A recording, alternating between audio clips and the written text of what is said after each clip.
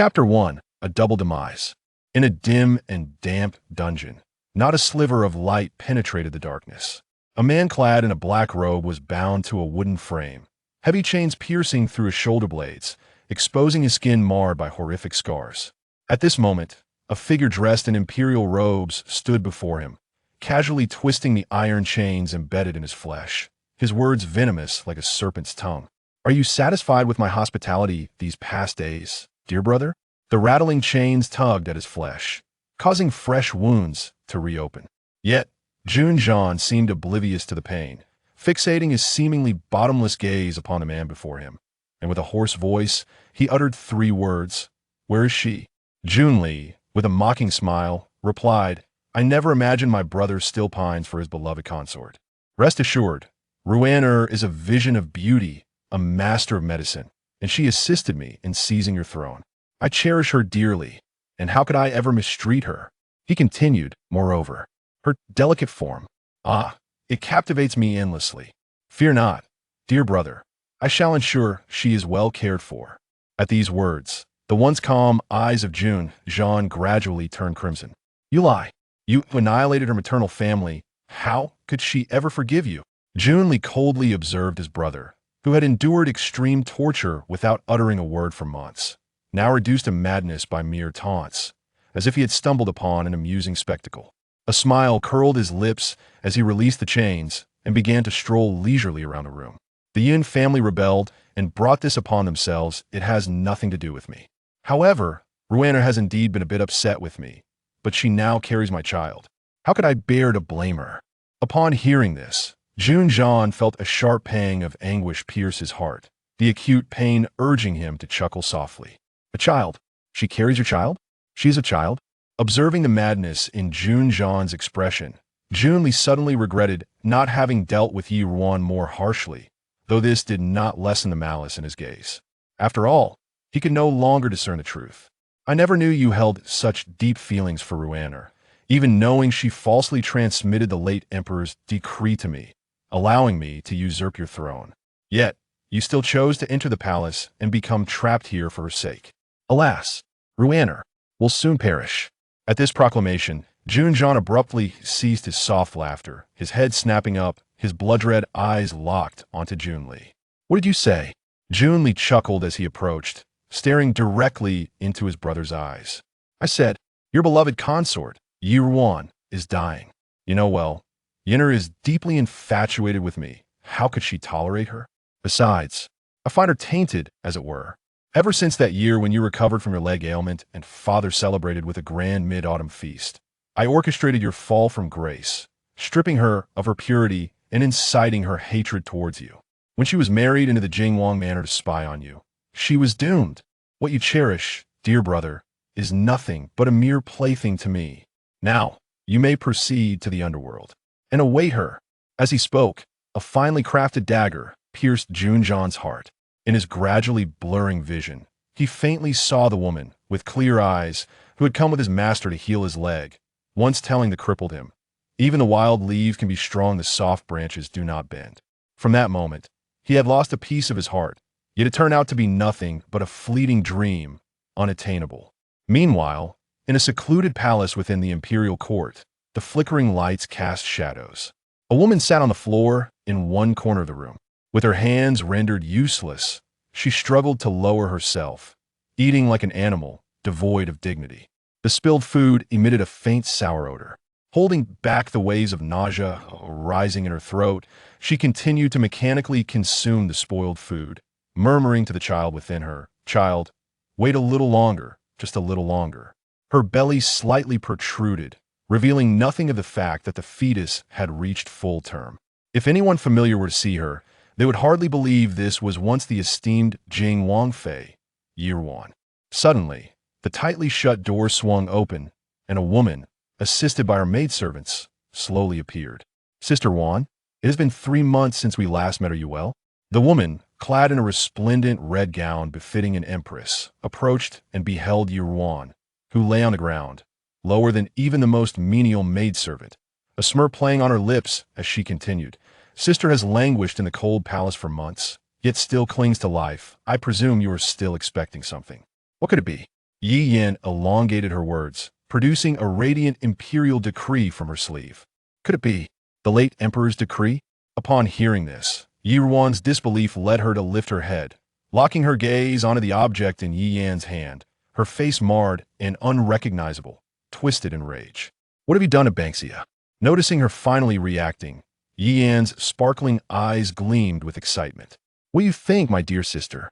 Banksia was truly loyal to escape with this decree. She was pierced by countless arrows, nailed to that hidden door.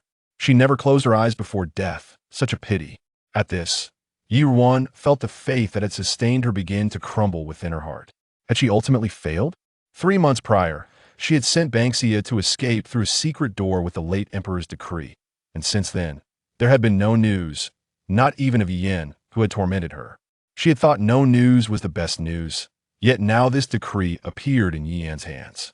Remembering Banksia, who had never left her side and endured humiliation with her in the cold palace, Yi Ruan's heart ached like a knife.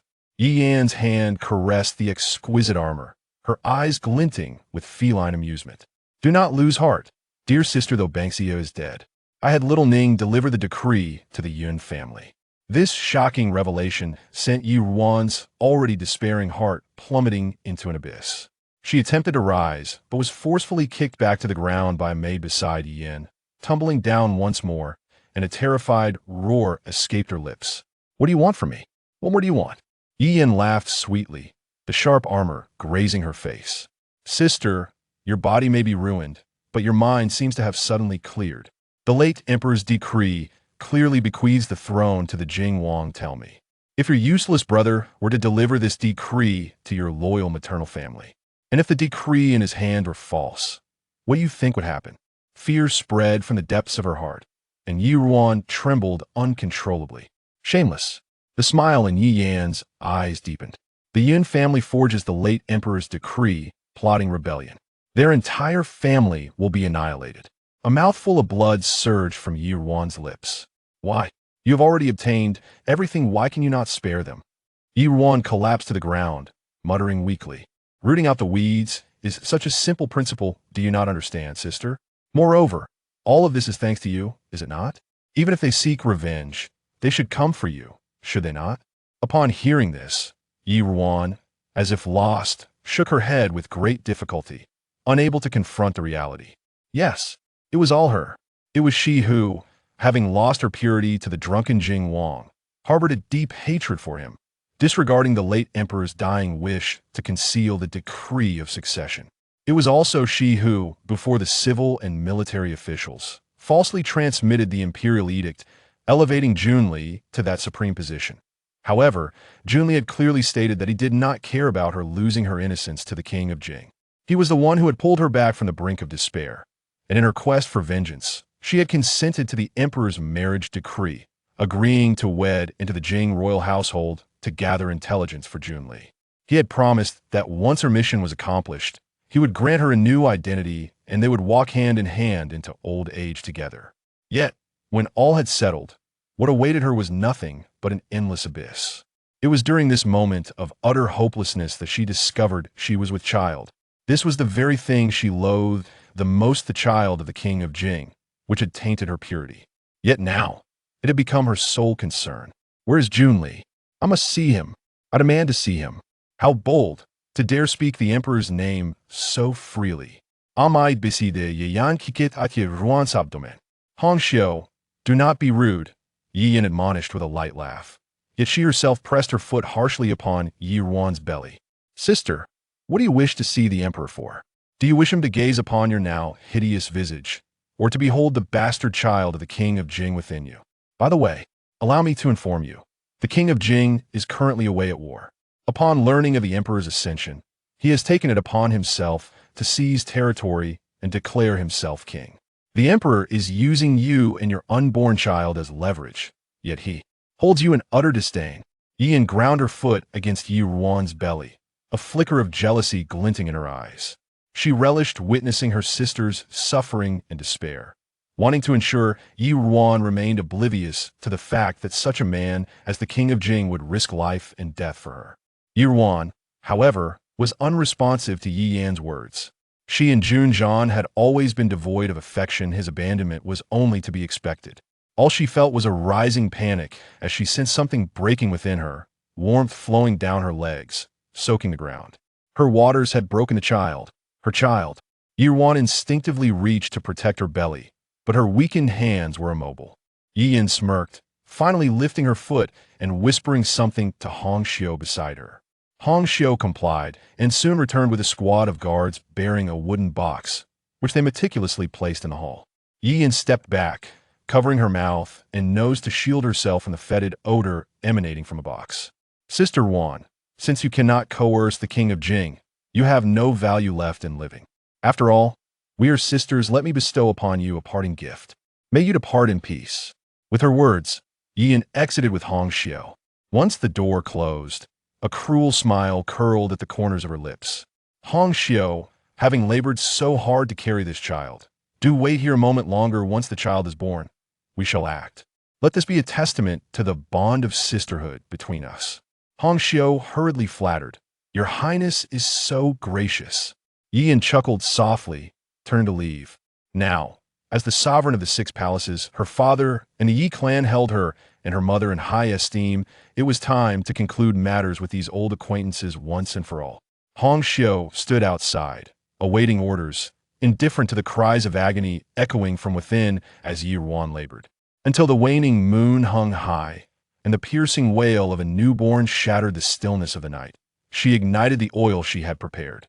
The flames flickered and crept inside the room, yet Yi Ruan remained oblivious, struggling to rise, yearning to glimpse her newly born child. So frail, yet so resilient. He had endured so much suffering alongside her in this cold palace, yet he had fought to survive. Child, I'm so sorry. She longed to hold him, yet realized she could no longer do even that. Despair washed over Yi Ruan as she gazed upon the encroaching flames and the increasingly agonized cries of her child. Her vision shifted to the wooden box in the room, revealing pale and ghastly severed heads: her brother, her uncle and aunt, her cousins. Those lifeless eyes, once closed in eternal rest, now vividly illuminated by the growing blaze. Tears of blood streamed down her cheeks. Unable to contain herself any longer, Yi Ruan let out a heart-wrenching scream, consumed by the engulfing flames. Chapter 2. Rebirth. From ashes. As summer transitioned into autumn, the sunlight remained somewhat glaring.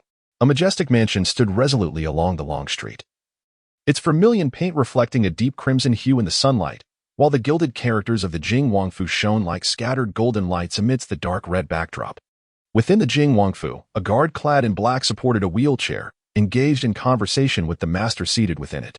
Your Highness, our Jing Wangfu has never had any dealings with the Yun family. Why do you suddenly wish to attend Miss Yun's coming-of-age ceremony? The man in the wooden wheelchair, draped in a dark brocade robe, leaned languidly against the backrest. A glossy black cat nestled obediently in his arms. His countenance was cool and regal, his pitch-black eyes resembling an unfathomable abyss. Miss Yun, one of the Yun family, is to become the future princess consort of my dear third brother. Naturally, I must witness the festivities. The black-clad guard was taken aback, for he knew his master had never been one to revel in gaiety. However, in the past 6 months, the prince had often acted in ways that left them perplexed, so he merely acquiesced without further comment. At that moment, Junjian turned his gaze toward an empty corner of the room, speaking as if to the air. Chang'e, you shall accompany us, but do not reveal yourself unless I command it. Suddenly, a figure materialized from the seemingly vacant corner. A hint of furrow appeared on her brow. How was it that the prince could always discover her hiding places? Her skills in concealment were indeed exceptional even among the longing guards. Yet, she refrained from questioning, respectfully clasping her hands and responding, "Yes, Your Highness." The black-clad guard couldn't help but feel a twinge of schadenfreude. Your Highness, if you continue like this, Chang'e may believe her skills are lacking. Junjian remained noncommittal, his distinctly articulated fingers absent-mindedly stroking the black cat, which purred in enjoyment, nuzzling against his hand. A smile crept onto Junjian's lips, a softness glimmering in his gaze. Suddenly, he recalled something and turned to the black-clad guard. Are there any unusual happenings at the Yi residence? The guard straightened at the inquiry. None, Your Highness. The Miss Ruan, whom you instructed us to monitor, has become a source of ridicule since returning to the capital, only venturing outside once in the past 3 months. She even broke her leg, fortuitously saved by Prince Xian. Following that, she often stole glances at him, seemingly harboring feelings for Prince Xian. Upon hearing this, the smile that had just graced Junjian's lips vanished, replaced by a coldness in his gaze akin to the icy peaks of a snow-capped mountain, instilling a sense of chill. So, she had begun to admire Junli long ago. No wonder, during his torment in the dungeon, Junli had confided to him that despite annihilating the Yun family, Ruan had forgiven him because she bore his child. The thought of her submission to Junli's desires caused Junjian's fingers to clench tightly. Ruan, you truly are remarkable. Meanwhile, at the Yun residence, an anxious voice echoed from within a courtyard room. Miss, wake up. Inside, Ruan lay upon a sleeping couch, her eyes tightly shut as she shook her head. Seemingly trapped in a nightmare, her garments drenched in sweat, a young maid knelt before her, imploring her to awaken. After a considerable time, Ruan finally slowly opened her eyes, her gaze gradually focusing on the person before her. Upon recognizing the figure, her pupils widened in shock as she abruptly sat up. Banxia? Did not Yi Yin say that Banxia had perished? Instinctively, she reached out to touch the person before her, only to be astonished to find her once paralyzed hands capable of movement. She quickly withdrew her hand, staring wide-eyed at her fingers, which were now perfectly intact, the nails having grown back. Yet, she vividly recalled the excruciating agony of having her nails forcibly removed by palace maids. The sharp metal tearing through flesh and skin. What on earth was happening? Banxia, seeing her mistress finally awaken, urged, Miss, you are awake. The ceremony for our cousin is about to commence. We must hurry. You are the sponsor of the event. If we are late, it will not bode well. Still, Ruan did not respond. Banxia, assuming her mistress was merely hungover and not fully cognizant, hastily began to change her sweat-soaked garments. Moments later, she pushed Ruan in front of a bronze mirror and began to fuss over her hair. This task usually fell to Bai Xiao, who had abandoned her mistress to enjoy the festivities. Though she felt incensed, she had no choice but to take over. Ruan began to grasp the gravity of her situation, rubbing her temples as if still dazed from the hangover. She gazed at her somewhat youthful reflection in the mirror. Despite her skin being a touch darker, the ghastly scars had vanished. She appeared no older than a 14 or 15-year-old girl, contemplating the possibility of returning to her past. Her voice trembled slightly. Banxia, what year and month is it now? Banxia, preoccupied with untangling Ruan's hair, dismissively replied, It is the 3rd day of the 7th month and the 23rd year of Shilin, the day of our cousin's coming-of-age ceremony. The 23rd year of Shilin. The 23rd year of Shilin. Ruan repeated these words, tears streaming down her face like a broken dam. Her hands gently caressed her now flat abdomen, the nightmarish memories of her death feeling as if they belonged to another world. She could hardly believe she had returned, back to the age of 14. Barely half a year after her arrival at the Yi residence. Yet, with little time for sentimentality, she forced the emerging tears back. For Banxia had just mentioned the ceremony. As thoughts raced through her mind, she noticed Banxia's exasperation at the crooked hairstyle and, feeling a surge of determination, declared, No need for the hairdo, we must go. Ruan approached the bedside, discovering her medicine box, from which she quickly retrieved a small vial before hastily exiting the room. Today, the Yun residence was bustling with guests for the coming-of-age ceremony of the only legitimate daughter, Yunwan. The excitement stemmed not only from the prominence of the Yun family, a key military house, but also from Yunwan's long-standing engagement to Prince Xian, Junli, now favored by the emperor, with his mother, the esteemed consort Jia, overseeing the 6 palaces. Their influence was at its zenith. It was reported that after the ceremony, the emperor's decree for marriage would be bestowed, with consort Jia herself acting as the chief guest, bestowing gifts upon Yunwan. Yet, at this moment, Ruan paid no heed to the vibrant festivities surrounding her. She was painfully aware that her cousin had met her demise at her own coming-of-age ceremony in her previous life. Ruan moved swiftly. Her loosely arranged hair and hurried steps, along with her slightly darker complexion, drew the attention of passing guests, sparking whispers and speculation. Who is she? Why such a lack of decorum? She seems so unfamiliar. In the flower hall, 2 ladies speculated about Ruan's identity when another woman suddenly interjected, her eyes lighting up as she observed the rushing figure. I recalled that she is the legitimate young lady of the Yi family, Ruan, who claimed to have left her home at a young age to study medicine and has only recently returned to the capital. The 2 ladies, upon hearing this, were struck with sudden realization. Good news seldom leaves the confines of the household, while misfortunes travel far and wide. Although Ruan has been back in the capital for only a short time, her reputation has already spread widely. They stifled their laughter behind handkerchiefs, their expressions dripping with mockery. So it is her. No wonder. It is said that a few months ago, upon her return, Lady Yi, with great effort, endeavored to familiarize her with the affairs of the capital by taking her to various banquets.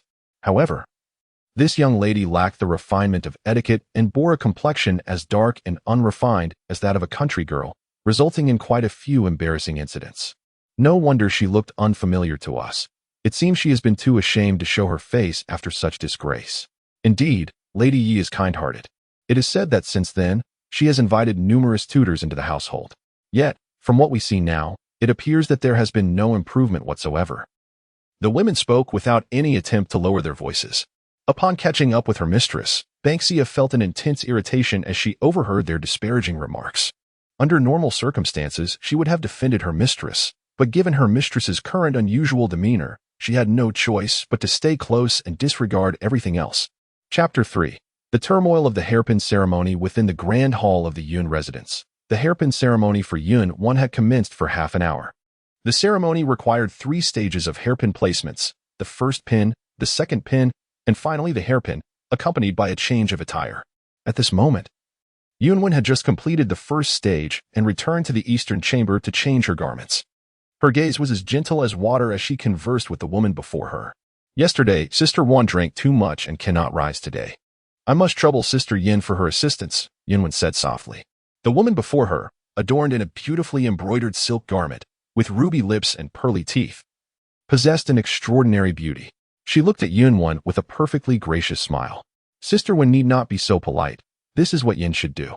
Elder sister also drank a bit too much in her delight last night. Please do not hold it against her. Yun Wen's smile remained undiminished, clearly unbothered by the matter. No wonder Sister Ruan has been praising you before us. Upon meeting you today, Sister Yin, you truly are a remarkable person.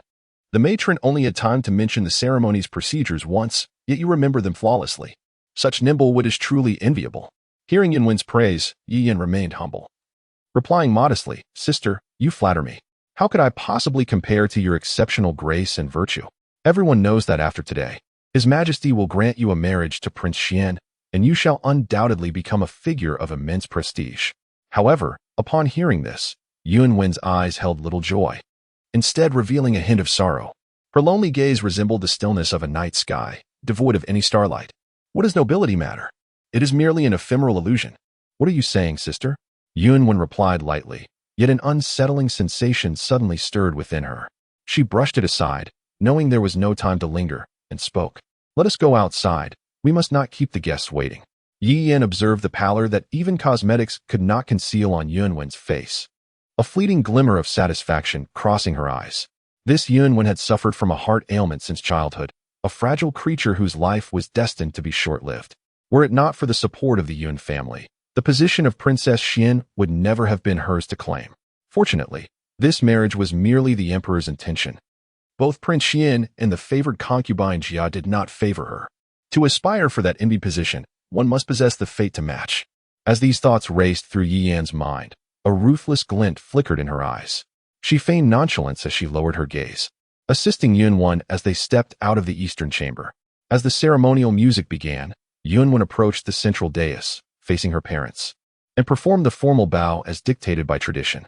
However, as she rose, the discomfort within her escalated into waves of pain that crashed over her. With great effort, she barely managed to steady herself. At that moment, concubine Jia, dressed in resplendent garments, gracefully stepped from her seat. Her elegant brows curved, and her phoenix-like eyes held a hint of authority befitting her rank. Prince Xian, seated within the hall, locked eyes with Yi Yin, who stood behind Yun Wen. In that instant, he noticed the contrast between Yi Yan's captivating beauty and Yun Wen's pale visage, stirring something within him. This was the woman who could truly compliment him. Concubine Jia had now reached Yun Wen's side. She took a hairpin from the tray presented by the attendant, Aunt Li, and recited, "In auspicious months and days, may you adhere to your decorum and cultivate your virtue. May your longevity extend for 10,000 years, and may you forever enjoy blessings." With that, she placed the hairpin into Yun Wen's hair. Yet, before she could proceed with the next step, a sudden spurt of blood erupted from Yun Wen's mouth. She emitted a muffled groan, clutching her chest as she collapsed to the ground, her face contorted in pain. The hall erupted into chaos. Concubine Jia, glancing at Yun Wen's crumpled form at her feet, momentarily brightened, then, as if startled, cried out, "Quick! Summon Physician Jiang." When Ruan finally arrived at the hall, she was met with this scene. Was it too late? As she watched her cousin being carried into the eastern chamber by her uncle, her gaze swiftly scanned the room before settling on a man. She hurried over to him, spoke briefly, and then hastened into the eastern chamber. Inside, Yuan lay on the couch, her face devoid of color, and the intense pain in her heart drenched her in cold sweat. The physician, clad in traditional attire, examined her pulse, his expression flickering with confusion, before he swiftly shook his head at concubine Jia. "Your Highness, though Miss Yun's heart ailment cannot be cured. Her condition had been stable for many years due to proper medication and care. However, this sudden attack has severely affected her heart. I fear she may not survive the night."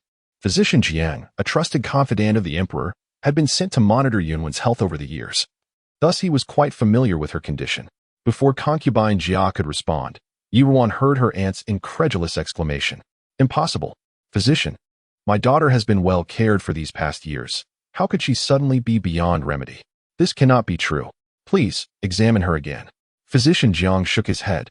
Sighing, "Madam, this heart ailment is notoriously unpredictable. I urge you to prepare yourself for the worst." Upon hearing this, Lin Shi trembled, stifling a suppressed sob as she rushed to Yuanwen's side, desperately trying to soothe her heartache. This was the only daughter she had raised with utmost care since childhood. Yuan, witnessing this, pushed past the crowd to reach her aunt. "Aunt," upon hearing the voice, Lin Shi turned, and a flicker of light ignited in her dim eyes as she quickly pulled Yuan closer. "Warner, the physician says your cousin is not well. You must help her." Complying with her aunt's insistence, Ruan sat beside her cousin, gently resting her hand on Yunwen's wrist. After discerning the pulse, she breathed a sigh of relief. Fortunately, there is still hope. As she examined Yunwen's face, she discreetly placed the heart-protecting pill she had prepared into her mouth. Yet, as her thoughts swirled, when she finally straightened, her expression reflected concern as she turned to Lin Shi. "Aunt, the physician's words hold truth. My cousin's condition is dire. However, it appears that her current state is rather unusual, not typical of a heart ailment. It seems instead that she has been poisoned." Physician Jiang, already displeased at being questioned by a mere child, grew even more irate upon hearing this accusation. "Nonsense. I have practiced medicine for many years. How could I mistake poisoning for a heart attack?" He was a man not swayed by greed or lust, but rather passionately devoted to his craft. Ruan, unfazed by his outburst, recalled that in her previous life, he had failed to uncover the truth, leading the world to believe Yuan had succumbed to a heart ailment. "Physician, I once traveled to the northern borders with my master, where I encountered a rare herb known as the fufu grass. Have you heard of it?" Physician Jiang paused at her words, and upon seeing his reaction, Ruan continued, "The fufu grass grows in the northern borders and is exceedingly rare. While it poses no harm to the average person, those with severe internal ailments who come into contact with it will find their conditions rapidly exacerbated.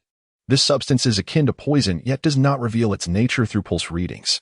However, records from northern medical texts indicate that anyone poisoned by it will exhibit small red spots behind their ears, mirroring my cousin's current symptoms. We could easily verify this by sending someone to the north. I would not make baseless assumptions."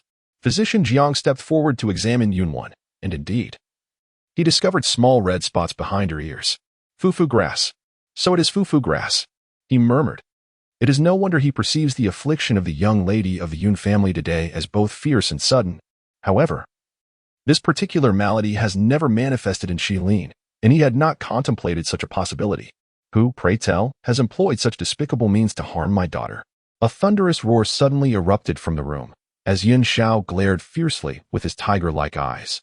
Coupled with his imposing stature, he appeared quite fearsome.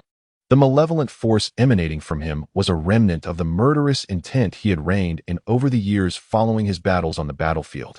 Yet, Ruan felt no fear. Rather, she suppressed the pangs of sorrow that surfaced upon seeing her uncle once more. "Uncle, the herb causing this affliction is notoriously potent. The poisoning must have occurred within the hour. My cousin has remained in the main hall all day, thus the perpetrator must be among us. You cannot let the one who harmed her escape, uncle." Yun Shao nodded, his typically resolute demeanor softened by the glimmer of tears in his eyes. "I shall order the gates of the estate sealed. Even if it means offending all our guests today, I will unearth the villain who has taken my daughter's life." At this moment, Physician Jiang stepped forward, feeling a twinge of guilt for nearly allowing Miss Yun to perish without clarity. General Yun, I am willing to lend you my support. Much obliged, physician.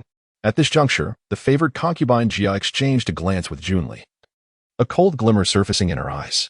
Yi Yan's assertions regarding today's events were so adamant, and she had even taken matters into her own hands. Little did she anticipate that the truth would be uncovered so swiftly. Truly, she is more of a hindrance than a help. Lear, many high-ranking officials are present today. General Yun's actions may be hindered. You should accompany him. Junli cast a sidelong glance at Ruan in the room, his brows knitting together in dismay at how this incompetent person could potentially ruin matters. Moreover, she did not appear to be covertly observing him as she usually did when he visited the Yi residence.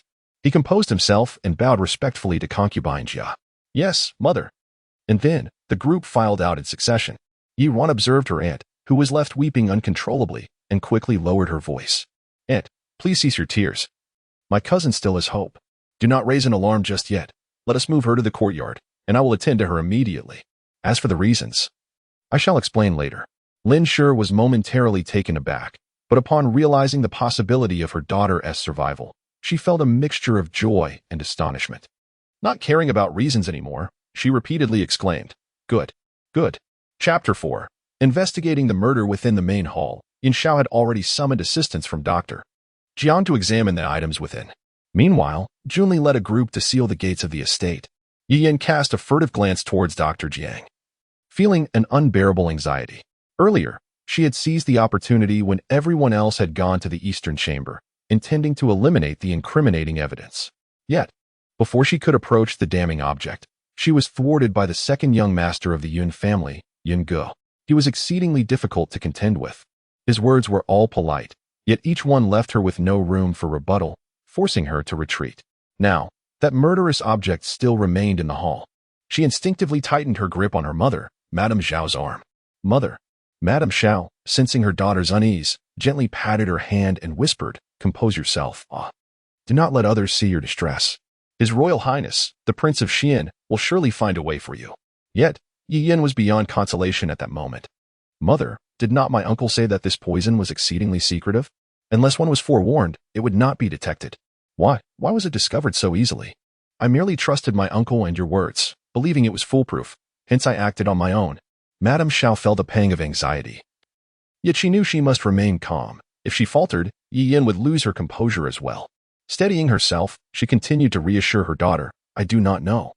But at this juncture, we cannot allow ourselves to panic. We must wait for His Royal Highness's return to discuss everything. The door to the main hall stood ajar.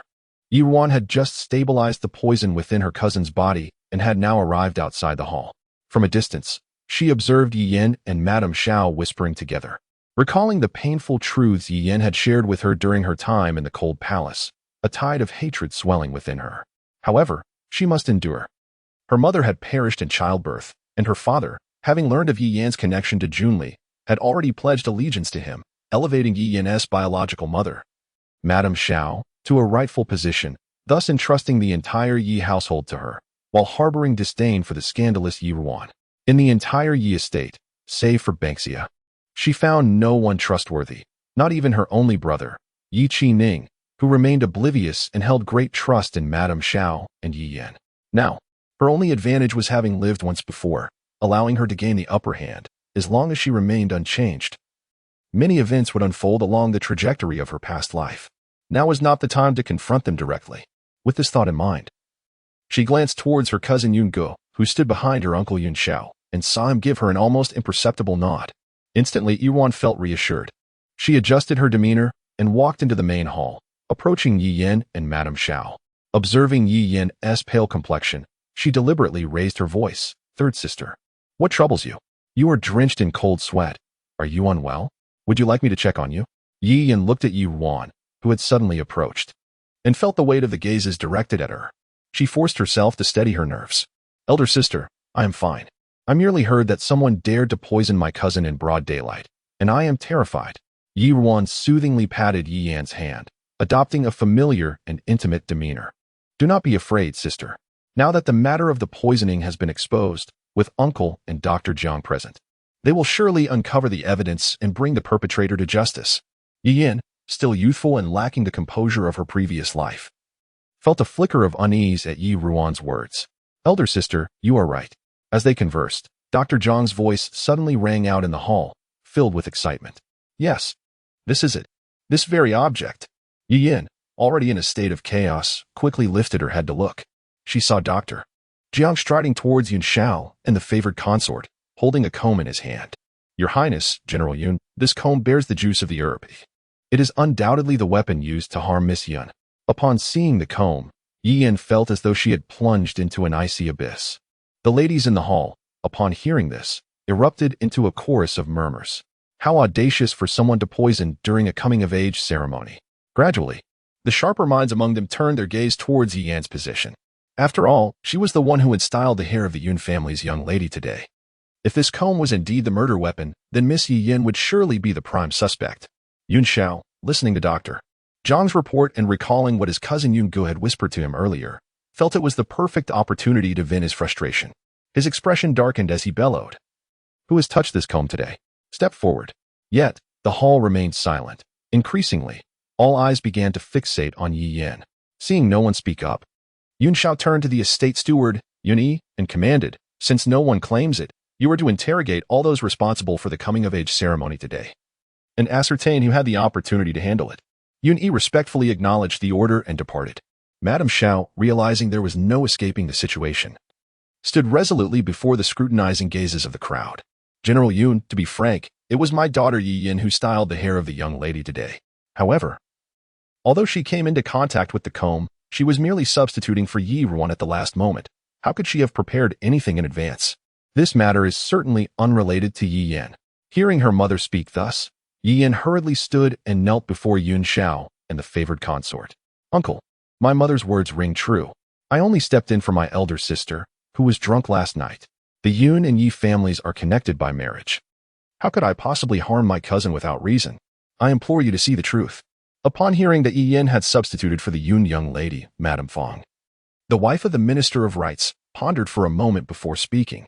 General Yun, since Miss Yi was merely a stand-in for the ceremony, how could she have orchestrated the entire affair? The true culprit must be someone else. Previously, when the old lady of the Fong family fell ill, it was this kind-hearted Miss Yi who, after great effort, found the remedy to cure her. How could such a benevolent person easily inflict harm on others? Gradually, the ladies who had benefited from Yi Yin's kindness over the past 6 months began to echo Madame Fong's sentiments. Indeed, General Yun, Miss Yi is known for her kind heart. She cannot possibly be the malicious type. This matter requires thorough investigation. Yuan watched this scene unfold, feeling a deep sense of irony. She was well aware of why these women were rallying to Yi Yan's defense. Though she was a disciple of the renowned healer Su Mu, her master had instructed her to keep his identity secret. Thus, she operated discreetly. Only her mother, Yin Tang, and a few within the Yun household knew of her true identity. However, upon returning home, she had privately informed Yi Yin of her master's capabilities. Over the past 6 months, Yi Yin had frequently sought her for medicinal formulas under various pretenses, and now, witnessing the current situation, it was evident that her strategy to win over hearts had succeeded splendidly. As Ruan contemplated this, Madame Zhao's gaze shifted towards her, prompting her to swiftly approach and pat her hand. Wana, you must speak to your uncle about how your third sister truly is. She can hardly bear to see even a chicken slaughtered, let alone take a life. Ruan could not help but scoff inwardly at the absurdity. Yet, even if Madame Xiao had not called upon her, she was already prepared to speak up. She nodded at Madame Xiao and discreetly pushed her hand away, appearing somewhat impatient as she approached Yun Xiao. Uncle, I too believe in third sister. The choice of the sponsors was decided by and a month ago and remained unchanged until last night. How could third sister possess the foresight to orchestrate this? Ultimately, it is my fault. Last night, my third sister came to seek me out, claiming she had acquired a rare bottle of fruit wine. I initially believed this wine would not be so intoxicating, and thus I indulged in a few sips. Little did I know, the potency of this liquor was formidable. After just 3 cups, I became utterly inebriated. Otherwise, my third sister would not find herself in such a suspicious predicament today due to my folly. It is all my fault for allowing my fondness for wine to lead to such misfortune. As Ruan spoke, she was overcome with remorse, shedding a few tears. Her heartfelt words, however, drew a silent rebuke from Xiao Shi, who thought her a fool. At such a critical juncture, she seemed oblivious to what should or should not be said. She could not even plead for mercy. only complicating her own situation. At that moment, Yungo, the second young master of the Yun family, smirked slightly, standing tall and elegant, holding a fan adorned with bamboo illustrations. He appeared to embody the grace of a refined gentleman, yet his words dripped with merciless sarcasm. Miss Yusan's wine truly is fortuitous. Upon hearing Yunji's remark, Ruan suddenly realized her previous gaffe and hurriedly defended herself. Cousin has misunderstood. I have always enjoyed casual drinks with my third sister at home. Yesterday was merely a celebration for my cousin's coming of age, quite natural, indeed. Only then did Xiaoshi feel a sense of satisfaction, relieved that her daughter was not entirely foolish. However, Yungu had no intention of sparing Yi Yin. To say it is natural, who knows if you are aware of your own tendencies, merely going with the flow for ulterior motives. Yunji's gaze was piercing, sending a chill through Yi Yin.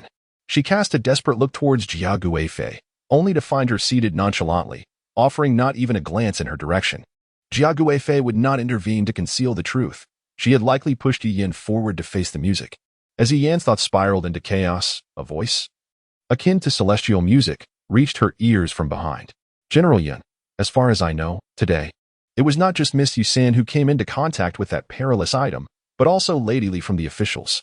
In my opinion, it would be prudent to bring Lady Li here for a joint inquiry. Upon hearing Jun Li's voice, Yi Yin immediately turned to look at him.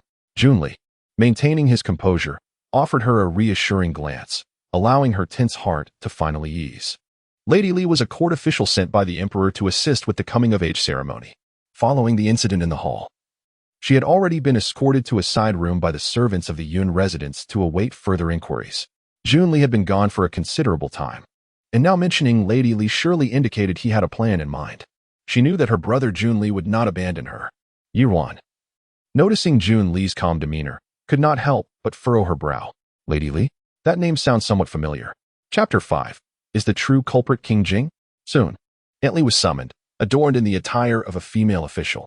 Upon her arrival, she exhibited no signs of panic, instead greeting General Yun and the noble consort Jia with composed grace. Your Highness, General Yun, and Miss Yun, I have heard of the unfortunate incident involving Miss Yun. As a servant of the Inner Palace, I bear no grudge against the Yun family and would never harm her without cause. I implore you both to investigate this matter thoroughly. At this moment, Consort Jia, who had remained silent, finally narrowed her elongated phoenix eyes and spoke slowly. The physician stated that the poisoning occurred today. If one were to act with malice, it stands to reason that the poison would be concealed on their person. Since both of you claim innocence, are you willing to be searched? Yi Yin nodded in eager agreement. I am willing to prove my innocence. Aunt Li, undeterred, added, I am also willing. Yun Xiao examined the two women, his expression uncertain.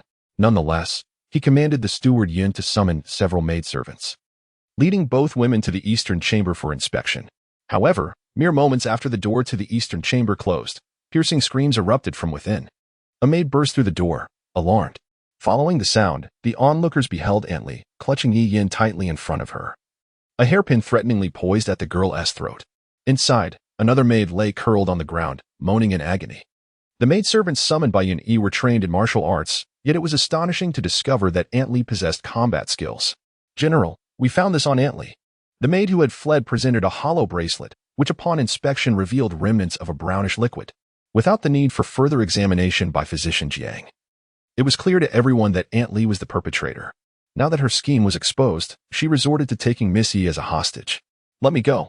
Otherwise, I will kill her. No, don't hurt Yinner. Xiaoshi rushed forward, shouting in desperation. Aunt Li's eyes glinted with malice. Prepare the horses for me to escape. Otherwise, she drew the hairpin closer to Yi Yan's neck. Jun Li, witnessing the scene, stepped forward and shouted, how audacious. You are a member of the Inner Palace, with your family registered. Do you truly believe you can escape? Upon hearing this, Aunt Li's expression faltered slightly, but she maintained a facade of calm. Your Highness, this act is solely my doing and bears no relation to my family. Your Highness is known for your benevolence. Why must you involve my family? A hint of sternness flickered in Jun Li's eyes as he replied with righteous indignation. My benevolence is reserved for the loyal and virtuous. Those as deranged as you, who dare to poison the offspring of loyal ministers, shall not be tolerated. Surrender at once. Or do you truly wish for your entire family to suffer for your transgressions? The surrounding ladies regarded Jun Li with admiration, recognizing his bravery, wisdom, and compassion. He was indeed the favored son of the emperor, exuding the aura of a potential ruler. At this moment, Aunt Lee seemed to be engulfed in a fierce internal struggle. After a brief pause, she gritted her teeth, seemingly resolved, and released Yi Yin, kneeling before Junli, her head bowed in submission. I am willing to confess and accept my punishment. I beseech your highness to spare my family. Jun Xiao, witnessing this, felt a surge of anger. Goer had clearly stated that Ruan had informed him the culprit was Yi Yin. How could it suddenly point to the unrelated Aunt Lee? Just as he was about to intervene, Yun Gu, standing beside him, gently shook his head in dissuasion. Jun Xiao glanced at his son and reluctantly sat down. His voice sharp as he addressed Aunt Lee, as you claimed earlier, you have no grievances with the Yun family and have never met Ruan. Why then would you resort to such vile actions against her? Jun Li echoed Jun Xiao's inquiry, admonishing Aunt Lee, this is precisely what I fail to comprehend. Speak the truth without delay. Aunt Lee, restrained, could only weep in sorrow. Your Highness, I was compelled. A glint of darkness crossed Jun Li's gaze as he pressed further. Who compelled you? Speak. Feigning great difficulty, Aunt Lee responded, Your Highness, I cannot say. The two continued their charade, while Yi Ruan, observing their performance, suddenly recognized Aunt Lee. Aunt Lee, the matron who was in charge of the inner palace after Emperor Xilin's demise, who once conspired with Jun Li to poison Emperor Xilin, is this very person. She is aligned with Consort Jia. Yi Ruan furrowed her brow, sensing trouble brewing. She pondered Jun Li's motives if he intended for someone to take the fall. Confessing and subsequently committing suicide would be the most prudent course of action. Why expend such effort in conversation? At that moment, Jun Li's voice resonated in her ears again. What is it that you cannot disclose? With both my mother and I present, if there are extenuating circumstances, we may show leniency to your family. Otherwise, the consequences of poisoning the daughter of a high-ranking official are beyond what you alone can bear. Think carefully. Under this coercion, Aunt Lee's demeanor appeared to finally shift, and she bowed deeply before Jun Li, exclaiming, Your Highness, it was Prince Jing who commanded me to do this. As her words fell, a stir rippled through the hall. Jun Li feigned urgency to exonerate his brother, exclaiming, Nonsense. My elder brother has remained in the residence. How could he instruct you to commit such a heinous act? Do not make baseless accusations. Yi Ruan observed the unfolding drama with cold detachment.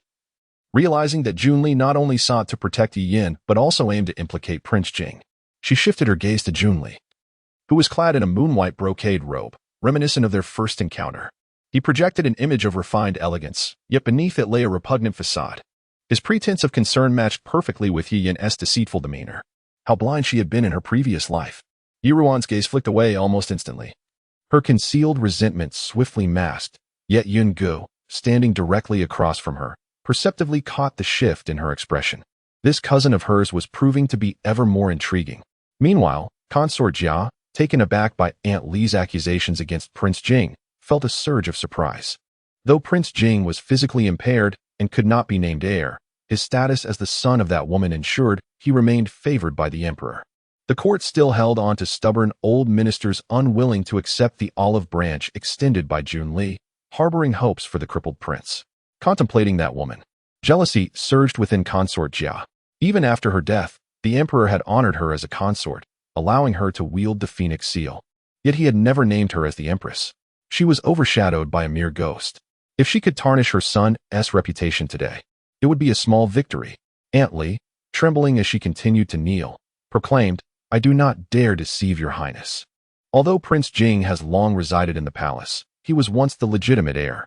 Now that the emperor favors you, how could he remain complacent? He threatened my family to coerce me into poisoning Miss Yun and sabotaging the alliance between our households. Every word I speak is the truth. Please believe me, your highness. Yi Ruan could not help but smile at the absurdity of it all. She regarded Aunt Lee with a hint of skepticism. Her voice gentle yet firm as it rang out in the hall.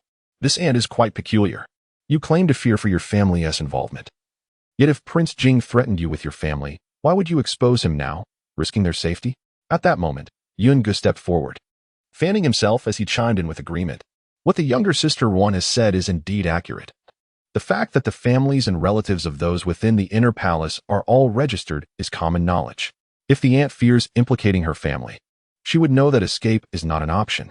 Why then would she resort to the foolish act of taking Miss Yi Sin hostage? Is this not a superfluous measure? Moreover, the aunt had just departed from the main hall and had ample time to handle the evidence. Yet, she not only brought it openly, but also allowed it to be inspected without reservation an action that defies logic. It appears almost theatrical. Could it be that the aunt is intentionally bearing the blame for someone else? At that moment, a jolt of realization coursed through Aunt Lee's heart as she was about to continue her defense. A voice, laced with a hint of sarcasm, suddenly resonated from the entrance. I am also unaware of when I became one of these petty individuals. The crowd instinctively turned their gaze towards the door, where a man sat in a wooden wheelchair. Being pushed forward, clad in a dark brocade robe, his light-colored eyes bore a languid expression. He rested one hand against his chin, leaning slightly on the armrest of his seat, and the cuffs of his robe were embroidered with a solitary cold plum blossom and gold thread. A black cat lay obediently in his arms, enjoying his gentle strokes. Amidst the clamor, Ruan stood frozen in place. Prince Jing, Junjian, how could he be here? Chapter 6. Prince Jing Junjian. Since Prince Jing became disabled in both legs, he seldom ventured beyond the palace banquets. However, the ladies present were mostly of noble rank and had, of course, encountered him at court, all rising to pay their respects. Junli, concealing his true emotions behind a facade of elegance, momentarily cracked, then approached Junjian with apparent astonishment. "Brother, I did not expect to see you today," he remarked. Junjian merely cast a cold glance in his direction, unable to suppress the suspicion that the very person who had imprisoned him in a dungeon and tormented him was now this brother feigning kindness. "What? Is my arrival unwelcome?" "Dear brother?" Junli forced a laugh. "You jest, brother. It's just that you have not been seen for so long. I was caught off guard by my joy." Junjian turned his gaze away noncommittally, a hint of sarcasm lacing his words. "Is that so? Yet, from my perspective, this is hardly a time for joy. Just outside, I heard someone discussing me." He cast a fleeting glance at the kneeling Aunt Lee, his piercing eyes causing her to shrink back. A smirk played at the corners of his lips as he addressed the shadowy figure of a guard beside him.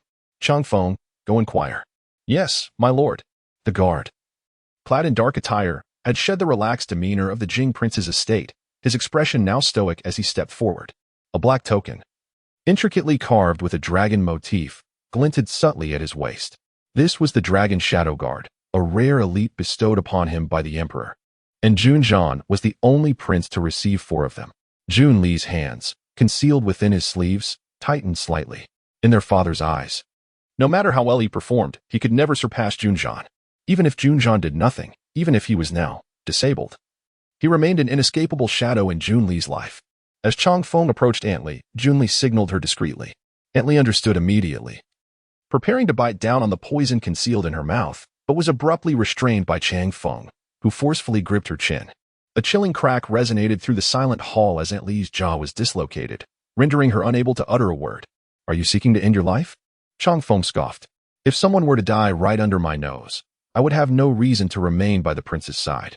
"Oh," Junjian raised an eyebrow, speaking leisurely. "Before I even began my inquiries, you were eager for death. It seems today I must bear this burden. Changfeng, you must demonstrate your capabilities. Do not allow anyone to underestimate the prowess of the Dragon Shadow Guard." At this moment, the black cat perched on Junjian's lap mewed softly, as if in response.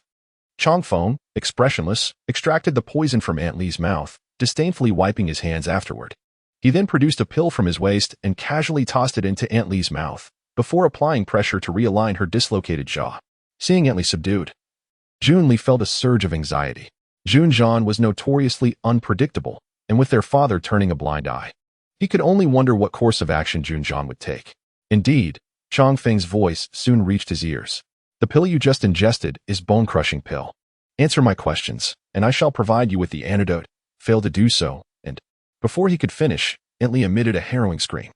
The bone-crushing pill lived up to its name.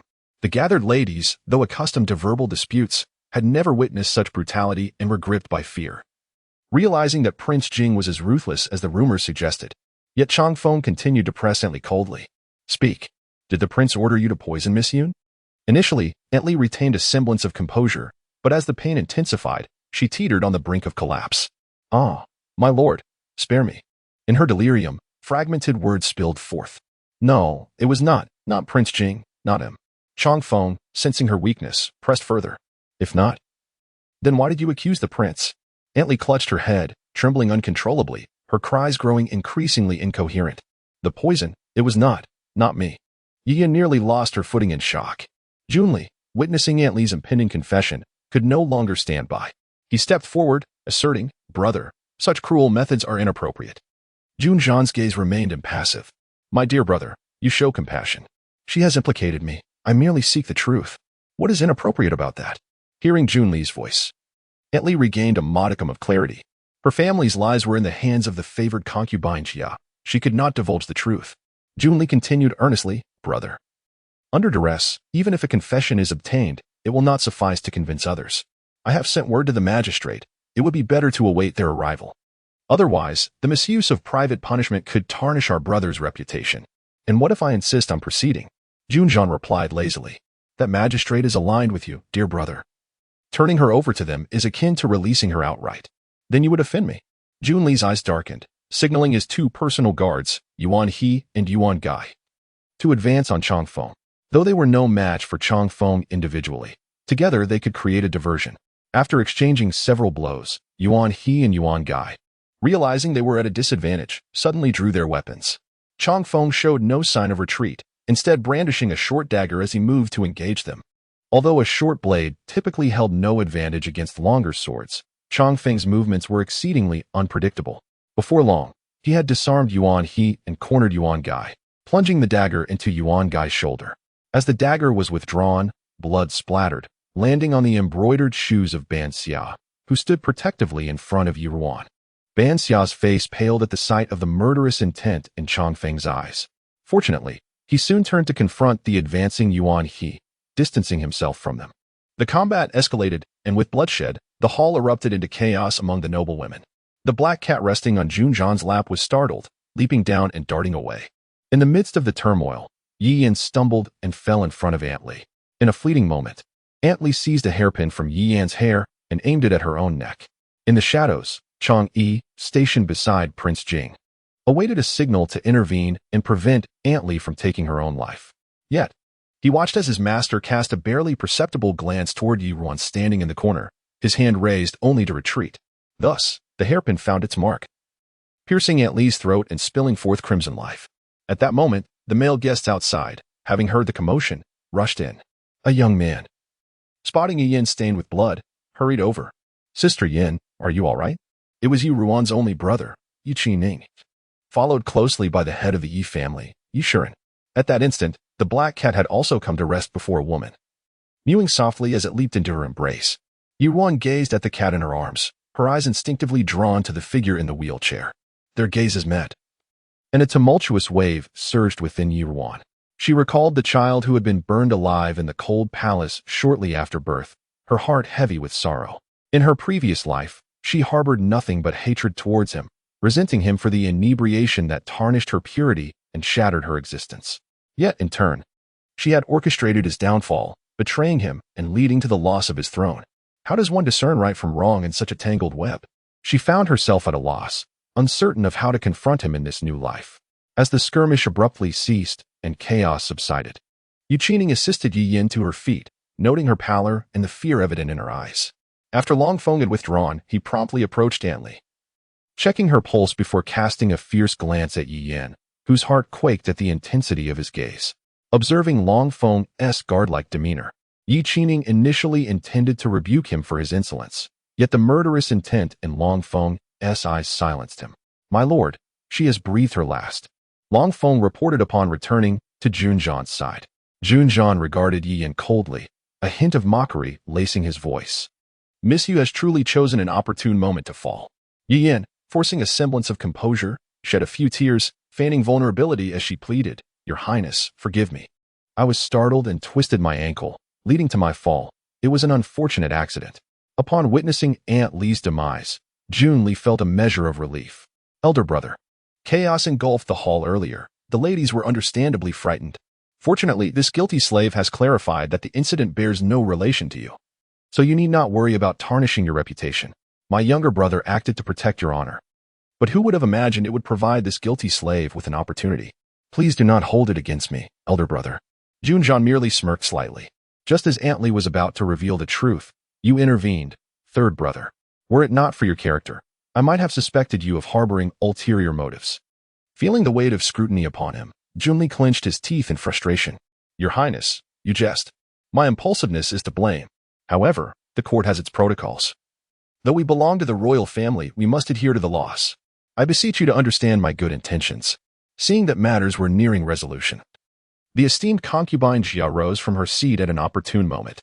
General Yun, since Aunt Li has been executed, and she claimed no instigation from the Prince of Jing nor any motive for murder, upon my return to the palace, I shall report today as events to His Majesty and have a thorough investigation conducted to uncover any traces related to Aunt Li.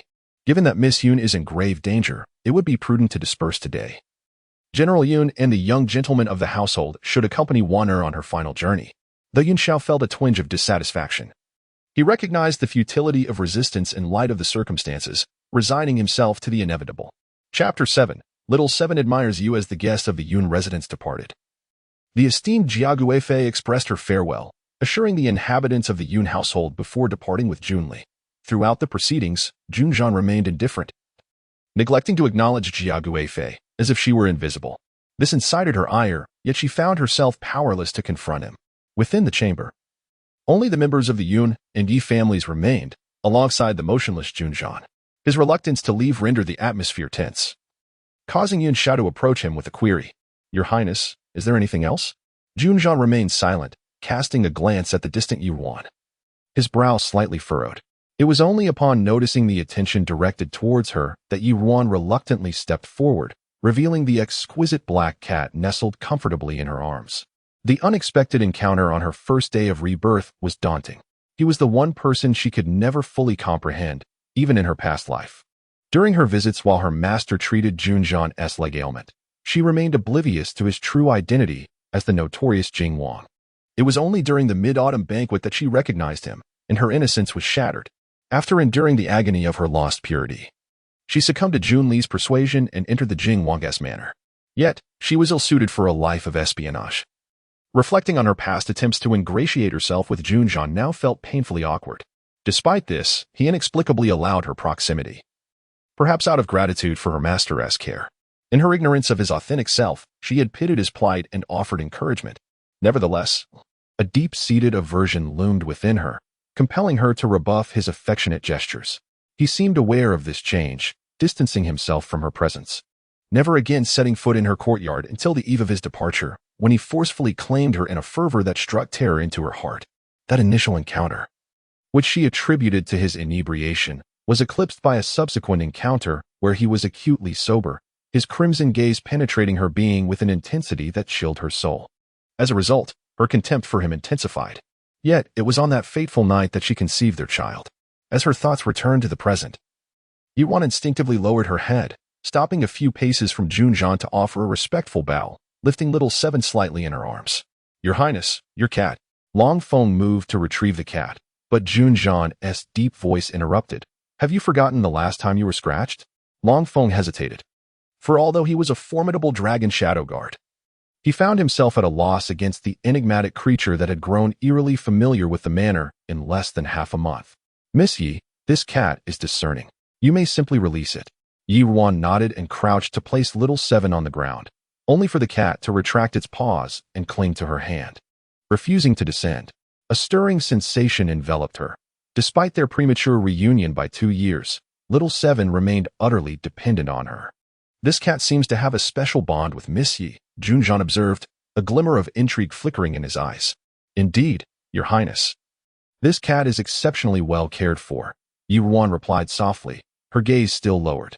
In truth, Junzhan had been listening intently before entering, having overheard her defense on his behalf, a role not befitting her.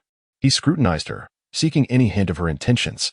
In light of this, I shall be away for several days. This cat is new to the Jing Wang's residence and is quite skittish. I would be grateful if Miss You could tend to it in my absence.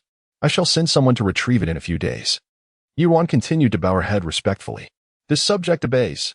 Junzhan noted her lowered gaze, which obscured her expression, and a chill of irritation seeped into his tone. Does Miss You find me so fearsome that you dare not meet my gaze? Ruan's heart raced, sensing his displeasure without understanding its cause. At a loss for words, she hesitated. Seeing her silence, Junzhan shifted his wooden wheelchair forward, the sound resonating in the stillness, halting before her. He leaned slightly, grasping her chin to compel her to meet his gaze, the coldness in his voice unmistakable. Is Miss Yi's silence a tacit agreement? Yushuren, witnessing the tension, broke into a cold sweat, fearing for his sister's safety given the Jing Wang's notorious temperament. Whispers suggested that he had become cruel and unpredictable since his disability, with servants disappearing under mysterious circumstances after offending him. Ruan reluctantly lifted her gaze, locking eyes with his fathomless orbs, and steadied herself. Your Highness, you overthink. I hold no intention of disrespect. I merely admire your reputation for decisiveness and capability, believing you to be a prince of great virtue. Oh, my reputation? Junjan's expression darkened. Then tell me, what have you heard of my esteemed name? Ruan could not evade his gaze. Your Highness, it is said that you were a prodigy, mastering poetry and literature by age 3, and excelling in horsemanship and archery by 5. His Majesty praises you as a paragon among princes. Junjan chuckled lightly, though it bore an edge of mockery, and his grip tightened. Missy possesses a keen understanding of my past, yet those accomplishments belong to the boy I was before my injury. Are you implying that I am now of no worth? A moment of tense silence enveloped the room. Yun Gu and Yun Xiao observed Junjan's rising ire and prepared to intervene, but Yi Yin stepped forward, kneeling in a display of solidarity. Your Highness, my sister is newly returned to the capital and may not be well versed in the nuances of court etiquette. She meant no offense. I implore you to show leniency. Junjan merely cast a dismissive glance at the kneeling Yi Yin. When I pose a question, who granted you the right to interject? He then commanded Long Feng. Take her away. If she prefers to kneel, let her remain outside. Long Feng complied, and as Yi Yin was led away in confusion, she lamented the Jing Wang's twisted disposition, lamenting his failure to appreciate beauty and grace. As Long Feng returned, Junjan turned once more to Ruan, impatience radiating from him. Miss Yi, I await your response. Ruan felt his proximity keenly, almost able to perceive her reflection within his eyes. A mere blink could extinguish her existence. The realization of her vulnerability in the face of absolute power struck her with a profound sorrow. Suddenly, she recognized that if she lacked the courage to confront him, how could she ever hope to challenge Jun Li and seek vengeance? She bit her lip, suppressing the tears that threatened to spill. Your Highness, I beseech your forgiveness. I harbor no intention of dishonoring you. I have merely heard tales of your decisiveness and wise governance, that your victories were won from the back of a steed. And I believed you to embody the virtues of your ancestors. Upon hearing the words, Chongfeng's expression twisted into a dark grimace. This Miss Yu truly possesses a silver tongue, capable of rendering the tale of slaying the servants in such a nuanced manner. It is not merely decisive in execution, but rather adept in command. Yet, it seems that this Miss Yi is somehow different. Junjan gazed at Ruan with eyes filled with inquiry. The emotions reflected in her gaze were so intricate that he found himself at a loss. After an unsettling silence, the cat nestled in Ruan's arms suddenly emitted a faint mewl, prompting Junjan to regain his composure as he finally released his grip on her chin, resting his hand gently on his knee. Miss Yi's eloquence is indeed remarkable. Very well then, since Xiao Qi has taken a liking to you, I shall overlook this matter today in consideration of it. Chongfeng, let us depart. The moment he relinquished her, Ruan felt as though her strength had been sapped, leaving her utterly weakened. Meanwhile, upon witnessing the departure of Prince Jing, both Xiao Shi and Yi Qi-ning hurried over to assist Yi Yin to her feet. Yun Ge, observing this, furrowed his brow and approached with a sardonic smile, needling Yi Qi-ning. Sister Ruan is still kneeling here, yet you only have eyes for this third sister. Yi Qi-ning cast a glance at Ruan, awkwardly scratching his head. Elder sister, I only came to assist third sister due to her injured foot. Do not misconstrue my intentions. At this moment, Ruan had been helped to stand by Banksia, her mind gradually clearing. Yi Qi-ning, having grown up beside Xiao Shi, held deep trust and reliance on her and Yi Yin, yet felt a striking distance from his own biological sister. However, this was hardly his fault. He had been indoctrinated with rules by the matron Lin, who had been invited by Xiao Shi, while Yi Qi-ning had been indulged by Xiao Shi, only knowing the pleasures of life. Consequently, he often avoided her, and uncovering the true nature of Xiao Shi and her ilk was not an easy feat. Once she regained her footing, she assured him that all was well before turning her attention to Yun Xiao and Yun Ge.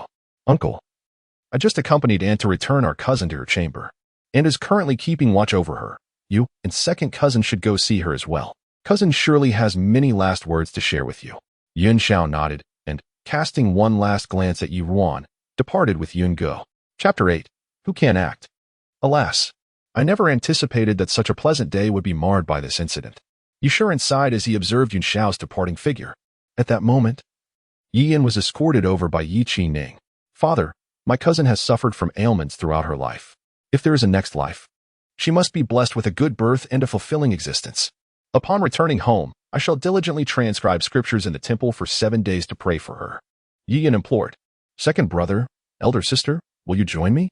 The third sister was the kindest of them all. Yi Ning nodded in agreement. How can you say that? She is your own cousin. Look at yourself. You are not as considerate as Yin'er. Yu Shiren, who had never favored Yi Ning, seized the opportunity to reprimand him. Yi Ning, accustomed to such treatment, appeared nonchalant. He had only met his cousin twice and felt no deep affection towards her. Unlike the third sister, whose heart ached even at the sight of an injured puppy by the roadside, Yu Shiren's ire swelled upon seeing him act so indifferently. Just look at you, indulging in frivolities daily. Can't you learn from your elder brother? Xiao Shi hurriedly interjected to ease Yu Shiren's temper. Enough, my lord. Ninger is still young, and as a boy, he cannot be as delicate as a lady. Yi Ning quickly nodded in agreement. Ruan, observing Yi Ning's demeanor, found it amusing. The siblings were all too easily deceived, and their previous life's misfortune was hardly unjust. Xiao Shi continued to persuade. In the future, I shall have Shi Fan keep a closer watch on him at the academy. Ninger is not foolish. He will surely not fall short of his brother in the future. Yi Shi Fan was Xiao Shi's eldest son. After Xiao Shi was formally acknowledged, he became the most esteemed legitimate son of the Yi household, excelling in studies and earning Yi Shiren's admiration. Upon hearing this, Yi Shiren shot Yi Ning a glance and scoffed. If he can just avoid causing too much trouble, I will consider myself fortunate.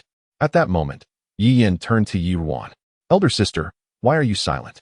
Were you frightened by His Highness the King of Jing? As she spoke, she moved to link her arm with Yi Ruan's. Third sister, you just twisted your ankle. Be careful, Yi Ning cautioned as he supported her. Upon reaching Yi Ruan's side, Yi Yan continued, Elder sister, His Highness the King of Jing appears to be quite capricious. This cat, you must take good care of it. Otherwise, who knows what calamities might arise. If you're worried, I can assist you in looking after it. Yu Shiren, upon hearing this, also found her reasoning sound. Wana, your third sister is correct. Although this cat is but a creature, it belongs to the King of Jing. If anything goes amiss, given his tempestuous nature, he might indeed take drastic actions. Little Seven seemed to sense the criticism, letting out a fierce meow towards Yu Shiren. Yet, being merely a kitten, its voice was endearingly soft. Ruan gently stroked its head to soothe it, and then inwardly scoffed, glancing at Yi Yan. Father and sister are right. Ruaner is indeed frightened. In that case, I entrust it to you, sister, she said, placing little Seven in Yi Yan's arms. Before Yi Yan could express her delight, she felt the kitten's claws raking her hand, drawing blood. Ah! Yi Yan yelped in pain, instinctively releasing the cat. Little Seven nimbly jumped back to Yi Ruan's side, gazing up at her with its big, round eyes, seemingly accusing her of abandoning it. Yi Ruan momentarily ignored Little Seven, her attention drawn to Yi Yan's injured hand. Third sister, are you all right? Elder sister, do not worry. It's just a minor injury. It's nothing serious. Yi Yan replied, masking her discomfort. Though internally she cursed the little creature, realizing it was indeed true that the character of a master was mirrored in their pets. Yi Ruan feigned concern. That will not do. Banksia, I happen to have some ointment for wounds. Remember to deliver it to your sister after returning home. We wouldn't want her to be left with a scar. Banksia nodded in acknowledgement, and Yi Ruan then turned her gaze to the pleading Little Seven. Father, what about this cat? Should it continue to reside with sister? Yu Shiren furrowed his brow, deep in thought. Yi Yan eyed the kitten glaring at her, sensing it had taken on a life of its own, as if warning her to keep her distance lest it scratch her again. She felt a chill run down her spine. She merely intended to use this cat to forge a connection with the King of Jing, hoping he might develop an affection for her and allow her to glean some insights about him. However, this seemingly adorable creature was so ferocious that she dared not entertain any further thoughts. Father, since this cat only recognizes elder sister, let her take care of it. I believe that as long as we are cautious, there should be no issues. Yu Shiren nodded. Then it shall be so. Waner, you must be more attentive. Do not be like your brother and cause me any trouble. The daughter understood and bowed respectfully to Yu Shiren before cradling Little Seven once more. The kitten, satisfied, snuggled against Ruan, closing its eyes and meowing softly, almost as if it were seeking affection. Yu Shiren scrutinized Ruan closely. You have indeed learned your manners well. This daughter has not embarrassed me since returning to the capital. Thankfully, she possesses some self-awareness. After Xiao Shi remarked on her earlier indiscretions, she no longer sought to flaunt herself but remained quietly in her own courtyard. Yi Yan, noticing her father praising Ruan, quickly interjected, of course. Father, you are unaware that mother even invited a wet nurse from the palace to help elder sister regain her lost dignity. Yusheng glanced at Xiaoshi. You have worked hard. Xiaoshi hurriedly replied, My lord, what are you saying? Although Ruan is not my biological child, in my eyes, she is as dear to me as Yin'er, my own legitimate daughter. Yusheng nodded. Very well, let us all return to our rooms for now. Ruan, if you have no matters to attend to, do visit your cousin again. Offer some consolation to your uncle and aunt. The Yun family has only a few young masters left, after all, and cannot compare to the care a daughter can provide. Your uncle and aunt have lost their only daughter. You should visit the Yun residents more often to keep them company. As he still held a position as Deputy Minister of Personnel, it was essential for the Yun family to maintain their standing. Since Yun Tang had passed away many years ago, if Ruan could strengthen her ties with the Yun family, it would greatly benefit the relationship between the two families. However, Xiaoshi remarked that after returning to the capital, Ruan had suffered a blow to her pride and stubbornly refused to visit the Yun family frequently. Yi Ruan, appearing puzzled, furrowed her brow. Is that permissible? Father, can I frequently visit the Yun residence? Of course, Yusheng replied emphatically. Yet, Yi Ruan's expression seemed clouded with confusion. But the wet nurse says that I am still a young lady of the Yi family, and if I go to my maternal grandparents' home daily, outsiders may think the Yi family treats me poorly. Moreover, my cousins are all residing in the Yun household, so I must avoid any misunderstandings. Though I wish to visit my uncle and grandmother often, I must heed the wet nurse's advice and only write letters to inform them of my well-being for the next few months. Yusheng was incensed upon hearing this. Which wet nurse taught you such nonsense? It is only natural to visit one's maternal family. Why should we avoid anything? Yi Ruan appeared startled, glancing at Xiaoshi. Father. It was mother who invited Nurse Lin. Xiaoshi inwardly cursed and quickly explained to Yusheng. My lord. Nurse Lin is retired from the palace. Perhaps, having spent too long in the palace, she has become overly rigid. I had no idea she was teaching Ruan such things in private. Yin hurriedly supported her mother's words. Father, the affairs at home are numerous and complicated.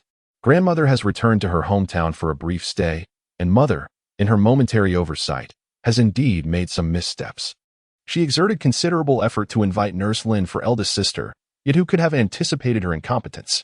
I implore you to consider mother's heartfelt intentions. Naturally, Yusheng would not hold this against Xiao. I understand this is not your sentiment. However, such a muddled servant should be dismissed at once. Indeed, my lord. I shall personally seek a capable nurse for Ruan, Xiao assured.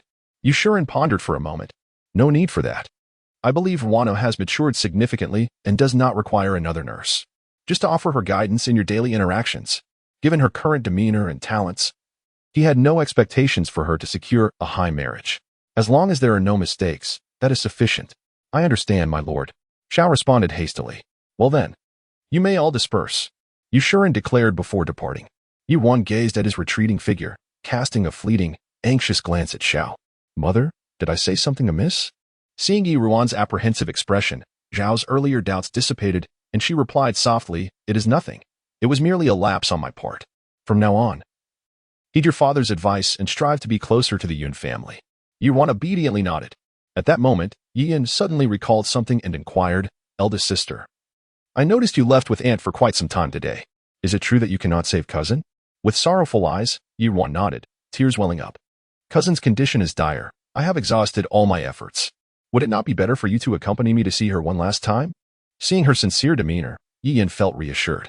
After all, they would remain at the Yun residence today, and the fate of that person would soon be revealed. She contemplated for a moment before addressing Yi Qingning. Cousin enjoys tranquility. She surely has many heartfelt words to share now. I shall not intrude. Second brother.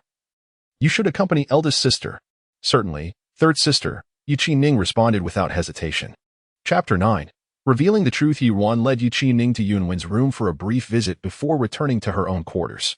It was not until the depths of night, when the Yi family had all retired, that she stealthily took Banxia out of the courtyard. Banxia, did you ensure that Bai Xiao consumed all the medicine I prepared for her?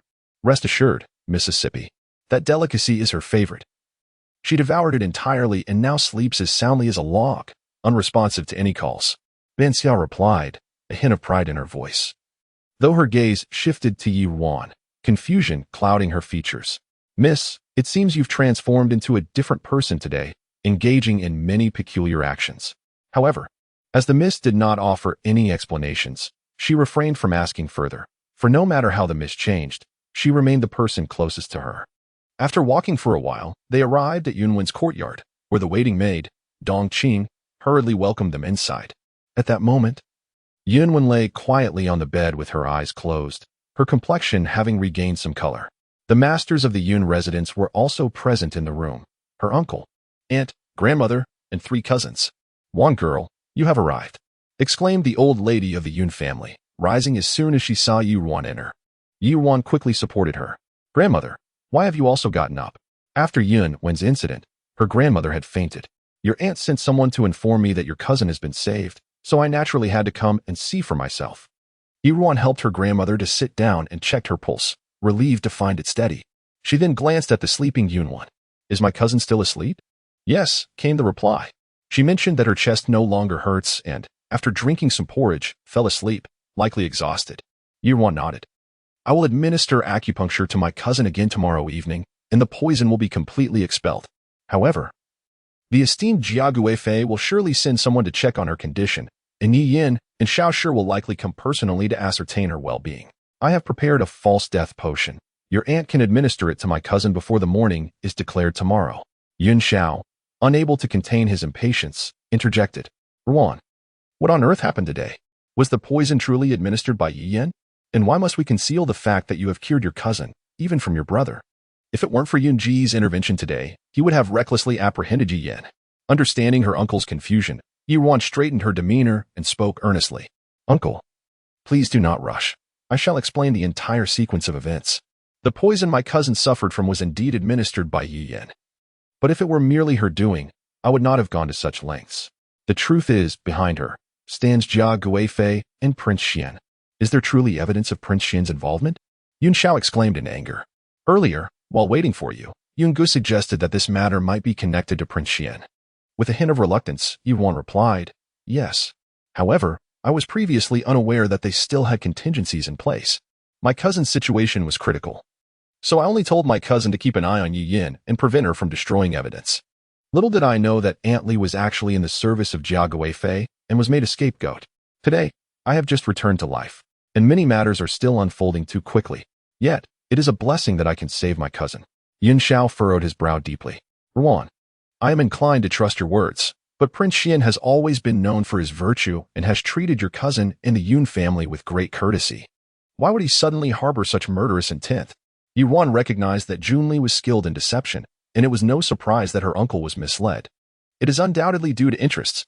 As you know, while the Yun family once thrived, it is now a time of peace. And the status of military generals has greatly diminished. You are not a royal relative.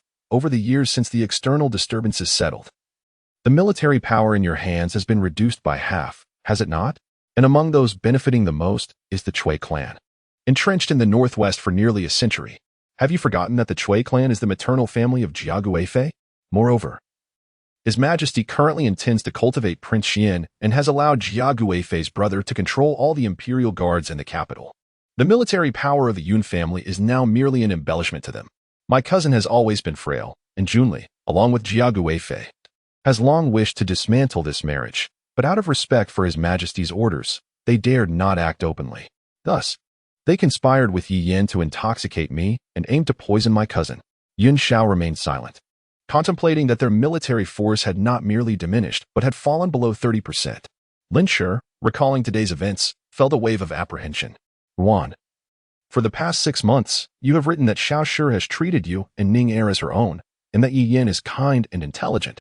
How could they suddenly collude with Prince Xian to harm your cousin? Reflecting on Yi Yin and Xiao Shi, Ruan clenched her hands and addressed her aunt. Because Yi Yin had already established a secret connection with Junli, Yi Yin, proud of her beauty and favored by Junli, has long aspired to the position of the prince's consort and naturally wished to see my cousin's marriage to the prince thwarted.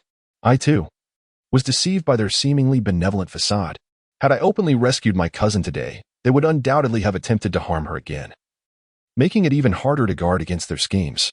Furthermore, even if they genuinely wished to comply with His Majesty's decree to fulfill the marriage, given Prince Xian's character and the treachery of Yi Yin, my cousin would face peril even within the prince's residence. Hence, I concealed my cousin's situation for now. Upon hearing Yuan's explanation, Yunji's expression turned inscrutable. Sister Ruan, just yesterday you were as close as sisters with Yi Yin. And it is said that when you returned to the capital a month ago, you suffered a leg injury and were saved by Prince Xian. Why, in a single night? Have you come to such a profound realization and discerned so much of the inner workings? Yi Ruan bit her lips lightly. The matter of her rebirth far too extraordinary to disclose. Moreover, at that time in her previous life, she had indeed harbored feelings for Junli. He had seemed so unattainable to her then.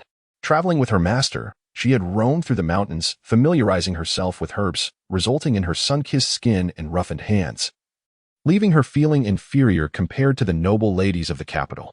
Her master was always carefree, indifferent to appearance, and she had naturally followed suit, never concerning herself with looks. Only after developing feelings for someone did she feel ashamed of her own inadequacies, especially since he was betrothed to her cousin, causing her to bury her emotions deep within and confide only in her closest friend, Yi Yin. She wondered how Yu Yin had mocked her during that time. Cousin, there is a reason Ruan cannot disclose everything. Might we refrain from pressing? Seeing Yi Ruan's troubled expression, Yin Xiao could not help but reprimand Yun Ge. You wretched boy, if it weren't for your cousin today, your sister would have fallen victim to that villain. Do you truly believe your cousin could deceive us? Why do you ask so many questions? Yi Ruan looked apologetically at Yun Ge, gazing steadfastly into his eyes as she spoke with conviction. I understand that my actions today have raised many questions in your heart, but I swear, regarding the Yun family, I harbor no ill intentions. On the contrary, should anyone pose a threat to the Yun family, regardless of who it may be, even if it costs me my life, I shall ensure they meet their demise. Those eyes shone too brightly, causing Yun Ge to turn his face away slightly, feeling somewhat uneasy. I never doubted your intentions, hence, I shall refrain from asking further. Thank you, Cousin Yi Ruan, for your solemn bow and acknowledgement. Chapter 10. Yunwen's secret. As the crowd engaged in discussion, Yunwen's voice unexpectedly emerged from the bed. Father, Sister Ruan is right. I cannot marry into the Xianwang mansion. Upon hearing her daughter awaken, Aunt Lin hurried over to support her. At this moment, the poison in Yunwen's body had diminished significantly, yet she remained somewhat weak from her ordeal, leaning against her mother as she spoke softly. Mother, I heard what my cousin said earlier. Over the years, I have sensed that the Xianwang has little interest in me. However, bound by our engagement, and knowing that my life may be short, I did not wish to burden you and father with worry. I thought that if I were to treat him with respect, I could endure this life without causing you any anxiety. Yet, the truth is, I do not love the Xianwang. After hearing my cousin's words today, it seems that the Xianwang mansion is fraught with peril. Seizing this opportunity to feign death and escape would, for me, be a form of liberation. If I could find a peaceful place to change my name and live freely amid the mountains and rivers, it would not be a life wasted. Upon hearing her cousin speak thus, Yi Ruan felt a slight relief. Her cousin's indifference towards the prince was indeed for the best. She approached and grasped Yunwen's delicate hand. Cousin, do not worry. Your life will not be brief. I have found a way to completely cure your heart ailment. Your life can be long and splendid. Upon hearing this, Aunt Lin's heart trembled. Wanner, is what you say true? Can Wanner truly be cured? Yi Ruan nodded earnestly at her aunt. That is wonderful. Wonderful. Wanner, did you hear that? Did you hear that? Aunt Lin gazed at her suffering daughter with tears in her eyes. Since childhood, she had confined herself within the Yun household, unwilling to socialize like other young ladies, rarely displaying any semblance of a delicate daughter in front of her parents. Yet, she understood that her daughter did not refrain from wanting to connect. Rather, she was afraid that if others invested too much emotion in her, the beauty of their connection would only lead to profound pain upon her departure. Yunwen seemed unable to believe it and murmured, Cousin, can you truly guarantee this? Yi Ruan tightened her grip on her cousin's trembling hand, deliberately adopting a nonchalant demeanor. Of course, cousin, have you forgotten? I am a disciple of the renowned physician Su Mu. Excellent, excellent. The elder matriarch of the Yun family, with tears in her eyes, exclaimed, Wanner is indeed our little blessing. Yet, Yi Ruan thought to herself, in her previous life, she had dragged the Yun household into despair. At this moment, Yun Xiao also stood up. Good. Wanner, now that your ailment can be treated, and a long road lies ahead, there is no need to feign death to escape the mansion. I shall meet with the emperor tomorrow and request that he annul the decree. As long as this marriage is dissolved, they will no longer harm you. However, Yunwen's expression grew solemn. After a moment, she fixed her gaze on her father with determination. No, father, I must leave the mansion. The emperor's word is absolute. It cannot be easily revoked. Moreover, without the Xianwang, there will be others. As your daughter, even if the Yun family is not as prosperous as before, my marriage will ultimately be at the Emperor's discretion. Having gained a new lease on life today, I no longer wish for my fate to be dictated by others. Yun Xiao hesitated. But if you leave the Yun household, how can your mother and I rest easy? Yet, Yunwen remained resolute. Father, I am now of age. It is inevitable that I will leave to marry. But Yun Xiao was about to persuade her further when Yun Gu, observing his sister's demeanor, interrupted. Sister, do you have something to discuss with us? Yunwen glanced at her second brother, a hint of color rising in her cheeks. Mother, could you summon Mingzheng? Mingzheng. Aunt Lin was taken aback. Yunwen nodded. You should not have left the Yun household yet. Indeed, he inquired about you after hearing of your incident. He has sought to see you several times. Yet given the current circumstances, I could not allow him to know the truth and thus declined his visits. The servants say he is still in the pharmacy. Dongqing. Please fetch him. Yuan instructed her maid directly. Dongqing's expression shifted, glancing at her mistress before exiting the room. Soon, she returned with a refined-looking young man. He carried a medical box, and his pale face bore signs of weariness, resembling someone who had resigned themselves to despair. Upon entering, he was taken aback to see Yuan, who appeared composed in her bed. Did they not say that the eldest young lady was unwell? Seeing his trembling hands gripping the medical box, Yunwen offered a gentle smile and reached out to him. Mr. Ming, my cousin says she can cure my heart ailment. I am no longer a person without a future. Will you still take me with you? The medical box suddenly slipped from his grasp, and the young man, as if encountering a long-lost treasure, disregarded everything else and stepped forward, kneeling before Yunwen as he carefully held her delicate hand. I am willing. I have always been willing. Yun Xiao, witnessing a stranger holding his daughter's hand, felt as if struck by lightning. What are you doing? Release my daughter at once. His body reacted faster than his thoughts, and he stepped forward to kick Mingzheng. However, Mingzheng did not evade the blow, enduring it with fortitude, blood spilling from his mouth. Father, what are you doing? Yuan exclaimed anxiously. Mingzheng shook his head at her. General, I was indeed presumptuous. Yun Xiao regained his senses and assessed the situation. When did this begin? Yuan wiped her tears. Father, please calm down. Mr. Ming and I have observed propriety and have not behaved inappropriately as you just witnessed. I have known since childhood that my days are numbered, which is why I secluded myself in this mansion, avoiding contact with others. Over the years, it has been Mr. Ming's care and guidance that brought a glimmer of light to my monotonous life. Even though I hold feelings for Mr. Ming and know he reciprocates, I never dare to hope for anything nor wish to burden him. But now, it is different. My cousin has said my heart ailment can be cured. The complete life I once dared not hope for is now within my grasp. I ask for your blessing, father and mother. Yun Xiao wished to say more, but at the sight of his daughter's sorrowful expression, he ultimately relented, deflating like a punctured balloon as he returned to his seat. Very well. Let this matter be decided by your mother and grandmother. Mingzheng's grandfather had been the previous steward of the Yun household, and he had grown up alongside the family. In time, Yun Xiao, recognizing the elder steward's loyalty, had freed Mingzheng's family from servitude, allowing them to reclaim their original surname. Who would have thought that Mingzheng would return to the Yun household as a physician, caring for Yunwen's condition all these years? Now in his youthful prime, Mingzheng remained unmarried, and Yun Xiao felt reassured by his character. Yet, the thought of suddenly entrusting his daughter to him filled his heart with reluctance. Aunt Lin gazed at Mingzheng, her eyes filled with concern. Mingzheng, if you leave the Yun household, honor will no longer be amiss of the Yun family. Do you understand? Mingzheng stood tall. I understand your concerns, madam. Please rest assured, I admire Miss Yuan not for her status, but for who she is. Mr. Ming. Yuan smiled through her tears, her once desolate eyes now sparkling with starlight. Seeing this, the elder matriarch sighed and regarded Mingzheng earnestly. Mingzheng, since one has chosen you, we must honor her wishes. I hope you will treat her with kindness and care in the future. Mingzheng had initially believed that Yunwen would meet her demise during the coming-of-age ceremony, but at this moment, his heart seemed to float from the ground into the clouds. The old matriarch could rest assured.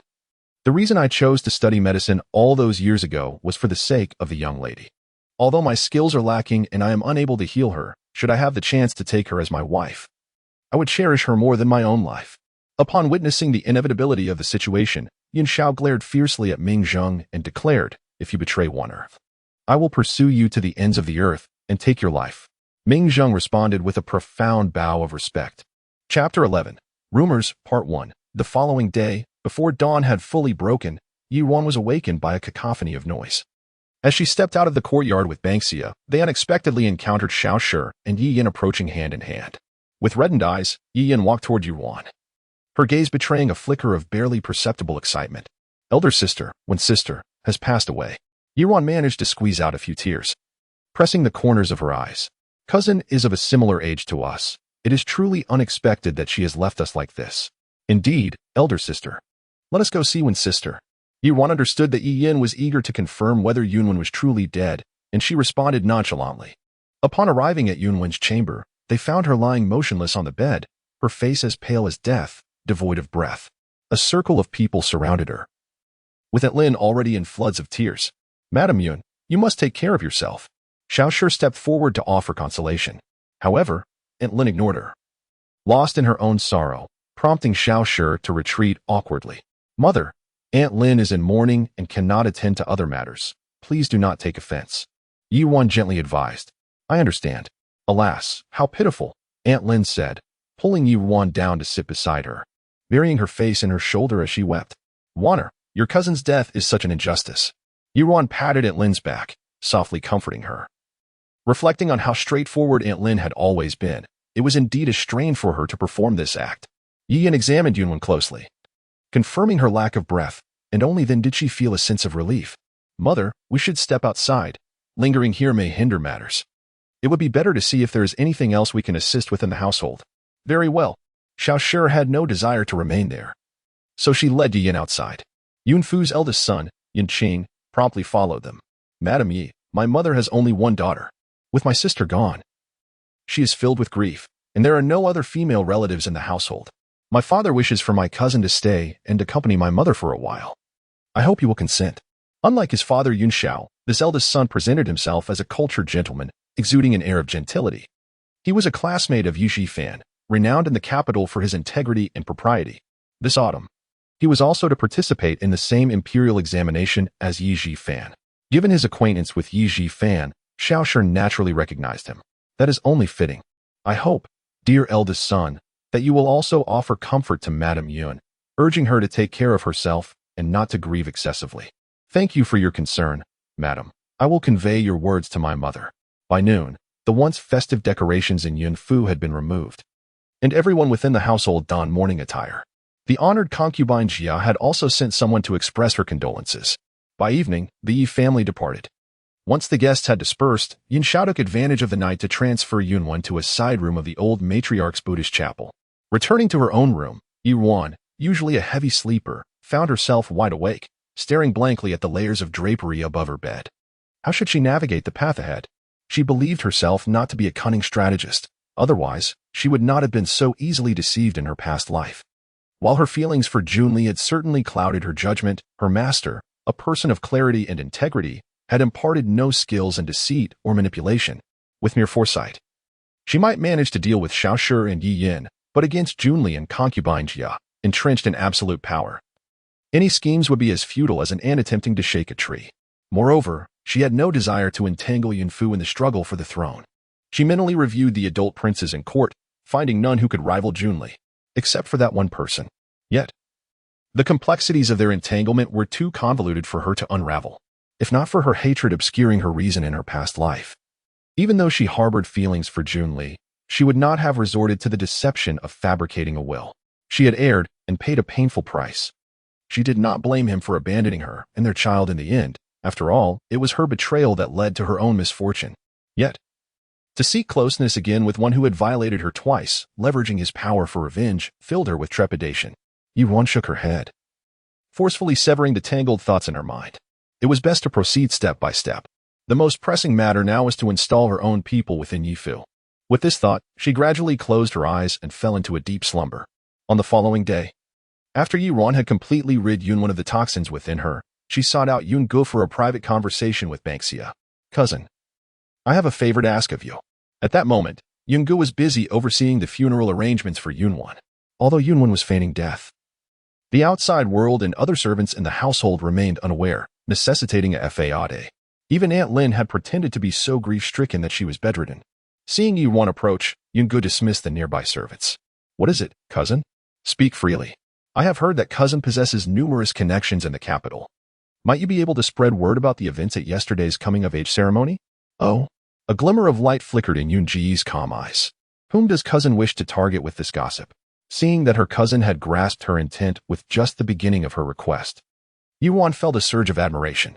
Her second cousin was indeed a man of profound wisdom, deserving of her uncle's trust. However, it was a matter of note that Yungu had achieved the highest honors in the imperial examinations at the remarkable age of 17. A feat widely discussed in the capital, with predictions of him becoming the youngest top scholar in 3 years' time. Yet, this year, during his coming-of-age examination, he did not participate. And she wondered why. Reeling her thoughts back, Ruan replied, "Naturally, it is Yi Yin." Yungu paused thoughtfully. "This is not a major issue. But while rumors can wound, they cannot truly harm her. Are you aware of this? I do not need her to be truly harmed. Currently, the entirety of Yifu is under Xiao Shi's control. My actions within the household are challenging, and I wish to request Aunt Shi to arrange some personnel to infiltrate Yunfu. However, suddenly introducing people into the household is not easy. I merely need an opportunity to instill some caution in them." "Very well. I will have someone take care of it." Ruan hesitated for a moment, feeling a bit embarrassed, and added, "Cousin, there is one more thing." Seeing her flustered demeanor, a gentle smile graced Yunji's face. "Sister Ruan, though I harbor some doubts about your actions, we are family. Since you trust me, there is no need for such formality. Whatever you need assistance with is hardly a burden, especially considering your life-saving favor to my sister." Ruan's eyes grew warm. In her past life, even though she had not saved her cousin, her uncle's family had always shown her such understanding and forgiveness. Yet, she had dragged them into hell. Suppressing her tears, she offered a faint smile, her gaze fixed intently on Yungu. "Cousin speaks wisely. We are indeed family." Then she quietly shared with Yungu the additional matters she needed assistance with. Chapter 11. Rumors, Part 2. A week had elapsed. Today marked the final day of Yunwen's 7-day mourning period. Her interment was scheduled. Madame Lin, amidst the ancestral hall, wept inconsolably, moving the assembled guests. Meanwhile, in the old madame's courtyard, Ruan administered acupuncture to Yunwen. The aconitum Kusnazofi poison had been purged from Yunwen's system by the second day. With Yunwen's imminent departure from the Yun residence, Ruan had begun treating her cardiac ailment tirelessly. The past few days had visibly thinned her. Nevertheless, she mustered her spirits to jest with Yunwen. "There, elder sister, after today's acupuncture and a further 6 months of medicinal conditioning, you shall be completely recovered. I have also entrusted all matters to elder brother Ming. He is more familiar with your physical condition than I am, and I perceive his profound solicitude for you. He seems determined to record every word I say, lest he overlook something. These past few days, Ruan has been incessantly bothered by him." Ruan covered her mouth with a smile. Yunwen blushed instantly, casting a reproachful glance at Ruan. But her eyes betrayed irrepressible mirth at the mention of her beloved. Does younger sister have someone she admires? Recalling her past self at this juncture, Ruan nodded. "Once, I did, but I am not as fortunate as elder sister." Junli was adept at feigning the demeanor of a refined gentleman. And the princes of the Jun family were all exceedingly handsome. She had inadvertently injured her leg and encountered him. He had escorted her back to the Yi residence with utmost courtesy and decorum, and she had enshrined him in her heart. Yet her sincerity had become a weapon in their hands. Observing Yi Ruan's expression, Yunwen remarked, "Did that person betray your affection?" "Betrayal hardly suffices," Yi Ruan muttered, a self-deprecating smile playing on her lips as she reflected on her past folly. "It is all in the past." Seeing her reluctance to elaborate, Yunwen refrained from further inquiry, but a meaningful smile played on her lips as she caught sight of a sliver of clothing near the doorway.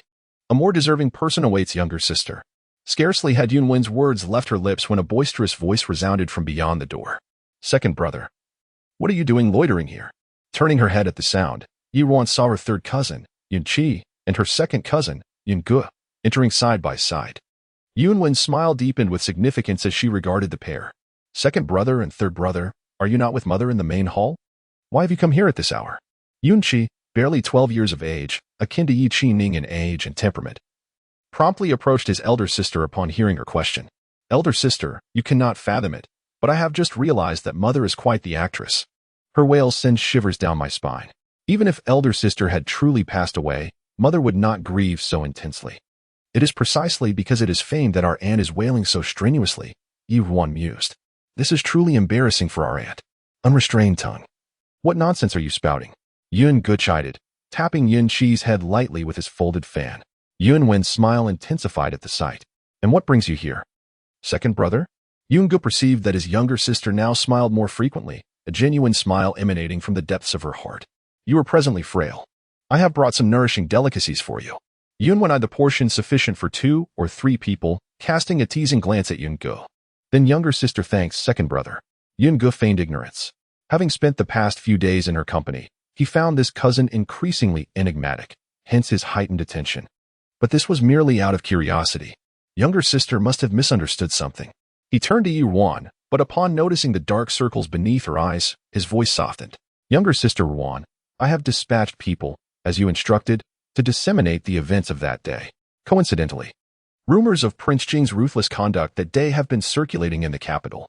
I have opportunistically capitalized on this, and the results far exceed expectations. I have also personally visited the pawn shop you mentioned. The pawn ticket you requested has already been given to your maid, Banxia. You may examine it later to ensure there are no errors. Ruan's face lit up with delight. Thank you, cousin. Ruana has complete trust in cousin's competence. Yunji's grip on his fan tightened, dismissing the faint ripple that arose in his heart at the momentary display of her smile. Yin had sprained her ankle at the coming-of-age ceremony and had been confined to bed for 2 days. One morning, as Yin and Xiao Shi were partaking in breakfast, a young maidservant suddenly rushed in. Madam, miss, something terrible has happened. Xiao Shi frowned slightly. What kind of decorum is this, acting so flustered? The young maidservant cowered slightly before stammering. Madam, there are rumors circulating outside. Rumors. Xiao Shi's impatience grew at their hesitancy. Speak plainly. Has the head housekeeper not taught you manners? The young maidservant steadied herself before blurting out in one breath, Madam. Rumors are circulating outside that the eldest daughter of the Yun family was murdered, and that Miss is responsible. Having finished, she quickly lowered her head, no longer daring to look at Xiao Shi and Yi Yan. Upon hearing this, Xiao Shi slammed her chopsticks down, standing up agitatedly. Nonsense. The culprit has already been apprehended. How could Yenner be implicated? This humble servant dares not deceive Madam. I accompanied the cook from the small kitchen to do some shopping today. And this is what I personally heard. The maidservant swiftly recounted everything she had gleaned that day to Xiao Shi. It transpired that since the conclusion of the Yun family's coming-of-age ceremony that day, rumors had been spreading. Initially, they concerned Prince Jing's use of cruel torture to extract confessions in public, which was hardly novel. Prince Jing's reputation in the capital had never been favorable. However, inexplicably, the rumors had evolved, with some claiming that the wet nursely harbored no animosity towards the Yun family and had confessed that she was not acting under Prince Jing's orders. How then? Could the poisoning be explained?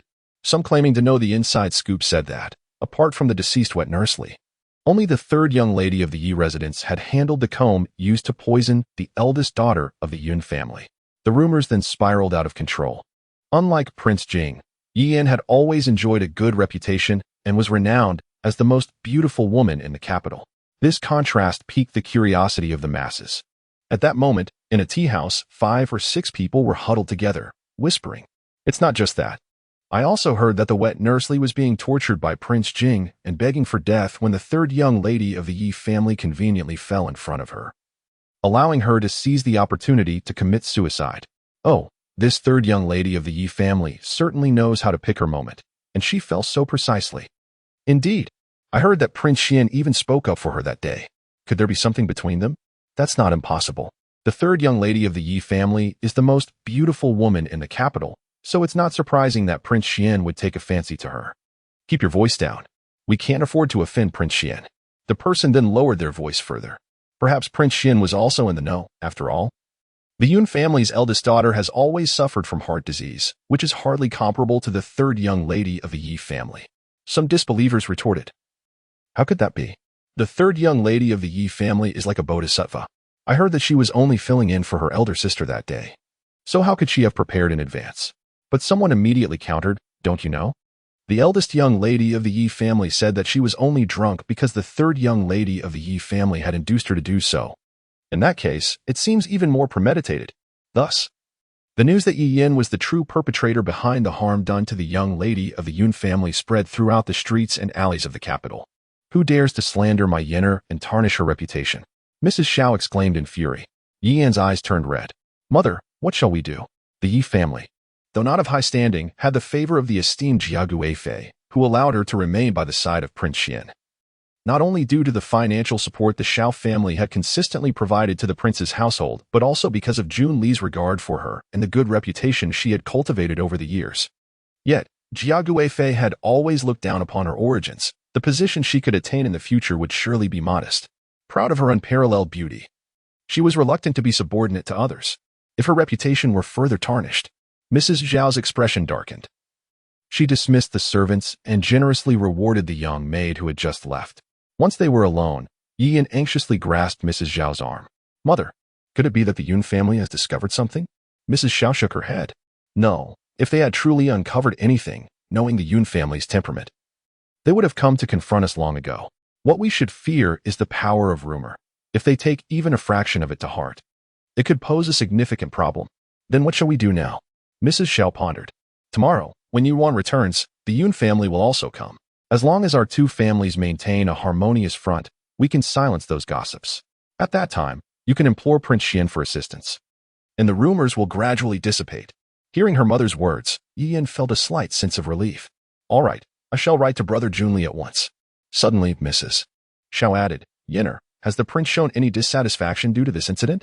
Do not worry, mother, he has not, and since Yunwen is dead, it cannot be considered a failure. Mrs. Zhao continued to advise Yi Yan. Although Prince Xian currently holds you in high regard, you must not lose your composure. You must preserve your purity and never allow him to underestimate you. Junli's affection for Yi Yan was partly based on her beauty. At her age, she was well aware that men often fail to cherish what they have once it is in their possession. The case of Yun Tang was a living example. The legitimate daughter of the Yun family, so delicate and beautiful, was once treasured like a gem by Yi Shiren. Yet what became of her later? However, Yi Yan was still young, and Mrs. Zhao found it inappropriate to speak directly of such matters. Mother, I understand, Yi Yan replied, her face slightly flushed at her mother's words. Chapter 12. Returning to the residence, the funeral rites at the Yun residence concluded after 7 days. Yi Ruan sat within the carriage heading back to the Yi estate, accompanied by Yun Qi and the eldest son of the Yun family, Yun Qing, who followed outside. At this moment, Shaoqi lay gently in Yi Ruan's arms, peacefully napping, while Linshi sat beside her, offering words of caution. Wana, now that you are alone in the Yi estate and Ninger is rather naive, I truly worry for you. Yi Ruan observed her aunt's furrowed brow and comfortingly patted her hand. Aunt, rest assured, they are in the light, while I remain in the shadows. Currently, there are no direct conflicts of interest between us. On the contrary, Yi Yan is counting on my medical skills to win people's hearts. They will not act against me for the time being. Linshi's concern did not wane. Though you say so, considering how they treated Wan'er with such cunning, I remain uneasy. Wan'er, remember, if danger arises, you must notify the Yun residents immediately. Do not take risks alone. Yi Ruan nodded. I understand, Aunt. Seeing Yi Ruan's resolute response, Linshi felt a slight sense of relief, yet her gaze shifted to the individuals following the carriage, leading her to hesitantly ask, Are you certain the Xiao family will accept these servants? It is not a trivial matter to send so many into the household. Yi Ruan smirked slightly, a glint of mischief in her eyes. They will. Rumors are rampant in the capital, for the sake of Yi Yan's reputation. She cannot afford to have any discord with the Yun family at this moment. You need only wait for the opportunity to act. Linshi steadied herself upon hearing Yi Ruan's conviction. Very well, I shall heed your words. Having played her part in the drama over the past few days, she had gained some insights, and besides, she was currently harboring a pent-up frustration that needed an outlet. The carriage soon arrived at the entrance of the Yi estate. As they disembarked, Shaoshi was already at the door, waiting with Yi Yan and Yi Qining. Linshi, seeing the situation unfold as Yi Ruan had predicted, felt a greater sense of assurance. Surrounding the Yi estate, keen observers had recognized the Yun family carriage and were intently watching the unfolding events. As the rumors surrounding the third young lady of the Yi family had become the capital's most sensational gossip, upon seeing Linshi and Yi Ruan exit the carriage, Shaoshi hurriedly approached with a benevolent expression, grasping Yi Ruan's hand. Wan'er, you have returned. How much you have slimmed down. Yi Yan followed suit, linking her arm with Linshi's, feigning the demeanor of a dutiful daughter. Aunt, Mother knows you were coming and specially had someone prepare authentic delicacies from your hometown in Huzhou. These days must have been extremely painful for you, but even so, you must take care of your health. Otherwise, Sister Wen will not rest in peace. Please, come inside with me. However, Linshi merely brushed aside Yi Yan's arm with indifference, casting an impatient look at Xiao Shi. There is no need for a meal, Madam Yi. I have come to assign some close attendants for Ruan and Ninger, and I hope you can accommodate them. Xiao Shi's expression shifted slightly as she gazed at the maids and servants beside the carriage. The arrival of so many individuals from the Yun family clearly indicated their lack of trust in her. This, Madam Yun. The attendants for Ruan and Ninger have been allocated according to the household regulations, and their numbers are sufficient. Is Ruan dissatisfied with the service provided by the household staff? Xiao Shi's voice carried a note of confusion as she looked at Ruan. Since Ruan returned to the Yi estate, she had been compliant and docile. And today's events were undoubtedly orchestrated by Madame Yun. Although she could not afford to clash with the Yun family at present, if Ruan were to refuse, these individuals would not be allowed in. Ruan feigned difficulty in her response. Mother, it is not that the household staff are lacking in their duties. It is merely that the elders have bestowed this kindness, and I cannot refuse such goodwill from my uncle and aunt. At this moment, Lin Shi stepped forward, shielding Ruan behind her and raising her voice. Madam, you need not put Ruan in a difficult position. These attendants are my decision, and their contracts are with the Yun family. The allowances will also be provided by the Yun family. If the number is not in accordance with the regulations, we can simply adjust a few from the original household staff.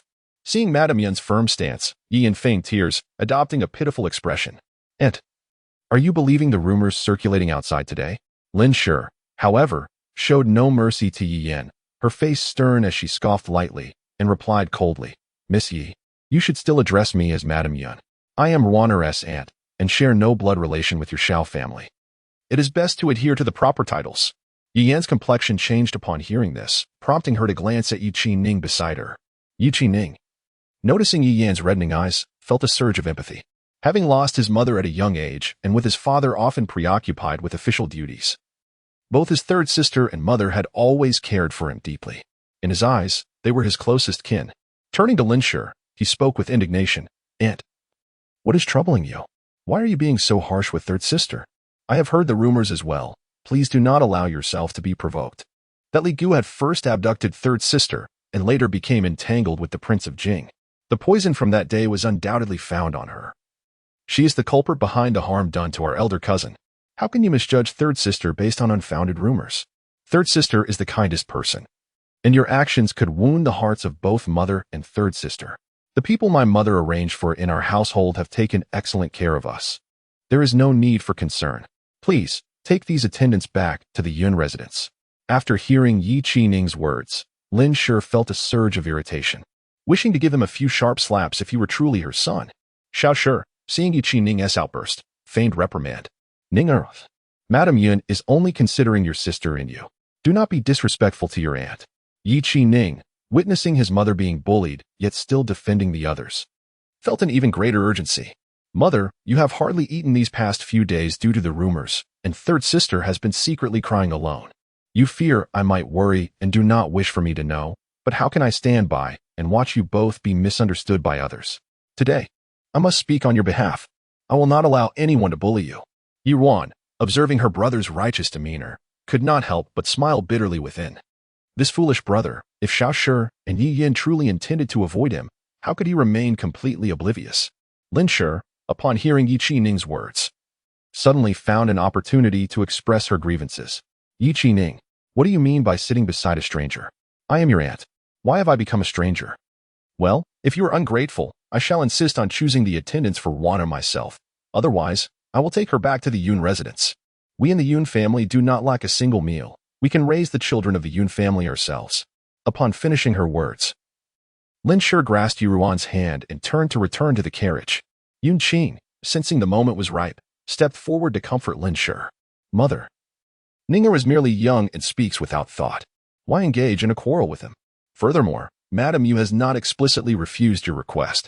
Yun Qing, speaking with refined manners, offered a junior's bow to Xiao Shi. Madame Yi, my mother has lost her daughter. In these days, she has grown fond of my cousin's company, developing a motherly affection. She is loath to let her leave the Yun residence, and having heard the rumors, she has become fixated on ensuring my cousin's safety. Both my father and I have advised her. Madame Yi has always treated her relatives kindly, and Miss Yu has always been good-hearted. How could she harm my sister without reason? My mother is simply heartbroken and cannot heed anyone's words at the moment. I hope Madame Yi can understand. It is merely a matter of a few attendants. It would be best to accommodate my mother's wishes, as this dispute at the gate is quite unbecoming. Xiao, perceiving the inquisitive gazes surrounding her, inwardly resented the tenacity of the Lin family, yet she could only muster a semblance of a smile. Lady Yun. With a heart as tender as a motheress, how could I bear to contradict her? Besides, since Ruan's return to the residence has been recent, the household cannot yet be considered accustomed to her presence. Henceforth, the servants in Ruan's courtyard shall be under her discretion. I am aware that there are many rumors circulating outside. It is only natural for Lady Yun to harbor doubts in her sorrow. However, as time reveals one's true character, I firmly believe that Lady Yun will come to understand in due course. Upon hearing these words, Lin's expression softened slightly. Observing this, Xiao hastily offered heartfelt reassurances while guiding her into the residence. Thus, Lin reluctantly acquiesced and followed Xiao inside. Yunqi could not help but silently commend his mother, acknowledging her increasingly adept performance. Xiao, determined to win Lin's favor, meticulously arranged the banquet with dishes that Lin had cherished during her maiden days, all prepared with authentic flavors. Yet, Lin maintained a stony demeanor, finding it hard to swallow. In times past, it was bearable, but now, knowing the truth, she could not abide Yu Yan's hypocritical pretense. Throughout the meal, she consumed only the vegetarian dishes before her. When Xiao inquired about her reluctance to indulge, Lin evasively claimed to have a poor appetite of late. Meanwhile, the oblivious Yi Qi Ning chimed in. Aunt, my third sister has been fasting and bathing daily for our cousin's sake, bringing me along to recite scriptures and offer blessings. She has visibly lost weight. The third sister's devotion to their cousin moved even me, and should not harbor doubts about her. Lin felt her fists clench tightly, and after a hasty motion with her chopsticks, she departed with Yun Qing and Yun Qi. Chapter 13. The inner courtyard after the Yun family departed. Ruan returned to the Qingyu pavilion with the 4 individuals left by her aunt. The leader, an elderly woman named Wei, appeared to be nearing 50 and was a servant brought into the Yun household by the Lin family. Beside her stood a young girl of about 17 or 18, whose beauty was not striking, yet she radiated an air of composure and dignity. She was Dongqing, the chief maidservant of Yunwan.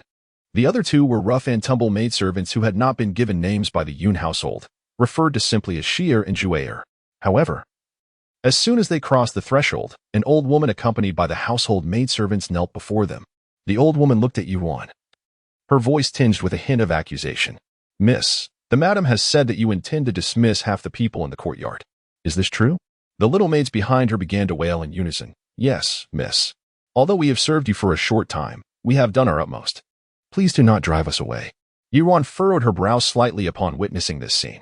After spending 7 exhausting days in the Yun household tending to Yunwan, she was weary and did not appreciate Xiao Shi orchestrating such a scene for her.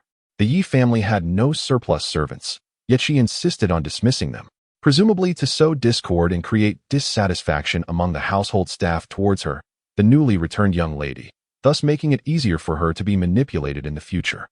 Seeing the fatigue etched on Yuan's face, Wei promptly stepped forward and rebuked them. How dare you? Is it the custom of the Yi family to question their mistress in such a manner? The old woman, surnamed Lu, who was in charge of Yuan's courtyard, shot her a defiant glare. You are but a servant of the Yun household. By what right do you reprimand us? Several maidservants echoed Lu's retort. Indeed, we have grown up in the Yi household. Why must you try to drive us away now? Dongqing stood silently to the side, discreetly observing the actions and demeanor of these maidservants. Just as Wei was about to speak again, Yuan suddenly interjected. Wei, step back. Without hesitation, Wei complied, and Yuan mustered her strength to address the kneeling crowd. Although Wei and Dongqing have been sent from the Yun household, now that they are in my Qingyu pavilion, they are my people. I have never mistreated you in the past, yet you are all aware of how your duties have been performed. I will ensure that those dismissed will receive compensation and suitable arrangements. However, if you insist on causing a disturbance, know that this matter has my mother's approval. If I were to take your contracts and sell you to who knows where, it would be of no consequence. At her words, the servants in the room were taken aback. This young lady had always been known for her benevolence, never punishing her servants, which had emboldened them over time. But today, she seemed different. Her stern demeanor felt all too genuine.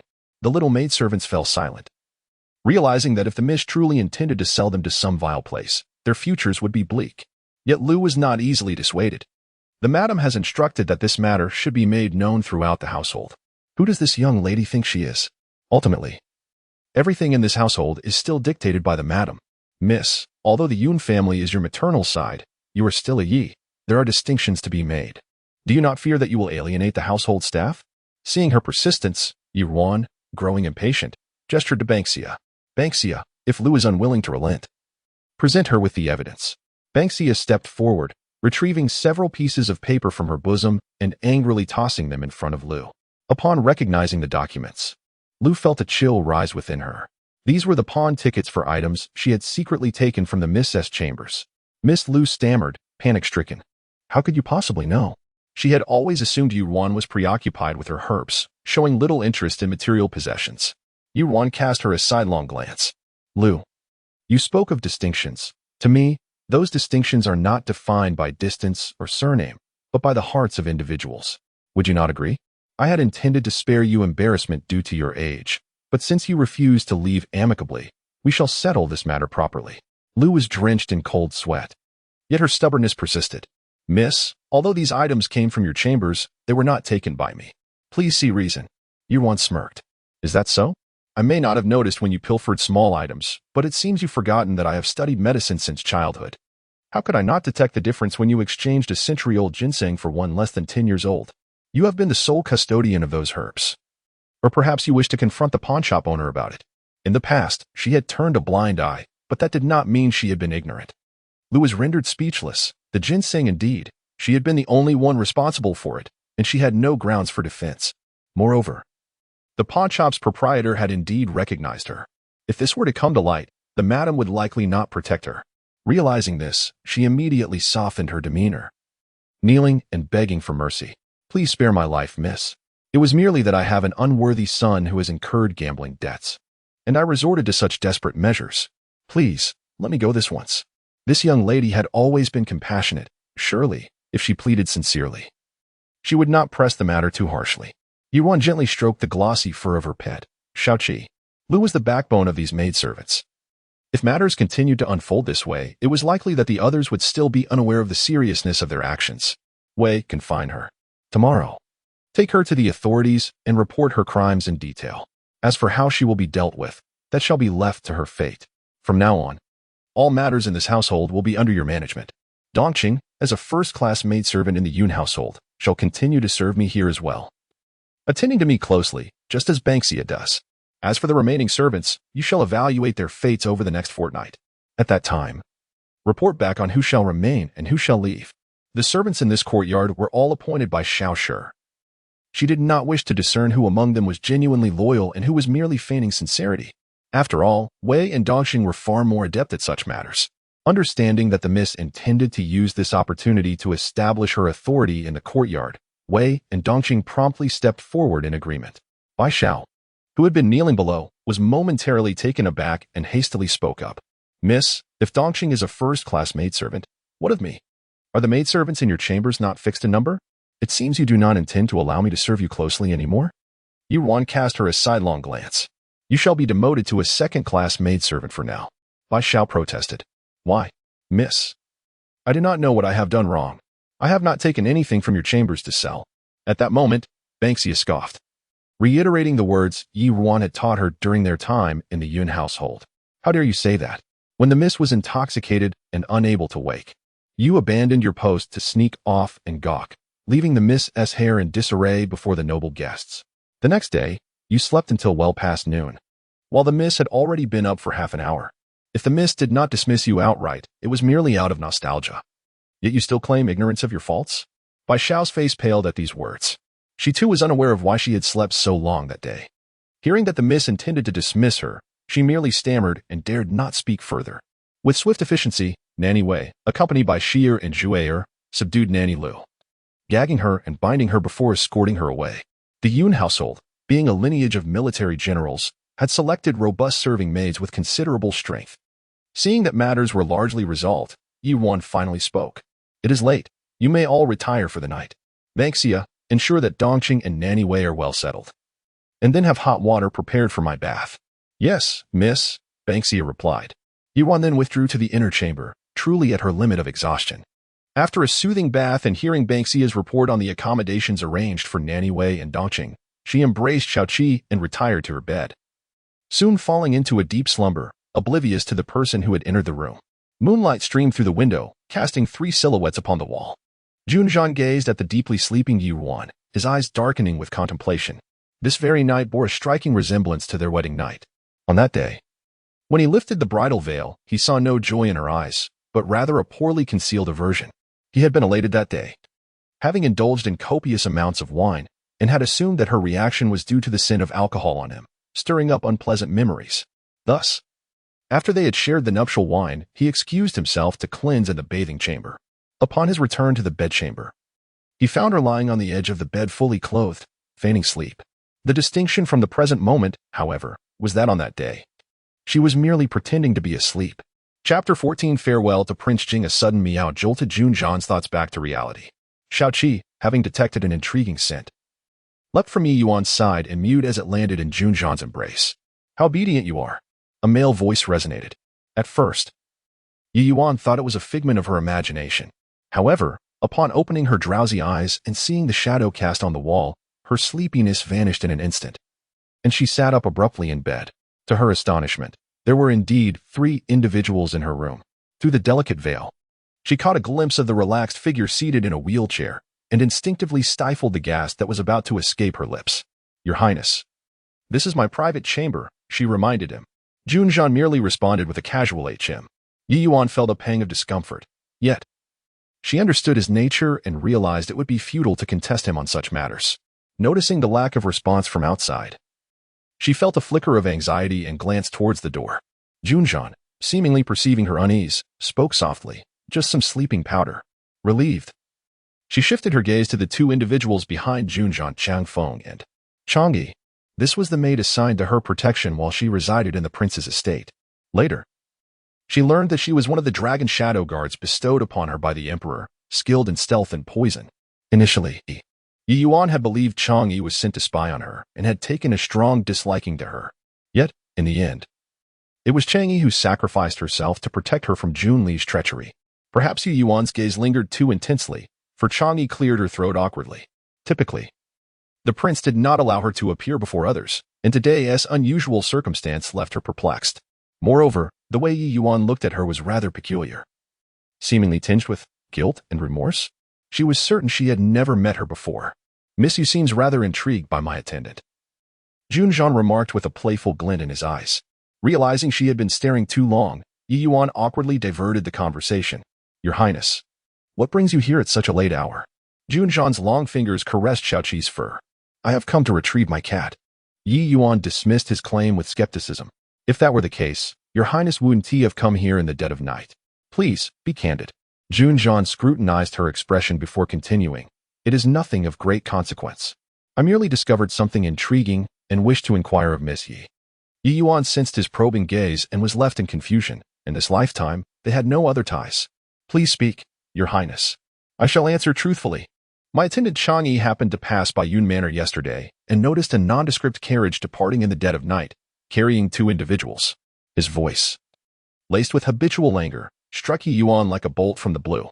How could this be? My uncle and cousins are exceedingly cautious, even at night. They disguise themselves for safety. How could they be so easily disowned? Yet, a flicker of hope remained in her heart. Perhaps he was unaware of who had been taken from Yun Manor. Junjian, with a knowing smile, continued, I am quite curious. How is it that the eldest daughter of the Yun family, who was presumed dead, now appears alive? After spending time at Yun Manor, could Miss Yi shed light on this mystery? As the faint hope within her faded, Yuan cast a despairing glance at the figure in the wheelchair. This man was truly terrifying. She closed her eyes, pushed aside the bed curtains, and disregarding her attire, knelt before Junjian. I implore you, Your Highness, keep the secret of Yun Manor. Junjian raised an eyebrow, observing the scantily clad woman before him. Perhaps Miss Yi ought to explain why you allowed the eldest daughter of the Yun family to feign death? Yuan fell into a brief silence. Junjian remained patient, awaiting her response. Her fingers tightened in her sleeves. Your Highness must have seen that someone harbored ill intentions towards my cousin, although I managed to save her. Li was clearly not the true mastermind. A metaphorical sword hangs over my cousin's head, and at any moment it could fall. Hence, the ruse of her death was devised for her escape. Please, Your Highness, consider the unwavering loyalty of the Yun family. who have fought valiantly on the battlefield for many years and grant my cousin a chance at life. Junjian's fingers traced the wooden armrest as he regarded the kneeling Yi Yuan, a hint of derision coloring his tone. Does Miss Yu believe I am a benevolent man? Now that I am privy to this secret, the Yun family becomes my pawn. Why should I relinquish such power for your mere words? Who do you think you are? Yi Yuan's heart sank at his words. No, she couldn't allow her uncle's family to be ensnared in the power struggle once more. Your Highness, my uncle is known for his fiery temper. Even with leverage in your hands, he would not bend to your will. Should this matter be exposed, it would merely appear as my cousin eloping with someone. My uncle, having earned his merits, may yet find favor with the emperor. Perhaps your Highness might consider my proposition. Junjian's interest grew sharper at her words. Pray, do enlighten me. Yi Yuan's grip tightened further. Perhaps it was fate, binding her to him. After all, if he was the best option against Junli, why linger in doubt? In her past life, she owed him a throne. I am willing to take the place of the Yun family and become your Highness's blade. Junjian's fingers twitched with curiosity. Oh, I am intrigued. How does a mere lady of the court propose to be my weapon? Yi Yuan hesitated before replying, to be honest, your Highness, though I lack talent and virtue. I am the sole disciple of the renowned healer Sumu. Moreover, I am confident that my master can cure your leg ailment. Would this be sufficient to exchange for the secret you possess? Before Junjian could respond, Chang'e, standing beside him, interjected with excitement. Is this true? I have heard that the healer can restore life to the dead. We are currently searching for him, but his whereabouts remain elusive.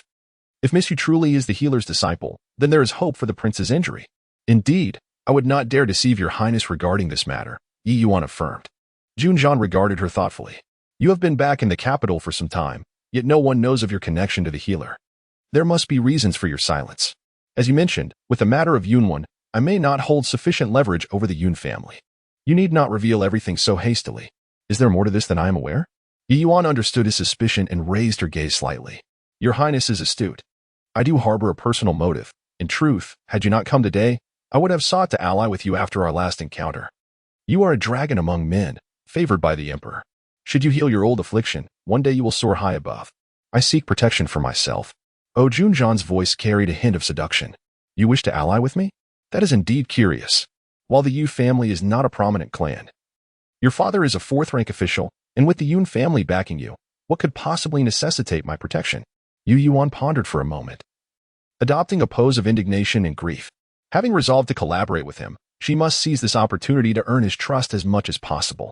To be frank with the prince, although I am the legitimate daughter of the Yi family, my mother passed away early, and my existence in this household, seemingly adorned with splendor, is fraught with difficulties.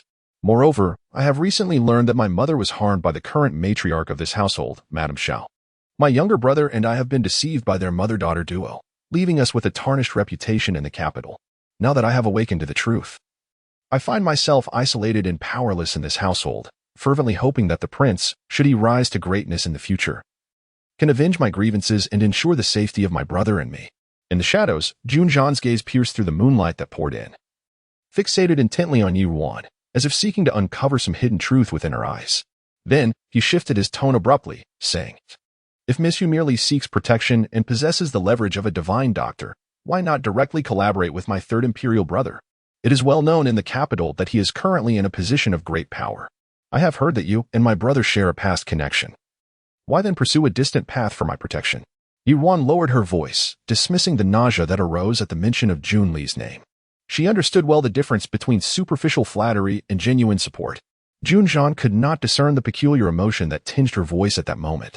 My third imperial brother is a paragon of virtue, admired by the women of the capital. Beyond weighing the pros and cons, does Miss Yi harbor no other intentions? Yi Yuan interpreted his words as a test of her sincerity. She believed that in terms of ability and appearance, His Highness, the Prince of Xian, pales in comparison to the prince before her. As for any other notions, she was acutely aware of her own appearance. This was the truth. Stripped of the blindness that love had cast upon her, she recognized that Junli could not rival Junjian in looks. Furthermore, Junli had always enjoyed a smooth path in life, holding himself in high regard, without his royal status and the advantages laid out by the esteemed concubine Jia. His abilities were unremarkable. Junjian cast a casual glance at her. He had seen how exquisite a beauty could be hidden beneath her current facade. Her so-called self-awareness was indeed laughable. When Miss Yu spoke such flattering words, she remained unperturbed, just as she had been during their last encounter at Yin Mansion. You misunderstand. My lord, whether during our last meeting or today, I speak only from the heart. Junjian regarded her with a cold gaze, observing her earnest declarations of flattery. She was not the same as before. Very well, since Miss you speaks so confidently, I shall grant you this trust. If you can indeed persuade the divine doctor to heal my leg, I shall grant you your request. However, I hope you will not disappoint me. Ruan feigned ignorance of the subtle threat in his words, expressing a sense of honored surprise. Thank you, my lord. I assure you, I will not let you regret today's decision. Junjian remained non-committal, merely stroking Xiaoqi's head before abruptly stating, tomorrow at Zui Xianlu. A new peach blossom brew will be available. If Miss Yu has no other matters, you may go and sample it at noon.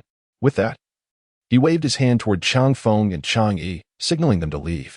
Ruan gazed at his departing figure in astonishment. Why had he mentioned Zui Xianlu without reason?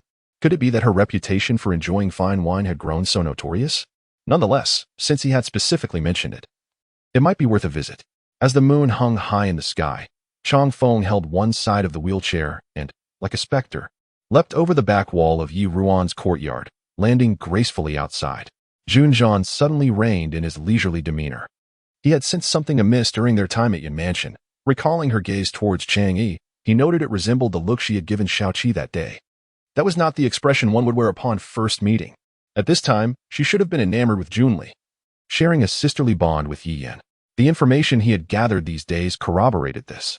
Since that day at Yin Mansion, she had changed. Thus, he had deliberately come to test her today, never expecting the outcome to be so surprising. Her words and actions indicated clearly that she, like him, had experienced a rebirth. Yet her actions today perplexed him. Given her previous affection for Junli, she should not have divulged the matter of the divine doctor, Sumu, to him. Or perhaps, she intended to employ the same tactics to earn his trust, only to eliminate him as a threat to Junli. A trace of mockery flickered in Junjian's eyes.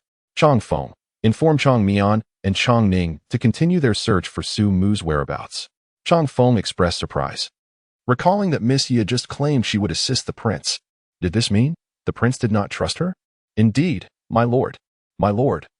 On the day of Miss Yun's coming-of-age ceremony, Chang Yi mentioned that you did not permit him to stop Aunt Li from taking her own life? Junjian nodded.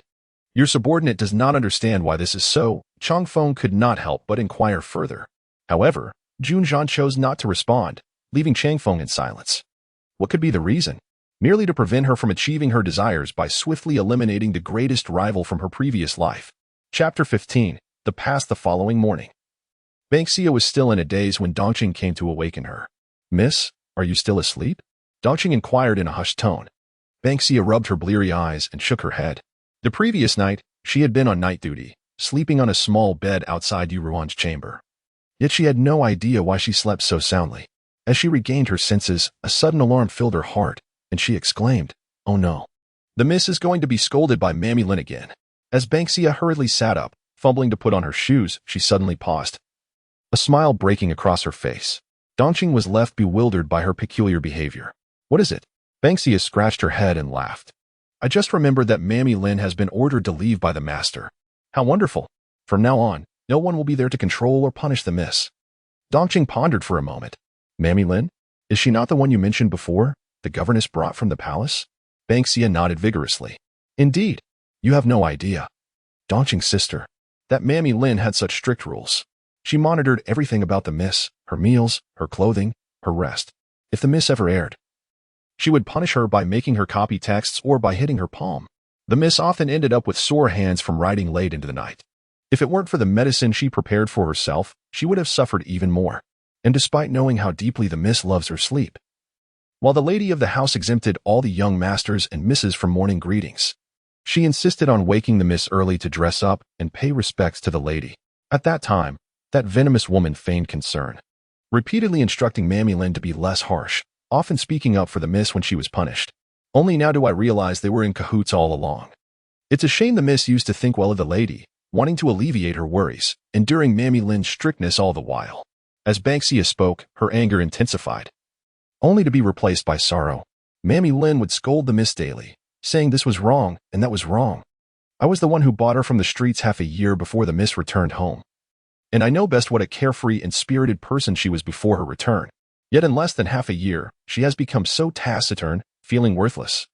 isolating herself in this manner, with no company but that hypocritical third miss. Tears streamed down Banksia's face as she lamented, "It's all my fault for being so foolish." Thinking the Miss's trouble stemmed solely from Mammy Lin's harshness, without recognizing the true nature of the lady and the third miss. Dongqing had not anticipated that the eldest miss had lived such a life. In the days she had spent at Yun Mansion, Ruan seemed capable of anything. She not only healed her former master, but also devised a plan that allowed the lady to smoothly bring them all into the Yun Mansion.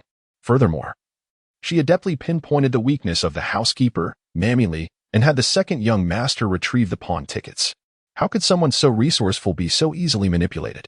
Dongqing gently dabbed at Banksia's tear-streaked face with a handkerchief. Enough tears, Mammy Lin has been sent away, and the miss has seen through their true colors. Things will only get better from here. We must focus on accomplishing every task entrusted to us by the miss and assist Mammy Wei in managing the inner courtyard, ensuring the miss has no worries. You should get up as well. The miss is the master. She can sleep as long as she likes. But as her attendants, we must uphold decorum. Otherwise, the other maids in the courtyard will follow suit. Upon hearing this, Banksia promptly sprang from the bed, declaring, "I understand, Dongqing sister. The miss says you are sensible, and I should heed your words. What the miss says is undoubtedly correct." Dongqing smiled.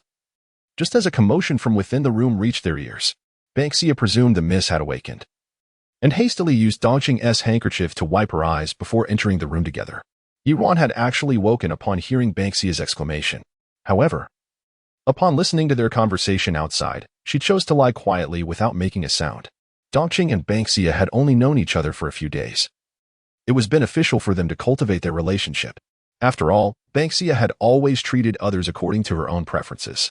In her previous life, if she had not liked Dongqing, she would have treated her poorly, leading to a discordant relationship. Yet unexpectedly, in this new life, her cousin had survived, and Dongqing had returned to her side. Indeed, in her last life, alongside Banksia, Dongqing had also entered the Jing Wang mansion as her maid. Originally, the Yi family had arranged for Banksia and Baishao to accompany her, but Baishao had committed a disgraceful act before her wedding, leading her aunt to send Dongqing instead. Banksia was innocent and naive, always following Ruan's decisions without question, while Dongqing was cautious and respectful, with a clear mind. After entering the Jingwang mansion, she discovered the secret correspondence between Ruan and Junli, and repeatedly advised her, stating that Xin Wang and Yi Yin were untrustworthy. Feeling displeased, Ruan distanced herself from Dongqing, relegating her to menial tasks and preventing her from attending to her closely. It was uncertain if Dongqing's continued presence in the Jingwang mansion had allowed her to escape a calamity. Ruan observed Dongqing skillfully arranging her hair in the mirror. "How did you find your first night at Yi Mansion, having just arrived with Mammy Wei? Thank you for your concern, Mississippi. With Baishao having moved out, I now share a room with Banksia, who has arranged it splendidly." "That's good to hear. If you have any uncertainties regarding the affairs of Yi Mansion, feel free to consult Banksia. Rest assured, miss, I understand." Dongqing's deft hands soon styled a lovely hairdo. Noticing the miss's pale complexion, she refrained from adorning her hair with too many accessories as Baishao typically would, opting instead for a simple jade hairpin that accentuated Ruan's vitality. Banksia couldn't help but exclaim, "Wow, Dongqing's sister's hands are truly skilled." Ruan smiled at Banksia, who gazed at her with wide eyes. "You should learn as well." "Oh." Banksia frowned in distress. Having grown up in a poor family, she had only sold herself on the street to pay for her brother's treatment, so she was hardly adept at such refined tasks. Although she had once pleaded with Baishao to teach her, her clumsiness had hindered her learning. Yet for the miss's sake, she knew she must learn. Otherwise, like last time at Yun Mansion, she would have embarrassed the miss in Baishao's absence. "I understand, miss. As long as Dongqing's sister doesn't mind my clumsiness, I will do my utmost to learn." Dongqing smiled in return. "These tasks can be mastered with practice. We can call Zhou over later, and I will teach you to practice more." "Really?" Baishao said I was too clumsy and lacked talent for such things. Ruan gently reassured her, "Silly girl, there are no foolish disciples, only teachers who lack the will to teach. Now, let us head to Qinghe Courtyard. Remember, although we are now aware of the true nature of the Shao family, it is not yet the time to confront them openly. Do not reveal our cards." Banksia and Dongqing nodded in agreement. Ruan contemplated for a moment before adding, "While we cannot confront them openly, I do not wish for you to endure humiliation. As the legitimate daughter of the family, the Shao clan must still regard my standing in Yun Mansion. If anyone dares to bully us, feel free to retaliate." "I understand, miss." Banksia grinned broadly. In the past, When she had disputes with others, the miss always advised her to be tolerant, but now that the miss spoke this way, it felt truly wonderful. Chapter 16. Seeking medicine. When Ruan arrived at Qinghe courtyard, she noticed that Yi Yin and Yi Qining were also present. This was quite unusual, as normally she was the only one granted this privilege.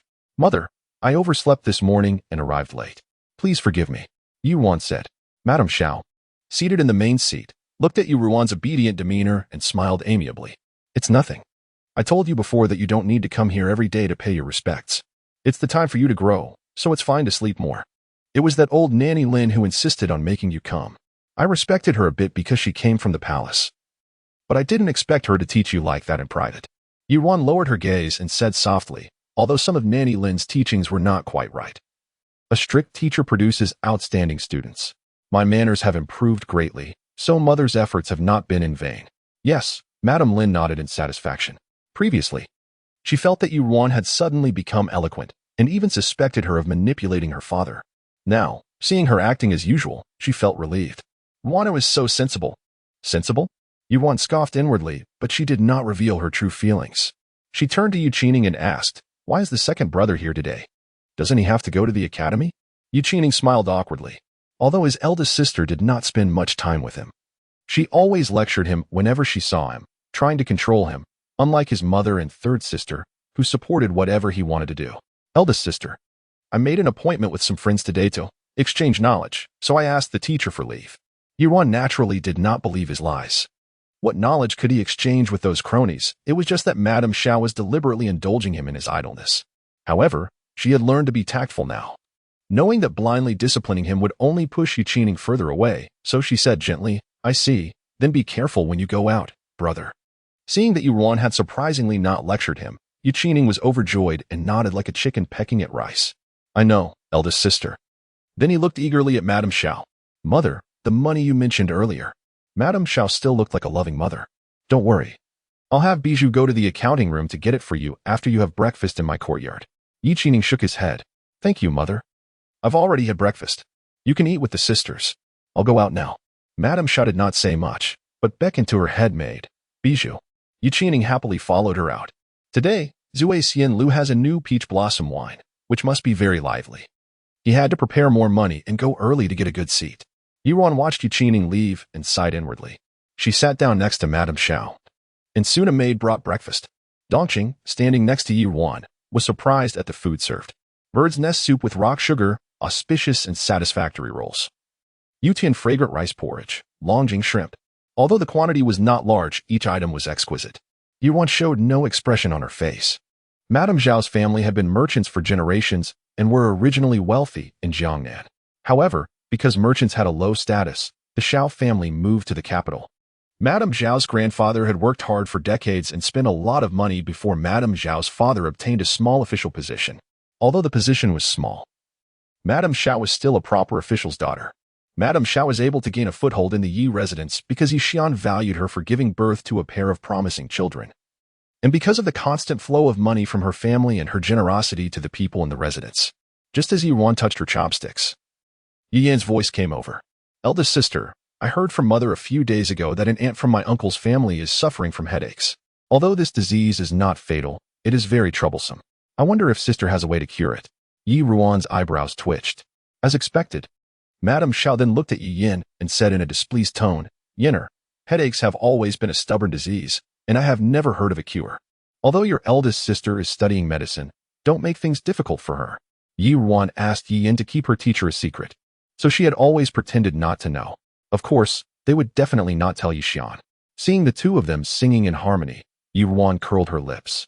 Mother is right, headaches cannot be cured, and I have no way to do it. However, although I cannot cure it, I have a prescription that can be taken when a headache occurs, and it has a very good effect on relieving pain. Really? Yi Yin said in surprise. Although this headache is not fatal, the most difficult thing to endure is the unbearable pain each time it occurs. If it can relieve the pain, this disease is not terrible. Ruan looked at the joy in her eyes and continued without showing any emotion. Yes, but this prescription is very potent, and it can only achieve the best effect if the dosage is appropriate. I need to carefully examine my sister's aunt before I dare to give the prescription to my sister. In her previous life, she gave Yi Yin a prescription that could cure headaches. However, although she cannot tear her face with them now. She can use this matter to make Yu Yan stumble first and recover a little interest. After all, she knew clearly that Yu Yan's aunt was just a cover. And the person she really wanted to please was someone else, and that person was unworthy. Yu Yan did not think much about it. In the past 6 months, Yi Ruan's prescriptions had never been wrong. She smiled ly at Yi Ruan and said, "Then I will trouble my sister. I will notify my aunt later." A mischievous look flashed in Yi Ruan's eyes. After she straightened her expression, she opened her mouth with some worry. "It's just a small matter, but my sister has asked me for many prescriptions before. It seems that people in my mother's family often suffer from some stubborn diseases. Could it be that something dirty has grown in the house? Mother should remind them to hold a ritual for the family. Otherwise, it's really worrying to continue like this." Madame Zhao's face froze, and the corners of her mouth twitched almost imperceptibly. How did these words sound so strange? It was as if she was cursing her family. However, seeing the serious look in Yi Ruan's eyes, she did not think much about it and said with a forced smile, "What Ruan has said is also reasonable. Mother will ask people to pay attention to it." After Yi Ruan had breakfast in Madame Zhao's room, she left with Bana and Dongqing. The folk customs in Xiling were open, and women did not need to be too taboo when going out. Bana sat next to the carriage and looked outside. "Miss, aren't we here to purchase medicinal herbs? This direction doesn't seem right." Yi Ruan glanced out the window and said softly, "We're going to Zui Xianlu first." It was already close to noon, and she had to see what was so special about this Zui Xianlu that was worth mentioning. Bana's face turned bitter when she heard this. "Ah, miss, today is the day that Zui Xianlu's peach blossom wine is released. You won't be going to drink again, will you?" Zui Xianlu was the largest restaurant in Kyoto, and the news of this new product had spread like wildfire in the capital. So she naturally knew about it. "Miss, after you woke up drunk in the Yun residence, didn't you say that you would try to drink less in the future? If you really can't help it, why don't I and Sister Dongqing buy it back to the residence, and we can drink it at home?" She was still worried about what happened to Miss at the Yun residence last time. In the end, it was all the fault of Mrs. Master. Other people's masters were role models and were all serious. But this doctor so not only taught Miss medical skills, but also passed on the habits of being greedy for sleep and addicted to alcohol. While it may be amusing to emulate his prodigious capacity for alcohol, regrettably, only a fraction of his expertise was imparted, leaving her with none of his tolerance. This predicament is hardly advantageous. Her concern does not stem from an aversion to her mistress indulging in spirits, but rather from the potential for an undignified spectacle should she imbibe excessively in public. Given her current precarious reputation, observing the perpetually anxious countenance of Banksia, whose every emotion was etched upon her face, Yi Ruan offered a gentle smile, playfully pinching her rounded cheeks. "Fear not, my loyal companion. Your mistress embarks on a mission of grave importance today and shall abstain from even the slightest libation." Upon hearing this assurance, Banksia's countenance brightened, and she nodded with fervent enthusiasm. The carriage soon came to a halt before a resplendent 3-story tavern, exuding an air of unparalleled grandeur. As Yi Ruan entered, she was promptly greeted by an obsequious attendant. "Greetings, esteemed lady. Do you have a reservation?" "Alas, no." "Are there any private rooms available on the 2nd floor?" Banksia inquired. The attendant responded with courteous regret, "I am deeply sorry to inform you that, due to the launch of our exquisite peach blossom wine, all the private rooms on the 2nd floor have been reserved. Regrettably, there are no vacancies available." Banksia furrowed her brow in consternation. "And what of the 3rd floor?" The attendant offered an apologetic explanation. "Unfortunately, the entire 3rd floor has been reserved by a distinguished patron today. I must implore you to consider returning on another occasion." Yi Ruan displayed no discernible disappointment upon hearing this pronouncement. Accompanied by Banksia and Dongqing, she turned to depart. However, as they approached the entrance, a steward-like figure approached them with haste. "Might I inquire if you are the eldest daughter of the Yi household?" Yi Ruan was taken aback by this query. Since her return to the capital, she had become increasingly reclusive, venturing out only on rare occasions, during which she had suffered mortifying social blunders. She was perplexed as to how the steward had recognized her. "Indeed, I am." The steward responded with utmost deference. "A private room on the 2nd floor has been arranged for you. Please, follow me." Yi Ruan hesitated for a moment, seemingly comprehending something, and nodded in assent. Following the steward upstairs, in her peripheral vision, she noticed a group of 5 or 6 youths gathered near the window on the ground floor, engaged in boisterous laughter and animated discussion. Among them was none other than Yu Qining. It now became clear that his secretive departure that morning, and his request for funds from Shaoshi, had been for this escapade. However, she had no inclination to meddle in his affairs at present, and continued her ascent to the second floor without pause. Upon entering the private room on the second floor, Ruan beheld a woman standing by the window. Hearing the sound of their arrival, the woman turned to face them. She approached Ruan with swift steps and offered a respectful greeting. "Greetings, eldest Miss Yi. I have been expecting you." "And you are?" Ruan found her figure vaguely familiar, but could not place her. The woman promptly responded, "I am Chang'e, a retainer of Prince Jing. I had the honor of meeting you briefly yesterday. To facilitate my movements, I have employed a disguise. Does Miss Yi recall?" Realization dawned upon Ruan. No wonder her figure seemed familiar.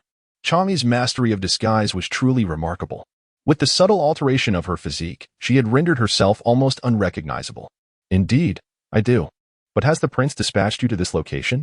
"Yes, precisely," Chang'e replied succinctly. "Yesterday, you expressed your willingness to assist His Highness. The prince believes that, as an ally, you should be privy to certain information. Thus, he has sent me here today to escort you to a spectacle. Would you be willing to accompany me?" "A spectacle?" Ruan was slightly taken aback. However, as her intention in coming today was to discern the prince's intentions, she would not refuse. "Certainly, I am willing. But where do you intend to lead me?" "Within this very establishment. Please, wait here for a moment while I make the necessary preparations. I shall return shortly to escort you." Ruan did not hesitate. "Then I shall await your return." Chapter 17. Secret Meeting After Chang'e Departed. Ruan approached the table and took a seat, her gaze lingering on the exquisite pastries before her, momentarily entranced. Among them were two of her favorites from her past life. In her previous existence, it was likely Yi Yan who had informed Junli, prompting him to procure these delights to win her over, of course, as part of his scheme to coax her into marrying into the Jing Wangfu. As a woman who had lost her virtue, to be cherished by the one she loved had deeply moved her at the time. How utterly laughable. After a brief interval, Chang'e re-entered. "Miss Yi, please follow me."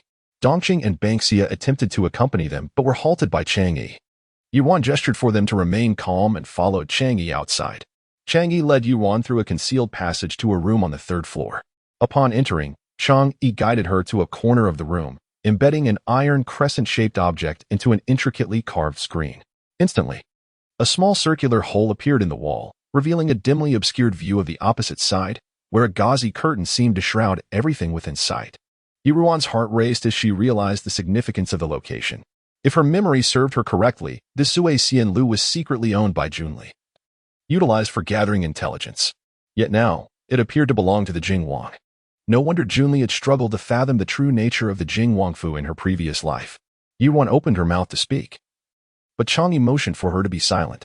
Soon, the sound of footsteps approached, followed by the creaking of a door. Peering cautiously through the hole, Ruan beheld a man and a woman entering the room. "Brother Junli."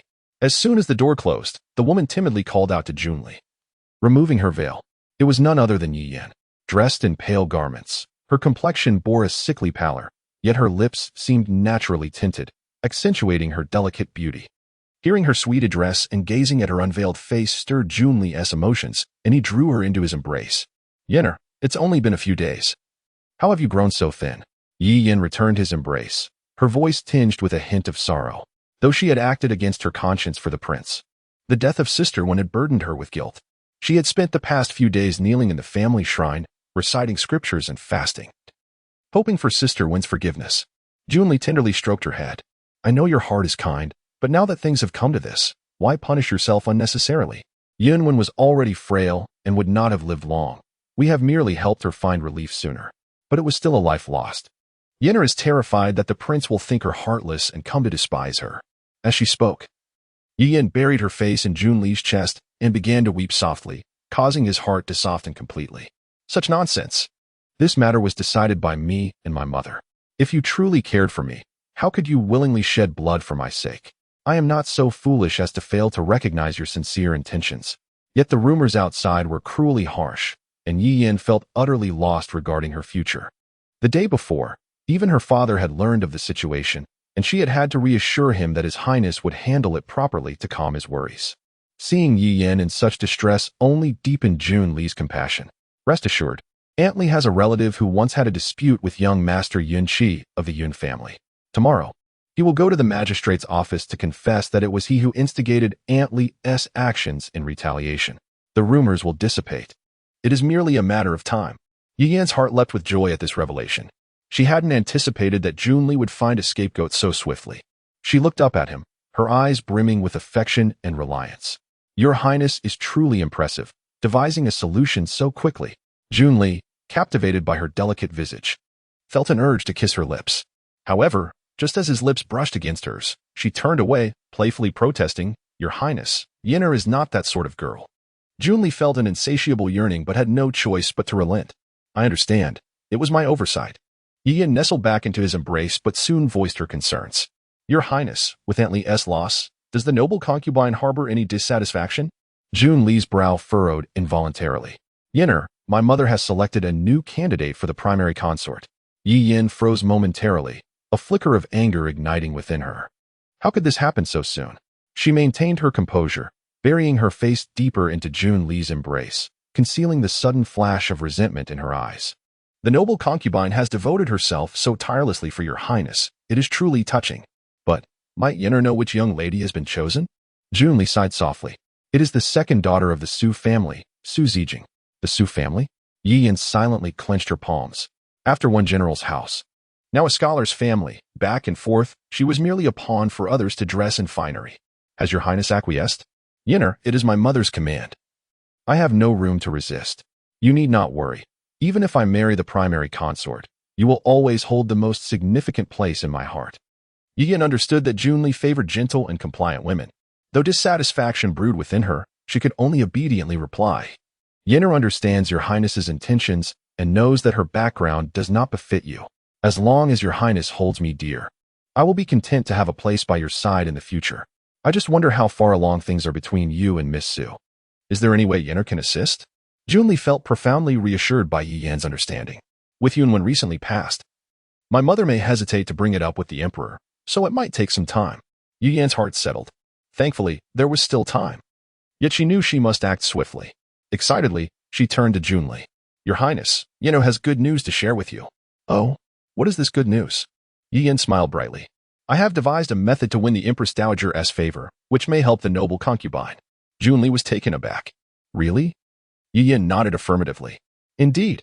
At the Empress Dowager's birthday banquet, I will surely present a surprise for you and the noble concubine. She was aware that the noble concubine had long held grievances regarding her humble origins. But she also understood that the noble concubine harbored one deep-seated desire, the position of Empress. Despite having wielded the Phoenix Seal for many years, she had remained merely a concubine.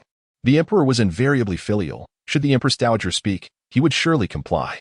Thus, the noble concubine had tirelessly sought to win the Empress Dowager's affections, yet the latter had always remained indifferent. From Junli, she had gleaned much about the Empress Dowager and conceived a plan to earn her favor. She was confident that if she could align herself with the Empress Dowager, the noble concubine would surely regard her with newfound respect. Seeing Yi Yan's determination brought Junli great joy. He embraced her and laughed heartily. Excellent. If it truly unfolds as you say, it would indeed be splendid news. Come, Yinner, these are the new dishes from Zue's Xianlu. Eat your fill. And do not torment yourself further when you return home. Yi Yan shyly nodded. Thank you for your kindness, your Highness. Chapter 18. Turmoil. Ruan observed as Junli and Yi Yin engaged in light-hearted conversation, prompting her to be escorted back to the second floor by Chang'e. Reflecting on Yi Yan's words, Ruan understood the underlying implications. Indeed, the events of this morning were aimed at the Empress Dowager. However, she resolved not to allow anyone to trample upon her ascent again. In her previous life, she had fallen ill after a boating mishap with Yi Yin and was unable to attend the Empress Dowager's birthday banquet. Later, Yi Yin revealed that during the feast, the Empress Dowager had suffered from a headache, and in her desperation, Yi Yin had presented a remedy meant for her aunt. Due to her prior instructions to keep her identity a secret, she had claimed the remedy was her own creation. Yet, Ruan could not fathom how merely curing the Empress Dowager's headache could elevate Yi Yin to such heights. She recalled that a month after the Empress Dowager's birthday, Yi Yin was granted the title of County Princess and frequently entered the palace to accompany the Empress Dowager, basking in the limelight. Surely, there were matters of which she remained unaware. Miss Yi, do you harbor any doubts? Chang'e inquired, noticing the look of perplexity on Yi Ruan's face. After some contemplation, Yi Ruan responded, there is indeed one matter. Might you inquire of His Highness regarding the Empress Dowager's past? Are there significant individuals, events, or possessions in her life? To capture the favor of the most esteemed person in the realm in a short span, Yin must have performed some pivotal act of great importance. Very well. I shall relay your query to the young lady upon my return. Ruan smiled at her prompt response, yet she pondered the purpose behind the prince's arrangements today, saying, I must also express gratitude for His Highness's arrangements, otherwise I would remain oblivious to the fact that they not only harmed my mother but have now conspired with Prince Xian. However, Chang'e was reluctant to elaborate further. Responding straightforwardly, it is of no concern. His Highness stated that as we are all part of the same circle, we should share information. I have completed the task assigned by His Highness and shall take my leave now. Acknowledging her words, Ruan nodded, despite still harboring questions. Very well. I too have matters to attend to today, so I shall accompany you, she said, and Chang'e did not refuse, merely indicating for Ruan to lead the way. As they stepped outside, a cacophony erupted from the hall below. Ruan, with keen ears, discerned a familiar voice amidst the uproar. It was Yu Qining. A passing waiter, sent to calm the patrons on the second floor, confirmed her suspicions. Apparently, discussions on Yun Wen's death had implicated Yi Yan and several young gentlemen. Long envious of Yi Yan's beauty, had seized the opportunity to utter vile remarks, which Yu Qining overheard. In his fury, he had confronted them. And amidst the exchange of words, a scuffle ensued. The young gentlemen were not to be trifled with. Among them was Chao Ziyong, the son of the Minister of Personnel, who held sway over Yi Shiren. Upon witnessing the confrontation, Yu Qining's friends dispersed upon discovering the identities of their adversaries. Yet, fueled by determination, Yu Qining managed to injure Chao Ziyong amidst the chaos. Enraged by the humiliation, Chao Ziyong was unwilling to let the matter rest. As Ruan descended with Dongqing and Chang'e, she saw Yu Qining being pinned to the ground, his attendant cowering in the crowd, unwilling to intervene. Out of the corner of her eye, she caught a glimpse of a familiar figure in a nearby room, Yi Yan's elder brother, Yi Shifan. It seemed he had brought Yi Yan here today. Upon reaching the ground floor, Ruan's gaze fell upon the son of the Minister of Personnel, who had just delivered a brutal kick to Yu Qining, his expression one of malice. Weren't you rather bold just now? Why do you remain silent now? Yu Qining, with blood at the corner of his mouth, defiantly glared back. Even if you were to kill me, I will not stand idly by while you slander my third sister. Chao Ziyong scoffed. Ah, still defiant, are you? Let's see if your stubbornness holds against my fist. With that, he lunged forward, landing a punch on Yu Qining. Ruan felt a surge of complicated emotions, as if witnessing a reflection of her past self, betrayed and yet defending another. The siblings had indeed spent their lives being manipulated. Observing Chao Ziyang's ruthless demeanor, Ruan hurriedly pushed through the crowd. Chao Gongzi, I implore you to show restraint. Startled by the sudden voice, Chao Ziyong turned to see Ruan, whose face was vaguely familiar. Though accompanied by two maidservants, her countenance did not resemble that of a noble lady, prompting him to retort dismissively, Who are you? I advise you not to meddle in affairs that do not concern you. I am Ruan, the eldest daughter of the Yi family and Yu Qining's sister. This is not mere meddling, she replied calmly. Chao Ziyang's expression turned more contemptuous upon hearing her name. Ah, so you are the sister of this good-for-nothing. It seems this family is truly a case of like begetting like. With that, his companions erupted in laughter. Ruan remained unfazed. You would do well to tread carefully, for my father is a colleague of your esteemed father. Should this scene become too disgraceful, I believe you would find it difficult to explain at home. Chao Ziyong maintained his disdainful demeanor. He initiated the violence first. No matter how you twist it, I am in the right. Do not use your father to threaten me. Although Yu Qining lay on the ground, he did not cease his verbal onslaught. Nonsense. Had you not insulted my third sister first, I would not have acted. Big sister, do not concern yourself with me. He merely relies on numbers to feel bold. Chao Ziyong, if you have grievances, direct them at me. You are nothing but a coward hiding behind others. Yu Qining shouted, struggling to rise. Enraged by his defiance, Chao Ziyang's eyes flashed with fury as he disregarded Ruan, raising his foot to stomp on Yu Qining's chest. The force of the blow was formidable, and Yu Qining, sensing the imminent danger, shut his eyes in resignation. Yet, the blow never landed. In a flash, Chang'e intervened, sending Chao Ziyong sprawling to the ground. The young gentleman accompanying him immediately released Yu Qining and rushed to help him. Chao Ziyang, wary of Chang'e, who appeared unremarkable yet displayed astonishing agility, realized he was at a disadvantage today without his guards. His expression darkened further. Ruan discreetly tucked away the golden needles she had been holding, observing Chao Ziyang's evident intimidation by Chang'e, and seized the moment to speak.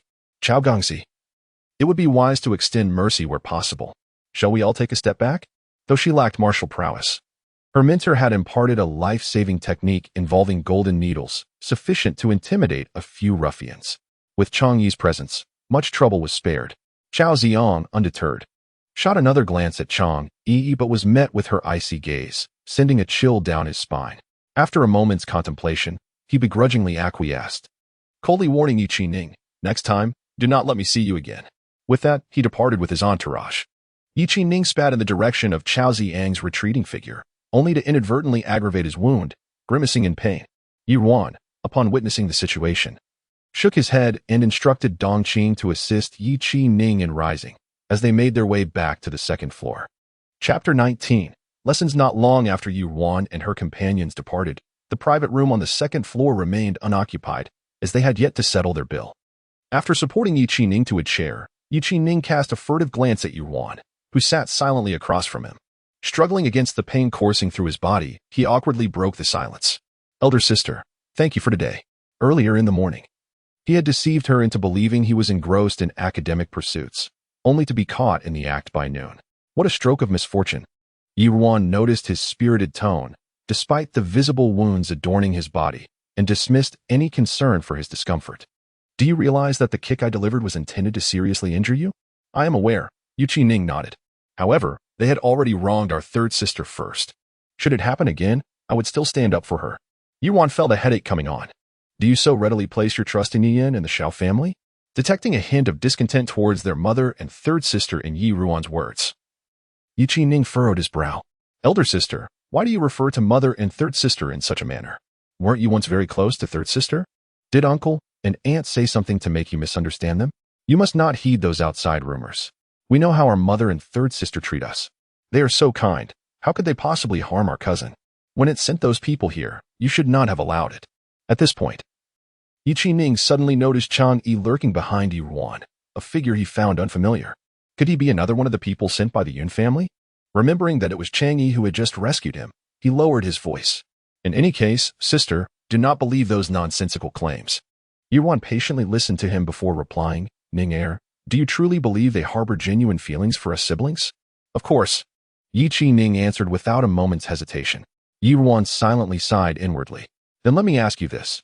You just stood up for your third sister, putting yourself in a precarious situation that drew the attention of everyone in the drunken immortal tower. What do you think she would do if she were present?" Yi Qining responded matter-of-factly, "Naturally, she would come out to support me. Third sister has always cared for me. Even when I was punished by father and forced to kneel, she would shed tears for me, wishing she could take my place. And my elder brother. When I struggled academically and was mocked at the academy, it was he who defended me. If they knew I was being bullied, they would surely stand up for me." Ruan remained non-committal and continued to question him. "What if I told you that your beloved third sister and elder brother are both in this very drunken immortal tower today?" "Nonsense. If they were here, how could they allow me to be bullied?" Yi Qining seemed agitated, inadvertently causing him to draw in a sharp breath due to the pain in his chest. Seeing this, Ruan shook her head and pointed towards a carriage parked below. "If you do not believe me, then stay here for a moment and observe whether they will appear. Did I deceive you?" Naturally, Yi Qining was skeptical, continuing to argue, "Impossible. You must have misinterpreted something." Ruan, undeterred, replied, "If you do not believe me, I cannot force you. I have matters to attend to and will take my leave. I will have Dong Qing deliver some medicinal supplies for your injuries later. You may continue to place your faith in them. But if you still regard me as your true sister, you must not disclose our conversation to them today. Just ponder this. If Yin truly cared for you, has she ever stood up for you in front of father when you erred, aside from shedding a few tears in your presence? If Yu Shifan genuinely held you in regard, did your circumstances at the academy improve after he defended you, or did it merely earn him praise from others? If Xiao Shi sincerely cared for you, why is it that her own daughter, Yi Yin, and Yu Shifan are both well regarded and favored by father, while you and I are viewed with disdain?" Yi Qining opened his mouth to retort, but Ruan interrupted him. "You need not explain anything to me. I do not expect you to change your long-held beliefs overnight. I merely hope that after you witness today's events, you will retain a measure of caution and not be so naively trusting. Moreover, that attendant by your side was assigned to you by Xiao Shi. He has certainly encouraged your reckless pursuits, has he not? Now that you have encountered a formidable opponent, where is he? And where are those so-called friends of yours? Think carefully about this." Having spoken, Ruan departed with Dong Qing and Chang Yi. Yi Ning watched her retreating figure, momentarily lost in thought. Elder sister. Why does she seem different? As the afternoon sun grew more intense, the commotion of the drunken immortal tower subsided, and guests resumed their revelry. Amidst the laughter and merriment, Yi Ning sat there in a daze, gazing in the direction Ruan had pointed out. He believed he should not harbor such doubts about his third sister and elder brother, yet the resolute look in Ruan's eyes compelled him to reconsider. Very well. He decided to heed his elder sister's advice. Waiting a moment longer would not hurt. He was confident that his third sister and elder brother would not appear. And when they did not, he could explain to Ruan that she had misjudged them. However, within the span of a single tea time, two figures emerged before his eyes. Although the woman was veiled, the warmth in her eyes unmistakably revealed the familiar silhouette of his third sister, as she was assisted into a carriage by his elder brother. They shared laughter, with his elder brother gazing at her with affectionate eyes. Standing together, they appeared radiant, like celestial beings, causing Yi Ning's previously indifferent wounds to suddenly throb with agony. He could only convince himself that there must be some extraordinary reason for his third sister and elder brother's absence. And it was not that they were entirely indifferent to his plight. Chapter 20. The residence of the Prince of Jing. After Yi Yuan escorted Dongqing and Chang'e out of the drunken immortal pavilion, Chang'e took her leave. Yi Yuan gazed at her with profound gratitude. I owe you much for your assistance, she expressed. It was merely a trifling matter. Chang'e replied nonchalantly before departing for the Prince of Jing's residence.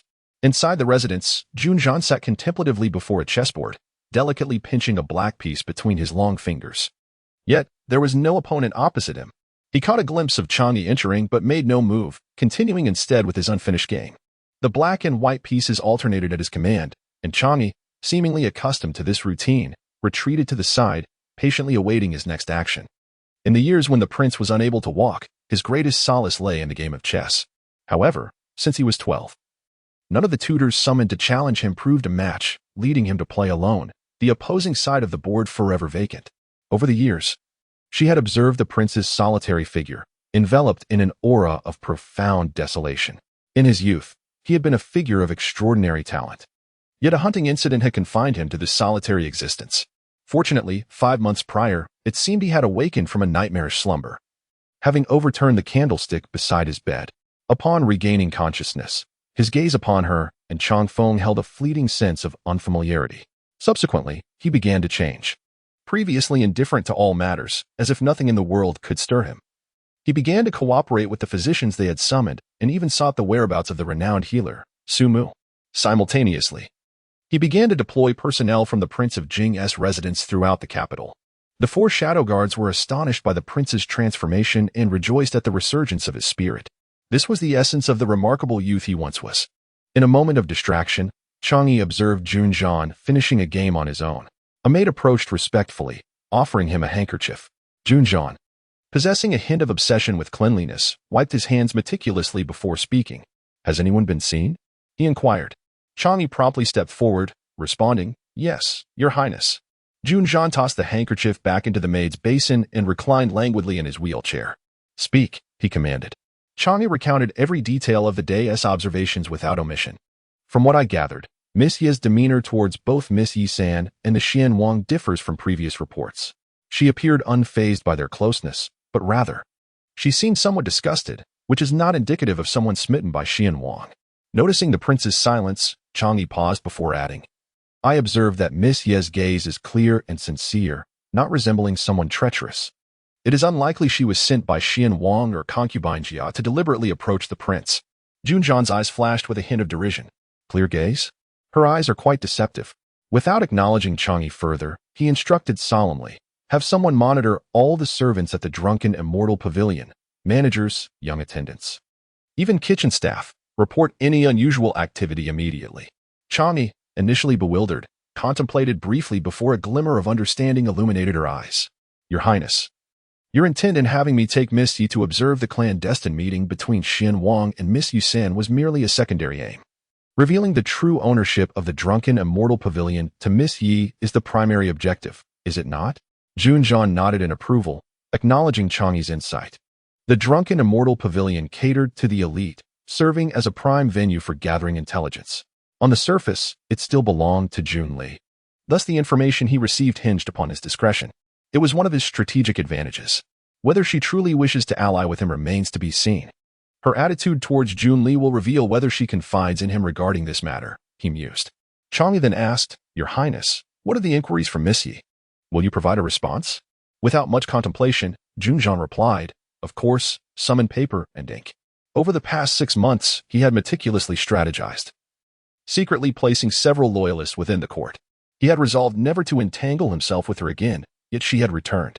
With her possessing memories of her past life, she posed a significant risk to him. If she truly wished to sever ties with Junli, knowing that the emperor might still pass the throne to him, she could seek refuge with him to plot vengeance against those who wronged her. However, if she remained obstinately attached, Junzhan furrowed his brow, temporarily setting aside his thoughts, swiftly recalling the events of the Empress Dowager's birthday banquet. He quickly inscribed 2 critical points on the paper, mingling them with numerous irrelevant details. After all, he was aware of her reincarnation, while she remained oblivious. He could not afford to be too overt, lest she discern any hints. He believed she would eventually glean the essential truths from the subtle intricacies of her past life. Upon their return to the Yi residence, Ruan and Dong Qing were accompanied by several apprentices from the apothecary, laden with numerous packages. Observing their arrival, Wei Mama promptly led a group to greet them. Miss, what is the purpose of acquiring so many items? They are all essential, Ruan responded. Assist me in transporting them to the dispensary. Within Ruan's courtyard, a room was specifically designated for her medicinal studies. Upon hearing this, Wei Mama, accompanied by Shi'er and Ju'er, efficiently arranged everything as instructed by Ruan. Once the items were properly arranged, Ruan inquired, Wei Mama, could you inquire whether the second young master has returned to the residence? However, instead of departing, Wei Mama promptly responded, Yes, Mississippi. The second young master visited Qingyu Pavilion half an hour ago, seeking you. However, when the second young master arrived, his face bore an injury of unknown origin. This old servant attempted to escort him to the estate physician, but he refused. Upon hearing this, Ruan nodded and retrieved several vials of medicine from the dispensary, entrusting them to Dong Qing. Dong Qing, deliver these medications to the second young master. Dong Qing immediately assented and reached out to receive the vials. However, Ruan hesitated and retracted her hand. After contemplating for a moment, she reconsidered. No, I shall accompany you. After all, he was her only younger brother, and she couldn't help but feel concerned. Yi Qining's and Yi Jifan's courtyards were in close proximity, while those of Ruan and Yi Yin were somewhat distant. As Ruan and Dong Qing finally approached the entrance of Yi Qining's courtyard, they were met with the absence of any servants. Slightly perplexed, Ruan led Dong Qing directly inside. As they approached the outer gate of the inner courtyard, voices emanated from within. Upon closer inspection, Ruan recognized the voice of Madame Xiao. Within the room, Madame Xiao, Yi Yin, and Yi Jifan were gathered around Yi Qining's bedside. Madame Xiao expressed her concern. My child, why did you not inform your mother of such a severe injury? Jifan, summon the estate physician immediately. Yi Qining glanced at Yu Jifan and Yi Yin before declining. Mother, there is no need. Eldest sister mentioned that she would send medication. Upon returning from eldest sister's courtyard, he sought out his elder brother. Unexpectedly, he and third sister had not yet returned. He initially intended to rest and subtly inquire about the day's events during dinner. Of course, he wouldn't divulge eldest sister's words to them, lest he deepen their misunderstanding. Moreover, eldest sister was, after all, his own flesh and blood, and he couldn't betray her. Unexpectedly, Madame Xiao arrived 2 hours later with his elder brother and third sister, likely informed by a servant in the courtyard. Nonsense. Your injury appears quite severe. How can you delay treatment? Madame Xiao feigned the appearance of a benevolent mother, disregarding his objections and instructing someone to summon the estate physician. Yi Qining observed his mother's concerned demeanor, feeling a sense of warmth. It is nothing, mother, merely superficial wounds. They simply appear alarming. Regardless, the estate physician must examine you.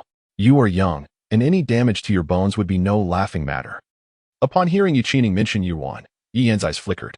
Recalling the events at Drunken Immortal Restaurant, she couldn't allow their relationship to improve because of this incident. Second brother mentioned that eldest sister would send medication. Does eldest sister know about second brother's injury? Observing Yi Yan's apparent ignorance, Yi Qining replied, Yes. I was involved in a conflict at Drunken Immortal Restaurant and was assaulted. Eldest sister rescued me. Assaulted? Yi Yan feigned surprise, covering her lips with a handkerchief. Who dared to mistreat you in such a manner? Tell your mother, and the estate shall seek justice for you. Yi Qining's gaze darkened. Third sister. Why is she pretending not to know? It was Chao Ziyang from the Ministry of Revenue. Upon hearing this, Yi Yin appeared startled. Of course, she knew who was responsible for his injuries.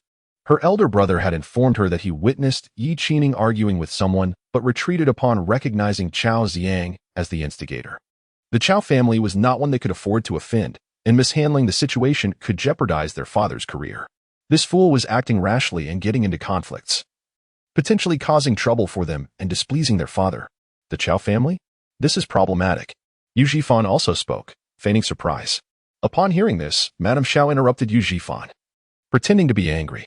Regardless of who it is, they inflicted such severe injuries on your second brother, even if it means sacrificing your and your father's futures. We must demand an explanation. Yu Qining silently listened to their words. This was a familiar, heartwarming scene. However, it now felt tainted, and his mood inexplicably soured. Mother, there is no need. I initiated the altercation, and the matter has been resolved. It would be best not to involve elder brother and father. However, elder brother, why did you also return home today? Yu Zhifan's appearance was rather ordinary among the Yi siblings, but he excelled academically.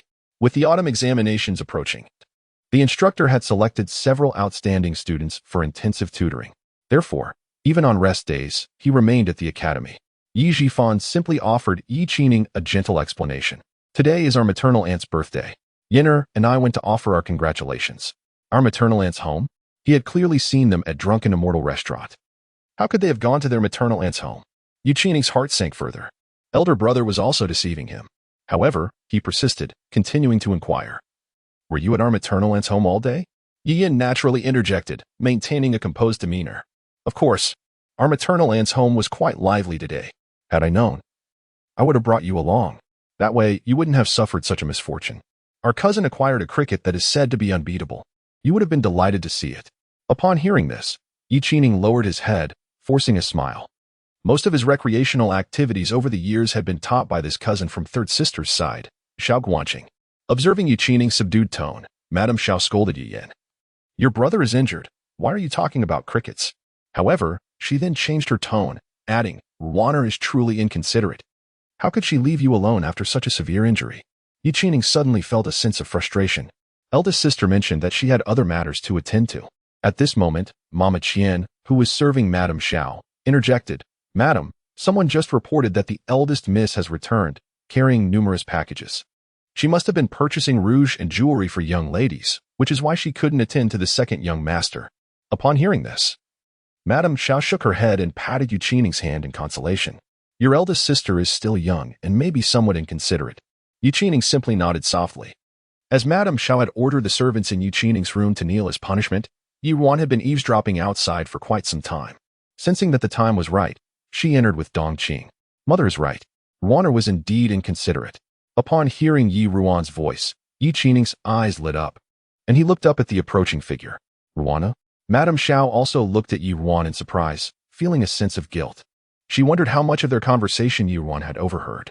However, these two siblings were typically easily deceived, so she composed herself and adopted a tone of earnest instruction. Ruan, you've arrived at the perfect time. We were just speaking of you. After all, you and Ning are indeed blood siblings. As the elder sister, it is your duty to prioritize your younger brother, especially when he is injured. How could you abandon him to go shopping while he suffers? Upon hearing this, Dongqing furrowed her brow. She had listened intently to their conversation from outside the door. The words of Madame Xiao were merely an attempt to sow discord between the second young master and the eldest young lady. Had it not been for the eldest young lady's reminder, the second young master would have remained oblivious to the presence of the third young lady and the eldest young master, as well as the matter of his inaction during the crisis. Furthermore, the eldest young lady's act of saving the second young master, instead of earning her gratitude, may even lead to her being blamed. Truly, there are no good people in the Yi family. After entering with Yi Ruan, she stood behind her and continued the conversation. Madam, the eldest young lady and the second young master share a blood bond, naturally causing her to worry about his injuries.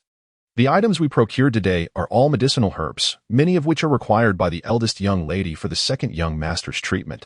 You have misunderstood her, madam. Of course, this was a fabrication. The eldest young lady had mentioned that the second young master's injuries were mostly superficial and not too troublesome to treat. However, given his young age, there were still many formalities that needed to be observed. Madame Xiao glanced at Dongqing and thought to herself how she had forgotten that Ruan was surrounded by people from the Yun residence. While their sibling bond might be easily manipulated, the individuals sent from Yun residence were astute. Henceforth, she must act with greater caution. Indeed, Ruaner, it seems I have wronged you. Yi Ruan merely smiled and feigned reproach towards Dongqing. Dongqing, mother is merely concerned for the second brother and does not truly blame me. We must not be disrespectful. Yes, miss, Dongqing replied respectfully and then bowed to Madame Xiao. I was merely eager to defend the eldest young lady, and in that moment, I inadvertently offended you, madam. I hope you will not take it to heart. Madame Xiao graciously waved her hand. No matter, you are loyal to your master. How could I hold a grudge against you? Madam is discerning and just. I admire you, Dongqing said, bowing again to Madame Xiao. However, she then turned with a hint of confusion. But, madam, I do not understand. The people who returned with the eldest young lady today were all from the apothecary, easily identifiable by their attire. How is it that the nurse by your side claimed the young lady went to purchase cosmetics and jewelry? If one were unaware, they might think you were inciting discord between the eldest young lady and the second young master. Hearing this, the money steward beside Madame Xiao slightly changed her expression and immediately knelt before her. Madam, the door attendant only mentioned that the young lady had brought back numerous items. It was my own conjecture that led to this misunderstanding. Please punish me, madam. This matter is solely my fault and has nothing to do with madam. Please do not misunderstand. Yu Jifan, witnessing this, shot a glance at Ruan, seemingly displeased, and admonished the steward. Qian steward, you have long served beside mother. You must act with greater caution in the future and refrain from bringing unverified matters before her. Otherwise, you will only cause misunderstandings about mother. The steward bowed her head in fear. What the eldest young master says is true. I recognize my fault. Madame Xiao then took the opportunity to ease the situation, saying, Very well, you may leave. I will only deduct your monthly allowance for a month. Do not let this happen again. Dongqing silently observed the conclusion of their performance, and then remarked, Madam is indeed clear in her rewards and punishments. She then stepped back behind Ruan, standing upright and refraining from further speech. Okay, I will refine the provided text, eliminating extraneous elements and enhancing the language for a more sophisticated tone. Chapter 22. Upon witnessing this, both Yishuren and Ruan approached Qi Ning, placing the vials of medicine on his bedside table. Younger brother, Ruan said. These are topical remedies. Enlist a servant to apply them to your wounds. There are also oral medications, which I shall have prepared and sent to you. In truth, there were no oral medications. Her crafted wound remedies had been lauded by masters. However, as Dongqing had mentioned it, she felt compelled to support her claim. Thank you. Elder sister, Yi Yin said, stepping forward to clasp Yi Ruan's hand. I heard from our second brother that you were accompanied by a remarkably skilled woman today. Why is she not present? Our second brother mentioned that she subdued Chao Xiang with a single move. I am eager to meet such a heroic woman. The eldest brother claimed not to have seen such a woman, and their mother, based on his description, asserted she was not from the Yun household. She must inquire into her background. If the Yun family had dispatched someone else to Yi Ruan's side without their knowledge, they might suffer a silent loss. Yi Ruan offered a casual explanation. She is an acquaintance from the martial world, known to my second cousin. She possesses formidable martial prowess. We had a brief encounter at the Yun residence previously, and she happened to be present at Drunken Immortal Tavern today, offering her assistance. She has since departed. Yi Yin appeared relieved, though she voiced, I see. That is indeed regrettable. As Yi Yin finished speaking, distinct footsteps echoed from the outer chamber. All eyes turned to see Yishuren, still clad in his official attire, striding in with his attendant, his countenance stormy. Evidently, he had hastened over directly from court without changing. Upon entering, he rebuked Qi Ning, you rebellious son. I hear you engaged in a brawl with the Chao family's second son today, nearly 40 years of age. His career had stagnated in the Ministry of Personnel due to the Yi family's lack of influence. His current position as a fourth-rank vice minister was owed to the Yun family's prestige. However, with Yun Tang's passing years ago, this familial connection had waned. The other officials in the ministry were eager to unseat him. Yi Qi Ning's lack of ambition was already vexing, but now he was undermining his position. Seeing Yi Qi Ning still recumbent, Yishuren's anger intensified. Do you dare lie there? Rise and accompany me to the Chao residence to offer an apology. The once celebrated and promising scholar had become disillusioned. Although his handsome features remained, they were marred by worldly bitterness. If mother were still alive, would she regret her decision? Ruan pondered. Compared to her master, Yushuren possessed little of value beyond his appearance. Father, second brother is injured and cannot rise deliberately, Ruan interjected. Stepping in front of Yi Ning as Yushuren moved to drag him from the bed. Yushuren remained unmoved. His injuries are his own fault. His minor transgressions were tolerable, but today he provoked the Chao minister. Does he seek to hasten my downfall? Seeing Yushuren consumed by rage, Xiao Shi stepped forward to soothe him, patting his chest. My lord, Ningyo has acknowledged his error. Temper your anger and do not stoop to the level of a child. A child? Yushuren scoffed. He is 11 years old. When I was 11, I had passed the preliminary exams and was preparing for the provincial exams. He barely managed to qualify for the preliminary exams and only recently entered the Imperial Academy. In what way does he resemble my son? He had passed the Imperial examination at 20 and achieved the highest rank at 26. How glorious! Yu Fan had inherited his intelligence and was progressing smoothly in his scholarly pursuits. How could Yu Ning be such an underachieving son? Hearing his father's disparaging remarks, Yu Ning's blood boiled. I never desired to study. Father forced me. If you disown me, cast me out immediately to spare the Yi family further embarrassment. Insolent! Yushuren roared, his anger escalating. Guards, bring forth the family rod. Give him 20 strokes. Attendants hurried to comply. Yu Ning, undaunted, rose from the bed and knelt defiantly, daring them to strike him dead. Ruan sighed. This brother is truly troublesome. Father, upon entering, you only rebuked our brother. Did you inquire why he fought? Yushuren's frustration grew upon seeing Ruan speak again. His recent positive impressions of her improved etiquette evaporated. Must I ask? He undoubtedly instigated the conflict. Ruan calmly continued, Father, I witnessed the events at Drunken Immortal Tavern. Our brother fought the Chao family's son to defend our third sister, not to provoke trouble. If you take him to the Chao residence to apologize, would that not imply our third sister was at fault? You claim our brother does not resemble you, but I believe he acted out of brotherly affection, as you have always taught us. Yushuren paused, taken aback. He had only heard from the steward that Yi Ning, intoxicated, had instigated a brawl at Drunken Immortal Tavern, without mentioning any connection to Yi Yan. Seeing Ruan involve Yi Yan, Xiao Shi attempted to divert the conversation. Wana, what are you saying? Your father is merely venting. We will dissuade him from punishing Ninger. Why are you provoking him further? Dongqing knelt, declaring, Madam, that is incorrect. Though I am new to the Yi residence, having come from the Yun household, I have often heard the Yun madam speak of how well the Yi family treats the eldest and second young masters. However, I witnessed the master enter without discernment, threatening to use the family rod on the second young master, ignoring his injuries. The eldest young mistress merely clarified the situation, and yet she is accused of provocation? Did not the lady just express that, even at the expense of the eldest son and the father's future, she would go to the Chao residence to seek justice for the second young master? Why is it that now she refrains from defending the second young master and instead solely places blame on the eldest young lady? Chapter 23. Upon hearing Ruan mention Yi Yan, Yu Fan and Yushuren were momentarily taken aback, particularly by the maid's audacious remarks regarding the Xiao family. Their hearts trembled with concern. Did she truly intend to confront the Chao family for retribution? Such words were indeed spoken by Yu Xiao, inwardly cursing the loquacious maid, hurriedly knelt beside Yu Ning. My lord, I was merely distressed to see Ninger injured and spoke without thinking. Please, my lord, do not take offense. Yushuren furrowed his brow. What Ruan just said, that this rebellious child got into a fight for Yi Yan's sake. How do you explain this? The steward did not report it that way. He is currently indulging both Yi Yan and Fan far too much, entrusting the management of the household entirely to her.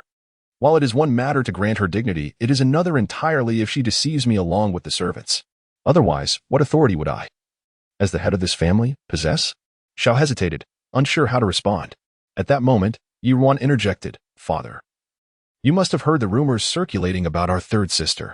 Today, that young Master Chao, along with a group of official sons, instigated public slander against her at the Zui Stin Lu, tarnishing her reputation and expressing lewd desires. My younger brother could not stand idly by, which led to the dispute. Yushuren cast an irritable glance at Xiao. He was well aware of Yi Yan's situation, but she assured him that His Highness the Prince would handle it, alleviating his worries. Yet, Zhao's audacity had grown increasingly intolerable. Should Yi Yan eventually achieve great fortune, would she still regard him, her husband, with respect? At that moment, the servants returned with canes and benches, pausing in astonishment upon seeing the young master and his mother kneeling together. They were accustomed to the young master's mischief and the Lord's disciplinary measures, yet this display was unprecedented. Yi Jifan, sensing his father's displeasure directed at his mother rather than at Yi Qining, understood that his mother had crossed a line. He could overlook certain matters, but he would not permit deception or manipulation.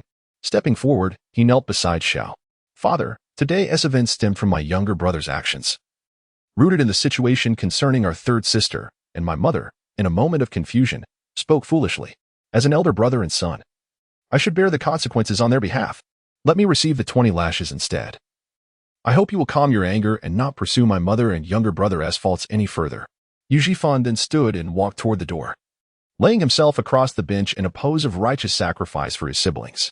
However, as the autumn examinations approached, Yushuren could hardly bring himself to strike him. Before he could voice his objections, Yu Jifan's voice rang out. Once my father has spoken, a horse-drawn carriage cannot be turned back. What are you waiting for? Proceed. My father must vent his anger today. I can endure a beating, but it would be far worse if he and mother were to harbor grievances. The servants exchanged glances, noting their lord's silence, and proceeded to follow the orders. When Yi Qining saw the cane poised to strike his elder brother, he panicked. Elder brother, I caused this trouble, and I will bear the consequences. With the exams approaching, how can you suffer for me? He pleaded. Father, strike me instead. Yi Yin emerged at that moment, kneeling before Yushuren. Father, my elder brother has always been on good terms with His Highness the Prince. Regarding the misunderstandings with the Chao family, I ask that His Highness intervene. They will not trouble my younger brother or you again. My brother is injured, and my elder brother is burdened with studies. No one should invoke family discipline against them. Please retract your command. Just as Yushuren was about to order the punishment to cease, Yu Jifan's voice rang out again. No one is to plead on their behalf. My father decreed 20 lashes, and not a single one less. The courtyard was soon filled with the sound of the cane striking flesh. After the punishment concluded, Yushuren imposed a month of confinement on Xiao and left in a huff.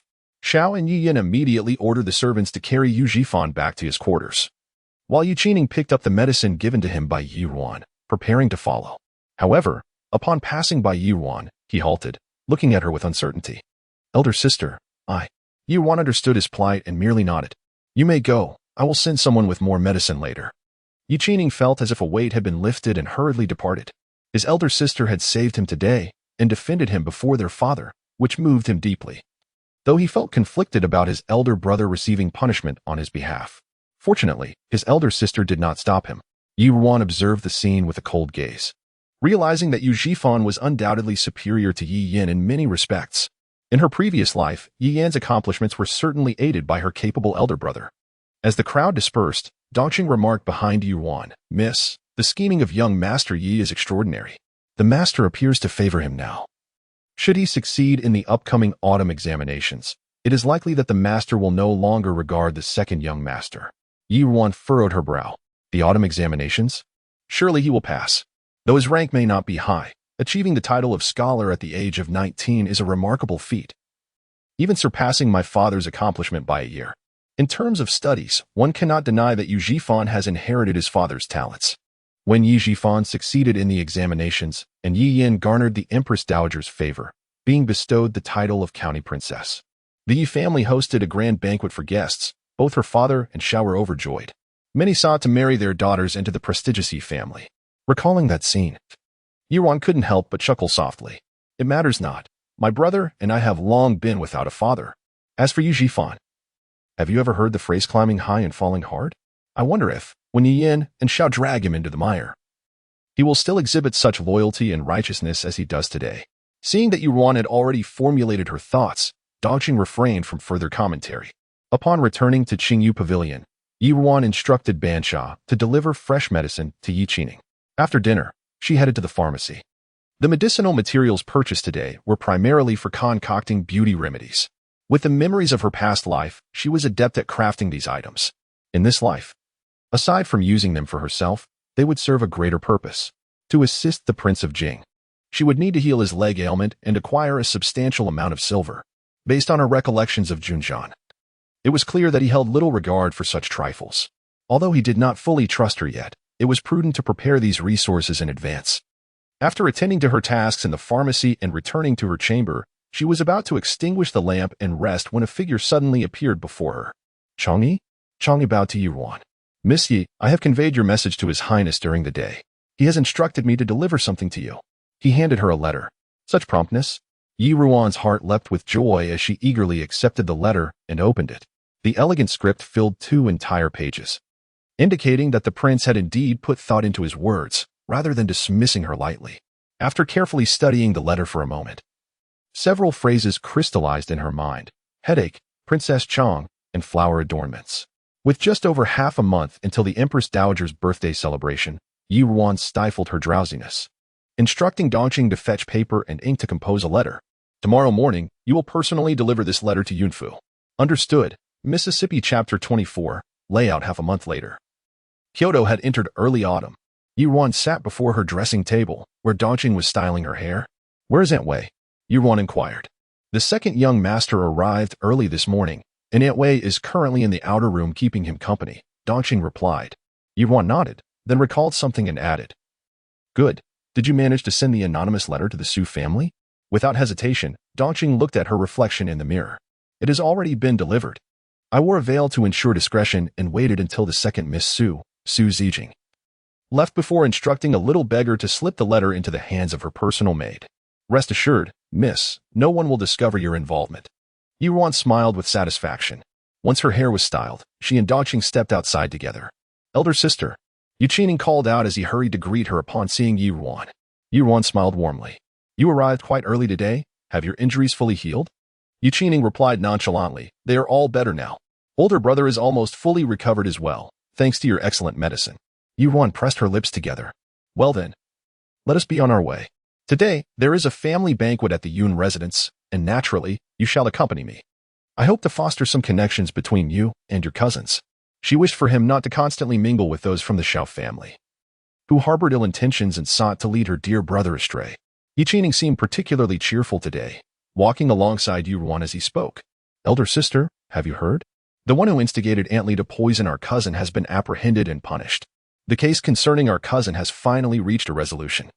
As they were siblings by blood, Yi Qining had grown closer to her after the recent events.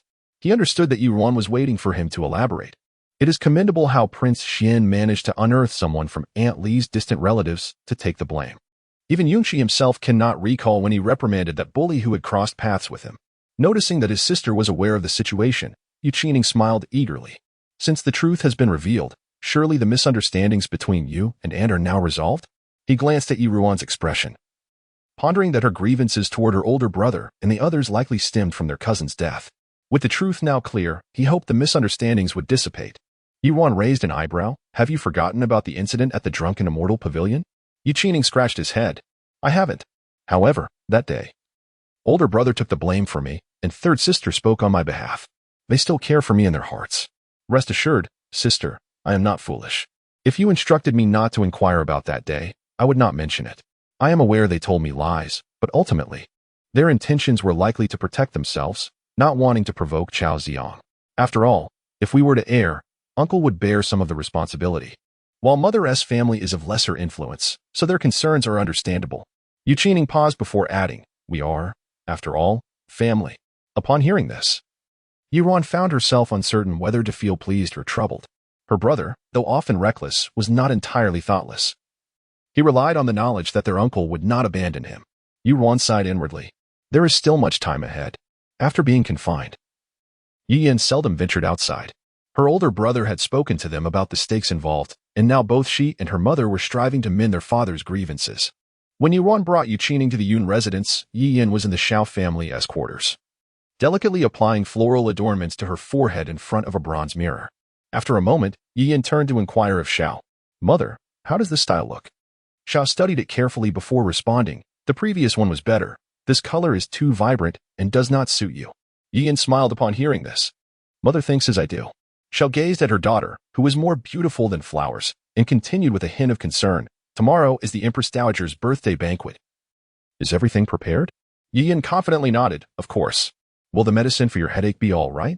Noticing her mother's worried expression, Yi Yin walked over and linked her arm with hers, soothingly saying, Mother, rest assured, and has already tested it, and the prescription is indeed effective.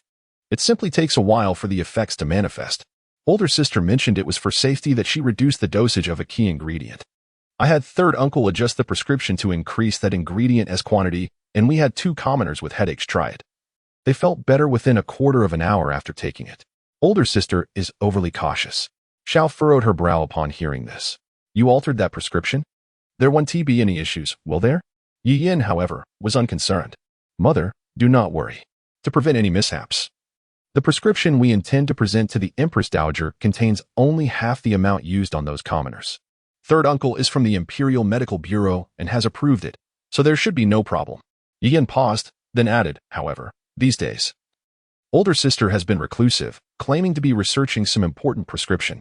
I wanted to invite her out, but I faced several rejections from Aunt Wei in her courtyard. So I could not carry out my plan of having her catch a chill by the lake and miss the Empress Dowager's banquet. I wonder if she will claim that the prescription is her own creation and ruin my plans. Xiao did not share her worries. It's fine. You've said it yourself. Your elder sister's mentor does not wish for her to be exposed. If she possesses the competitive spirit with her skills, she would have gained fame long ago. It would be impossible for her to be at our disposal. Yet, she lamented, it has become increasingly difficult to gather news from your elder sister's courtyard. Thinking of Yi Ruan and the servants in her courtyard, Xiao felt a surge of irritation. The servants sent by the Yun residents are quite astute. Now, of the 4 we arranged in the Qingyu Pavilion, only one foolish Bai Xiao remains. I wonder if her ignorance has saved her from being dismissed. Bai Xiao originally belonged to Yi Yin's courtyard, but was sent away due to her striking beauty, which displeased Yi Yin. Normally, Yi Ruan would take her out, further highlighting her shortcomings. Now, it seemed Bai Xiao was the only one left to keep watch over Qingyu Pavilion. Mother need not be angry. The Yi residence is still under your leadership. Father does not favor them, and even if the Yun servants perceive something, they cannot create any trouble. Xiao nodded in agreement. That is true. Well then, let us not dwell on this. Your uncle has sent some fine hairpins for you to try. You must wear them tomorrow, for you shall undoubtedly be the center of attention. Yi Yin smiled in response. Meanwhile, after Yu Ruan and Yu Qining arrived at the Yun residence, she sent Yu Qining off to play with Yunqi while she engaged in conversation with her aunt and second cousin. Lin inquired, I noticed that Ning seems to be much closer to you now. Are you not planning to inform your brother about your cousin's situation? Yi Ruan remained silent for a moment. Her brother was simple-minded and straightforward, unable to hide anything. It was better to keep him in the dark for now. I wonder if there is any news regarding the matter I entrusted Dongqing to discuss with cousin? Yunga nodded. You should receive news before you return to the Yi residence. At this moment, Lin interjected, Ruaner, I have heard from your cousin about this matter. Why do you wish to revive the floral adornment makeup trend in the capital? The floral adornment makeup had once thrived for decades, but gradually faded away. And now few noble young ladies in the capital employed it. Yi Ruan, seeing her aunt's confusion, began to explain. Does aunt still remember her majesty's sister? Lin pondered for a moment. Are you referring to the late Princess Chaoyang? Indeed, this princess bore a diminutive birthmark upon her forehead, yet as a young lady, she cherished her beauty and donned a floral adornment each day to conceal it. The Empress Dowager held her in utmost affection, yet the princess's life was tragically brief. She departed at the tender age of 12. The denizens of the palace, fearing to invoke the Dowager's sorrow, tacitly refrained from adopting this style, causing the once popular adornment to gradually fade among the noble women of the capital. However, over 30 years have elapsed since then, and the Dowager's initial grief has likely transformed into mere reminiscence. Lin appeared to grasp the concept partially, yet remained somewhat perplexed. And then, Yi Ruan sipped her tea and continued, Yi Yin intends to adopt this style tomorrow to capture the Dowager's attention. Yun Gu had already contemplated these matters, yet he too found himself puzzled. Relying solely on a mere adornment seems insufficient. Yi Ruan chuckled softly. Furthermore, a girl of similar age to the late princess, devotedly researching a remedy to alleviate the Dowager's headaches, ultimately discovering an effective method, thus presenting her heartfelt admiration? Yunga instantly comprehended. Presumably, that remedy originated from your cousin? Yi Ruan exchanged a knowing glance with Yunga, both sharing a smile, as Yi Ruan playfully performed a respectful gesture towards him. Cousin, you are astute. Yunji's gaze subtly shifted, and he returned the gesture with a scholarly smile. Not as clever as my cousin. Lin observed their banter, and a sudden thought crossed her mind. At this moment, the autumn banquet of the Su family was underway. Numerous noble young ladies gathered in the octagonal pavilion of the Su residence, engaging in poetry and painting. Adorning the scrolls in the pavilion were exquisitely crafted dried flowers, which danced gracefully in the breeze. It was a scene of remarkable elegance and beauty. Suddenly, one of the dried flowers gently alighted upon the brow of Su Wan. the Su family's legitimate daughter. The flower, intricately shaped with a white core and pale yellow petals, accentuated Su Wan's already ethereal and scholarly demeanor, leaving the assembly of noble women in awe. At that moment, another younger girl from the Su household remarked, "Sister Wan, you look splendid. I have heard that the floral adornment was once in vogue. Shall we try it today?" The girl, affectionately called Sister Wan, playfully tapped the girl's nose in jest. "You have always been the most fond of beauty." Chapter 25. The beautiful flower adorning the face on the 7th day of the 8th lunar month. The Empress Dowager celebrated her 70th birthday. Coinciding with the impending autumn examinations, the young ladies and gentlemen of the capital busied themselves in preparation for the banquet. As the Empress Dowager's feast was scheduled for the evening, the Yi family first sent off Yu Jifan for his examination. At this moment, Yi Yin and Madame Xiao were bidding farewell to Yi Jifan at the entrance. Yi Shuren observed Yi Jifan's somewhat haggard appearance and felt a pang of regret. He was well aware of the arduous conditions at the examination hall, and he should have done everything in his power to prevent Jifan from taking on the punishment alone. At such a critical juncture, what could be more important than the examination itself? Standing firm at the entrance, Yu Jifan bowed to Yi Shuren and Madame Xiao. "Father, Mother, please let me go from here." Yi Shuren nodded, advising, "Have you prepared everything you need? The examination lasts for 9 days, and you will be confined to that room for sleep and meals, only allowed out every 3 days. If you forget anything that affects your performance, it will be a great loss. Father, rest assured, Mother has checked thoroughly several times." Yi Shuren felt a sense of relief upon hearing this and glanced at Madame Xiao. Noticing her complexion was not as rosy as usual, he surmised that her unease stemmed from his earlier reprimand. In an effort to comfort Yu Jifan, he addressed Madame Xiao. "Today, since there is a banquet in the palace, your confinement shall be lifted early." Madame Xiao, upon hearing this, feigned a look of gratitude. "Yes, my lord." Yi Yin, seeing her mother as confinement lifted, felt a surge of joy and stepped forward to Yu Jifan, saying, "I hope, dear brother, that this journey marks the beginning of your ascent to greatness." Yi Yin's plan for the day was indeed devised by Yu Jifan, and he was fully aware of this. Looking at her, he spoke with a hint of profundity. "Sister, today is the same for you." Yi Yin responded with a knowing smile. At that moment, Yi Qining hurriedly pulled Ruan from inside the house. "Brother, I'm glad you haven't left yet."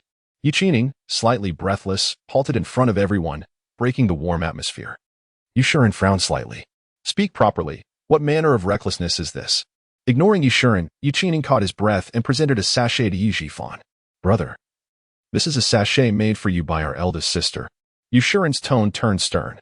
"Foolish child, your brother is going to take the imperial examination. What use is a sachet?" Seeing this, Ruan stepped forward to explain on Yi Qining's behalf. "Father, with so many candidates in the autumn examination, one cannot avoid mosquito bites. This sachet contains honeysuckle, mugwort leaves, patchouli, peppermint, and poria, among other medicinal herbs, which are quite effective for repelling mosquitoes. Our cousin is also attending the examination, and after she gave him a sachet yesterday, this foolish younger brother insisted that she make one for him as well. Relenting, she made it, only to find out he intended to give it to Yi Jifan, claiming it was from her. Had I known, it would have been better to feed it to the dogs." Yi Shuren's expression softened slightly upon hearing this. Yi Jifan accepted the sachet with a smile, thanking Ruan, though the smile did not reach his eyes. Yi Jifan, being slender and not as handsome as Yi Yin or Yi Qining, usually masked his true feelings with a smiling facade, presenting an air of a modest gentleman. Ruan thought to herself that he must be aware that he appeared somewhat sinister when not smiling. Once the farewells had been exchanged, Yi Jifan spoke. "Father, the hour grows late. I shall be on my way." Yi Shuren merely patted his shoulder and offered some encouragement before allowing him to depart. After Yi Jifan left, Yi Shuren's pleasant demeanor diminished. He looked at Ruan, saying, "Today is your first time entering the palace. You must observe more and act less. If anything is unclear, just follow what Yenner does. Do not disgrace our family in the palace." Yi Qining cheerfully responded on Yi Ruan's behalf. "Father, our eldest sister's etiquette has greatly improved. You need not worry." Yi Shuren cast a cold glance at him. "Take care of yourself first. Once inside the palace, stay close to me and do not wander off." With that, Yi Shuren turned and strode back into the residence, muttering about the ungratefulness of his children. Seeing this, Madame Xiao approached and grasped Yi Ruan's hand. "Wana, the emperor is merciful. Though this is your first time in the palace, there is no need to be overly anxious. Yenner and I will be beside you to offer reminders." Thank you, mother. Madame Xiao smiled warmly. Very well. Let us return to our rooms to change and prepare to go. If you need anything, just send someone to inform me. Ruan and Yuqining nodded in agreement, and she took Yi Yin back to their quarters. However, as they departed, Ruan turned to Yi Qining and suddenly proposed, Brother, shall we make a wager? Yi Qining, intrigued, did not expect his eldest sister to indulge in such playful antics. What shall we bet on? You follow our brother discreetly for about 3 miles. He will surely discard the sachet you brought him. How could that be? Yi Qining instinctively refuted her. Ruan remained unfazed. So, do you dare to take the bet? Let us wager then. But sister, I am certain I shall win this time, Yi Qining declared, chasing after the departing Yi Zhifan. His intention was to mend the atmosphere between his sister and their mother, which seemed less cordial than before. The eldest brother would never throw away the gifts prepared for him. The streets of the capital bustled vibrantly. Yi Qining, possessing decent agility, blended into the crowd and swiftly caught up with Yi Zhifan. 2 miles. 3 miles. 4 miles. Yi Zhifan felt elated. His sister had mentioned 3 miles. Yet he had followed for much longer without discarding the sachet. Surely, his sister was overthinking it. With the evening's banquet for the Empress Dowager on his mind, he prepared to return home when Yi Zhifan suddenly turned into an alley. Yi Qining's heart raced as he hurried after him. He then witnessed his older brother retrieving the sachet from his sleeve and tossing it into a wooden barrel with a look of disdain. Yi Qining recognized the alley. It was the back entrance of a tavern, and the barrel contained leftover food from patrons. He heard Yi Zhifan's attendant inquire, Young master, with so many mosquitoes at the examination hall, would it not be a waste to throw this away? Yi Zhifan coldly replied with 3 words, I find it filthy. I find it filthy. I find it filthy. These words echoed in Yi Qining's mind, and he was struck by the stark contrast of his brother's indifferent demeanor compared to his usual cheerful self. Once Yi Zhifan left, Yi Qining rushed to retrieve the sachet from the barrel. Fortunately, it was still early, and the tavern had yet to open, so the barrel contained only some leftover rice, keeping the sachet relatively clean. Yet, Yi Qining felt a sense of disillusionment wash over him. At that moment, he was lost in thought, completely oblivious to the fact that someone was following him from behind. Yi Yin returned to her room, and soon several maidservants surrounded her to assist with her attire and grooming. Today, Yi Yin donned a pale pink ancient patterned skirt with cloud-shaped designs. Her personal maid, Hongxiu, was meticulously arranging her hair into a drooping cloud bun. Madame Xiao sat nearby, instructing another maid. Dingxiang, autumn has arrived. It may be a bit chilly in the evening. Please prepare a cloak for the young lady. The maid named Dingxiang acknowledged with a yes. Dingxiang and Hongxiu are the 2 principal maids by Yi Yan's side, yet Hongxiu, being the daughter of Yi Yan's wet nurse, enjoys a favored position over Dingxiang in her daily dealings. After Dingxiang departed, Mrs. Xiao could no longer contain her excitement and spoke up. Your brother's examination should yield a favorable outcome, and although there remains the final spring examination with his erudition, it is merely a matter of time before he attains the title of Jinshi and begins his official career. Should you succeed today in winning the Empress Dowager's favor and persuading concubine Jia to relent, even if it grants you merely a position as a secondary consort, you 2 siblings can support one another, paving the way for a boundless future. As Hongxiu finished arranging Yi Yan's hair, Yi Yin picked up a brush from the dressing table and began to paint the floral ornament between her brows. A secondary consort? Her aspirations reached far beyond such a title. While meticulously applying her art, she chuckled, Mother often reminds me to remain composed. Why have I allowed myself to become restless today? Mrs. Xiao, undeterred, continued, My joy today stems from an understanding I once shared with your father. It is only due to the modest standing of the Xiao family that I have had to witness your father wed that wretched Yuntang as his primary wife. Since marrying into the Yi family, I have had to lower myself and endure, yet I can finally see the dawn of a brighter future.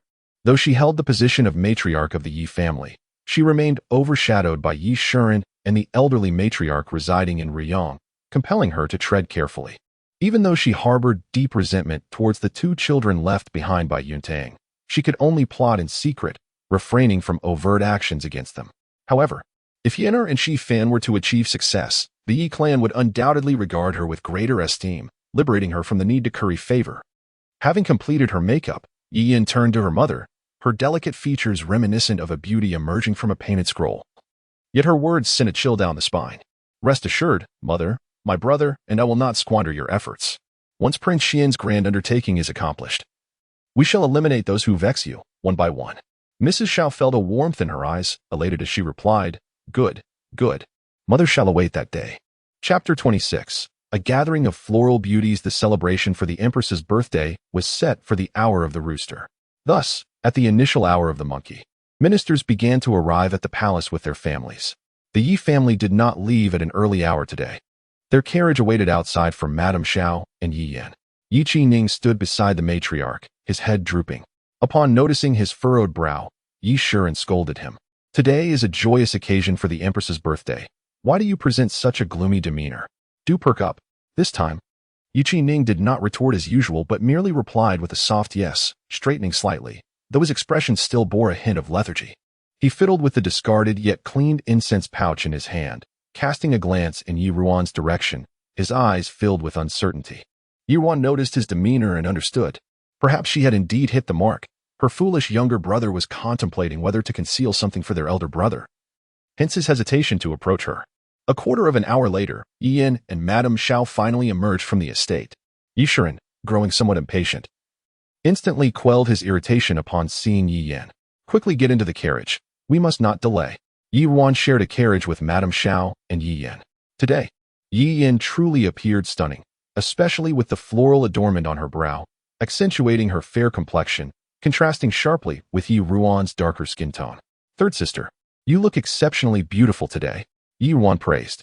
Elder sister, you also look splendid today, Yi Yan replied cheerfully. Sister, do not jest with my current appearance. Nearly not bringing shame to our father is a triumph. Yi Yan felt even more elated upon seeing Yi Ruan's usual self-deprecating demeanor. Over the past 6 months, with the combined efforts of Madame Xiao and Nurse Lin to undermine her spirit, the results were indeed remarkable. Sister, do not lose heart. It is merely that years of exposure to the sun and wind have taken a toll on your skin. After all, you are our father's daughter. No daughter of the Yi family can be deemed unattractive. With some time to recuperate at home, you shall surely regain your former beauty. I have noticed that since your return, you have improved significantly. Yi Ruan found amusement in her sister's duplicitous remarks. She had not forgotten that in her previous life, for months after marrying into the Jing Wang's estate, she encountered Yi Yan, who had already become the Princess of Xin. It was their first meeting in 4 months, and the hidden malice in Yi Yan's eyes was unmistakable. Having secured the prince's promise, she had devoted herself to enhancing her appearance to be worthy of Junli. Yi Yan, who held the title of the most beautiful woman in the capital in high regard, could not tolerate her presence. Thus, when she was imprisoned in the cold palace, Yi Yan acted out of desperation, hastily ruining her own visage, fearing that Junli might develop feelings for her. Thank you for your kind words, dear sister. I hope so as well. The carriage finally arrived at the palace gates, where only a few carriages remained. As Yi Yan disembarked, she spotted Fang Ji, the daughter of the Minister of Rites, approaching her. Sister Fang. Yi Yan quickly greeted her. Upon recognizing Yi Yan's beauty, Fang Ji paused. Sister Yan, your makeup today. Seeing Fang Ji's gaze fixed on the floral adornment on her brow, Yi Yan promptly recited her prepared explanation. Not long ago, I dreamt of a lady in court attire whom I had never met. Although she bore a mark on her forehead, the adornment she wore was exquisite. So I whimsically decided to replicate her look. Sister Fang, do tell me, is it not lovely? With your unparalleled beauty, Sister Yan, you can pull off any look. Fang Ji complimented, though her expression remained somewhat peculiar. Sister Fang, is something amiss? Yi Yan inquired, sensing the oddity in Fang Ji's demeanor. Fang Ji hesitated to respond, as her family was calling for her at that moment. After a brief pause, she excused herself and departed. Yi Yan felt a twinge of confusion but soon dismissed the incident, proceeding with her parents to undergo the customary inspection at the palace gates before entering. Once inside the grand banquet hall, the sight before Yi Yan clarified why Fang Ji had reacted strangely earlier. The hall was brightly lit and adorned with golden hues, with palace maids and attendants bustling about. The banquet had yet to commence, yet the hall was filled with ministers and their wives exchanging pleasantries, creating a lively atmosphere.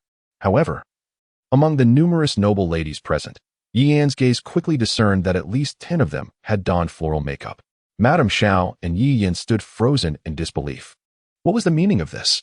Her meticulously arranged coincidence had seemingly become a farce. The earlier hints intended for the Empress had now turned into a joke. In a daze, Madame Xiao and Yi Yan followed Yi Shiren to their assigned seats.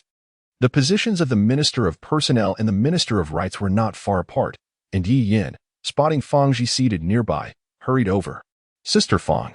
Yi Yan hesitated, unsure how to articulate her thoughts, before finally asking, "Do you know why so many sisters from various households have chosen floral makeup today?" Fang Ji recounted the events of the previous day's autumn banquet hosted by the Chancellor, explaining that many had found the makeup refreshing and beautiful, deciding to coordinate their looks for the Empress's birthday celebration. As she spoke, she noticed Yi Yan's complexion darkening and ceased her words. What has come over Yi Yan? She is usually so gentle and courteous, Fang Ji thought, startled by the fleeting glimmer of ruthlessness in Yi Yan's eyes. It was as if she no longer recognized her. Realizing her lapse in composure, Yi Yan quickly lightened the mood. "Ah, I see. It seems I have fallen behind in news. Thinking I was the only one to showcase something novel today, only to find I am but a frog at the bottom of a well." Fang Ji, witnessing Yi Yan's nonchalance, suppressed her earlier discomfort. "Though the makeup may be similar, sister, you are still one of a kind. Your praise has made me blush, sister." Yi Yan replied with a hint of embarrassment. Chapter 27. Has Yu Qining awakened? Ruan found herself devoid of close companions in the capital. After paying her respects to her uncle and aunt with Yi Qining, she remained seated, observing the ever-changing expressions of Yi Yan and the Xiao family with a cold gaze. Upon their initial arrival in the capital, Xiao had impatiently paraded Yi Qining, whose complexion was dark and yellow, through various gatherings without proper etiquette. Gradually, no one wished to befriend her, and she slowly faded from the circle of noble ladies in the capital. Elder sister. After Yi Qining had engaged in social pleasantries with Yi Shuren, he drooped his head and leaned towards Yi Ruan. "What's wrong, little brother?" Yi Qining hesitated, unsure of how to voice his thoughts. "Let me guess. Perhaps you're contemplating how to wriggle out of the bet you lost to me this morning?" "Not at all," Yi Qining quickly retorted, his voice rising. Yi Shuren, who was seated in front, shot him a glare, prompting him to lower his voice again. "I am certainly not the sort to be so petty, sister. Just tell me what the consequences of losing are, and I shall accept them." He merely wished to spare his sister from the sorrow caused by their elder brother's actions, although she verbally questioned their mother's sincerity towards them. He could see that when she was with them, she remained unchanged, undoubtedly still caring for them. Yi Ruan smiled softly. "Then, I hope that one day, you can become my pride." Yi Qining was momentarily stunned. No one had ever spoken to him in such a manner. His mother merely said that as the youngest in the family, his playful nature was excusable. Moreover, when he gazed at the characters in his books, they danced before him like lively tadpoles, lulling him into a stupor, prompting him to indulge himself. Contemplating this, Yi Qining's features scrunched into stress. "Elder sister, can we choose something else?" he murmured, guilt-ridden. "Weren't you just resolute a moment ago? Why backtrack now?" "It's not that. It's just that. I fear I might not succeed. Without making an earnest effort, how can you know you will fail? Just try your best," Yi Ruan encouraged. Yi Qining could only nod in agreement. To become his sister's pride, he would need to study diligently, like their elder brother and father. With determination akin to a warrior facing his fate, Yi Qining returned to his seat beside Yi Shuren. Taking a deep breath, he suddenly declared, "Father, I will study hard from now on." Yi Shuren looked at him as if he had seen a ghost. Yi Ruan stifled a laugh. The Yi family arrived rather late, and within half an hour, the banquet commenced. All present returned to their seats promptly. Shortly thereafter, the princes and princesses arrived. The current emperor had 5 princes and 2 princesses, and aside from the Prince Jing, all were present. Junli, ranked 3rd, sat before the second prince, Junshin, and no one found it inappropriate as his presence commanded respect. Then, a eunuch announced loudly, "The emperor has arrived. The empress dowager has arrived." Everyone in the hall quickly rose to pay their respects, chanting, "Long live the emperor! Long live the empress dowager! All rise." A voice, both authoritative and benevolent, resonated. Yi Ruan stood and turned to see Emperor Shilin seated upon the central dragon throne. He appeared to be around 45 years of age, looking remarkably spirited and robust. Reflecting on the pale-faced figure from her previous life, with sunken eyes who had tightly grasped her hand to impart his dying wishes, Yi Ruan felt a profound sense of guilt. In just 4 years, Junli had driven his biological father to such a state for the sake of the throne. She, unaware of the intricacies, had assumed Emperor Shilin was truly afflicted with a grave illness, yet she remained complicit in their schemes. Nevertheless, she pondered what kind of poison Junli had employed that was so peculiar, managing to deceive the entire Imperial Medical Bureau. After her rebirth, she had perused numerous medical texts but found no answers. It seemed she must send a letter to her master for guidance. He was well-versed and might possess the knowledge she sought. While Ruan's thoughts swirled, Emperor Shilin had already raised his cup, proclaiming with conviction, "Today marks the 70th birthday of the Empress Dowager, coinciding with the autumn examinations. I celebrate with all of you, wishing my mother longevity and prosperity. May our Shilin scholars flourish, and may our nation thrive for all eternity." The guests promptly raised their cups in unison, echoing, "Wishing the Empress Dowager longevity. Wishing our Shilin scholars flourish. May our nation thrive for all eternity." Recalling past events, Ruan felt a weight in her heart. Amidst the resounding cheers, she drained her cup. The Empress Dowager, seated next to the Emperor, appeared in good spirits. Upon observing the noble lady's adornments, she seemed momentarily lost in thought, as if reminiscing before regaining her composure. From a distance, Yin observed the Empress Dowager's expression with concealed resentment. Today's occurrences felt too coincidental. Next came the moment for the princes and princesses to present their tributes to the Empress Dowager. Yet, at her advanced age and elevated status, she had likely seen countless treasures, receiving them with a mere nod of acknowledgement. Her smile was more reflective of the joy in seeing her grandchildren gathered together. Once the tributes were presented, the favored consort Jia spoke, "Your Majesty, the atmosphere today is splendid. You must have witnessed many performances in the palace. How about we have the noble ladies showcase their talents in celebration?" The Empress Dowager nodded in agreement. The Emperor had previously mentioned that aside from the second prince who had married, and the fifth prince who was still young, the other princes were at the appropriate age for marriage. Thus, the Emperor was eager to scout potential brides. Such matters had been subtly hinted at prior, explaining the elaborate preparations made by the noble ladies, all anxious to make a good impression.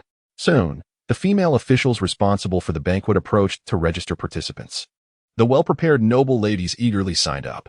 With the early autumn chill settling in, Ruan found the atmosphere dull and expressed to Xiao her desire to step outside to change. Preoccupied with Yin, Xiao merely instructed her to be cautious and not wander too far. Consequently, Ruan was assisted by Dongqing as she exited the grand hall. As the mid-autumn festival approached, a slightly waning moon began to reveal its shape, casting a soft, hazy light across the palace walls. The clamor inside faded away, leaving Ruan feeling a sense of tranquility. Mid-autumn. She recalled that fateful night from her previous life when she lost herself to Prince Jing. It had indeed been during the mid-autumn banquet that Emperor Shilin had organized to celebrate the prince's recovery from his leg ailment, marking the beginning of her descent into despair. He seemed to possess a pure heart, but, in reality, harbored insatiable desires. That night of entanglement became a tormenting nightmare, leading her to question how such a tainted self could ever be worthy of Junli's genuine affection. Ruan shook her head, casting aside the unwelcome memories that surfaced. At that moment, Dongqing's voice broke through her reverie. "Miss, won't you participate in the performances before the throne today?" A self-deprecating smile crossed Ruan's lips. "Your lady's greatest hobbies are sleeping and drinking. Should I perform a drunken stupor in front of everyone?" Dongqing couldn't help but smile at her remark. "No one in the capital can match your medical skills, Mississippi. It's a pity you remain so low-key. Otherwise, no one would dare mock your talents. My master has always said that the practice of medicine is for the betterment of all. If one seeks too much fame, they become a pawn of power, which is why he never wished to be in the limelight, and he has instilled the same value in me. Had it not been for a prior connection with my mother, he would never have taken her as a disciple. However, in this lifetime, she is destined to disappoint her master's wishes. Were it not for the burdens of hatred, given the chance to live again, she too would desire to wander the world freely, much like her master. Yet now, the skills imparted by her master remain one of her few formidable assets. Her master, a person of great wisdom, is truly a rarity." Ruan nodded in agreement. "It is a pity, though, that he ultimately succumbed to her father all those years ago." Chapter 28. Avoiding past errors bearing Dongqing. Ruan had journeyed a short distance, poised to rejoin the banquet, when a subtle melody of the Xiao pierced the night.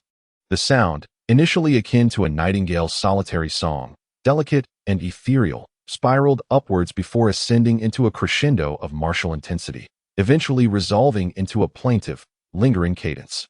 Compelled by an unknown force, Ruan unwittingly followed the sound. Reaching the gate of a palace courtyard, she beheld Prince Jing seated in the main courtyard, serenading the moon. He was attired in his customary black brocade robe, its dark sash fluttering in the gentle breeze. Ruan had never imagined that those hands, later known for their decisive ruthlessness, could conjure such a melody. After only a brief pause, Ruan intended to leave with Dongqing unnoticed. However, before they could depart, Changfeng, who had observed their arrival, called out to them. "Miss Yi," he announced, "His Highness requests your presence." Ruan hesitated, then turned back, leading Dongqing through the palace gate to pay her respects to Junjian. "This humble subject greets your Highness, Prince Jing." Junjian did not immediately bid her rise, but instead regarded her with contemplative scrutiny, his profound eyes betraying an undisguised assessment. "Miss Yi, why did you attempt to leave upon seeing me?" Ruan's brow furrowed involuntarily. What had she done to provoke him this time? It seemed he was even more difficult to deal with than in her previous life. Then again, in her past life. He felt indebted to her master, yet he had still treated her so poorly. Even after marrying her, he must have harbored guilt. With this understanding, his initial tolerance of her was not so surprising. Now, however, they were mere strangers. Moreover, he held leverage over the Yun estate, making it unwise to offend him. With these thoughts flashing through her mind, Ruan donned a radiant smile. "Your Highness possesses extraordinary talent. Your Shao performance was heavenly. I was drawn in, but hesitated to intrude upon your Highness's concentration. Furthermore, I am here to attend the palace banquet, and remaining away for too long might cause undue speculation. Thus, I intended to depart discreetly, not to avoid your Highness." Junjian scrutinized Ruan's overly contrived smile, his brow furrowing. Had her disposition changed after her rebirth? From whom had she learned such obsequious behavior? He cast a cursory glance at Ruan, not inclined to let her off the hook so easily. "Indeed? I presumed Miss Yi was avoiding me due to the unfulfilled promise, feeling unable to face me. Since he had sent her the information about the Empress Dowager, she had offered no response, as if she had forgotten her words entirely. It was an act of extreme negligence. Was she, then, deceiving him? And doing so with such perfunctory indifference? Ruan immediately understood the cause of his displeasure. Overwhelmed with tasks, she had sent a letter to her master but neglected to inform Junjian. Now that he knew of Yi Yan's involvement with Junli, he would naturally suspect the Yi family and her allegiance. Realizing this, she explained, "Not at all. The day after your Highness approached me, I sent a letter to my master. However, my master's whereabouts are always uncertain. Perhaps this time, the destination is far, and my letter has not yet arrived. I implore your Highness to be patient. I apologize for not communicating news to your Highness promptly. Rest assured, I will immediately notify you of any news from my master." She had resolved to collaborate with him and could not allow such a trivial matter to jeopardize their alliance. Junjian remained noncommittal, merely lowering his eyes, toying with his jade shao. "Miss Yi is quick to confess, but I wonder how much of it is genuine." Seeing that Junjian remained unrelenting, Ruan felt her legs growing numb. She needed to do something to dispel his doubts. "Your Highness, although there is no news from my master, I have studied medicine under him for many years. While my skills cannot match his, I am still somewhat accomplished. Would your Highness permit me to examine you?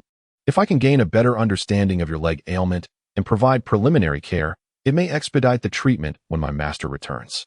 Junjian observed her slightly trembling form. Realizing she was struggling, he decided not to press her further. He had merely intended to caution her. Besides, in her previous life, she had indeed entered Prince Jing's manor with Su Mu to treat him. Perhaps she did possess a solution for his leg injury. Curing his leg sooner would allow him to accomplish his goals sooner. "Very well, as you wish. Rise." Ruan felt as if she had been granted amnesty. Immediately standing up, after allowing her aching legs to regain some sensation, she stepped forward and knelt beside Junjian. "Your Highness, please extend your hand." Junjian complied without hesitation, placing his hand on the wheelchair's armrest. However, when Ruan's cool fingers touched his wrist, Junjian felt an involuntary tremor. Such a moonlit night. He turned his head, gazing at the woman kneeling beside him, her head lowered, intently taking his pulse. Her long eyelashes fluttered, brushing against his heart. It was with these eyes that she had looked at him when she had accompanied her master to Prince Jing's manor to treat him, saying, "Even fallen leaves can withstand strong winds, while tender branches cannot." Although her beauty at that time was obscured, lacking the later brilliance, her eyes had been imprinted in his heart. He suddenly realized that the spiked wine at the Mid-Autumn Festival banquet in his previous life had not completely robbed him of his senses. Sensing the erratic beating of his heart, Junjian felt a surge of unease. He had already paid the price. He forcefully suppressed the palpitations, but a hint of involuntary agitation betrayed itself in his deep voice. "At today's banquet, Father intends to prepare for the selection of imperial consorts. Miss Yi must be aware of this. Yet, I see that Miss Yi is not particularly concerned." Ruan remained focused on taking his pulse, chuckling softly. Your Highness must be unaware of my reputation in the capital. Besides, my appearance cannot compare to the noble ladies of the capital. Your Highness's heartbeat is slightly erratic. Please refrain from excessive talking or thinking. Junjan's expression subtly shifted upon hearing this, and he fell silent. Ruan carefully examined Junjan's pulse. His condition was more severe than she had anticipated. No wonder the Western Lin Emperor had searched for renowned physicians without success. However, she could not discern the full extent of his condition from the pulse alone. Your Highness, may I examine your legs? As Ruan spoke, she reached for the hem of Junjan's robe. Junjan's face darkened, and he quickly wheeled his chair backward. Her hand falling short, Ruan looked at Junjan. Puzzled, seeing his unusual expression, she realized that in broad daylight, it was inappropriate for an unmarried woman to lift a man's robe. She had been so focused on his pulse that she had forgotten the setting. Ruan cleared her throat. I apologize for my impudence. Please forgive me, Your Highness. Junjan delicately caressed the shao in his hands. There is no need to rush. Let us set a month as the deadline. If the divine doctor is still unavailable by then, I will have someone invite Miss Yi. I only hope Miss Yi is not being duplicitous. Seeing his words, Ruan stood up and declared, I assure you, Your Highness, I would never do such a thing. Indeed, Your Highness, rest assured that I harbor no ulterior motives.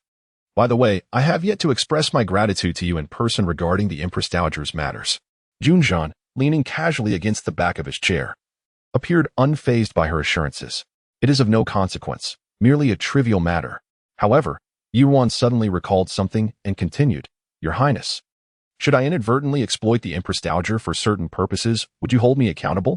Although she remained unaware of the reasons behind the Empress Dowager's eventual collusion with concubine Jia to conspire against Emperor Shilin and assist Junli in usurping the throne. For Junjan, she was still his grandmother.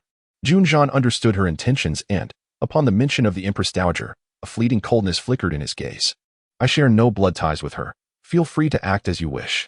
Upon hearing this, Ruan's eyes shimmered. Indeed, he was at odds with the Empress Dowager. It was no wonder she had opposed his ascension to the throne. Yet, despite Junjan's discord with the Empress Dowager, Emperor Shilin's situation was different. Though he was not her biological offspring, the current sovereign was known for his benevolence and filial piety. How could she stand by idly and witness Jun Li's malevolent schemes against him? Ruan suppressed her uncertainty.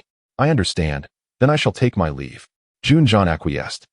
As Ruan exited with Dongqing, she realized they had just entered the late Empress's quarters. Since the passing of the late Empress, no one had occupied this palace. With a sigh, Ruan retraced her steps, cautioning Dongqing, do not mention my interactions with the Prince of Jing to uncle and aunt. Dongqing replied affirmatively. In truth, there was no need for the young lady to articulate this. Madame Yun had already instructed her that now that she was in the Yi residence, the young lady was her sole master. Unless the young lady was in danger, she would not speak out of turn. Chapter 29. Yi Yin enters the fray when Ruan returned to the banquet.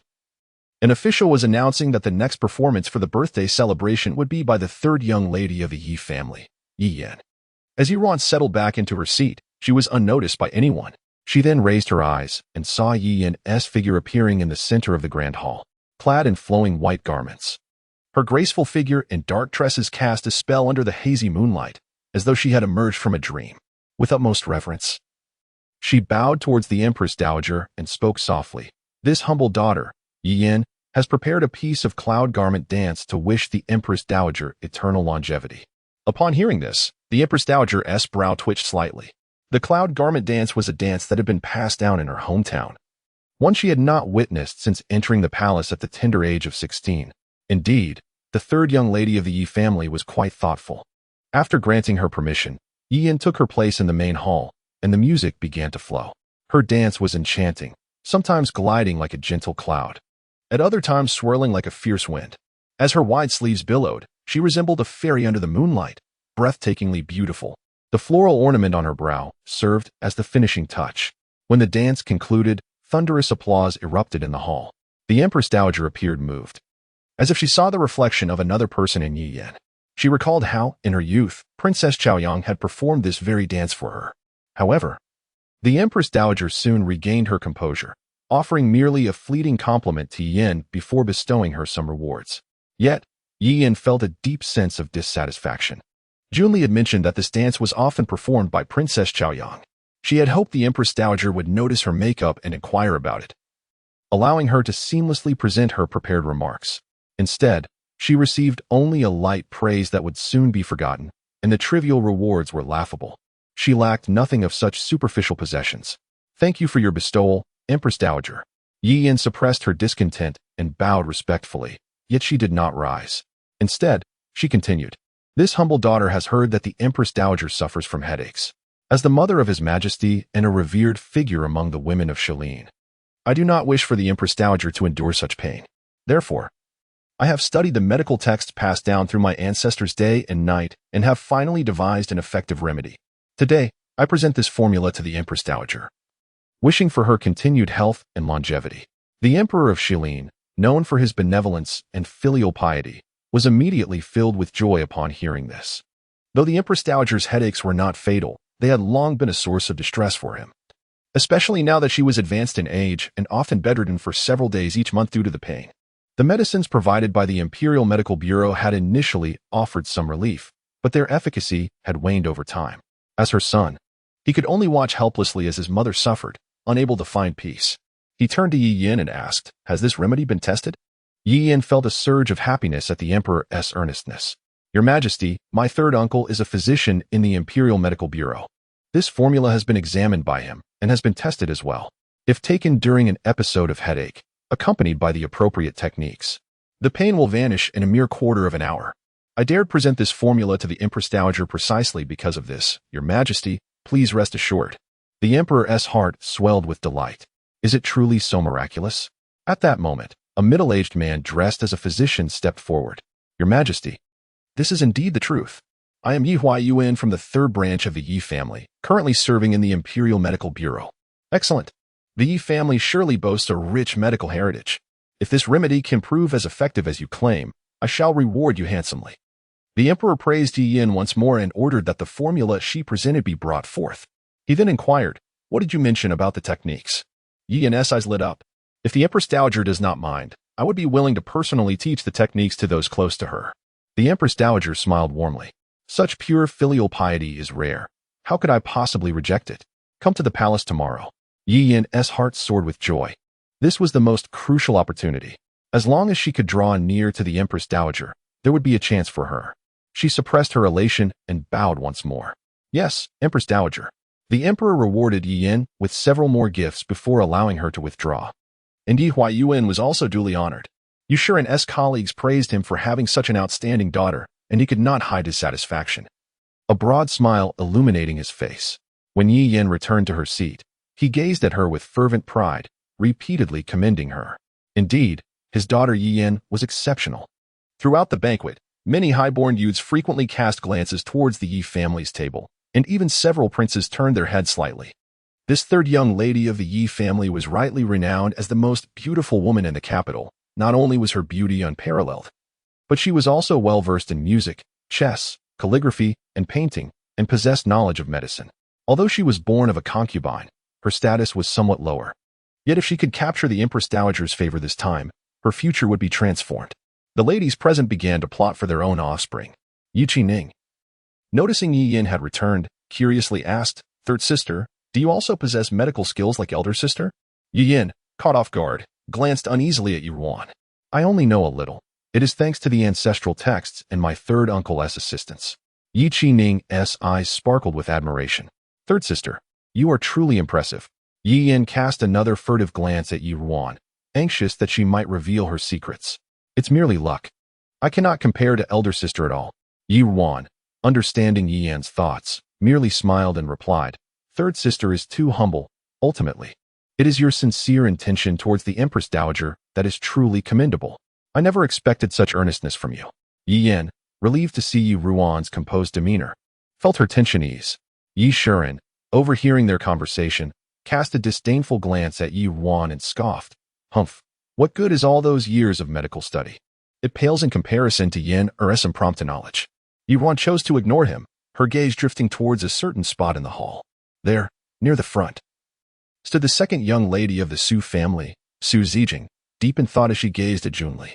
Noticing that Junli's eyes were fixed on the Yi family's direction, she followed his gaze, only to meet Yi Ruan's eyes. Surprised, she nodded slightly at Yi Ruan, who returned the gesture and they both averted their gazes. Ruan thought to herself that Su Zijing was another pitiful soul ensnared by unrequited affection. All she could do now was offer a gentle reminder. Hoping that Su Zijing would one day see through the fade and avoid the same disastrous fate she herself had experienced in her previous life. The rest was left to her own choices. After a while, the official announced Su Zijing's name. Su Zijing stepped forward and spoke. This humble daughter, Su Zijing, pays her respects to the Emperor and the Empress Dowager, wishing for the Empress Dowager's health and longevity, and may spring grass flourish year after year. The Su family was a scholarly lineage. Su Zijing's grandfather was the Emperor's mentor, revered and respected, with countless disciples across the land. The Empress Dowager and the Emperor treated Su Zijing with great warmth. Zijing has reached the age of maturity now, hasn't she? Inquired the Emperor of Shilin. Indeed, Your Majesty. I shall come of age in November this year. How is the health of the Grand Preceptor? Thank you for your concern, Your Majesty. My grandfather and grandmother are enjoying their later years in our ancestral home in Dengzhou. They often write to say they are in good health and are quite cheerful. Please rest assured, Your Majesty. The Emperor nodded with satisfaction. That is wonderful. At that moment, the favored consort, Jia Guifei, also spoke to Su Zijing. I have heard that Miss Su has received guidance from the Grand Preceptor since childhood, is well-read, and plays the guqin beautifully. Might we be fortunate enough to hear Miss Su perform a piece in celebration of the Empress Dowager's birthday? The noble consort Jia perceived that her son's heart and mind were wholly captivated by Yi Yan, which greatly displeased her. As the young Prince Xian was in the prime of his youth, brimming with vigor, she was reluctant to jeopardize their mother-son bond. Thus, she resolved to have Su Zijing showcase her talents, to temper Yi Yan's arrogance and demonstrate what true elegance and poise of a distinguished family truly entailed. Merely possessing a beautiful exterior and gaining fleeting fame within the capital did not grant one the right to harbor delusions of grandeur. Upon hearing this, Su Zijing fell silent for a moment. The children of the Su family, under the tutelage of Master Su, had always refrained from rivalry, leading their lives with humility. Therefore, she had initially only intended to compose a pair of characters for longevity to present to the Empress Dowager as a token of respect. However, recollecting the anonymous letter she had received recently and the gaze Prince Xian cast upon Yi Yan just moments ago stirred something within her. The consort had spoken, and it was only fitting that Zijing should comply. Ruan, witnessing Su Zijing's disposition, could not help but sigh softly. Indeed, one would not turn back until they had met with the wall. Chapter 30, Chaos. Today, Su Zijing did not bring her instrument to the banquet. So Consort Jia ordered her own phoenix tail zither to be brought in. After expressing her gratitude to Consort Jia, Su Zijing took her seat in the grand hall. Clad in a flowing aquamarine gown, she sat gracefully behind the zither, her delicate, fair fingers gliding over its surface, her breath seemingly melding with the instrument itself. Soon, soothing melodies began to fill the air. Su Zijing played fishing boat song at dusk, and the enchanting notes transported the audience from the opulent palace to a serene lake at sunset, drifting on a small boat, the evening breeze gently caressing their faces. A delightful escape. In this time of peace and prosperity for the Shilin kingdom, the peace was indeed fitting. As the last note faded, a brief silence enveloped the gathering. Bravo! Bravo! No wonder she is the daughter raised by the Su family. The emperor was the first to speak. As he did, the courtiers quickly chimed in with their praises. Su Zijing, however, humbly responded, Your Majesty is too kind. This humble performance is lacking. Yi Yan, witnessing Su Zijing overshadowing her, clenched her handkerchief tightly, her expression darkening. Su Zijing had always prided herself on her aloofness, avoiding gatherings of noble young ladies in the capital. Today, however, she had seemingly transformed, exhibiting such depth and talent. It was particularly disconcerting that this very person was the favored consort for Prince Xian by Consort Jia. Everything today felt subtly amiss. The banquet continued, yet with Su Zijing and Yi Yan setting the standard, no one else could make a significant impression. Save for Su Wan from the Minister of Justice's family, who displayed remarkable calligraphy and painting skills. As the evening drew to a close, the Empress Dowager's expression began to change. Initially, she attempted to conceal her discomfort, wishing not to disrupt her own birthday celebration nor disappoint the Emperor's filial intentions. Yet, as time passed, her headache became increasingly unbearable, compelling her to rest her head on the table. Empress Dowager, what troubles you? The palace maid beside her was the first to notice the abnormality. The Emperor, hearing the maid's anxious tone, turned his attention toward her. At that moment, The Empress Dowager could no longer maintain her composure. The cacophony of music around her intensified her pain. "Mother!" The Emperor rose from his seat and rushed to her side. Concern etched on his face. The courtiers, noticing the commotion, turned their gazes toward the Empress Dowager. And even the noble lady playing the pipa in the hall ceased her performance. "Your Majesty, it seems the Empress Dowager's wind illness has recurred," the maid exclaimed anxiously. Yi Huayuan, the court physician on duty that evening, had already approached the Empress Dowager. The Emperor glanced at him, still feeling uneasy. "Quickly, summon Lu Ping to the palace." Lu Ping was the head of the Imperial Medical Institute, responsible for the Empress Dowager's health. Yi Huayuan felt a flicker of hope. He had long been overlooked in the palace and recognized this as a crucial opportunity. "Your Majesty, my niece and I have prepared many medicinal remedies during our recent trials. Perhaps we could administer one to the Empress Dowager immediately." The Emperor hesitated, as Lu Ping had been personally overseeing the Empress Dowager's care, and he preferred to wait for him to examine her first. Seeing the Emperor's uncertainty, Yi Huayuan resolutely knelt and declared, "Your Majesty, I assure you." The Emperor's gaze flickered. Yi Huayuan was the physician on duty today, and it would take time for Lu Ping to arrive. Seeing the Empress Dowager in distress, he steadied himself. "Very well. Present the remedy for the Empress Dowager to try." Miss Yi also stepped forward. Hearing the Emperor's summons, she suppressed her excitement and hurried to obey, thinking she would have to wait a while for the Empress Dowager to appreciate the remedy's benefits. To her surprise, the opportunity had come swiftly. Just moments ago, Su Zijing had outshone her, and now she saw a chance to regain her standing. She and Yi Huayuan assisted the Empress Dowager in taking the medicine, while she pretended to use the techniques she had mentioned to massage the Empress Dowager's head. The hall's occupants watched in rapt attention, silence falling over the room. After about a quarter of an hour, the Empress Dowager indeed showed signs of improvement. Yian quickly leaned closer, softly inquiring, "Empress Dowager, how do you feel?"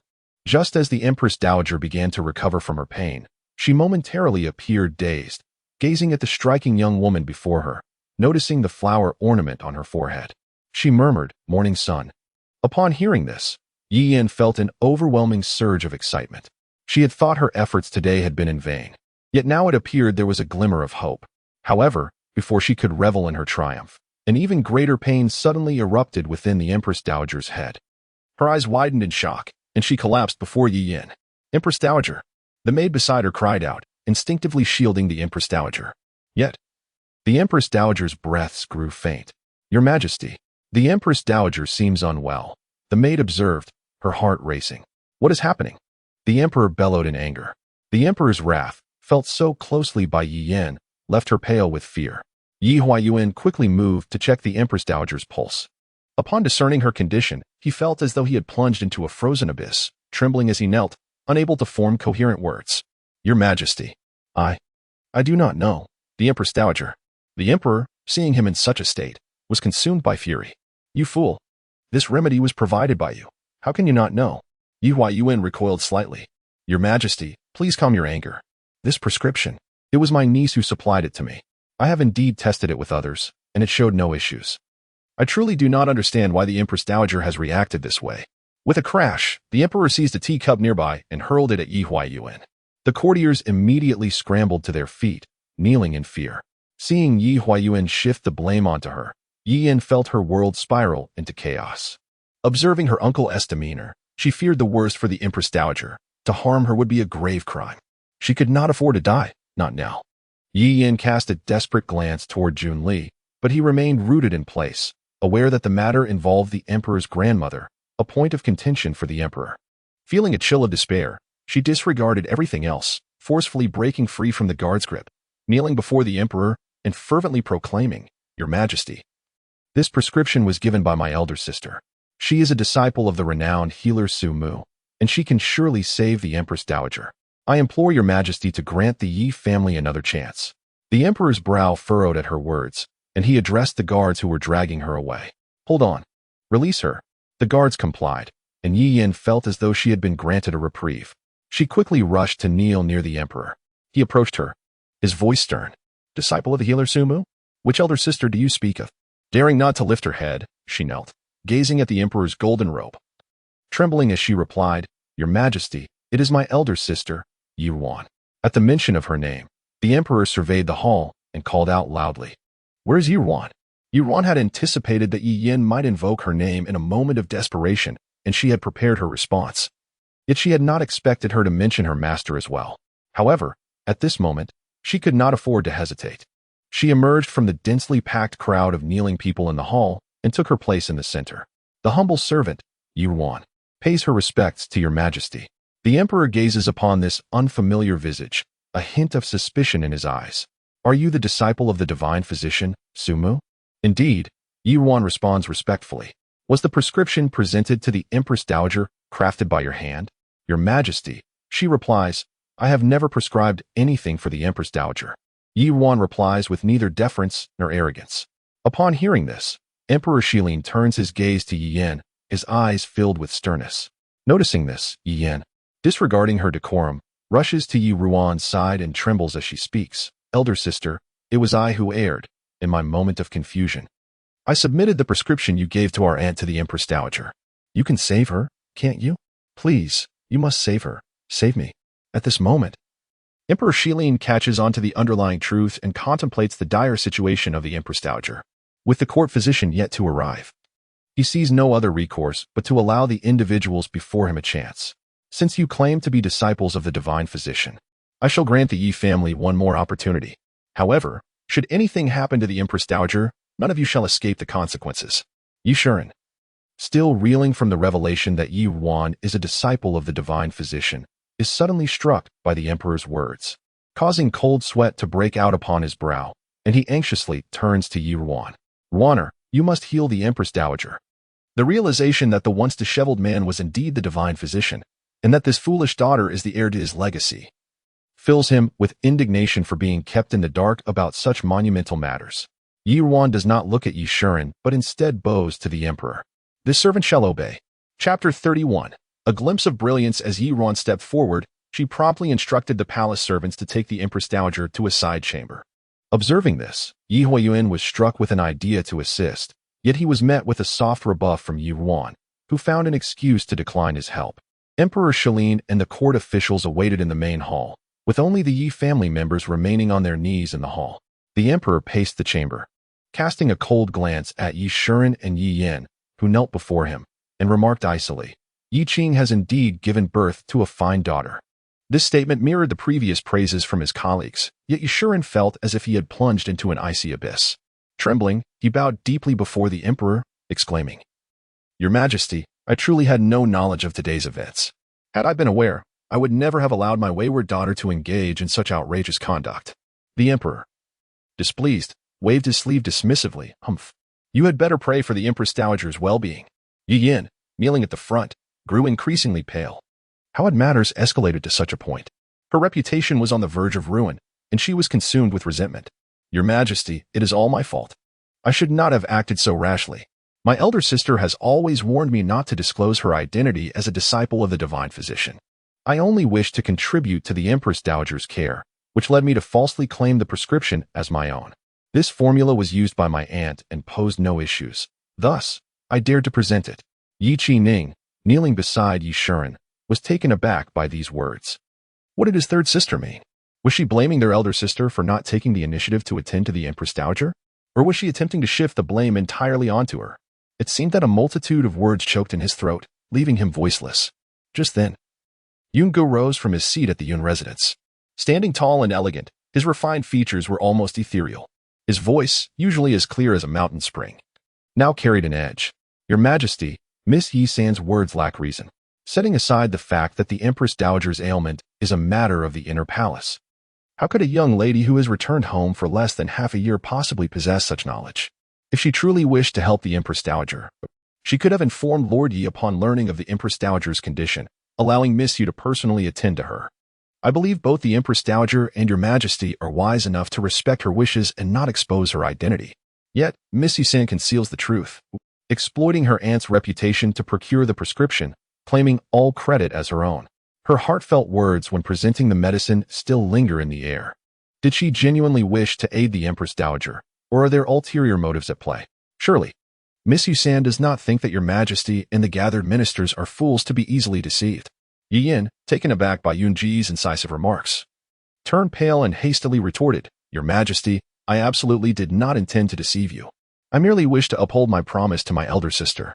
A person who lacks integrity cannot stand. How could I easily disclose this matter to my father?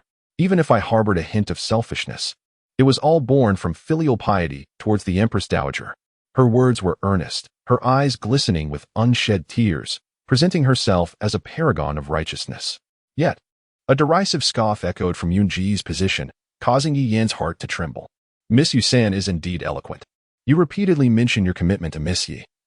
Yet it seems you have forgotten how, when your own safety was threatened, you unhesitatingly divulged the entrusted matter, even pushing your elder sister into the limelight.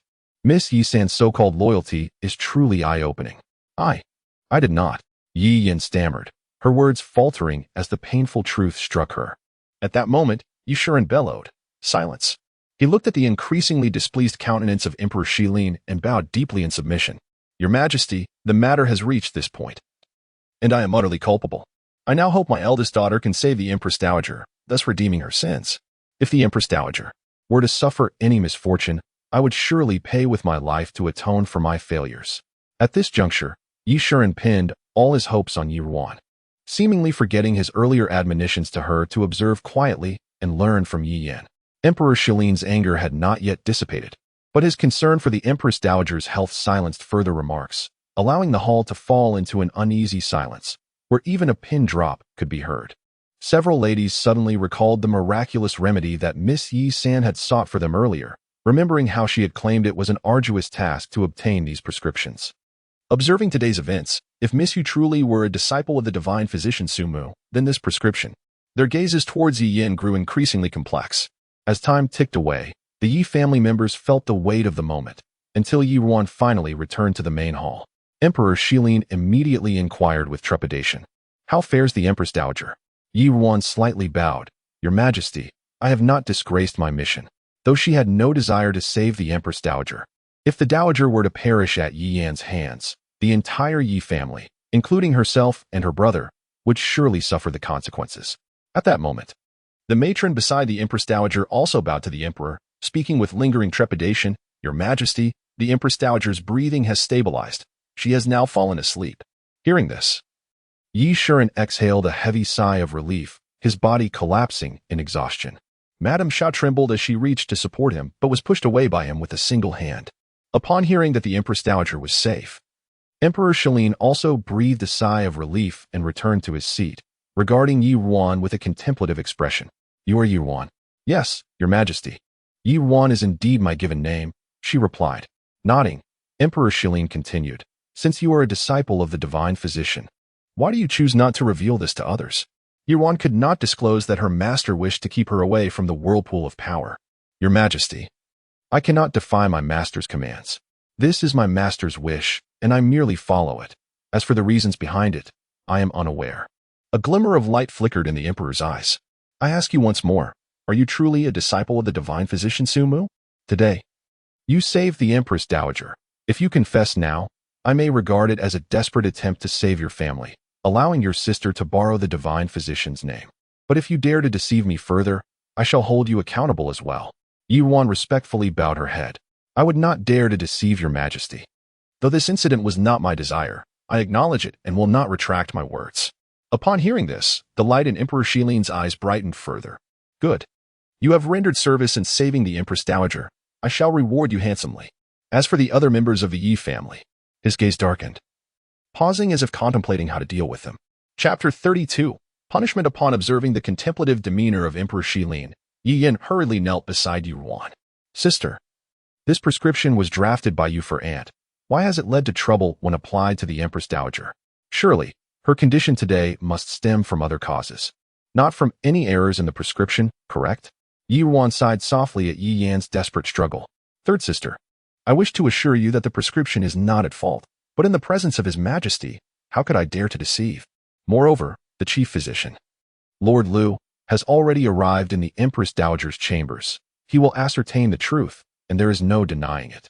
When I originally prescribed it for Aunt, I warned you that one crucial analgesic in the mixture, while effective in alleviating the pain from her migraine, could have adverse effects if misused. The Empress Dowager, being older than Aunt and suffering from a long-standing ailment, is in a far worse state. Furthermore, having been nourished by various tonics over the years, Her body is particularly delicate. I noticed that the dosage of the analgesic in the prescription you presented to her was not only unchanged but had been increased. Such an enhancement in pain relief, alas, is beyond what her frail constitution can endure, resulting in a surge of vital energy that culminated in her fainting. Had it not been for the timely acupuncture to relieve the pressure, I fear the consequences could have been dire. Ruan hesitated, gently patting Yian's hand. Her expression one of compassion. Sister, you truly are misguided. Emperor Shilin scoffed at her words. I do not see her as misguided, but rather as driven by greed. Yian glanced toward Yi Huayuan, only to find him feigning ignorance, inciting a deep resentment within her.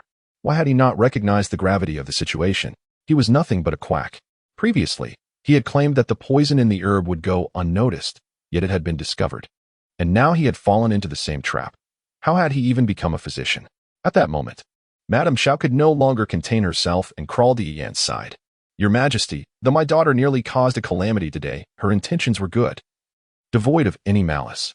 I implore you to consider that Ruan saved the Empress Dowager and grant my daughter clemency this once. Emperor Shilin, however, did not spare her a glance, his gaze shifting to Yi Shiren, who knelt in silence. What do you think, Minister Yi?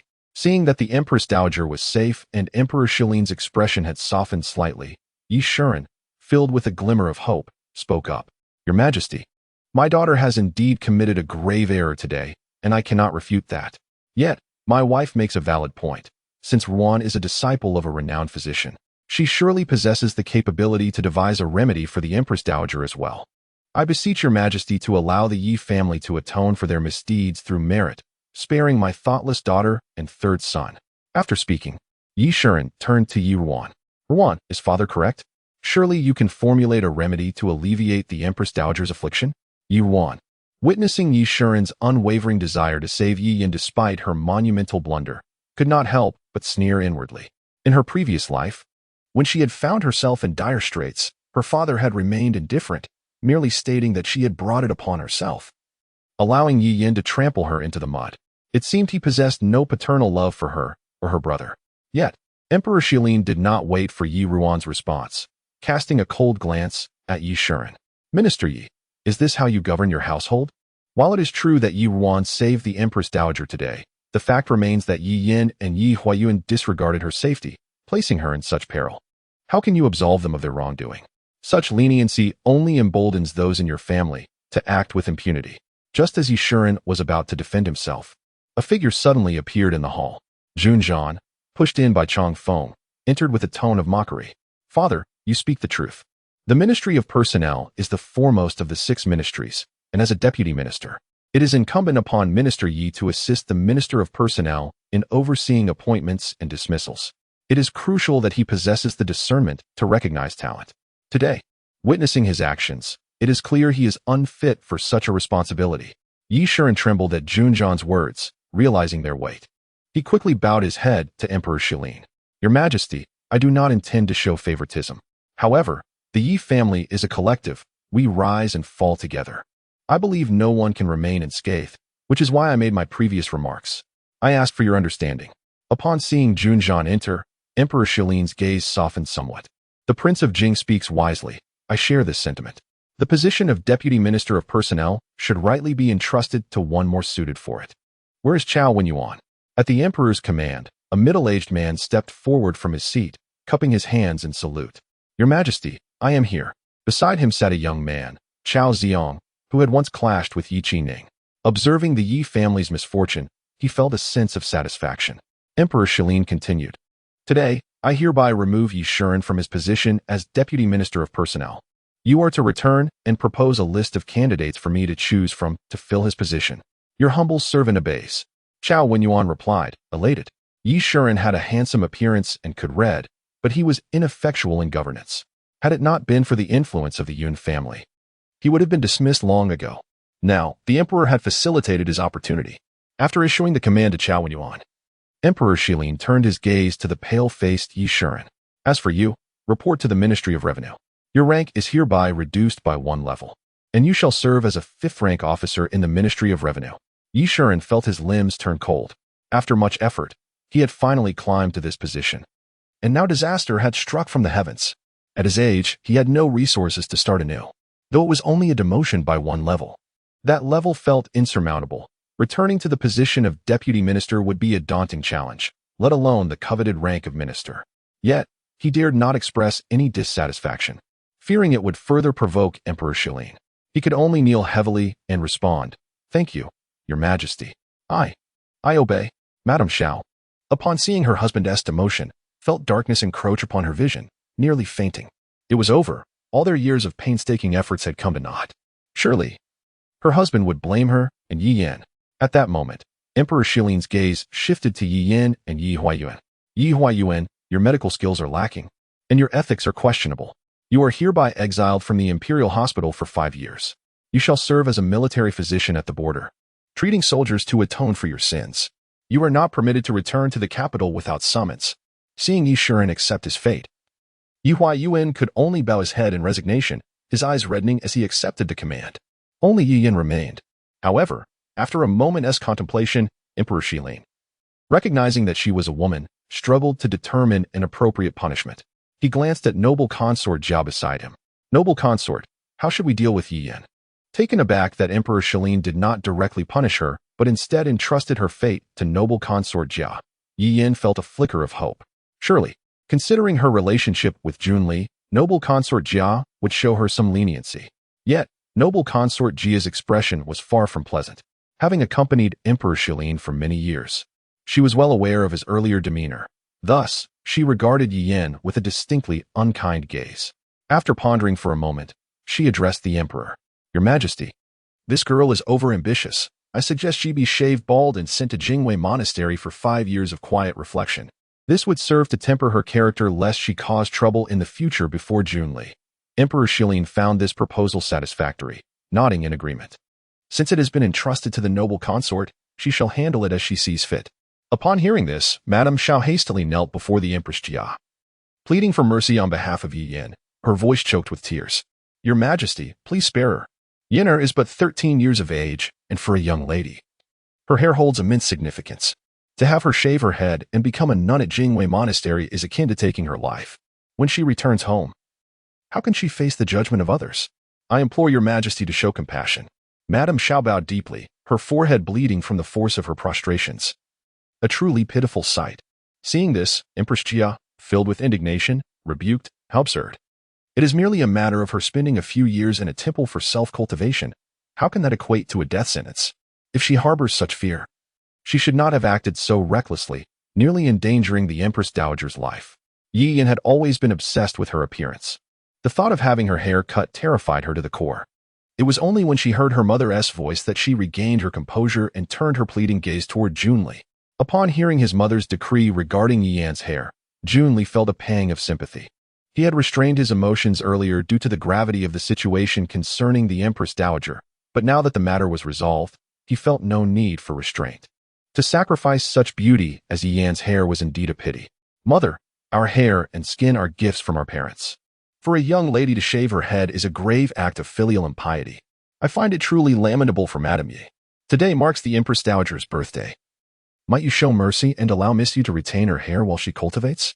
Although Empress Jia felt displeased by Junli's plea for Yi Yan, she could not openly deny him in front of the assembled officials. She merely cast a cold gaze upon Yi Yan. "Yi Yan, the Prince of Xian, is benevolent.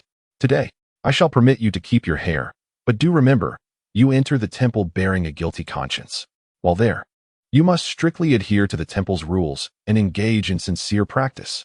Any further transgressions will not go unpunished." Upon hearing this, Yi Yan felt a slight relief in her heart. Though she still had to go to Jingwei Monastery, managing to retain her hair was no small feat. She gratefully knelt down once more, thanking the Empress for her mercy. "Thank you, Your Majesty."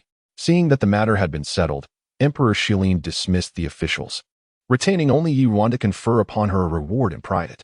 Chapter 33. The Fury of Concubine Jia. After the banquet dispersed, Concubine Jia returned to Fengwu Palace with Junli. Upon entering, she sat in silence, her lips pressed tightly together, and her body appeared somewhat stiff. Junli noticed his mother's unusual demeanor and cautiously remarked, "Mother, are you upset because I pleaded for Yi Yan? Today, she acted to win over the Empress Dowager and fulfill your wishes, yet things went awry. Please try to understand." Concubine Jia's pent-up anger surged upon hearing this, and in a fit of rage, she hurled the cup in her hand at Junli's feet. You fool. Even now, you think of Yi Yan. The palace attendants, witnessing this, hurriedly retreated. Juanli was taken aback. His mother had always been lenient towards him, yet today, her fury was palpable. Mother, what is the matter? Have I done something wrong? Please enlighten me. Concubine Jia's wrath was unbridled. Did you not notice anything unusual when your father kept Ruan alone? Ruan. Did father not say he would reward her for her contributions? How could a mere girl affect us? She cannot, but her master can. Juanli was startled. Indeed. Her master, divine physician Sumu. Mother, could it be? Humph. Have you finally realized? Have the years of comfort dulled your senses? Do you believe the dragon throne is yours for the taking, without even the basic vigilance? Mother, I would never presume. Everything you taught me has been etched in my heart. Concubine Jia, still seething, retorted, etched in your heart? I doubt it. Your mind is clouded with romantic notions. As for the throne, you might as well hand it over to that wretched woman's child. We might as well share a cup of poison and end it all. Juanli quickly knelt before his mother. Mother, it is my fault. Please do not let your health suffer. Concubine Jia's anger subsided slightly. Rise. Tell me, did Yi Yan mention anything about Ruan to you? No. I only learned of it today. What a fool indeed. Today, in front of your father, she thrust Ruan into the spotlight, effectively handing a weapon to your elder brother. Had she informed you of the truth earlier, we would not be caught off guard. She is merely a shallow girl from a humble background, only concerned with her own fleeting fame. Mother, what shall we do now? My elder brother has been incapacitated for so long. Even if Sumu arrives, can he truly heal him? A fierce glint flashed in Concubine Jia's eyes. Now you realize the urgency? What can we do? Sumu's whereabouts are unpredictable. Your father sought him in the past, but now we can only wait. Regardless of whether that divine physician can heal Juanzhan's leg, we cannot take the risk. If Ruan indeed invites him, we must eliminate them both to prevent future troubles. Have Yi Yan and the Shao family keep a close watch on her. Any news must be reported immediately. Tell Yi Yan this is her final opportunity. Otherwise, she, a mere concubine, shall never set foot in the Xian Wangfu. As for the Shao clan, even without Yi Yan, I will find a way to ensure they willingly offer their riches. Upon hearing this, Juanli refrained from adding fuel to the fire and simply replied, Understood, mother. I will ensure they handle this matter well. You need not worry excessively, for we have our people in all 6 ministries of the court, and your uncle holds the military power in the capital. Even if your father wishes to elevate Juanzhan, he must consider the present situation. Concubine Jia took a seat. It is good that you understand. This incident serves as a wake-up call for you. You must engage more with the second daughter of the Su family. Su Zijin is poised and astute, far superior to Yi Yan in many respects. What is remarkable is that I noticed the way she looked at you today. It was filled with affection. The Su family is a prominent clan in Xilin. Although old Master Su has retired, many officials in the court are his former students. You must secure his connections firmly. Moreover, with your uncle currently in charge of the Yulin Guards, we hold enough leverage, even if unforeseen events arise in the future. Juanli finally stood up from the ground. I understand. Today, Su Zijin was not as dull as rumored. Her skill on the is indeed remarkable. As for Yi Yan, her background may be humble, but she has stated that she does not care for such matters. I shall love her more to compensate. Concubine Jia waved her hand. Enough. It is getting late. You should leave the palace. Yes, mother, do take care of your health and do not overthink, lest it harms you. Concubine Jia, having reprimanded Juanli firmly, softened her tone upon noticing his concern for her well-being. I understand. For your future, I shall strive to live long. You know how difficult it has been for me to come this far. I may have been harsh with you, but do not hold it against me. Juanli quickly replied. I understand your struggles, mother. How could I resent you? It comforts me to know you comprehend my difficulties.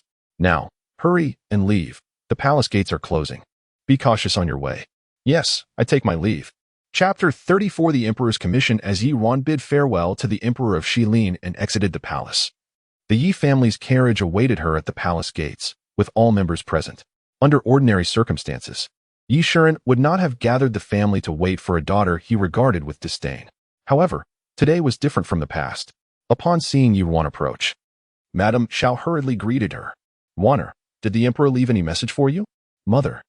The Emperor mentioned that my successful treatment of the Empress Dowager earned me some gold and silver rewards. Madame Shao continued urgently. Have you heeded my advice to plead for your sister and father? You saved the Empress Dowager today. The Emperor is benevolent and filial. If you speak up, even if he cannot absolve them, Perhaps the punishment could be mitigated. Ruan hesitated and shook her head. Mother, I relayed everything you instructed. But the emperor stated that once he has spoken, he will not change his decree. Thus, he did not agree. Madame Zhao's expression darkened at her words. Yi Yin had wept outside the palace gates earlier, and now her beautiful almond-shaped eyes were slightly red, reflecting her myriad grievances and indignations. Hearing Yi Ruan's words filled her with even greater sorrow. Mother, what shall we do? Am I truly destined for that Jinghua temple? The conditions there are austere. And if I must endure 5 years in that wretched place, upon my return, will there be any standing for me in this capital? Yi Shuren was also engulfed in distress. All you do is cry. Is it not the mess you created yourself? Yi Yin had never been scolded so harshly by Yi Shuren before and was understandably taken aback, ceasing her sobs and looking timidly at her father. Fortunately, Yi Shuren merely cast her a displeased glance and refrained from uttering further harsh words. Yi Ruan smirked inwardly. Even if Yi Yan's actions had led to Yi Shuren's demotion, he could still restrain himself. It was unclear how much of this was genuine sentiment and how much was entangled in interests.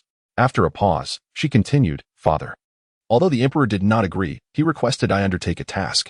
He mentioned that if I perform well, the matters concerning the Yi family today may be forgiven. Yi Shuren's eyes brightened at her words. What task? Is it to treat the Empress Dowager's migraine? No. The emperor wishes for me to invite my master back to the capital to treat the crown prince's leg ailment. As soon as Yi Ruan finished speaking, the hope in Yi Shuren's eyes faded immediately, and the disappointment was evident on the faces of Madame Xiao and Yi Yin, who had been eagerly listening. Only Yi Qi-ning, perplexed, inquired, Father, is this not a good thing? With elder sister's master's skills, he might truly heal the crown prince. If that happens, not only will you and third sister be safe, but it could also be a significant achievement. Yi Shuren remained silent. He understood well the magnitude of the honor in healing the crown prince. The emperor cherished the late empress, thus holding great expectations for the crown prince. Had the crown prince not been disabled, would the current opportunity for the Xian Wang have arisen? Yet now, the Yi family found themselves in the same boat as the Xian Wang.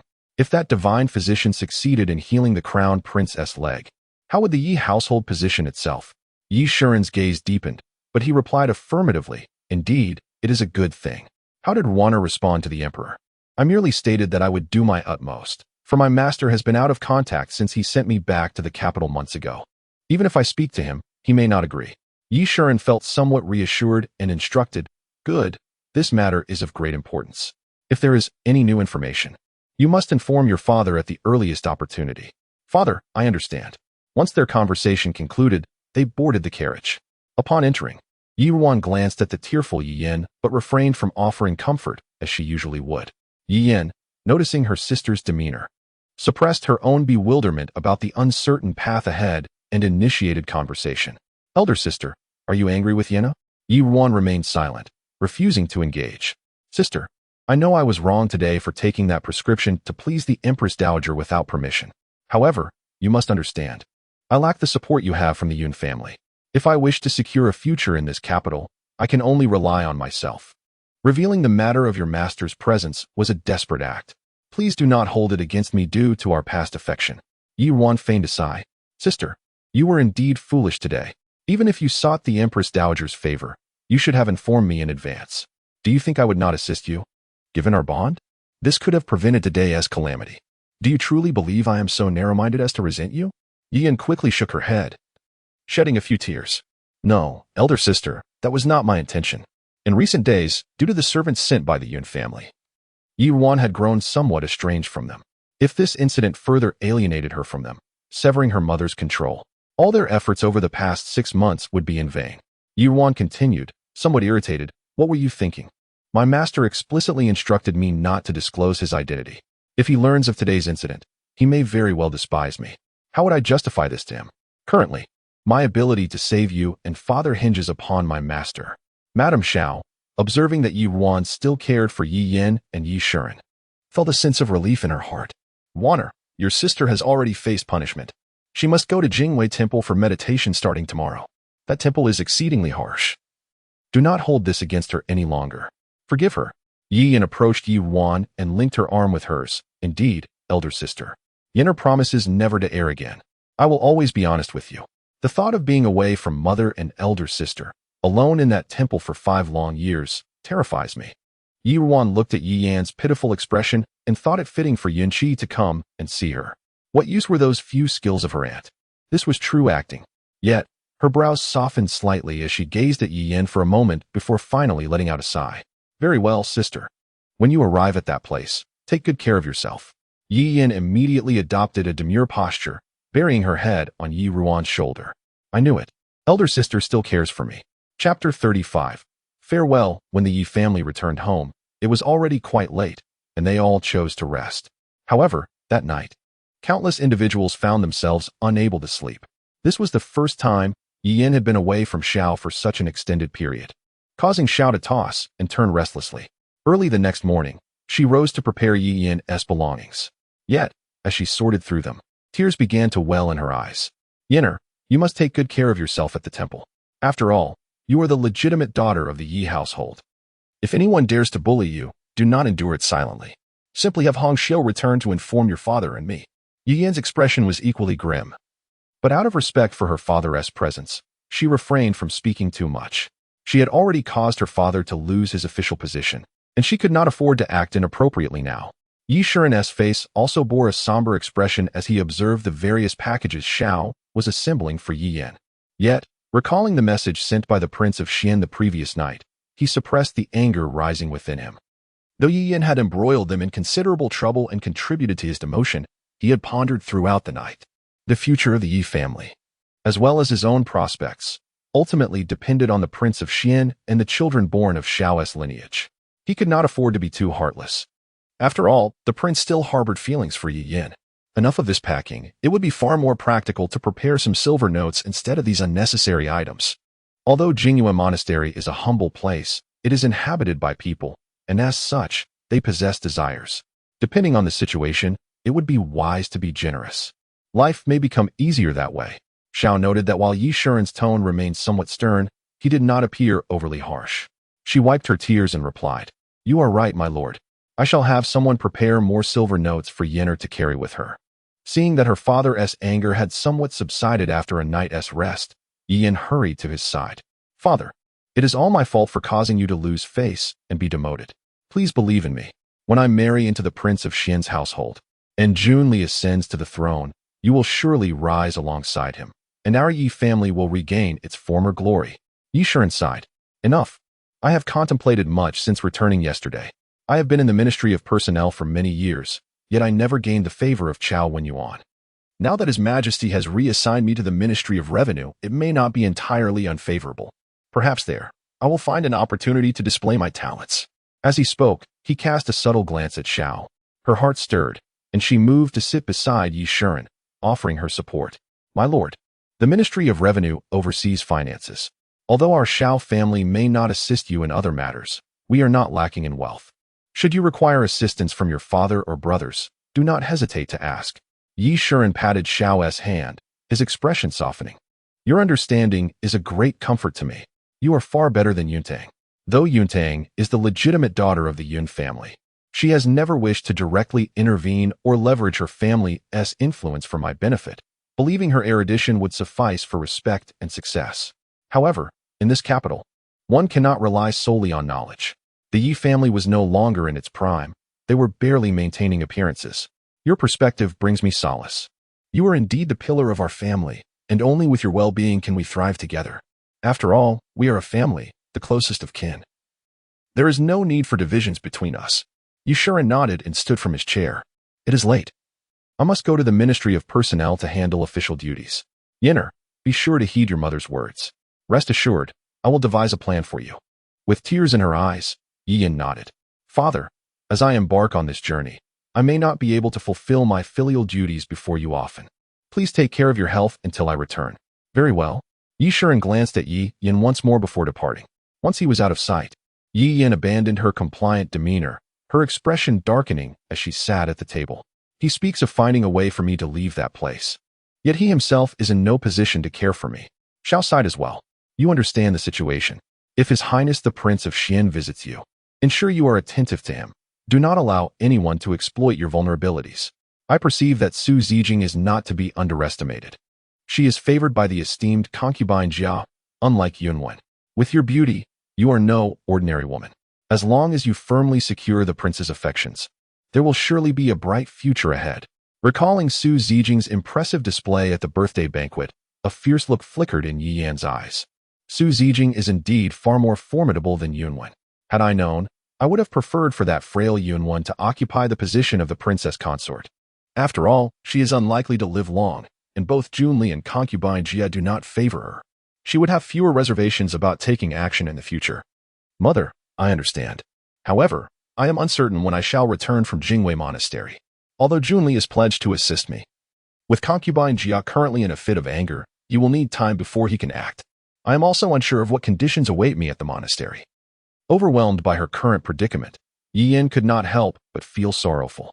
This truly is a case of losing both the lady and the soldiers. Mother, you must keep a close watch on Ruan. We must swiftly assist concubine Jia in resolving the issue of Jing Wang's health. Only then will she be inclined to release me. Xiao nodded. Rest assured, I will handle this. Your father is well aware of the seriousness of the matter. With our combined efforts, Ruan, being rather foolish, will not cause us any trouble under our watch. As Xiao spoke of Ruan, Yi Yan furrowed her brows. Mother, I can't shake the feeling that although eldest sister appears the same as always, her demeanor towards us is not as compliant as it once was. You must remain vigilant. Have Bai Sha keep a keen eye on her. Xiao gently patted Yi Yan's hand. I know, do not worry about these matters. Accompanying you to Jingwa Monastery, besides Hong Xiao, is a nurturing aunt sent by concubine Jia. Remember to cultivate a good rapport with her and avoid provoking her. Yena has taken note. Chapter 36. Humiliation. Yi Yan conversed with her mother for a while longer before the envoy sent by the favored consort arrived. Yi Ruan, accompanied by Yi Qi Ning, also came to see Yi Yan off as she departed from the estate. By this time, the sun had risen, and the area in front of the Yi residence was bustling with townsfolk. Upon spotting a carriage parked outside the gates, alongside a middle-aged woman dressed in court attire, some curious individuals began to whisper amongst themselves. Have you heard? Last night, at the Empress Dowager's birthday banquet, the third young lady of the Yi family offended the emperor and has been exiled to the Jingyuan Monastery for reflection. Even Lord Yi has been demoted. Is that true? How do you know? I have a fellow townsman who works under Lord Lu at the Imperial Medical Institute. Last night, he was summoned to the palace, and he accompanied Lord Lu. He witnessed it all with his own eyes. What did the third young lady do to deserve such severe punishment? The man glanced around cautiously before lowering his voice. I heard she presented a remedy to the Empress Dowager, but it turned out to be flawed, nearly costing her life. Such seriousness? No wonder then. It's truly a pity. The third young lady of the Yi family is the most beautiful woman in the capital. To send such a delicate creature to the Jingwei Monastery for reflection is indeed heart-wrenching. I think she deserves it. I heard that her prescription was stolen from someone else. Yi Yan felt the weight of the gazes directed at her, her hands clenched into fists beneath her sleeves. The good reputation she had painstakingly built over the years in the capital was now on the verge of being shattered. At this moment, Madame Xiao had stepped forward to speak with the woman in court attire. Aunt, thank you for your trouble early this morning regarding my daughter. The woman, surnamed Zhao, was close to the favored consort. This time, the favored consort intended to temper Yi Yan's character. Hence, Aunt Zhao's demeanor appeared somewhat stern. Madam, you are too kind. This is merely my duty, Aunt Zhao replied, her eyes sweeping over the Yi household servants who were busy loading various items onto the carriage. She raised an eyebrow and turned her gaze back to Madame Xiao. Are these all prepared for the third young lady? Madame Xiao amiably responded, Indeed. This is the first time Yenner will be away from home for so long. I hope you can look after her. However, Aunt Zhao remained silent for a moment before stepping forward to inspect the items. Her expression changed dramatically. I cannot accept such responsibilities. Does Madame believe the third young lady is departing for a leisurely trip? Madame Xiao forced a smile. Aunt, you misunderstand. These are merely some items Yenner is accustomed to using daily. This time, Madam, Aunt Xiao interrupted sharply. Please do not forget that the third young lady is being sent there as punishment. Do not put me in a difficult position. Come, dispose of these items. As she spoke, two accompanying guards and a coachman stepped forward, unceremoniously tossing the items that had just been loaded onto the carriage onto the ground. In an instant, the belongings were scattered across the ground, inciting a flurry of murmurs from the onlookers. The servants of the Yi household, who were still preparing to load more items, stood in shock, caught between a rock and a hard place, glancing at Madame Xiao, who struggled to maintain her composure. Aunt, what is the meaning of this? Madame Xiao suppressed her anger, recalling the years of smooth sailing and how long it had been since anyone had dared to humiliate her so openly. Aunt Zhao's voice boomed with authority. The favored consort has decreed that the third young lady's provisions at the Jingwei Monastery must be equivalent to those of the monks. There shall be no special treatment. I implore you, do not make this difficult for me.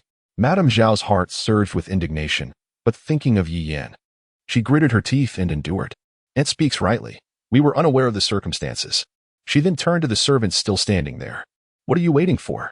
Hurry and take these things back to the estate. The servants of the Yun residence complied, hurriedly gathering the scattered items and retreating. Aunt Zhao, satisfied, turned to Yi Yan and said, Third young lady, please proceed. Yi Yan's palms bore the imprint of her tightening grip. She vowed to reclaim the humiliation she had suffered today in due time. Suppressing her rage, she allowed Hong Xiu to assist her into the carriage. As Yi Ruan watched the carriage carrying Yi Yan fade into the distance, a barely perceptible smile tugged at the corners of her mouth. Mother, that Aunt Zhao is truly insufferable.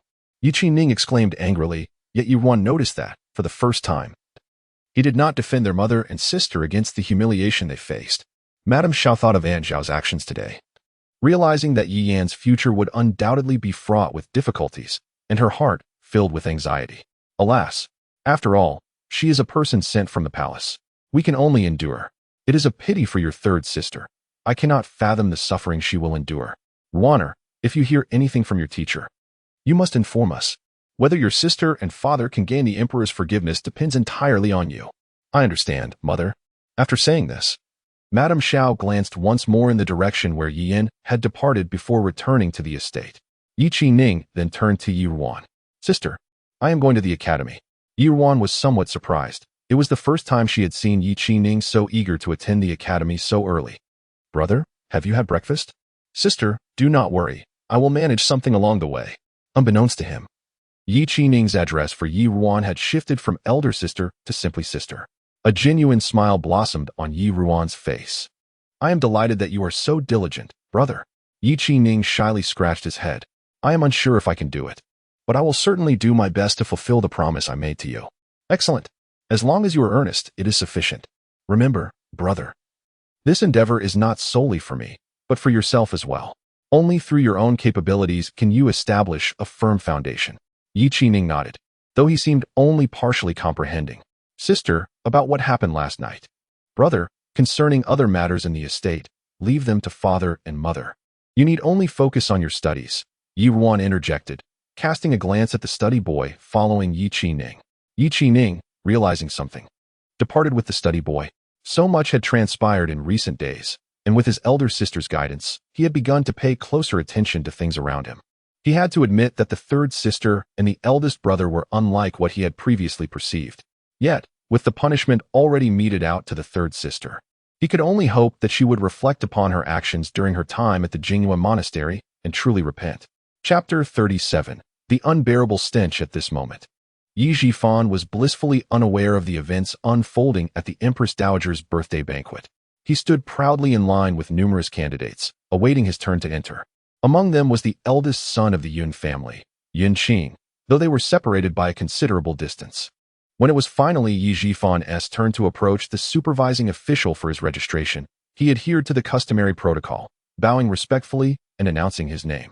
I am Yi Zhifan, and this is my examination tablet. The official took the tablet he offered, glanced at him, and abruptly set aside the token he originally held, replacing it with another from the table. Yi Zhifan furrowed his brow slightly, but dismissed it, continuing on to his designated examination room. However, upon reaching his assigned cubicle, his expression darkened. Noticing his hesitation, a supervising official approached him and inquired sharply, "Why are you not entering?" Yi Zhifan's lips moved, but he ultimately refrained from speaking. Offending a supervising official in the examination hall was far from a wise course of action. Sir, I merely paused for a moment, feeling disheartened by being assigned the room at the end of the corridor. I beg your pardon, I shall enter at once. Humph. The room at the end of the corridor is occupied every year. No one has ever voiced any objection. Today, it is merely your misfortune. What is there to fuss about? The official retorted. Yi Zhifan could only swallow his indignation. You are correct. I have been foolish. Thus, under the sympathetic gazes of the other candidates, he stepped into the cubicle. Once the official departed, Yi Jifan's expression fluctuated between anger and despair. This token had clearly been arranged deliberately for him. Who could possibly be orchestrating this against him? He could not fathom who in the capital he had offended to warrant such treatment. The cubicle at the end of the corridor was infamously known as the filth room. The imperial examinations consisted of 3 sessions, each lasting 3 days, during which candidates were confined to a small cubicle for all their needs. Enduring such confinement for several days and nights was already a considerable trial. Many candidates had fainted in the examination hall in previous years. More terrifying was the fact that each cubicle at the end of the corridor contained a chamber pot for the candidate's use. If the heat of summer caused an unpleasant odor to permeate the air, it could become suffocating. If one were unfortunate enough to be assigned a cubicle near such a chamber pot, the examination would be even more unbearable. Yi Jifan had now found himself in this dreaded filth room. His face was so dark it seemed one could draw ink from it. Meanwhile, Yin Qing, who was also taking the examination that day, entered his assigned cubicle and placed the sachet given to him by Yi Ruan a few days prior on the table. Indeed, he noticed that the surrounding mosquitoes kept their distance, and the subtle fragrance of the sachet seemed to invigorate him. He could not help but murmur, "Sister Ruan is thoughtful." After the official who had scolded Yi Jifan departed, he found the official who had distributed the tokens, and the two engaged in hushed conversation. "I have heard that the eldest son of the Yi family possesses remarkable scholarly talent, yet it seems he has inadvertently offended the king of Jing, incurring his wrath. Indeed, I once had high hopes for him, but alas, His Highness the King of Jing personally sent word. It was not a matter we dared to refuse. Well, if he possesses true talent, this is but a temporary hardship," one official remarked, shaking his head as they parted ways. At that moment, within the King of Jing's residence, the man they referred to as a tyrant, Jun Zhan, sat in his study. Chang Feng was reporting that the arrangements had been successfully completed. Jun Zhan merely nodded indifferently. "Your Highness, should you disapprove of Yi Jifan, I could have him bound and beaten to prevent him from participating in the examination. Why trouble yourself over such a minor figure?" Chang Feng suggested. Today, while accompanying the prince, he noticed the young master of the Yi family trailing after Yi Jifan, prompting the prince to command him to follow. He then witnessed the unfolding scene. Upon hearing the report, the prince ordered him to convey the message to the examination hall. His exact words were, "Since he finds it filthy, let him wallow in it." Jun Zhan lazily toyed with the teacup in his hand. "It is merely a matter of a few words. It requires little effort. Yi Ruan's adversary must be dealt with by her own hand. I am merely indulging a fleeting whim, acting upon it casually. Moreover, as Yi Jifan serves as a pawn for Junli, he has caused me no small amount of trouble in the past." Having made this remark, Jun Zhan straightened his posture slightly. "Is everything arranged concerning the Ministry of Personnel?" "Yes. Our people have already infiltrated the candidates presented to the Emperor by Chao Wenyuan. Once something befalls Chao Wenyuan's distant relative, our candidate will be the Emperor's first choice. Chang Mian has already set this in motion. The position of Deputy Minister of Personnel is now well within our grasp." "Good. Instruct Chang Mian to conduct affairs discreetly, ensuring no one suspects a thing. Rest assured, Your Highness, Chang Mian is always efficient and meticulous." Jun Zhan continued to play with the teacup, his gaze dark and predatory, as if lurking in the shadows. Currently, the majority of the 6 ministries within the court were comprised of Jun Li's supporters. He must make early preparations. As if recalling something, Jun Zhan inquired, "Have we been monitoring the Zuasian Lu for some time? Have there been any irregularities?" "Report to Your Highness. The surveillance team has conveyed that everything within the establishment is proceeding as normal, with no suspicious activity," came the answer. Jun Zhan's eyes lightened somewhat at the response. "Good. Continue to keep watch. Await my orders." "As you command, Your Highness," Chang Feng replied before stepping aside. He found it difficult to comprehend the prince's current attitude towards Miss Yi. On one hand, he seemed to be protecting her, while on the other, he remained wary of her. It was truly perplexing.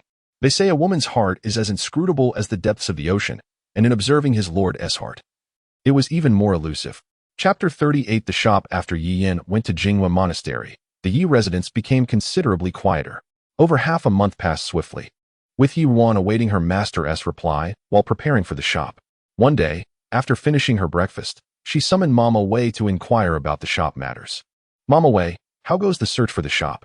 "Miss, I had my eldest son, Wei Cheng, survey several main streets in the capital for available shop spaces. He has selected 2, and now we await your decision after you have inspected them." Ruan pressed her lips together. Mama, you have worked hard. Mama Wei bowed respectfully. Miss, you flatter me.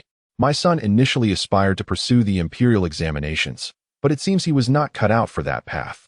Over the years, he has transitioned to various roles, including that of an accountant and shop overseer. Now, being able to assist you is a blessing for him. However, while he is competent in calculations, he lacks sharp business acumen. He can run errands and manage accounts for you, but we must be discerning in selecting the shopkeeper. It is not that I wish to evade responsibility.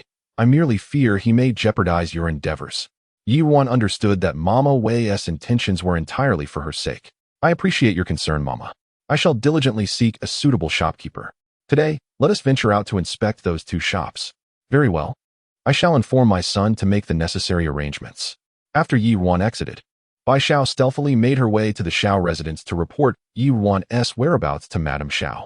At that moment, Madame Xiao was having breakfast with Yi Zhifan. Upon hearing Bai Xiao's words, she set down her chopsticks and inquired, Do you know where she has gone? Madam, the young lady intends to open a shop in the capital. She has been preparing for this matter during her time at home. A shop? Madame Xiao expressed mild surprise. Though she detested the offspring of Yuntang, she refrained from direct action due to the Yun family's influence. Moreover, she was not short of silver, so she was willing to maintain a good reputation in matters of appearance. She even deliberately encouraged Yi Qining to associate with various dubious friends, funding his pursuits of leisure in hopes of rendering him a wastrel. Thus, the monthly allowances for the young masters and ladies in the residence were quite generous in the capital. What business does a young lady like Ruan have opening a shop? Yes, madam, she is indeed out to inspect shop spaces today. I heard it was Mama Wei's son arranging matters for her. Madame Xiao pondered for a moment. Is there anything else? No, madam, that is all. Bai Xiao responded respectfully. Very well, you may return. Continue to keep an eye on any movements at Qingyu Pavilion. Ensure no one suspects anything. Bai Zhu, bring me the gilded bracelet I purchased the other day for Bai Xiao. A maid beside Madame Xiao complied, presenting a substantial bracelet to Bai Xiao. Her face lit up with joy as she accepted it, thanking Madame Xiao before departing. Madame is indeed generous. Unlike the young lady's quarters, even when she was a senior maid, there was little to gain. The young lady had spent much time outside, and her late mother's dowry had been managed by Madame Xiao. Upon her return, she showed no intention of reclaiming it, and her monthly allowance was limited to her own. According to Ban Xia, the funds Ruan was using for the shop were from a previous imperial reward. After Bai Xiao left, Madame Xiao turned to Yi Zhifan, who appeared particularly well-groomed today. His mood markedly improved from his previous despondency. This was due to the announcement day for the examination results. Yi Zhifan had returned from the examination hall 6 or 7 days ago, and his initial appearance had startled Madame Xiao. He had looked haggard, as if he had not slept in days, and had lost considerable weight, carrying an indescribable scent. Only after resting at home for some time had he begun to recover. Zhifan, have you dispatched the servants to check the results? Do not worry, mother. I sent them out early this morning. Just await the good news. Though he had faced some trials, he remained confident in himself. Do you believe someone is deliberately targeting you regarding the examination? Recalling those days, Yi Zhifan felt a wave of nausea wash over him, rendering him unable to eat the breakfast before him. No, despite my inquiries, the supervising official insists it was a random selection. Madame Xiao sighed softly. Very well. It likely is not a matter of deep hatred. You have always performed excellently at the academy, and it is natural to attract envy. Otherwise, they would not have merely tampered with your seating without damaging your foundation. Now that your sister is in trouble, although your father has brushed it aside, he must still harbor some concern. If you succeed in the examination, it may comfort him. Yi Zhifan lifted the teacup from the table and took a delicate sip. Mother, since your mention of the Empress Dowager's birthday banquet, I have felt that something is amiss. Could it be that someone is manipulating events behind the scenes? Madame Xiao shook her head. Initially, your sister and I suspected that Ruan was involved. However, the prescription your aunt used was indeed effective, and Ruan clearly communicated that the dosage should not be excessive. No one could have anticipated the fragility of the Empress Dowager's health. If blame is to be assigned, it must fall on your third uncle's incompetence. Speaking of Yi Yan, Madame Xiao lost her appetite. Your sister has been at Jingwen Monastery for over half a month now. That Aunt Zhao appears exceedingly strict, and the favored concubine has forbidden us from visiting. I know not how she is faring. The other day, I visited the Prince of Xian's residence. His Highness mentioned that the favored concubine is currently in a fit of anger and cannot do anything. He stated that once her temper is cooled, he will personally visit your sister. Madame Xiao could only sigh in resignation. It shall have to be this way. Meanwhile, Ruan, accompanied by Mama Wei, arrived at a shop on East Street. A middle-aged man was introducing the shop to her. Miss, this shop is larger than the one we saw on West Street and occupies a better location. It was previously used for selling ready-made garments and accessories. However, this street has several well-established shops selling cosmetics, some of which have been around for over 100 years. If you were to open your shop here, the competition would be fierce, which is why I am uncertain. I await your decision. Ruan entered the shop, carefully examining it inside and out. She expressed her satisfaction. This shop is indeed excellent. While as Wei Qing mentioned, there are several renowned cosmetic shops on this street, I believe this is not detrimental to our interests. The man looked puzzled. You may call me Wei Chong, but I would appreciate your elucidation on this matter. Ruan smiled. Precisely because there are many shops selling cosmetics on this street, those wishing to purchase such items will habitually come here. In contrast, while the shop on West Street is larger, it caters to dried fruits and pastries, which would deter potential customers from entering. Ban Xia's eyes brightened upon hearing this. Miss, your reasoning prompts me to recall that when we purchased cosmetics for you, we went directly to East Street. You are truly astute. Ban Xia grinned, beaming with admiration. Wei Qing began to understand. I have learned much. Ruan continued to explore the shop. Then let us settle on this one. Please negotiate with the previous owner to secure the lease. I will return to draft some blueprints, and you can find some workers to remodel it according to those plans. Let us open this shop at the earliest opportunity. Wei Qing bowed respectfully in agreement. Chapter 39. The successful candidate when Ruan returned to the Yi residence. Firecrackers had already begun to explode outside the gates. Yi Fan had indeed succeeded in the examination. Although his ranking was slightly lower than what she had known in her previous life, he was only 19 years old. Madame Xiao was generous, and many townsfolk were gathered at the entrance, seeking festive money, creating a lively scene. As Ruan entered the estate, she noticed Yi Shiren had shed his previous gloom and was now all smiles. The servants of the household had received generous rewards from Madame Xiao and were currently buzzing with joy, showering her with compliments. Excellent. Truly worthy of being my Yi Shiren's son. Yi Shiren commanded the gathering of the Yi family members in the main hall. Even the long-absent concubine Jiang and concubine Fong had joined them in the hall. Ruan pulled her brother Yi Qining, who had just arrived in the hall, to congratulate Yi Fan together. Congratulations, elder brother. Yi Fan, brimming with enthusiasm, returned their greetings with a smile. The mosquitoes in the examination hall were indeed numerous. I must extend my gratitude to Sister Ruan for the sachet. Ruan smirked and glanced at Yi Qining. Elder brother, you are too courteous. This was merely a gesture from younger brother Ning. I was just assisting him. Yi Fan then turned to Yi Qining, patting his shoulder. I have heard that you have been diligent in your studies at the academy these past days, younger brother. It brings me great comfort. Do continue to strive. Yi Qining was genuinely happy for Yi Fan, but upon hearing the mention of the sachet, it felt as if he had been struck, leaving his mind buzzing. I understand, elder brother, he replied, and took a seat beside Ruan. Yi Shiren's voice rang out once more. It has been a long time since our household has celebrated such joyous news. With Fan Air's success, we must host a grand feast. The old matriarch is still at our ancestral home, so you two shall assist Madame in the arrangements. The two being referred to were, of course, concubine Jiang and concubine Fong. Concubine Fong, having come from Madame Zhao's courtyard, was favored by the Xiao clan to be brought into the Yi household. Her striking features and prominent nose gave her an air of elegance. With a slight smile, she replied, Rest assured, my lord. Madame has been managing all matters within the household, showing kindness to us concubines. Should there be any tasks where I can be of assistance, Madame need only command me. Even if it means running errands for her, it would be a way to repay her kindness over the years. With the eldest young masteress' success, we too bask in glory. The old matriarch would surely be delighted upon hearing this news. In her days, she often expressed her hopes for the prosperity of the Yi lineage, and it seems we have fulfilled her wishes. Concubine Jiang spoke less, but added softly, As the lord and lady command. Ruan noticed a young girl with a veil sitting beside concubine Jiang. Since her rebirth, this was her first encounter with her half-sister. Yishi. Madame Xiao's gaze fell upon Yishi. Xier, it is rare for you to be willing to meet people today. Yishi stood and bowed to Madame Xiao, her voice gentle and melodious. I have not dared to show my face since injuring my face. But thanks to my mother's kindness, I have been allowed to remain in my courtyard without having to pay respects. Today is my elder brother's day of joy, and I must come to congratulate him to express my sentiments. Madame Xiao maintained a benevolent demeanor. It is good that you are willing to come out. Your aunt has confined herself for your sake these years. As her child, you should also show consideration for her feelings and not let her worry. Concubine Jiang, with her gentle disposition, had once been cherished by Yi Shiren, but after her daughter's misfortunes, she devoted herself to caring for her. Gradually losing Yi Shiren's affection, Yushi lowered her eyes slightly. Mother's teachings are indeed wise. All right, take a seat. Madame Xiao turned her face with satisfaction and continued discussing the banquet arrangements with Yi Shiren. After Yi Shi sat down, she subtly raised her gaze in a particular direction, only to meet Yi Ruan's eyes. She nodded gently and then averted her gaze.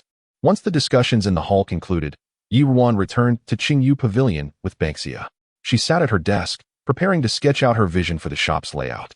Dongqing, while grinding ink for her, reported, "Miss, just after you and Banksia left the courtyard, Bai Xiao went to visit Madame." Yi Ruan's brush did not pause. "It matters not.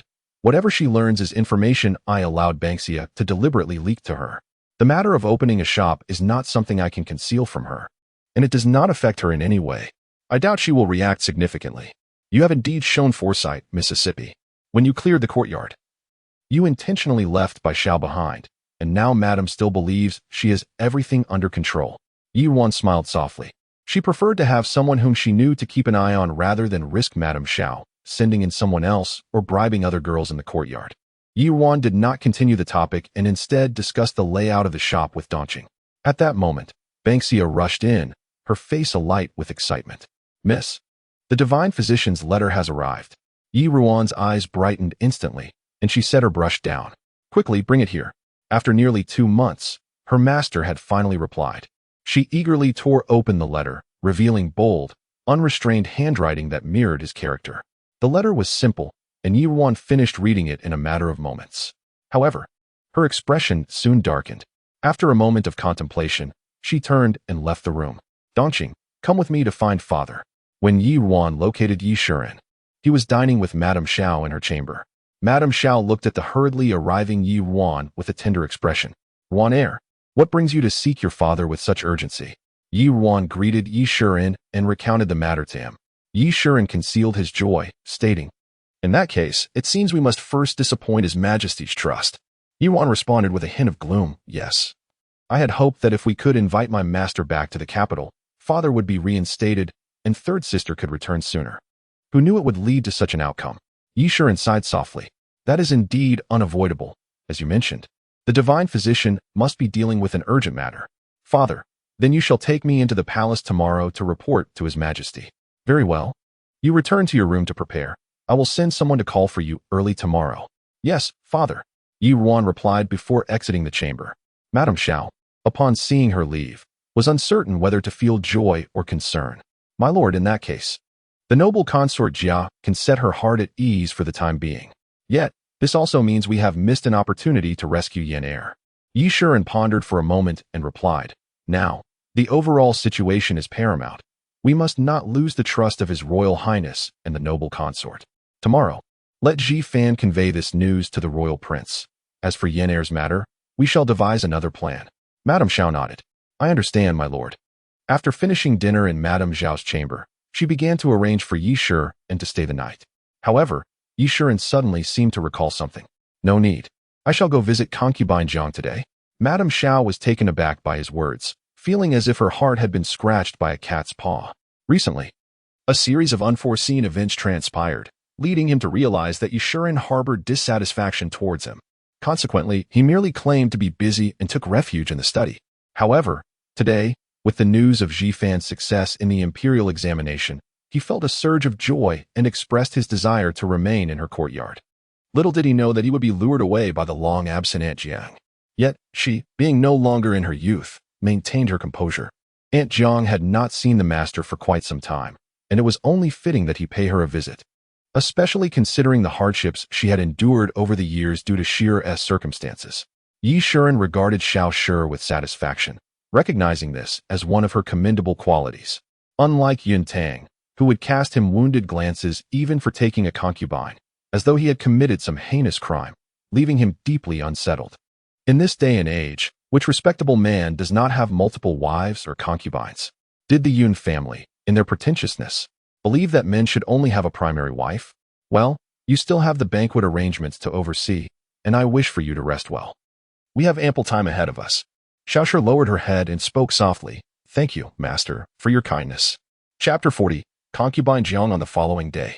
Yi Shiren had his breakfast directly in Concubine Jiang's courtyard before proceeding to court. After his departure, Concubine Jiang sat on a stone bench in the courtyard, feeling a mix of joy and sorrow. After a long separation, Yi Shiren had treated her with utmost tenderness the day before. Although she had aged, his handsome visage, coupled with his deliberate humility and soft-spoken demeanor, still had the power to enchant her. Yet, she was fearful. Yesterday was such a splendid day. Yet your father came to my courtyard. Do you think that woman in that house would? Concubine Jiang hesitated to finish her thought. At this moment, Yushi sat on the stone bench before her mother, unmasked since she was in her own courtyard. An ugly scar stretched from her right cheek down to her chin, contrasting sharply with the flawless beauty of her other side, creating a striking visual impact. Having transitioned from unbearable pain to a heart rendered lifeless, Yushi had grown accustomed to the stares directed at her scar. The previous day, while congratulating Yi Jifan, she had even caught a glimpse of pity in the eyes of Baizhu, a personal maid beside Xiaoshi. She understood what they were thinking.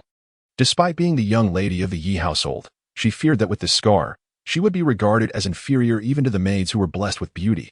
How ironic. Yet, this was the reality she had to accept. Do not be overly anxious, my lady.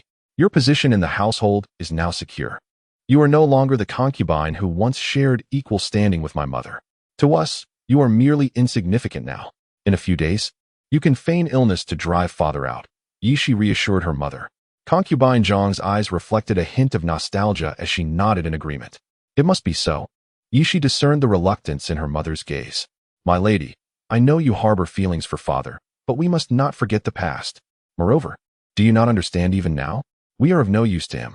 Even if he has rekindled some affection for you, we remain dispensable, unable to contend with them. We must bide our time, hoping for a better day. Concubine Jiang, already somewhat timid, felt a chill at the thought of past events, and the lingering affection in her gaze faded. She sighed softly. I understand. I shall do as you say, but Sheer, do we truly have a future? The thought of her daughter's prospects filled her with sorrow. Once a good family's daughter, well-versed in propriety, she had fallen into this predicament due to unforeseen circumstances, eventually becoming a concubine to Yi Shiren. In truth, with her beauty, she could have easily married into a respectable family, even after her own family's decline. For she harbored no grand ambitions. The brilliance of the talented man who had once captivated her was something she could not resist.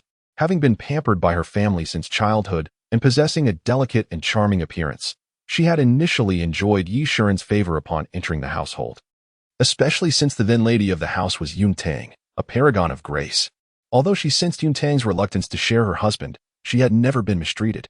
Her initial days in the household had been quite blissful until Xiaoshi gradually revealed her true nature.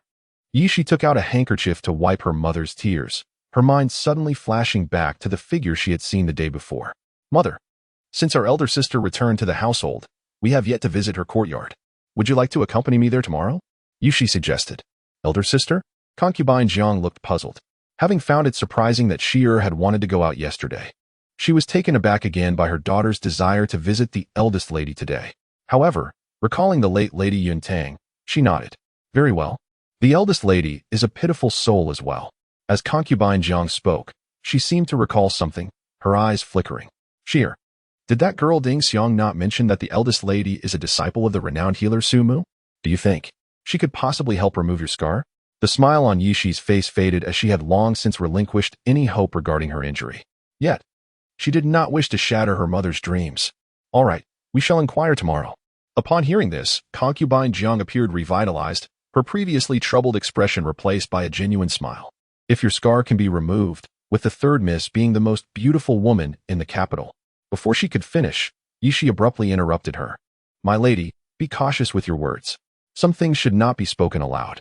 When we meet the eldest lady tomorrow, I hope you will refrain from saying anything inappropriate. Concubine Jiang fell silent, but the smile on her face remained. All right, I shall heed your advice, Sheer. Yishi observed her mother's compliance, her own expression clouded with uncertainty. Lately, the dynamics within the household seemed to have shifted unnoticed. From the gossip surrounding the eldest lady's coming-of-age ceremony, to the arrival of servants from the Yun family, and the exposure of Yi Yan's disgrace at the Empress Dowager's birthday banquet. All of these events bore the shadow of that person. Chapter 41. An audience upon entering the palace with her father. Ruan was assigned by the attendants to a waiting room. It was not until after the morning court session that Emperor Shilin summoned her to the study for a private conversation. To her surprise, when she arrived, Prince Jing was already there. He sat at the table, engaged in a game of chess with Emperor Shilin, the atmosphere in the study serene. The soft sound of the pieces clicking on the board as he moved his long, elegant fingers, each joint well-defined. His meticulous nature was evident even in the neatness of his nails, making them the most exquisite hands Ruan had ever seen. "Your Majesty, Miss Yi has arrived," a young eunuch announced within the hall. Ruan promptly stepped forward to pay her respects. "I pay my respects to Your Majesty and to Prince Jing." Upon her entrance, Prince Junjan's expression remained impassive, while Emperor Shilin appeared somewhat pleased. "Be at ease. I have heard from your father that you wish to see me. Is there news from the divine physician?" "Yes, Your Majesty. Here is my master's reply. Please have a look." Ruan respectfully presented the letter. The eunuch beside Emperor Shilin quickly took it and handed it to him. After a swift reading, the emperor's voice turned somber. "Nanli?" "Yes. My master has important matters that prevent him from returning to the capital for 2 years," Ruan explained, lowering her head. Understanding the disappointment this news would bring to Emperor Shilin. "Your Majesty, my master has always been compassionate. Surely he has encountered significant issues and does not intend to decline." She added, "He has also assured me that upon his return in 2 years, he will come to treat His Highness Prince Jing." Understanding the emperor's eagerness for his son's recovery, Ruan pondered for a moment before continuing. "Since my master cannot return in a timely manner, I am willing to attempt to treat Prince Jing myself." This was also in accordance with her previous agreement with the prince. "You?" The emperor's expression remained grave. Ruan's success in treating the Empress Dowager was one thing. After all, the prescription had originated from her own hands. But Prince Junjan's condition was different. He had once searched for renowned physicians far and wide, only to be met with despair. Ruan was still a young girl, untested and inexperienced. How could she possess such capability? At that moment, Junjan placed his chess piece down and, with a hint of self-deprecation, remarked, "Father, if she is willing, why not allow her to try? The worst outcome would merely match the current situation. After all, I have been accustomed to my condition for years." Recalling his past life, he knew that Sumu had indeed sought him out 2 years later. This aligned with Ruan's words, suggesting she was not lying. It was no wonder that after waking 6 months ago, he had spread word of the Yuming flower, yet Sumu had not appeared. In his previous life, he had sought that very herb. Otherwise, with his temperament, he would not have entangled himself in the power struggles of the court. After all, that person was astute enough to understand what healing him would entail. Yet, despite his preparations and having Ruan as a disciple, he still could not alter the trajectory of his past life. Upon hearing her words, Emperor Shilin set down the letter with a sigh and addressed Ruan. "Very well. You shall begin your treatment for Prince Jing starting tomorrow. Should you require anything, do not hesitate to inform me. If you can heal him, not only will I pardon your family, but I shall also reward you handsomely." Ruan wished to decline the pardon for her family, but bowed respectfully to the emperor instead. "I obey your command. However," she added, "Your Majesty, as I am but an unwed woman, frequent visits to Prince Jing's residence without a clear purpose may invite scandal. I kindly request that you issue an edict to the Yi family. This will also help quell any gossip." It was not just her reputation at stake. Should she be seen visiting frequently, concubine Jia would likely take notice and suspect her intentions. It would be wiser to seek the emperor's decree openly, thus maintaining a degree of caution. Emperor Shilin readily agreed. Upon returning home with Yuxian, the imperial edict soon arrived at the Yi residence. The family received it with utmost respect. Once the eunuch who delivered the edict departed, Yushi Fan cautiously inquired, "Sister, do you have confidence in treating Prince Jing's injuries?" Though he had learned of Ruan's status as a disciple of a divine physician, he felt it prudent to confirm her assurance personally. "Brother, I have heard my third sister mention Prince Jing's condition. He has been incapacitated for a long time, and with the loss of sensation in his legs, I fear the meridians may have deteriorated. If my master were here, he might have been able to attempt a remedy. But as for me," Ruan hesitated, her words trailing off. "However, since the emperor has issued a decree, I must comply." I will ascertain the specifics once I visit Prince Jing's residence tomorrow. I know you are anxious for father and my third sister, rest assured. I will do my utmost. Yu Shifan felt a weight lift from his heart, reassured by her determination, which echoed what he had previously discussed with their third sister. When she had just returned to the family and befriended their third sister, she had shared the truth about her status as a disciple, thus giving him no reason to doubt her sincerity. Very well, Ruan's sister, I appreciate your dedication. Chapter 42. What this prince desires is loyalty. The day following the imperial decree, the people from the Jingwang mansion arrived at the Yi residence to escort Yi Ruan. The one sent to retrieve her was Chang Feng, the personal guard of Junjian.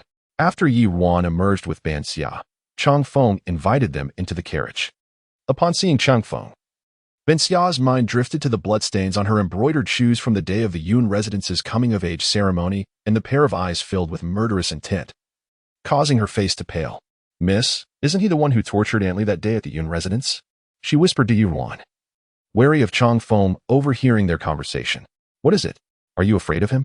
Yi Ruan noted this was the first time she had seen Ban Xia in such a state. Of course, Ban Xia replied, her tone self-explanatory. Realizing her voice had risen, she lowered it again. He was terrifying that day, always wearing a dark expression. Back in our village, there were bullies, and my father told me to hide from them whenever I saw them, but they were nothing compared to how frightening he looked that day. Yi Ruan couldn't help but chuckle. You're not afraid of Xiao Shi and Yi Yin usually, so why now? Ban Xia adopted a knowing expression. That's different. They scheme behind the scenes, but they always wear smiles. However, she pointed discreetly at Chang Feng outside the carriage, lowering her voice further. He might kill someone at the drop of a hat. Yi Ruan stifled a laugh.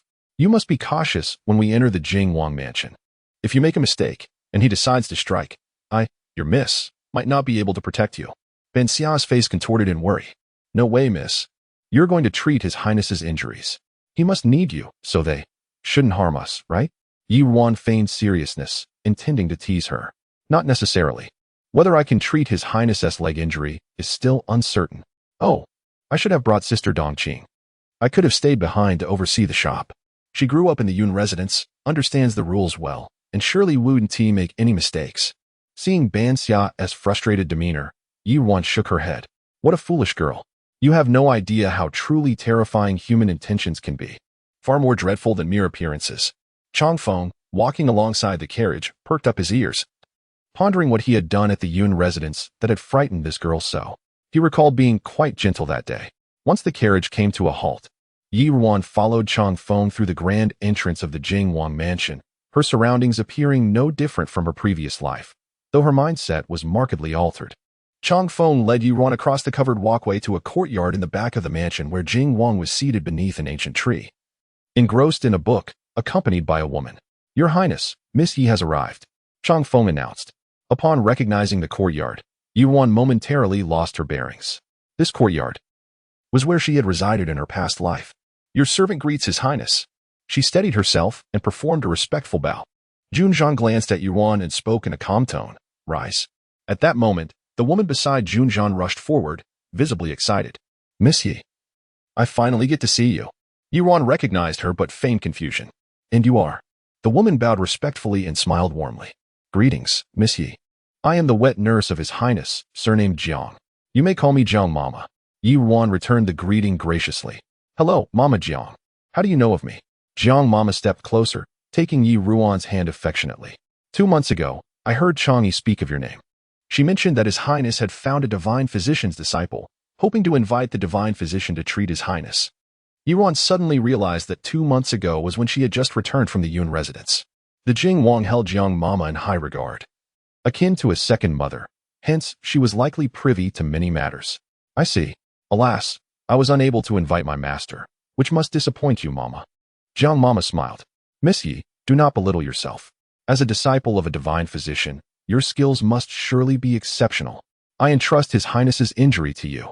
Yi Ruan politely expressed her gratitude and turned to Junjian. Your Highness, this place is rather inconvenient. Might I suggest we move indoors?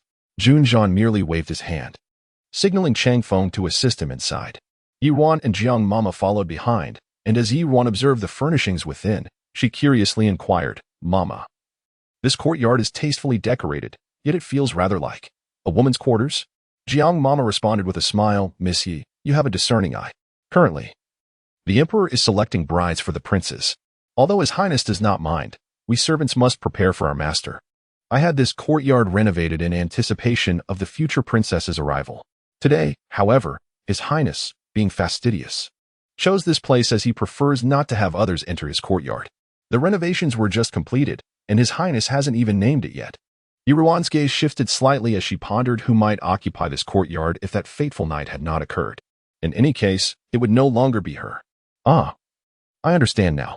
Thank you, Mama Jiang, for clarifying. This house exudes charm and elegance.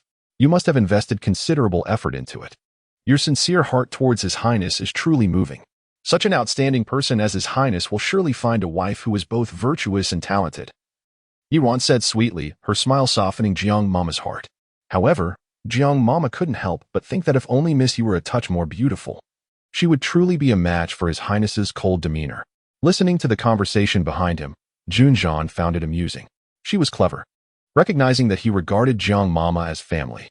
Since she would frequently visit the Wang mansion, she intentionally endeavored to please Jiang Mama. Once everyone was settled, Junjian casually placed his hands on his long legs and, seemingly intrigued, turned his attention to the animated Ruan conversing with Jiang Mama. Since Miss Yi finds this courtyard delightful, why not give it a name? Ruan's smile faltered momentarily. Your Highness, that might not be appropriate. Junjian simply replied. This prince commands you to name it. Thus, you shall. Ruan was taken aback, studying Junjian, momentarily unable to grasp his intentions. However, now that she had allied herself with him, it was prudent to align with his wishes. Unfortunately, aside from medical knowledge, her master had taught her mostly arcane subjects, leaving her with limited literary resources.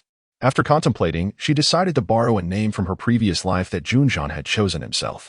How about calling it Lingxi Courtyard? It symbolizes the connection between His Highness and the future princess, a bond of mutual understanding. Since it was his own choice, he would surely appreciate it. The lines, the phoenix and the wings do not fly together, yet the hearts are in sync, suggested that he must have once held expectations for a future partner. Regrettably, their past lives had been destined for tragedy. Before Junjian could respond, Jiang Mama exclaimed with delight, Lingxi Courtyard. Your Highness, this name is splendid. The meaning is wonderful. Junjian's gaze flickered. Lingxi Courtyard. If I had any lingering doubts about her rebirth, they have now dissipated. He fixed his eyes on Ruan, a hint of menace surfacing in his demeanor. This name is indeed commendable. Yet my expectations for the future princess are not merely mutual understanding, but absolute loyalty. After all, my greatest disdain is for betrayal. If the person beside the pillow lacks even the most fundamental loyalty, would not this prince be handing over the hilt of the dagger to another? What does Missy think? That gaze is exceedingly sharp, as if it could penetrate the depths of one's soul. Ruan could not help but feel a chill in her heart, suddenly recalling how much he must have loathed her upon discovering her betrayal in the previous life. The prince speaks the truth. The young girl feels as if she too has been betrayed by her family. Regarding the loyalty the prince has spoken of, she empathizes deeply. Rest assured, my lord, this young girl harbors no trace of treachery towards you. Upon seeing her eyes filled with sincerity, the cold lines of Junjian's face softened slightly, akin to cold jade meeting warm water. Very well, let us hope that Miss you can align her actions with her words. Ruan took his admonition to heart and bowed in response. Grandma Jiang, bewildered, sensed an inexplicable tension between the two. There is no rush to name this courtyard. Since the prince disapproves, we shall ponder it later. For now, Miss Yi should attend to the prince's medical needs. Junjian averted his gaze, expressing no dissent, merely affirming with a simple good. Observing Junjian's demeanor return to normal, Ruan released the tension she had been holding, only then realizing that her palms had broken out in a slight cold sweat. If this man intended to unleash the pressure that surrounded him, he could indeed be quite formidable. Chapter 43. Teasing. Given Ruan's prior examination of Junjian's pulse during the Empress Dowager's birthday celebration, she instructed Banksia to hand her the medical kit and address Jiang Mama directly. I must trouble you, Mama Jiang, to roll up the prince's trouser legs. I need to examine the affected area. Jiang Mama nodded in agreement and stepped forward. However, Junjian subtly raised his hand to halt Jiang Mama. Glancing at Chan Feng within the room, you may all withdraw. He was disinclined to be observed. This all naturally included Banksia. As you command, Your Highness, Chan Feng acknowledged, gesturing for the adjacent Banksia to accompany him. Miss Banksia, this way, please. Abruptly addressed, Banksia's pupils dilated as she noticed Chanfeng approaching, instinctively recoiling slightly, her face paling. She addressed Chanfeng. I shall remain here to assist my lady. Chanfeng furrowed his brows slightly and reiterated, Miss, please. The prince's command brooked no defiance. Observing his frown, Banksia's apprehension intensified. Casting a glance at her mistress, who remained silent, she resignedly moved her increasingly heavy feet to follow Chanfeng out. Ruan, noting Banksia's despondent demeanor, suppressed a smile. Jiang Mama, after Chanfeng and Banksia had departed, resumed her task. Crouching to lift Junjan's robe and gradually rolling up the trouser legs beneath. As she did so, she muttered, Your Highness is truly already of age, yet still so bashful. Other princes, even without a principal consort, have numerous concubines in their residences. Yet you, Your Highness, do not even retain a close-attending maidservant. And only take Chanfeng with you when you venture out. This old servant even overheard those ignorant fools spreading rumors of Your Highness's proclivities.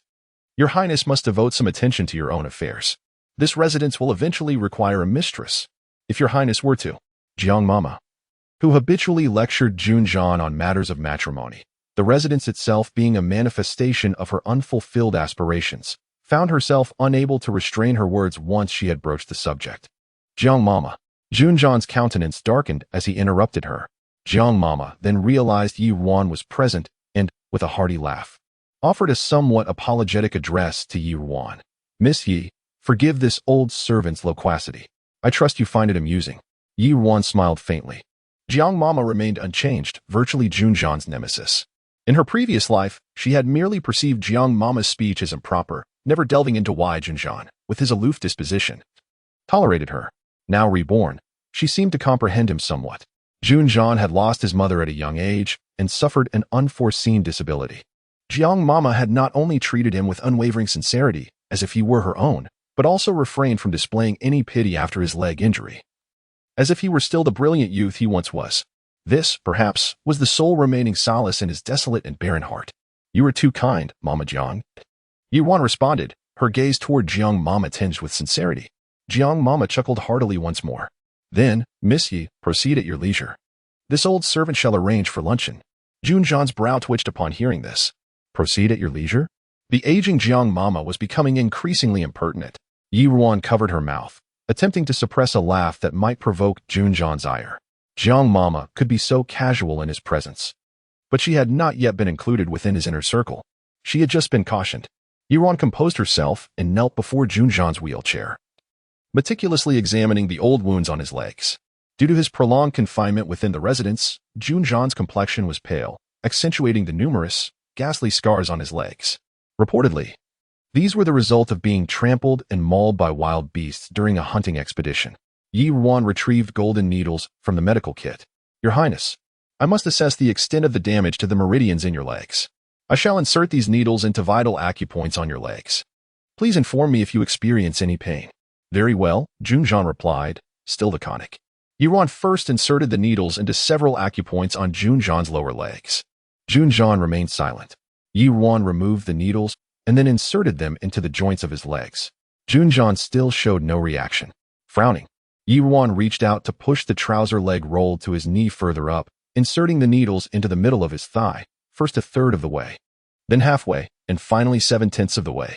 Junjan finally frowned. Yi Ruan, who had been observing his expression, promptly inquired upon noticing his reaction, Your Highness, do you experience pain here? The expression on Junjan's face was peculiar, merely a slight tingling. Yi Ruan was elated upon hearing this. Perhaps because the timeline was advanced by 2 years, his leg injury, while severe, was more optimistic than in her previous life. Excellent. It appears Your Highness's legs are not entirely devoid of sensation. Yi Ruan removed the needles from his leg. However, having been kneeling for an extended period, she suddenly felt a wave of dizziness as she stood.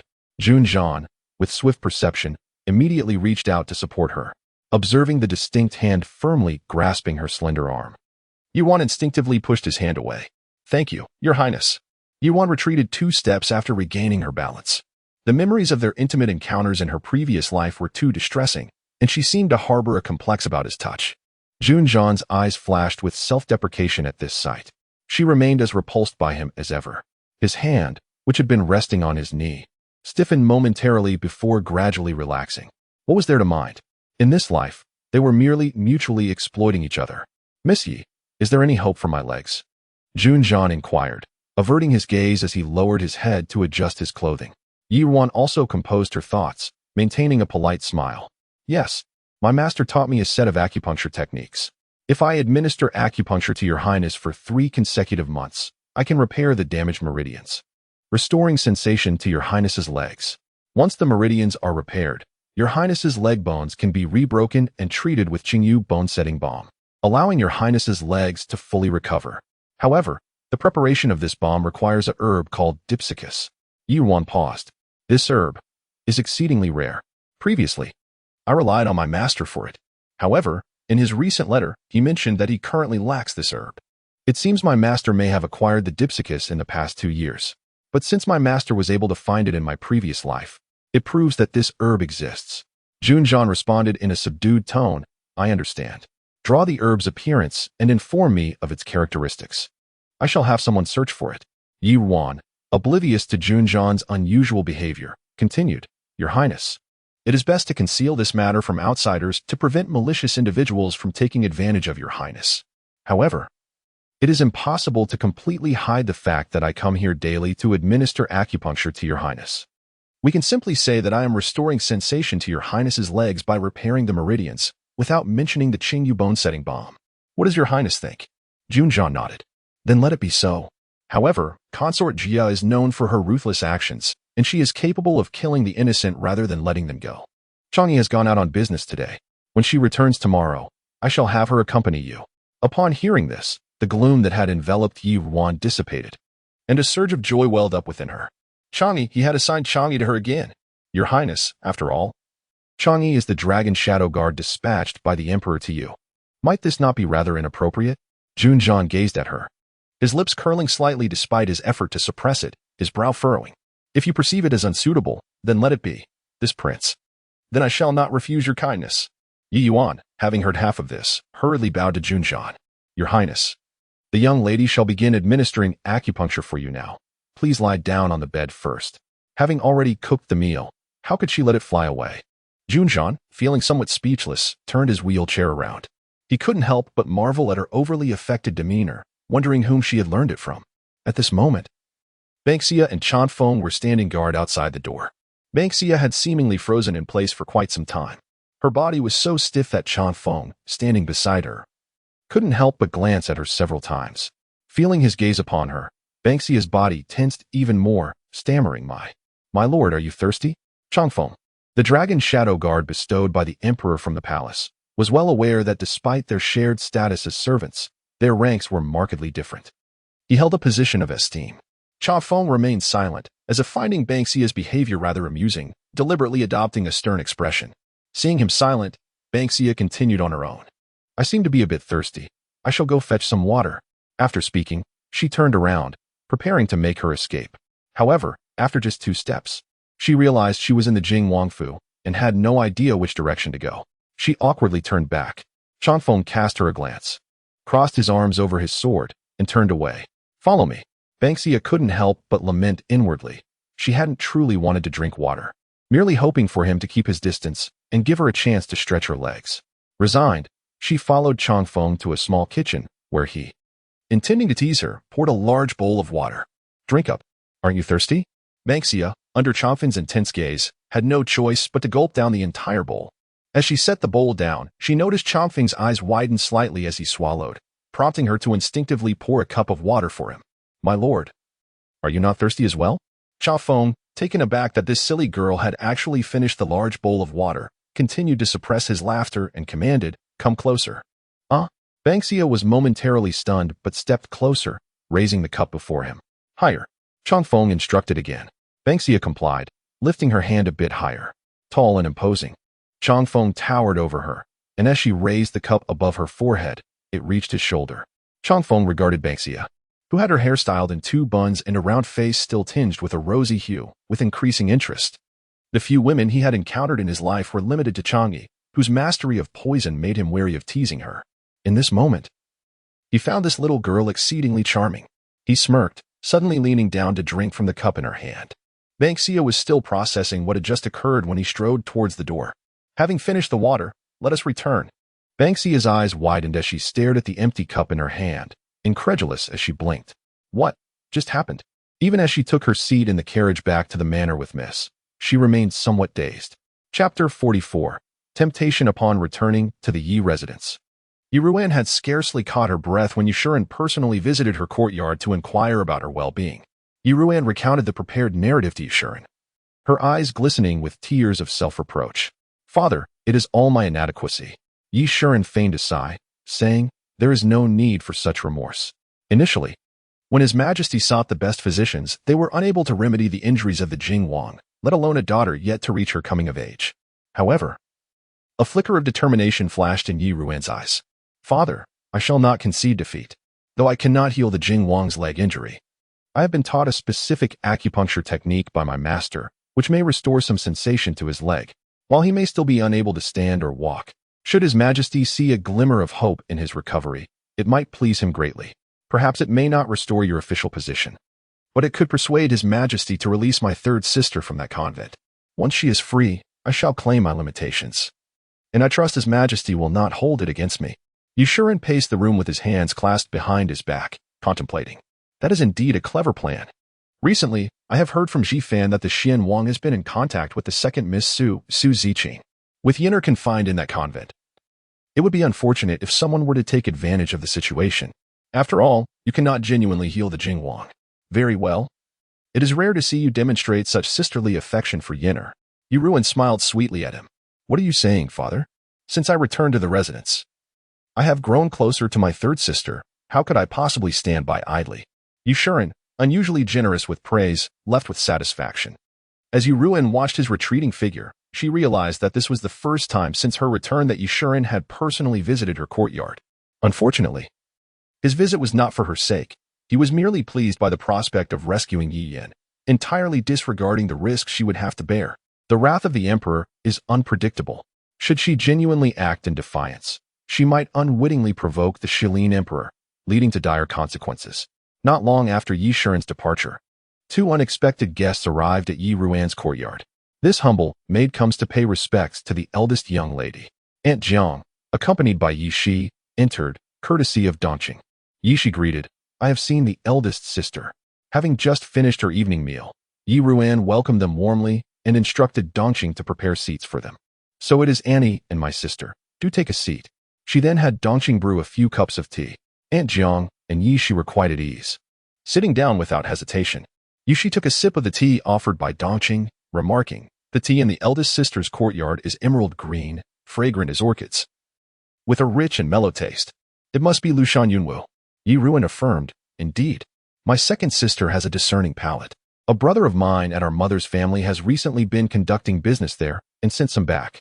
Mother just gifted me this tea a few days ago, and I thought to let my sister and auntie enjoy something novel. Yi Shi smiled. Mother treats the eldest sister so well. What you may not know is that not only does she care for you, but during your years away from the residence, she has also been exceedingly kind to the second young master, sending him all manner of fine goods, surpassing even her own biological eldest son. Indeed, if that were not the case, how could my brother have been spoiled to such a degree? Ruan pondered. But you're mistaken, sister. The maids and elderly women that mother originally assigned to me were all remarkably loyal and diligent. Upon my return, they took great care to familiarize me with everything in the residence. Ruan paused, letting out a soft sigh before continuing, yet my brother and I have failed to live up to our mother's intentions. Observing Ruan's demeanor, Yi Shi noticed that despite her words, there was a calmness in her eyes, devoid of any guilt. Testing the waters, Yi Shi ventured, sister is being overly modest. Though the second brother's temperament is somewhat unruly and often incites father's ire, he has not truly committed any heinous acts over the years. If only he were guided with care, he could be molded into a promising talent. Ruan met Yi Shi's gaze, fully comprehending her subtle insinuation. However, she perceived her second sister as someone with hidden motives, making it difficult to discern friend from foe, until she revealed her intentions. Ruan preferred not to divulge too much. I hope so. I wonder if Aunt Jiang and my sister have come to seek me for a particular matter today? At that moment, Aunt Jiang, who had remained silent until now, finally spoke up. Eldest young lady, we indeed have an unrequested favor to ask of you. Ruan shifted her gaze away from Shi. Auntie, please go ahead. Aunt Zhang's face radiated hope. Eldest young lady, as you know. The second young lady has a scar on her face from an accident in her youth. Hearing that you are a disciple of the renowned healer Sumu, we wonder if you might be able to examine her and see if the scar can be removed. Ruan understood immediately, yet upon observing Shi's expression, she sensed a lack of genuine concern. It seemed that for Shi, this was merely a pretext for their visit. Nevertheless, she responded readily. I can certainly take a look at my second sister, but given that this is an old scar, I cannot guarantee a complete remedy. Aunt Zhang, upon hearing this, stood up joyfully and bowed to Ruan. I thank you, eldest young lady. There is no need for such formality, Ruan replied. Aunt Zhang remained exceedingly respectful. Your willingness to treat the second young lady is a testament to your kindness, and regardless of the outcome, we will be grateful. However, Shi did not immediately allow Ruan to examine her injury. Instead, she rose alongside Aunt Zhang and addressed Ruan, eldest sister. While I do hope for a chance to heal my facial scar, it is getting late, and I do not wish to disturb your rest. May I come to see you again tomorrow? Aunt Zhang looked at her daughter, puzzled, while Shi feigned ignorance. Ruan scrutinized Shi's expression, pondering whether she had something she wished to discuss privately. Of course, but I must first visit the Jing Wang's residence for acupuncture tomorrow. You may come by around noon. Shi slightly bent her knees in acknowledgement. Yes, eldest sister. I shall take my leave now. After Aunt Zhang and her daughter departed, Dongqing approached Ruan, hesitantly speaking. Miss, it seems the second young lady had something on her mind today? Ruan gazed in the direction of their exit, her expression inscrutable. Aunt Zhang and her second sister had always been inconspicuous within the Yi residence, almost as if they were invisible. Since her return, she had never interacted with them, making their visit all the more curious. There's no need for concern. They have taken the initiative to come to me. One day, they shall reveal their intentions. Ruan mused before asking. A few days ago, the shop posted a notice. Did you find a suitable manager today? There is indeed a promising candidate. If you have time tomorrow, I shall bring them to meet you, Dongqing replied. Ruan nodded in agreement.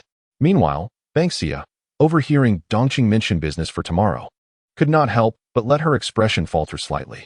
Noticing her hesitant demeanor, Dongqing inquired with curiosity, Banksia, what troubles you? You seem a bit off today. Banksia lowered her head, twisting her fingers, still lingering with the warmth left behind by someone special. However, she feigned calmness and replied, Sister Dongqing, you are overthinking it. I am perfectly fine. Miss is currently occupied with numerous affairs. He cannot afford to be a hindrance to her. Chapter 45. Stockpiling grain. The autumn sky fluctuated between warmth and chill. Just moments after stepping outside, a torrential downpour commenced. Today, once again, Cha Feng had come to retrieve people from the Yi residence. He observed Ruan and her maid, Banxia, as they entered the estate. Banxia, holding the only spare umbrella from the carriage, leaned it almost entirely towards Ruan, leaving only the hem of her skirt damp while she herself was soaked through. Such loyalty to her mistress. He recalled how, during the confrontation in the main hall of Yun Manor, it was this little maid, despite her evident fear, who stood protectively in front of her lady. As they approached the entrance, Granny Jiang, who was waiting inside, hurriedly greeted them. Missy, do come in quickly. You mustn't catch a chill. Ruan entered alongside Banxia, who folded the umbrella, revealing her own drenched appearance. Realizing that the foolish girl had prioritized her over herself, Ruan assured, Granny, I am quite all right, but please prepare some dry clothes for my maid. Very well, please take Missy's maid to change. Granny Jiang instructed a nearby servant before leading Ruan to the courtyard where the crown prince was being treated. Today, the crown prince donned casual attire. His dark hair casually secured with a wooden hairpin, yet he still exuded an aura of nobility. Ruan noticed the hairpin was intricately carved with a plum blossom. It seemed that His Highness had a fondness for plum blossoms, as they frequently adorned the corners of his garments. She remembered that the royal residence's back garden boasted an entire grove of these trees, and it must be breathtaking to seek out their blooms amidst the winter snow.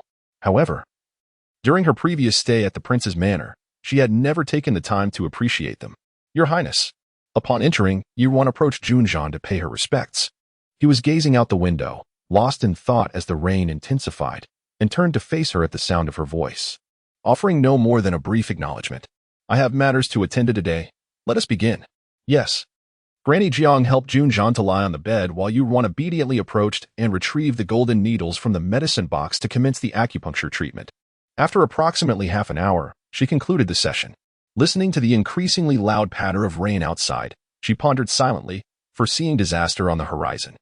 She glanced at Junjan, who was adjusting his clothes. Your Highness, with the autumn harvest less than a month away, this rain does not bode well. Junjan paused. Well aware of the impending events, yet his expression remained inscrutable.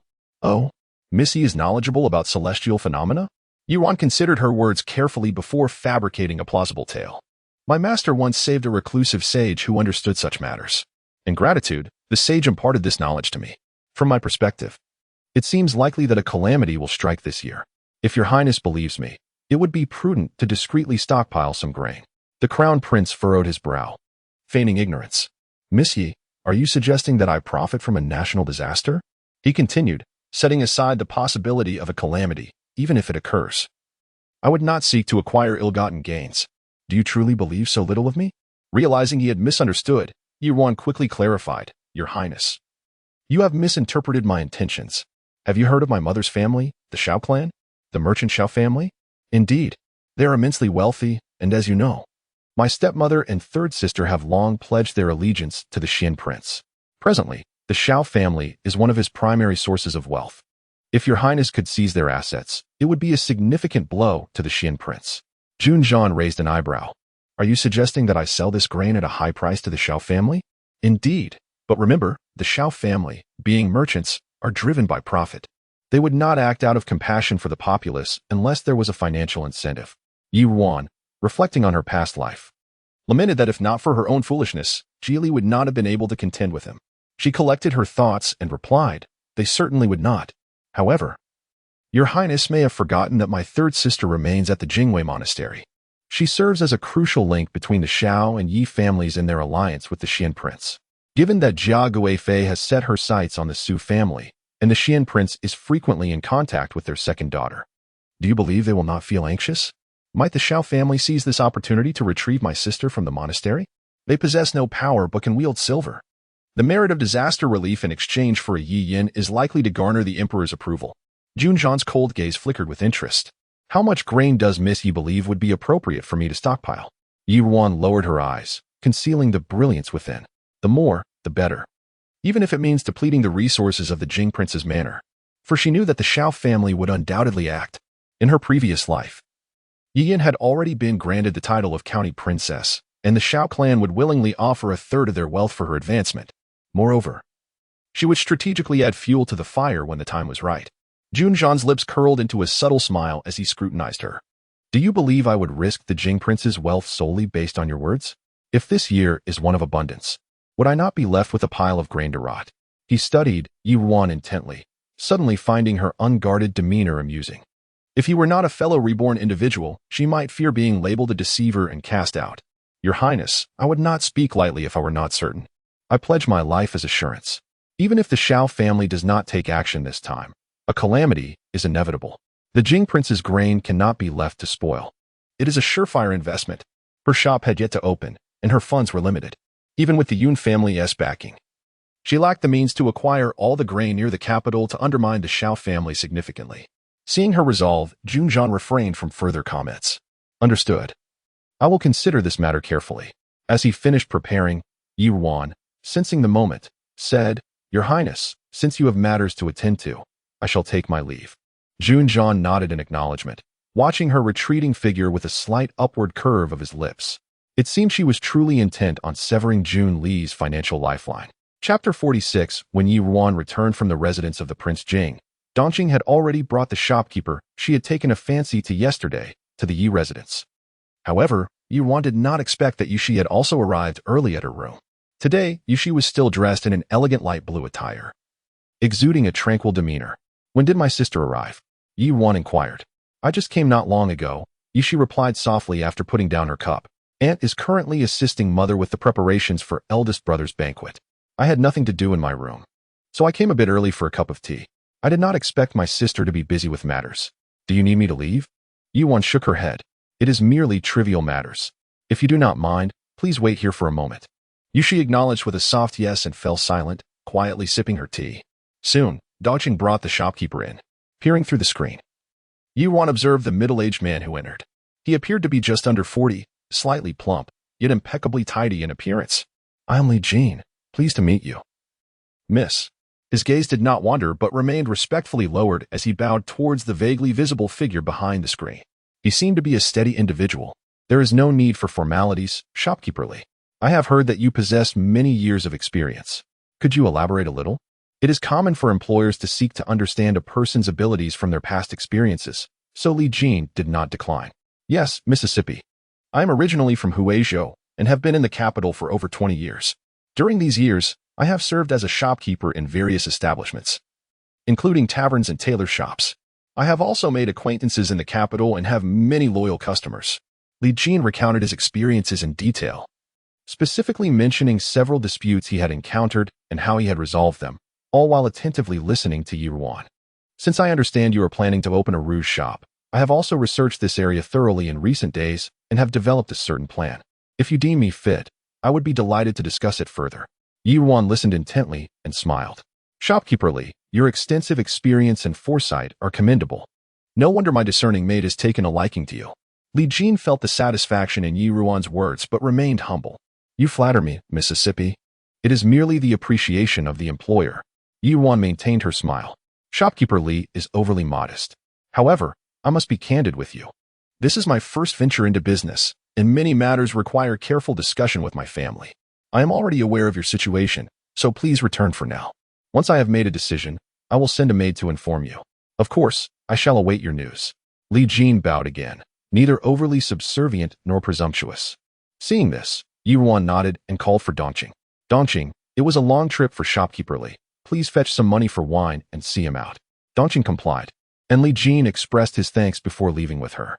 After they departed, Banksia removed the screen from the hall. Ruan turned to Yishi, who was still quietly sipping her tea with lowered eyes. What do you think of the shopkeeper? Hearing Ruan's inquiry, Yishi smiled, her lips curving into a lovely arc.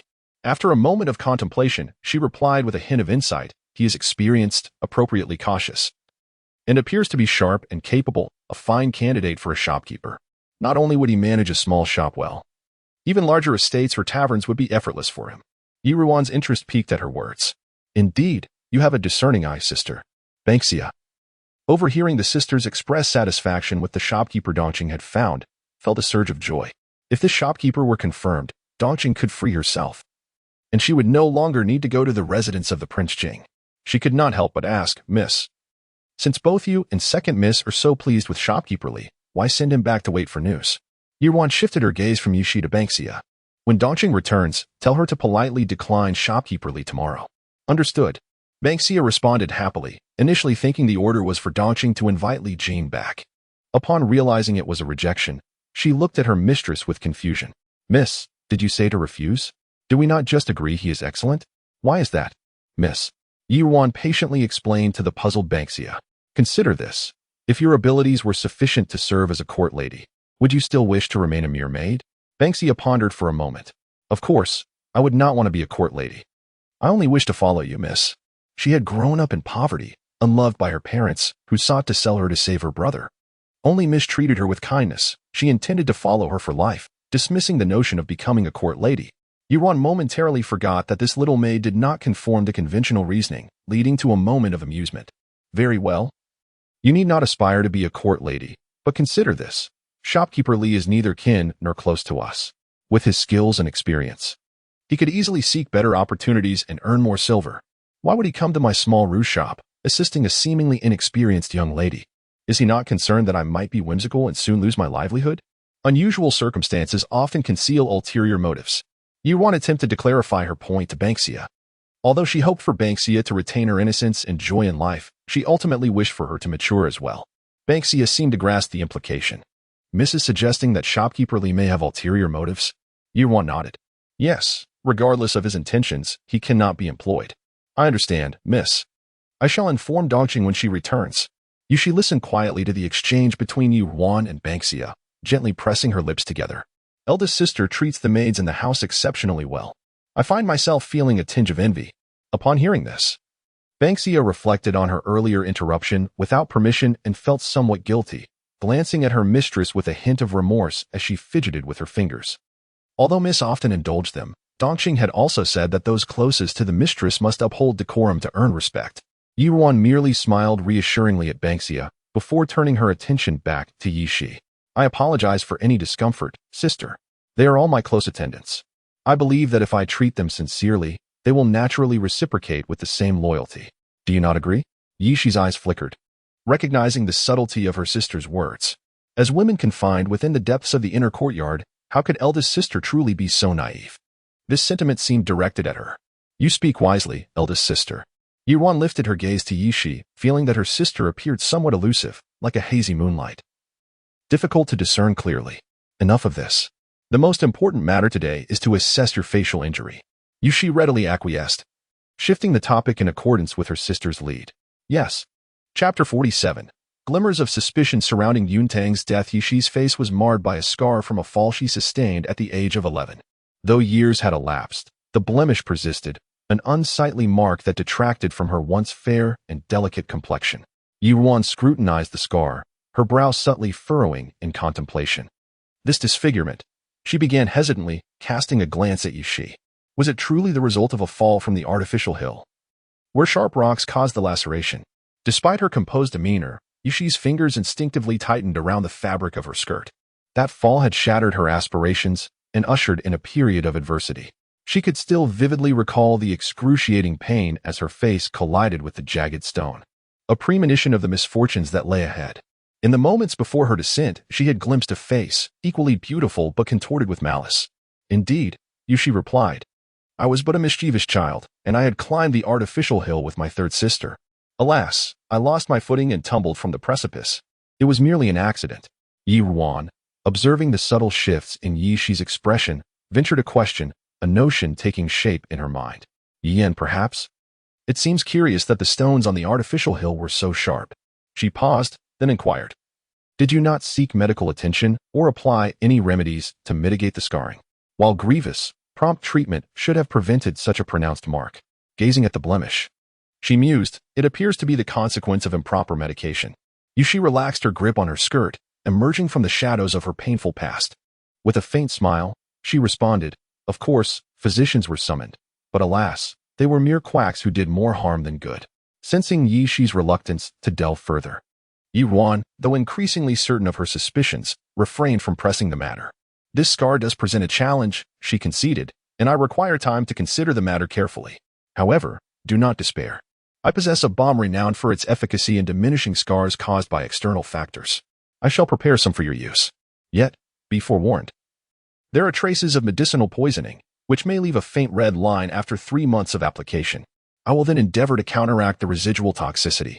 Yi Shi was taken aback by Yi Ruan's words, her voice tinged with disbelief. Are you suggesting that there is still hope for my face? Over the years, she had resigned herself to her disfigurement. Her visit to Yi Ruan was prompted by recent unsettling events in the manor. A desire to assess her elder sister and perhaps find a glimmer of hope for retribution.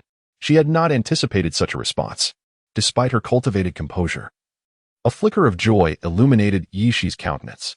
Yi Ruan affirmed, indeed, and even if the residual toxicity cannot be fully eradicated, fret not. I possess a concealing cosmetic that will effectively mask any imperfections. I shall provide you with some, ensuring that no trace of the scar remains visible. Overwhelmed by a surge of elation, Yi Shi felt as though she were being granted a new lease on life. Touched by Yi Ruan's consideration, her eyes welled with tears. Elder sister, she murmured, thank you. Yi Ruan gently dabbed at the corners of Yi Shi's eyes with a handkerchief. Recalling her suspicions and seizing the opportune moment, she ventured, It is I who should apologize. In the half year since my return, I should have taken the initiative to examine your condition. My judgment was clouded. Yi Shi's gaze intensified, as if on the verge of uttering a revelation. However, she hesitated, composing herself before replying, You possess a kind heart, akin to our late mother. Yi Ruan's heart skipped a beat at Yi Shi's mention of their mother. She had initially hoped that Yi Shi's disfigurement, if indeed orchestrated by Yi Yan, could provide her with an ally within the manor. However, Yi Shi's sudden reference to their mother was undeniably significant. While in the cold palace, Yi Yan had accused Xiao Shi of causing their mother's death, but had provided no specifics. With the Xiao family's dominance over the Yi manor for over a decade, any incriminating evidence would have been meticulously purged, leaving Yi Ruan with no means of investigation. Yet, today presented an unexpected opportunity. Maintaining her composure, Yi Ruan replied, You were but a child when our mother passed away. I am surprised that you still remember her. A nostalgic smile graced Yishi's lips. I had a penchant for sweets and would often visit our mother's courtyard to beg for treats. The nanny in her service was exceptionally skilled, and mother would always instruct her to prepare something for me. However, she cautioned against excessive consumption, as it would harm my teeth. So only a small portion was ever made. Mother's kindness stemmed from genuine concern, unlike Xiao Shi. Yishi's voice trailed off, leaving her thought incomplete. Ruan had left the manor at the age of 4, and her memories of her mother were fragmented, yet she recalled her as an ethereal being, untouched by the mundane. Only now did she realize that kindness without strength was a vulnerability. The thought of her mother's death ignited a spark of fury in her eyes. She scrutinized Yishi, hoping for further revelations. However, Yishi's gaze flickered, and she remained silent. Ruan reluctantly shifted her gaze, returning to her seat. Your fond remembrance of our mother will undoubtedly bring her solace in the afterlife, she said softly. The preparation of the scar-reducing balm will require some time. I shall send it to you once it is ready. Now that I suspect you possess some knowledge, I shall find a way to elicit it. We have only met twice, and I must exercise patience. Yishi, regaining her composure, responded, Thank you, elder sister. I shall take my leave. The following day, Dong Qing, following Yi Ruan's instructions, sought out Li Jing and politely declined his offer. Li Jing was taken aback, as the Yi family's young lady had seemed quite pleased with him the previous day. However, as a seasoned merchant, he maintained his composure and inquired, May I ask the reason for this change of heart? I would be grateful to know if I have inadvertently caused offense. Dong Qing replied apologetically, Please do not misunderstand. It is not that you are unsuitable, but my mistress has given the matter further consideration, as she operates a rouge shop and is, after all, a lady of the inner chambers. She has decided to seek a female shopkeeper. This would facilitate communication and alleviate any potential awkwardness. It is my mistress's first venture into business, and she did not fully consider the implications beforehand. We apologize for any inconvenience caused. Li Jin's brow furrowed almost imperceptibly. Such a frivolous reason. I understand. Thank you for informing me, he replied courteously. Dong Qing curtsied. I shall take my leave, then. I wish you success in your future endeavors. Li Jin returned the gesture. However, after Dong Qing's departure, he made his way to a secluded inn, where he was greeted by Qian Momo, a confidant of Xiao Shi. What news? Qian Momo inquired. The eldest young lady wishes to employ a female shopkeeper, Li Jin replied, a hint of self-deprecation in his voice. She has rejected my offer. I manage several enterprises in the outskirts of the capital on behalf of my lady, and I consider myself quite capable. However, I never expected to be turned away from a mere cosmetics shop by a little girl. Truly, even an old horse can stumble. In my opinion, there is no need for my lady to worry. This young miss, with her frivolous demeanor and naivety, does not seem like someone capable of achieving anything significant. It is merely a pastime for her, a pursuit of novelty. Upon hearing this, Granny Qian nodded in agreement. As the two continued their conversation, a figure clad in black, hidden in the shadows, silently curled his lips in amusement. Chapter 48. Rivalry. The torrential rain persisted for several days. During today's morning court session, a new face emerged. Junli stood at the front of the hall, observing Jun Zhan, who sat leisurely in a wheelchair, stroking the dark cat in his embrace, his gaze inscrutable. At that moment, the newly appointed Deputy Minister of Personnel, Xinzhua, was holding a tablet, addressing Emperor Shilin.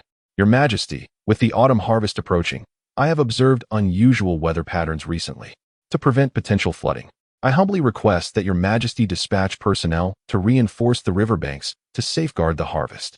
Initially, Yi Shuren had been demoted, and Minister of Personnel, Chao Wenyuan, intended to appoint a distant relative of his. However, just as he was about to present the candidate to Emperor Shilin, that individual was found guilty of corruption. Consequently, Xinzhua, who was merely brought in as a supporting character, seized the opportunity. Xinzhua had risen through the ranks by merit, and Junli instructed Chao Wenyuan to probe into his background to see if he could be of use, only to discover he was rather impervious to persuasion and had a penchant for acting independently. Minister of Works, Zhang Yinshan, frowned upon hearing this and stepped forward from the ranks. Among the 6 ministers of the court, aside from the Minister of Justice, all were aligned with Junli. And Zhang Yushan was particularly displeased with Xinzhua's audacity, intending to curtail his arrogance. Minister Xin, the matter of water management has always been the responsibility of my Ministry of Works. Your actions seem to overstep the proper protocols. Xinzhua, in his 30s, stood tall and did not yield to Zhang Yinshan's words. Minister Zhang, you are being overly harsh. We are all working for the benefit of the people and in loyalty to His Majesty. There should be no distinction between us. Zhang Yinshan chuckled, casting a disapproving glance at Xinzhua. Your words are misguided, Minister Shin. The 6 ministries of the court have always adhered to their respective responsibilities. If everyone acted as you do, would it not lead to chaos? As a newcomer, you should heed the counsel of those more experienced and abide by the established rules. Emperor Shilin, noticing the impending quarrel between the two, interjected in displeasure. Enough, cease your bickering. Minister Shun, I understand your sincere intentions, but Minister Zhang speaks truthfully. The 6 ministries function like pieces on a chessboard. Only by fulfilling our respective duties can we secure the realm. You may withdraw for now. Xinzhua, merely initiating a discussion on behalf of the King Jing, ceased his argument upon the Emperor's command. Your Majesty is correct. I have overstepped. Zhang Yuanshan felt a surge of satisfaction at Xinzhua's retreat.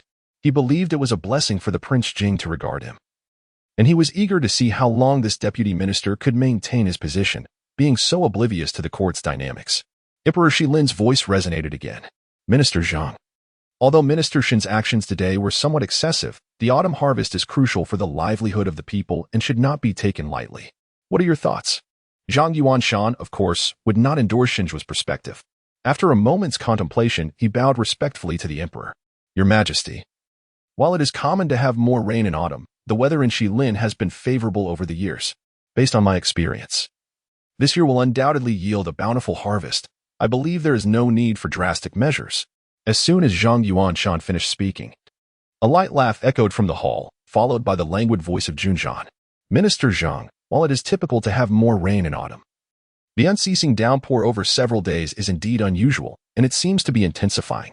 I believe Minister Shin's concerns are not without merit. Your swift conclusion is rather hasty. Emperor Shilin's eyes flickered with surprise at Junzhan's sudden interjection.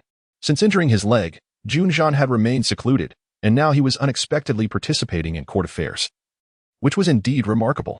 Over the years, although he had intended to cultivate Junli, who had done reasonably well, he still found him somewhat immature and lacking in wisdom. Fortunately, Junli possessed a degree of virtue and had garnered public favor, making him suitable to be a ruler in these peaceful times. However, if Sumu could indeed heal Junzhan in 2 years, the choice of successor could be reconsidered. As Junzhan was still in good health and could easily endure for another decade or so. After all, Junzhan had captured his heart in his youth. He could only hope that he had not squandered his potential over the years. Despite his lingering affection for Junzhan, stemming from the memory of his late wife, he recognized that paternal love and the succession of the throne were 2 distinct matters. As a sovereign, he had to carefully consider the future of Shilin and ensure that the empire was entrusted to the most suitable individual.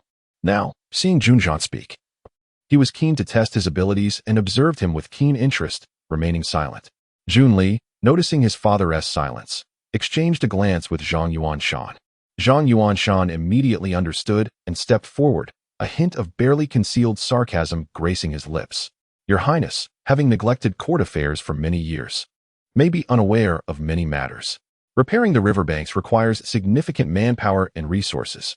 Given the imminent autumn harvest, if we were to commandeer local labor and resources, it could adversely affect the harvest and stir public discontent, proving counterproductive. Junzhan chuckled lightly at Zhang Yuanshan's words. Minister Zhang, the path of governance lies in serving the people. The common folk may not foresee potential disasters. Do you not know this? If calamity were to strike and the dam were to breach, it would not only impact this year's harvest but jeopardize the homes and lives of countless citizens. Such excessive caution only reflects a desire to preserve one's own interests. Perhaps you would be better off resigning and returning home to enjoy your grandchildren? Zhang Yuanshan felt his face flush with indignation as Junzhan's open mockery stung. Your Highness, while I may lack talent, my conclusions are drawn from decades of recorded knowledge within the Ministry of Works. Your Highness' South involvement in court matters today, relying solely on the words of Minister Shun, is rather juvenile. Court affairs are not akin to tending to pets at home. How can Your Highness be so certain that disaster will inevitably occur? In contrast to Zhang Yuanshan's flustered demeanor, Junzhan remained composed and unruffled. Minister Zhang, your reasoning is quite amusing. If natural disasters could be predicted by recorded knowledge and conventional wisdom, what need would there be for you? Perhaps we should simply transform the Ministry of Works into a library? Junzhan's calm demeanor only heightened Zhang Yuanshan's frustration. This Prince Jing is utterly unreasonable. He shifted his gaze towards Emperor Shilin, hoping to have him reign in Junzhan's audacity. However, Emperor Shilin remained silent, continuing to observe the exchange. Junli, seeing Zhang Yuanshan at a disadvantage and his father unwilling to make a decisive statement, pondered briefly before stepping forward. Your Highness, Minister Zhang has served in the Ministry of Works for decades, and there are many skilled meteorologists within the ministry. I believe he is confident that there will be no disasters this year, which is why he speaks as he does. If you are truly concerned, perhaps we should wait until after the autumn harvest to conduct a thorough assessment of the riverbank repairs. This way, we can avoid jeopardizing both the harvest and the repairs. What do you think? Junzhan appeared to contemplate his words seriously. However, just as Junli expected him to concede, he suddenly raised his head and replied, Naturally. It is not a matter of what you think. Junli clenched his fists within his sleeves, glancing at Emperor Shilin, who remained noncommittal. Your Highness, how can you say such a thing? Junzhan's elongated fingers gently caressed the fur of Shao Qi, but his gaze bore an edge.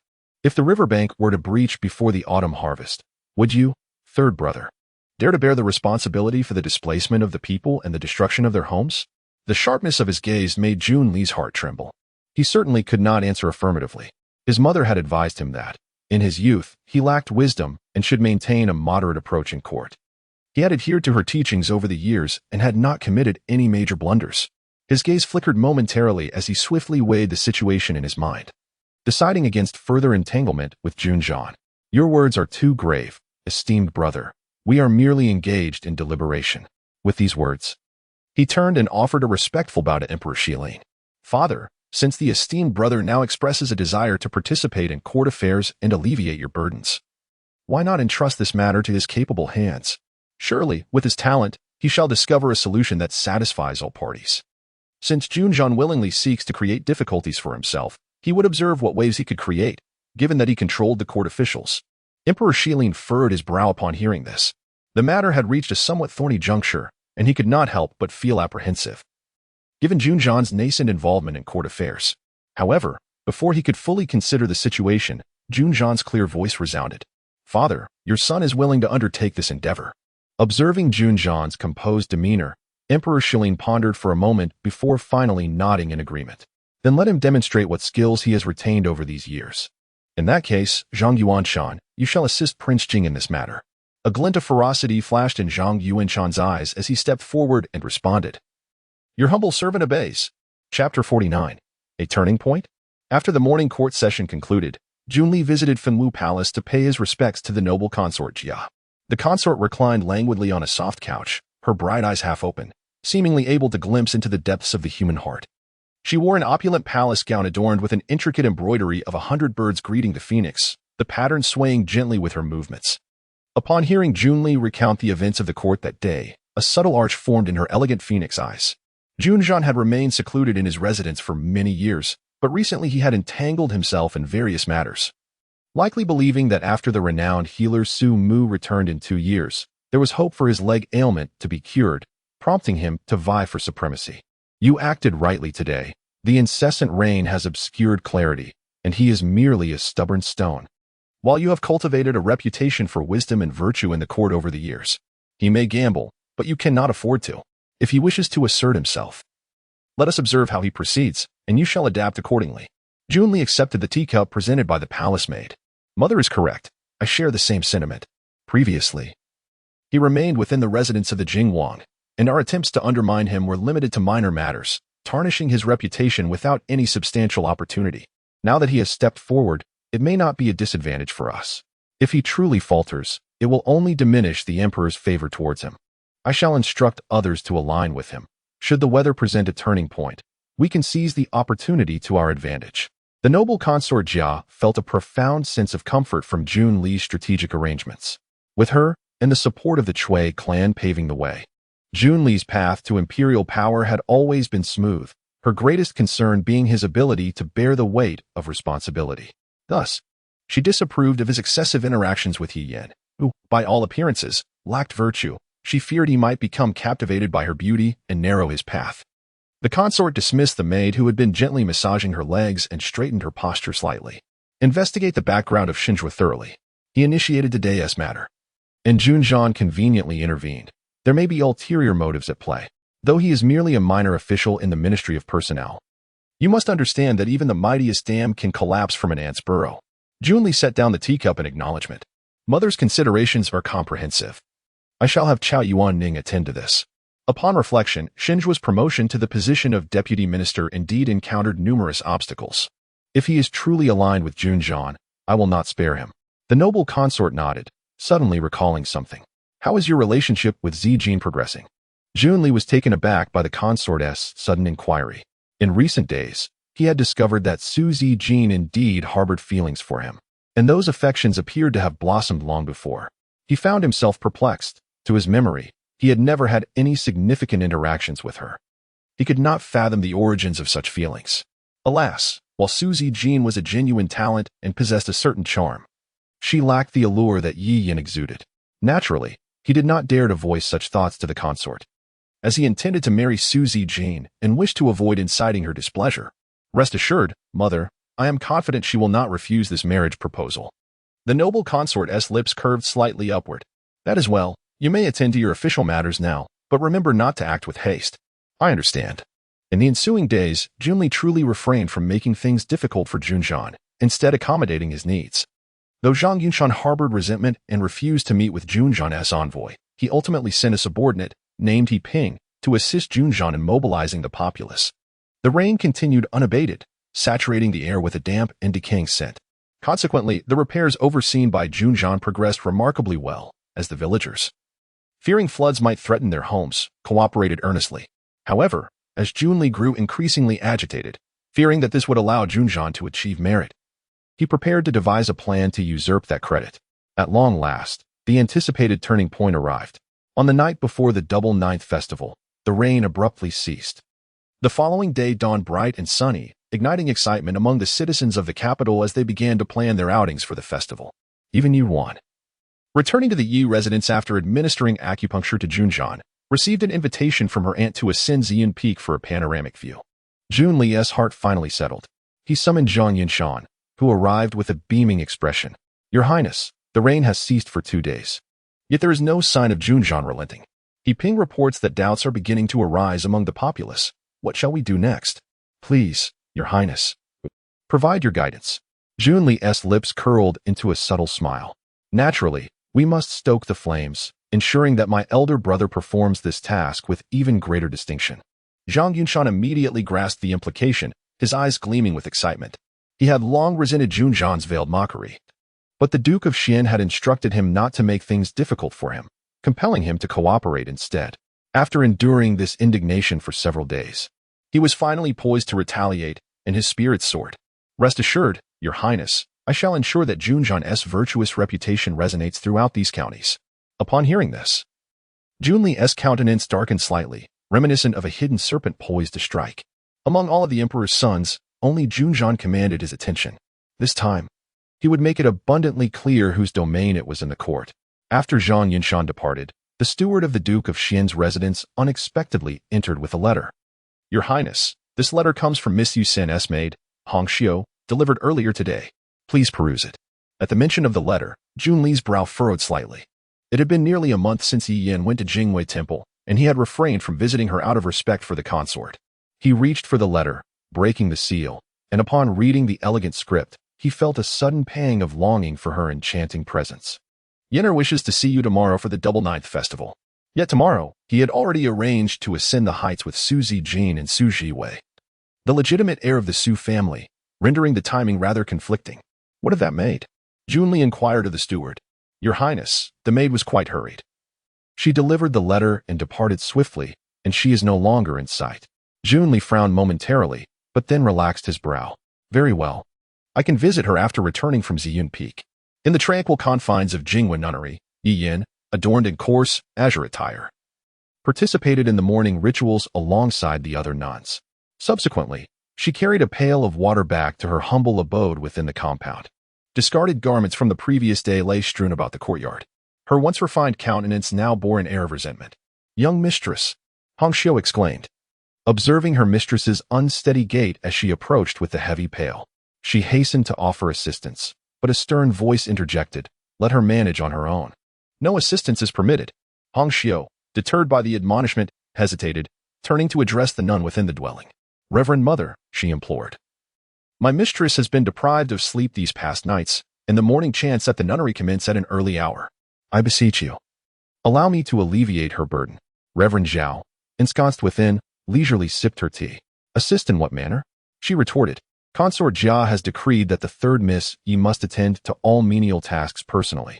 Furthermore, she is to attend every morning and evening chanting session without fail. Otherwise, this would merely be a change of scenery, where she continues to be served. Such conduct would be a blatant disregard for His Majesty's wishes, a form of duplicity. Should His Majesty become aware, how would the esteemed consort account for her actions? You may massage my shoulders. Refrain from engaging in matters that do not concern you. Yi Yin, overhearing the exchange, clenched her teeth in silent indignation. The emperor, preoccupied with affairs of state, would hardly concern himself with her trivial existence. This was undoubtedly Consort Jia's deliberate attempt to torment her.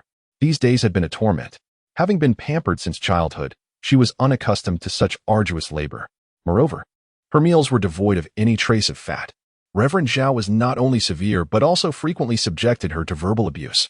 Hong Xiu had surreptitiously assisted her on several occasions while she slept, only to be discovered and punished with additional nights of scripture transcription.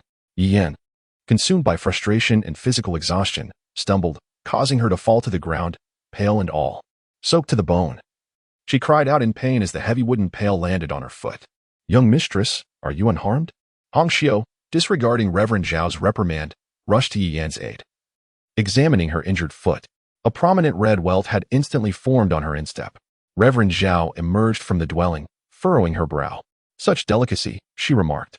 It appears her mettle has not been sufficiently tested. But there is no urgency, she has 5 years to gradually acclimate. In due time, she will present Consort Jia with a docile and obedient Yi Yin.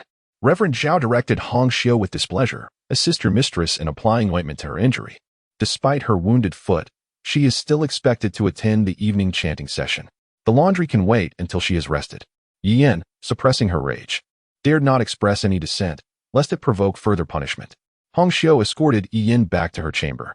Upon Reverend Zhao's departure, Yi Yin, unable to contain her fury, seized a teacup from the table, intending to smash it against the floor. Hong Xiu intervened. Young mistress, please refrain from breaking it. Should Reverend Zhao discover it, there will be repercussions. A contemptible lackey, emboldened by her association with Consort Jia, dares to mistreat me in such a manner. Yi Yin shoved Hong Xiu aside, shattering the teacups on the floor, which momentarily alleviated her anger. Enduring the pain in her foot, she returned to her bed. Hong Xiu hastily secured the chamber door. Young mistress, she is merely a hound in the service of Consort Jia. Why should you allow her to provoke your ire? Yi Yan's gaze intensified with malice. Humph. When I ascend to become the most esteemed woman in Shilin, I will ensure she experiences a fate worse than death. And as for Consort Jia, who scorns my origins, I once sought to ingratiate myself with her. But now, given her treatment of me, when Crown Prince Junli assumes power and she becomes an obsolete crone, I will exact retribution for everything I have endured today. Yi Yin paused, observing Hong Xiu as she cleared away the debris. Did you deliver the letter I entrusted to you for Prince Xian? Hong Xiu ceased her task, lifting her gaze to meet Yi Yan's. Yes, young mistress. Today, while accompanying Reverend Zhao on a shopping expedition, I seized the opportunity, while she was indulging in a meal at the tavern, to surreptitiously deliver the letter to Prince Xian's residence.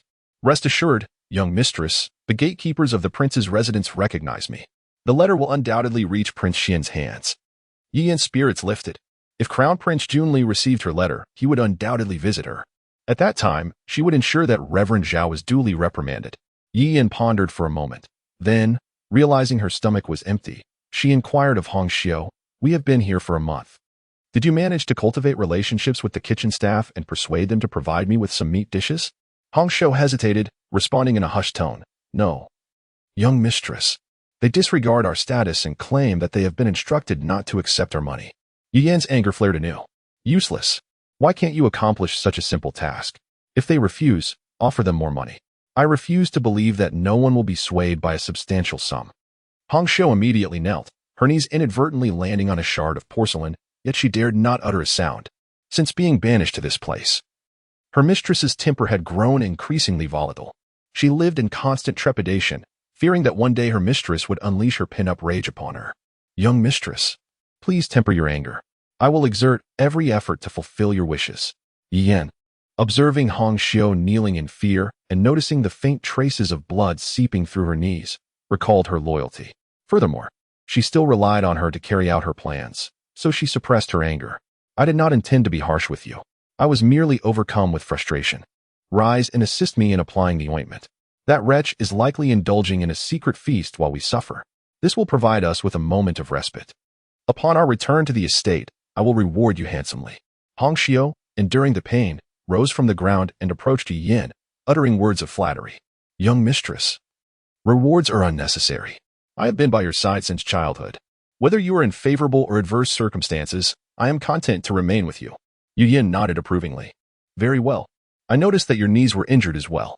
Return to your chamber and apply some ointment to them. Rest well. I am aware that Reverend Zhao has been exploiting you these past days, and you have endured much hardship. Hong Xiu's eyes immediately filled with gratitude. Thank you for your concern, young mistress. I am merely a servant, and my hardships are insignificant. I only lament your suffering. I can only hope that Prince Xin will visit tomorrow, which will give that Reverend Zhao pause and improve your situation. Upon hearing this, Yi Yan's lips curled into a faint smile, her expression radiating confidence. Crown Prince Jun Li will undoubtedly come. Chapter 51. Has the bride run away?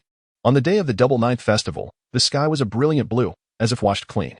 The citizens of Kyoto, shedding the gloom that had hung over them in recent days, ventured out of their homes.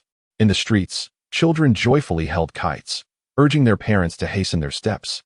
At the tea houses and taverns lining the roads, groups of people gathered to drink, revel, admire chrysanthemums, and compose poetry. At this moment, Ruan had finished her preparations and, accompanied by Banksia, arrived at the entrance of the Yi residence, with Yi Qining standing beside her. Just then, a carriage approached slowly, pulled by two young men leading the horses. One had a face as refined as jade, holding a folding fan, exuding an aura of transcendent calm. The other, with a sword at his waist, radiated warmth and brilliance like the autumn sun. As the carriage halted in front of the Yi residence, Yin Qi was the first to leap down and approach Yi Ruan. Cousin, do you still have that powder you gave me last time that makes one laugh uncontrollably? Before Yi Ruan could respond, Lin Shi, supported by a maid, descended from the carriage. She cast a reproachful glance at Yin Qi. You mischievous rascal. Wanas, do not give him any. Otherwise, who knows whom he will torment next? Yin Qi quickly retorted, Cousin, do not listen to mother. I did not instigate the trouble. It was that scoundrel from the Ministry of Justice who challenged me to a contest and tricked me. I merely repaid him in kind. Yi Ruan smiled gently. Although she was intentionally delaying the restoration of her beauty to avoid drawing unwanted attention, she had undeniably become much more attractive than before. In that fleeting moment of her smile, the subtle elegance of her features began to emerge. It was surprising that someone could outwit her cousin, who was known for his skill. According to Aunt, it was usually her cousin who played tricks on others. Her curiosity piqued about the son of the Minister of Justice. Yun Qi, catching the teasing tone in his cousin's words, couldn't help but blurt out a coarse phrase he had learned from his father, Yun Xiao. That little scoundrel is nothing. He merely plotted against me. Yun Gu, upon hearing this, gave Yun Qi a light tap on the head with his folding fan. What nonsense are you spouting in front of mother and your cousin? You only pick up the bad habits from father. Yun Qi, feeling disgruntled, protested, second brother. Must you always resort to violence? I am no longer a child. Yun Gu raised an eyebrow, his voice calm and deep, akin to the serene waters of an autumn lake. Can your brother not be spoken to? Yun Qi's spirit deflated instantly, but his gaze brightened as it shifted to Yi Ruan's side, where Yi Qining stood. He leaned closer to Yi Qining and asked slyly, Cousin, I haven't seen you at the residence lately. I heard you have been studying diligently at the academy. How is it going? Yi Qining, like Yi Ruan, had inherited his mother Yun Tong's beautiful eyes. However, upon hearing Yun Qi's sudden inquiry, his previously lively eyes dimmed. It's going well. I have been attentive in class for the past month and haven't missed a single lesson. The teacher even praised me for my progress. But Yi Qining paused, his face contorted in a frown, and continued. Even though I sit in the classroom and listen intently, most of the time, it feels like the teacher is reciting scriptures. I can only grip my legs tightly to keep from dozing off. Yi Ruan was momentarily taken aback before bursting into laughter. Banksia beside her couldn't help but join in the merriment. Young master, your symptoms are identical to what Miss experienced when teaching me to read. Yi Qining, embarrassed and irritated, retorted, "Sister, you mustn't laugh. He is doing this for you. How can you mock him?" Yi Ruan's amusement did not wane. She recognized that Yi Qining was likely not suited for the imperial examination. This period was merely a test of his determination and a means to temper his playful nature. This resemblance to his uncle was evident in Yi Qining. Yi Ruan composed herself and regarded him earnestly. "If you are truly ambitious, there are many paths in this world. If you do not wish to pursue the imperial examinations, perhaps consider what other talents you might possess." Yi Qining had never formally studied martial arts. But during their visit to the Drunken Immortal Pavilion, he had managed to injure Chao Xiang with sheer determination. Chang'e, who had been by her side in recent days, suggested that Yi Qining possessed a certain aptitude for martial arts. Although there was no warfare at present, the Golden Guard in the capital provided a decent opportunity for the sons of martial families. However, martial training was arduous. Should Yi Qining embark on this path midway, he would face even greater challenges. Unless he developed a genuine interest, he would not be able to endure merely for the sake of that little wager from the past. "What am I skilled at?" Yi Qining pondered. "Cockfighting? Cricket fighting? Could you?" None of these seemed promising. At this moment, Yungu glanced at Yi Ruan, his gaze shifting slightly. If today's outing to Xian Peak is merely for climbing, it may be dull. Why not have cousin and third brother compete in stamina to see who can reach the peak first? If third brother wins, Ruan Mei will give him the powder he desires. If cousin wins, I shall present him with a renowned spear I acquired some days ago. What do you think? Yunqi was instantly excited and agreed. Yi Qining, too, felt invigorated, casting aside his earlier worries and readily accepting. Yi Ruan looked at Yungu, nodding slightly in acknowledgement, her eyes sparkling like crescent moons. It was early autumn, and although the weather was pleasant, the mornings were still a tad chilly. Banksia, concerned for Yi Ruan's comfort, draped a thin cloak over her shoulders, embroidered with a cluster of green bamboo, complementing the design on Yunji's fan.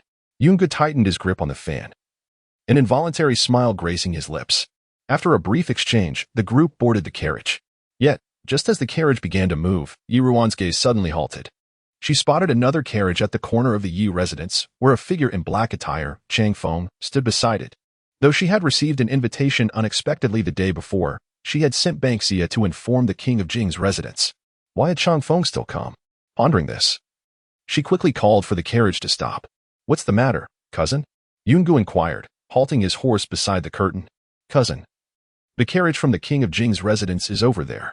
I decided yesterday to join you for the climb, but they may not have received my message. Could you please inform the black-clad guard over there that I will go to the king of Jing's residence at the hour of Shin to tend to his highness?" Yungu glanced over at the distant carriage and nodded in agreement. After Yungu explained the situation to Chang Feng, the group set off once more. However, as Yungu departed, he cast a subtle glance towards the palanquin behind Chang Feng. It seemed as if someone were inside. Chapter 52. Encounter with Prince Xian. An ominous encounter. Xian Peak, renowned for its breathtaking vistas, stands near the capital of Xilin. From its heights, one can behold the entire cityscape, prompting the government to construct numerous pavilions for weary travelers to rest. Today, being the Double Ninth Festival, the mountain should have been bustling with visitors, vibrant with life. However, a contingent of guards now obstructed the entrance, sternly barring common folk from entry. Those turned away could only seethe in silence. Once Yungu and his party revealed their identities, they were permitted to ascend the mountain. Earlier, Yunqi had attempted to confront the guards, but was restrained by Yungu. Now, having entered, he could no longer contain his frustration. "Brother, why did you stop me earlier? How can they act so tyrannically?" Yi Ruan recalled the leading guard, who had gripped her aunt's arm while casting glances at Yungu. "Cousin, are those not the men of Prince Xian?" Yungu nodded. "Indeed, they are numerous and powerful. Engaging them directly is unwise. Tomorrow, I shall instruct my father to inform Lord Jing of the censorate, urging him to lodge a formal complaint against Prince Xian. Lord Jing of the censorate is known for his fearless disposition. Even if the Emperor of Xilin were in the wrong, he would dare to speak up." At the mention of Junli, Lin Shi frowned slightly. "Enough about him. It brings ill fortune." Yi Ruan smiled faintly, aware of her aunt's disdain for Junli since the incident involving her cousin. "Very well, let us not dwell on it. Cousin, are you not to compete with Ning? Let us commence," she urged. "Do not underestimate him simply because you have practiced martial arts from a young age." Yunqi responded affirmatively. "Of course, father has taught me that underestimating an opponent is a grave mistake." Yi Qining chimed in. "That is good. I was worried cousin might go easy on me. If we are to compete, let us showcase our true skills." Yun Qi clapped Yi Qi Ning on the shoulder. Well said, cousin. Let us proceed. With that, the two young men hurried ahead, leaving Yi Ruan and the others behind. Watching their spirited figures recede, Yi Ruan felt a wave of quiet satisfaction wash over her. Although her vengeance remained unfulfilled, the vitality of those around her provided solace. In no time, Yi Qi Ning and Yun Qi had vanished from sight. Yi Ruan, holding on to Lin Shi, ascended the mountain at a leisurely pace, while Yun Ge, fanning himself, patiently accompanied them, responding only occasionally. Yet Lin Shi was correct. Today was indeed fraught with misfortune. As Lin Shi grew weary from the climb and spotted a pavilion partially hidden by trees, she approached it to rest. However, she was met with the sight of three figures already seated within. Among them was Junli, who appeared relaxed as he conversed with a man and a woman. Their backs turned to Lin Shi and her party. The atmosphere seemed jovial as the woman stifled a laugh at something amusing. Junli, noticing Yi Ruan and her companions, was taken aback but managed to smile. What a coincidence, Lady Yun, you and your son have come to enjoy the view as well. Lin Shi suppressed her disdain and replied tersely, indeed. As a lady of rank, Lin Shi was greeted by Su Ziqin and Su Ziwei, who rose from their seats to bow in respect. We have the honor of meeting Lady Yun. Su Ziqin's voice, typically cool, carried a hint of warmth today, reminiscent of melting snow on a mountain peak. Yi Ruan noticed a small sprig of red fruit tucked in her hair, which contrasted beautifully with her pale complexion. There were no attendants nearby, leaving Yi Ruan uncertain whether it was her brother or Junli who had arranged this. Junli often exploited the name of others for his own ends. He had previously done so under the guise of Yi Zhifan during his visits to the Yi residence. As Lin Shi studied Su Ziqin closely, memories of the past surfaced. You are the second daughter of the Su Grand Tutor's household? Su Ziqin affirmed, yes, Lady Yun. My brother has come to climb the mountain with Prince Xian today, and I accompany him. Lin Shi's brow furrowed slightly at the mention of the Su family's connection to Prince Xian. How could the Su family be entangled with him? Su Ziqin had almost become a daughter-in-law of the Yun family in the past, a girl of remarkable spirit despite her youth, whom Lin Shi had cherished. But these bygone matters were likely unknown to the younger generation. A moment of introspection enveloped them, leaving a silence unbroken until Junli cleared his throat. Lady Yun, on this double ninth festival, Ziqin and I have brought some chrysanthemum wine. Would you and your son, along with Miss He, care to join us for a drink? His gaze lingered on Yi Ruan for a moment, sensing a change in her demeanor since their last encounter at Yunwen's coming-of-age ceremony. Lin Shi was not fooled into believing Junli genuinely wished to extend an invitation. Your Highness, you are too courteous. We must continue our ascent and shall not disturb your gathering. Junli, accustomed to such politeness, made no effort to retain them. However, at that moment, Yi Ruan's eyes sparkled with determination as she halted Lin Shi's departure. Wait, I have something to discuss with His Highness. Lin Shi and Yun Ge paused, bewildered by Yi Ruan's sudden interjection. Yet, Yi Ruan did not glance at them. Her expression had transformed into one of eager anticipation as she turned her attention to Junli. Junli, observing her newfound demeanor, smirked inwardly, realizing her previous demeanor had been a facade. Now, she appeared to be seeking his favor. Yi Yin had informed him that her elder sister had developed an infatuation with him after he rescued her and returned her to the Yi residence. How ignorant she was of her own standing, daring to harbor such sentiments toward him. Had it not been for Yi Yan's sake and the necessity of maintaining appearances due to her connection to the Yun family, he would never have bothered to save a woman of ill repute. At that moment, Yi Ruan's voice rang out again, laced with a feigned cheerfulness. Your Highness, we observed guards at the foot of the mountain intercepting common folk. Are you aware of this? On this auspicious double ninth festival, it is disheartening to see such tyranny. It is a fortuitous encounter to meet you here. I have heard that your Highness is wise and compassionate, always caring for the people and opposing injustice.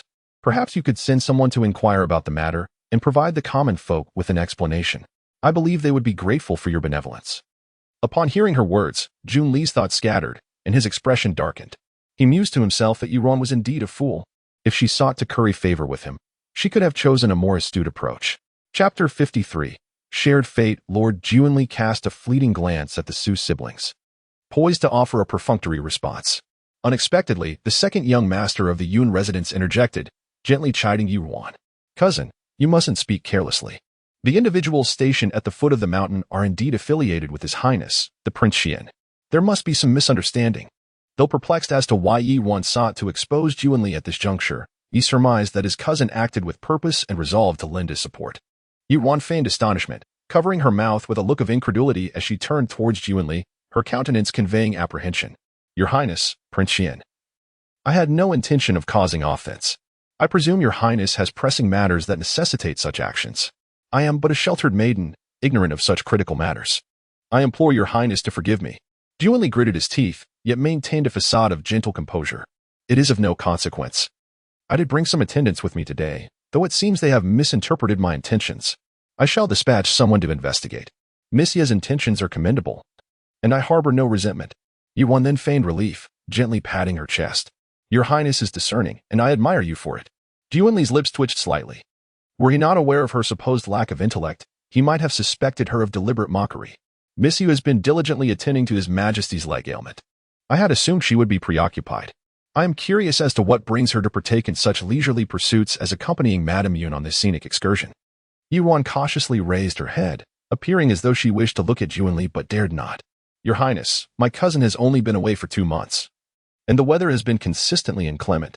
My aunt has been melancholic, and my cousin feared she would fall ill. Thus, he persuaded her to venture out and enjoy the pleasant weather of this double ninth festival. Naturally, I am obliged to accompany them. Your Highness and my cousin were betrothed from a young age. Moreover, I have heard from my elder brother that your Highness is a man of deep affection. The unjust circumstances surrounding my cousin's demise must weigh heavily on your Highness's heart. Ruan concluded, offering unsolicited consolation to Juanli. However, as my cousin's spirit has departed, it is my sincere hope that your Highness will find solace. Her spirit in heaven would surely wish for your Highness's well-being. Upon hearing this, Juanli's countenance underwent a series of transformations. His dealings with Su Zijing had yet to be publicly acknowledged, remaining confined to the knowledge of their respective households. Ruan's inadvertent disclosure in Su Zijing's presence, coupled with his overtures towards her so soon after Yunwen's passing, risked portraying him as a callous and unfeeling individual. Juanli forced a strained smile. Missy is correct. I trust you will offer comfort to Madame Yun. Ruan detected a hint of suppressed rage in his voice, but feigned ignorance, offering a respectful bow. I thank your Highness for your concern. I shall endeavor to do so. We shall take our leave now. With these words, Ruan assisted Madame Lin in turning and departing. Before turning away, she directed a deliberate glance at the somewhat bewildered Su Zijing. Once the group had distanced themselves from the pavilion, Yungu could no longer contain his curiosity. Cousin, you are not typically one for idle chatter. Why did you intentionally seek to embarrass Prince Xian? Madame Lin, equally perplexed, awaited Ruan's explanation. Ruan paused before replying. Cousin, have you heard of the second young lady of the Su family, Su Zijing? Yungu had never favored the affected airs of the ladies of the capital, but he recalled Su Zijing's performance of Fisherman's Evening Song at the Empress Dowager's birthday banquet.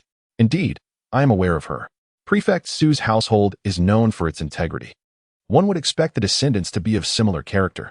Ruan nodded. Now that Prince Xian and Consort Jia have successfully dissolved the engagement with the Yun family, Consort Jia's Chui clan holds sway over the northwest and commands military power, while Consort Jia's elder brother controls the imperial guards. Their present deficiency lies in securing the allegiance of the court's civil officials. Thus, Consort Jia's choice for Juanli's new consort is none other than Miss Su Zijing of the Su family. Yungu, reflecting on Juanli's character, frowned slightly. Prefect Su is not one to be swayed by power. Unless Miss Su is willing, I doubt her family would compel her. Ruan sighed softly. Cousin, you are correct.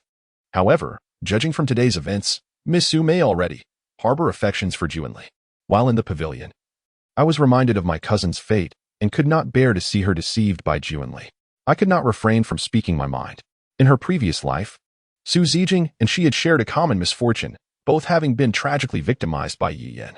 Now, witnessing her once again venturing into the pit of fire that was Juanli, despite repeatedly reminding herself not to interfere and having sent an anonymous letter of warning, she could not suppress the pangs of shared fate as she observed Su Zijing's apparent descent into peril. Observing the melancholy in Yi Ruan's expression, Yungu leaned forward slightly, experiencing a sudden urge to smooth away the worry lines on her brow. He was taken aback by the emergence of this thought. As a man of integrity, how could he entertain such frivolous notions? Yet, he sensed that his cousin bore a heavy burden. Collecting himself, he softly reassured her. Each individual has their own path to tread. Cousin, you need not be overly concerned.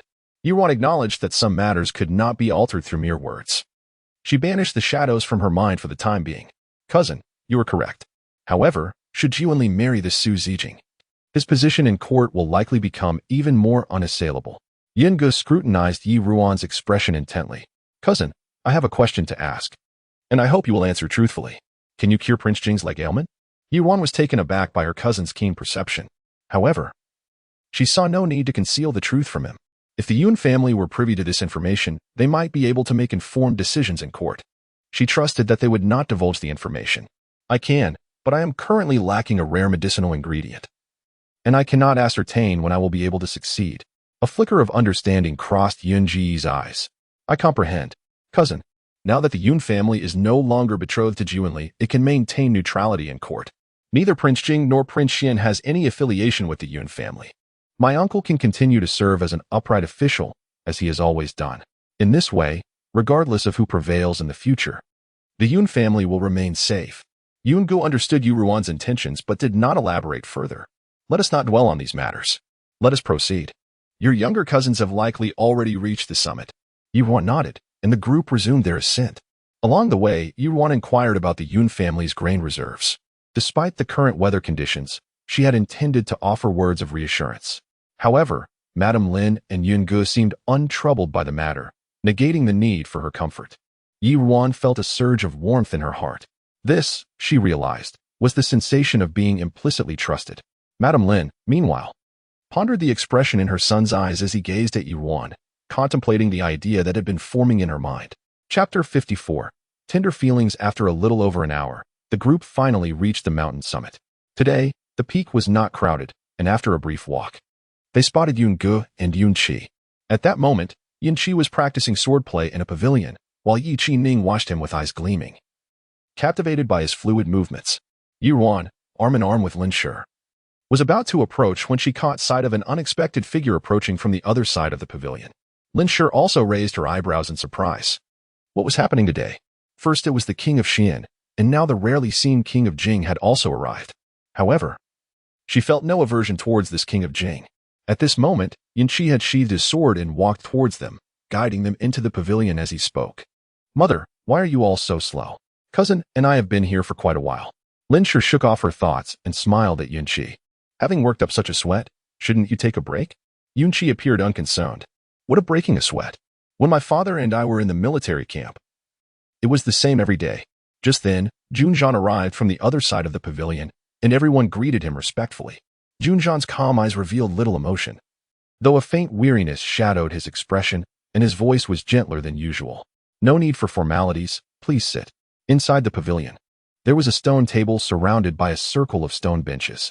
The servants from the Yun residence had arrived early and had already placed soft cushions on the benches and set various food and drinks on the table. Yi Ruan and Yungu took their seats beside Lin Shi. Yungu regarded Junzhan with a hint of scrutiny, recognizing that the person he had seen in the sedan at Ye's residence must be the king of Jing. How curious that he, usually busy overseeing the repair of levees in the nearby counties, would come here now. Could it possibly be for his cousin? He furrowed his brow slightly, dismissing the thought as absurd, yet unable to find a better explanation. After Lin Shi took her seat, she politely addressed Junzhan. It is indeed a stroke of fate to encounter His Highness the King of Jing here today. If you do not mind, please sample the culinary delights from the Yun residence. Our chef's Chengyang cake is not inferior to that of Zui Xianlu. Madam is too kind. Junzhan replied with a slight nod, yet he made no move toward the food. Yi Ruan suddenly recalled that he seemed not to enjoy sweets and, not wanting her aunt's good intentions to go to waste, stood up to place a piece on each plate and asked Ban Xia to pour tea for everyone. After such a long journey, everyone must be thirsty. Let us enjoy some tea first. Junzhan did not decline, calmly picking up a cup of tea and savoring a few sips before saying, Madam need not concern herself with me. I am merely here to enjoy the scenery while sipping tea. Please feel free to carry on. Not one to remain idle. Yunqi finished his tea in one gulp and, with enthusiasm, turned to Yi Ruan. Cousin, I risked everything to slightly outdo my cousin for that medicinal powder today. Do remember to reward me. Yi Ruan chuckled at his exuberance. Do not worry, cousin, you shall not be left empty-handed. However, I must ask a favor for my brother today. Though he did not win, would you still grant him the long spear you promised? The weapons in Uncle's residence must be of excellent quality. Yungu lightly waved his folding fan, understanding her intention, and smiled back at Ruan. That is certainly agreeable. But does my cousin truly wish for it? It seems he has not practiced spear techniques. Despite his loss, Ning bore no displeasure. Of course, I found my elder cousin's swordplay quite impressive and was indeed considering learning a weapon. It all depends on whether my elder cousin is willing to part with one. Linsher playfully interjected, "What parting? We are all family. Besides, your elder sister, and you both have spoken. So your elder cousin will surely be willing to give whatever you desire, right, Gur?" While Linsher spoke, her gaze inadvertently swept over Yun-gu and Yi-Ruan. Yun-gu, sitting beside Linsher, remained unaware of her unusual behavior. "Indeed, as long as my cousin is earnest in learning, I will send someone to deliver it to you upon my return home." Ning responded with delight. "Thank you, elder cousin." Meanwhile, Junjian paused in his tea drinking, suddenly finding the descending sunlight somewhat blinding. He set down his cup and spoke. While the long spear combines the advantages of both spear and halberd, it has also made many renowned generals famous throughout history. Yet the young master of the Yi family currently lacks a foundation. This spear is not only heavy but also requires agility. Starting with a long spear would be better for developing strength and feel, and then one can consider other options later.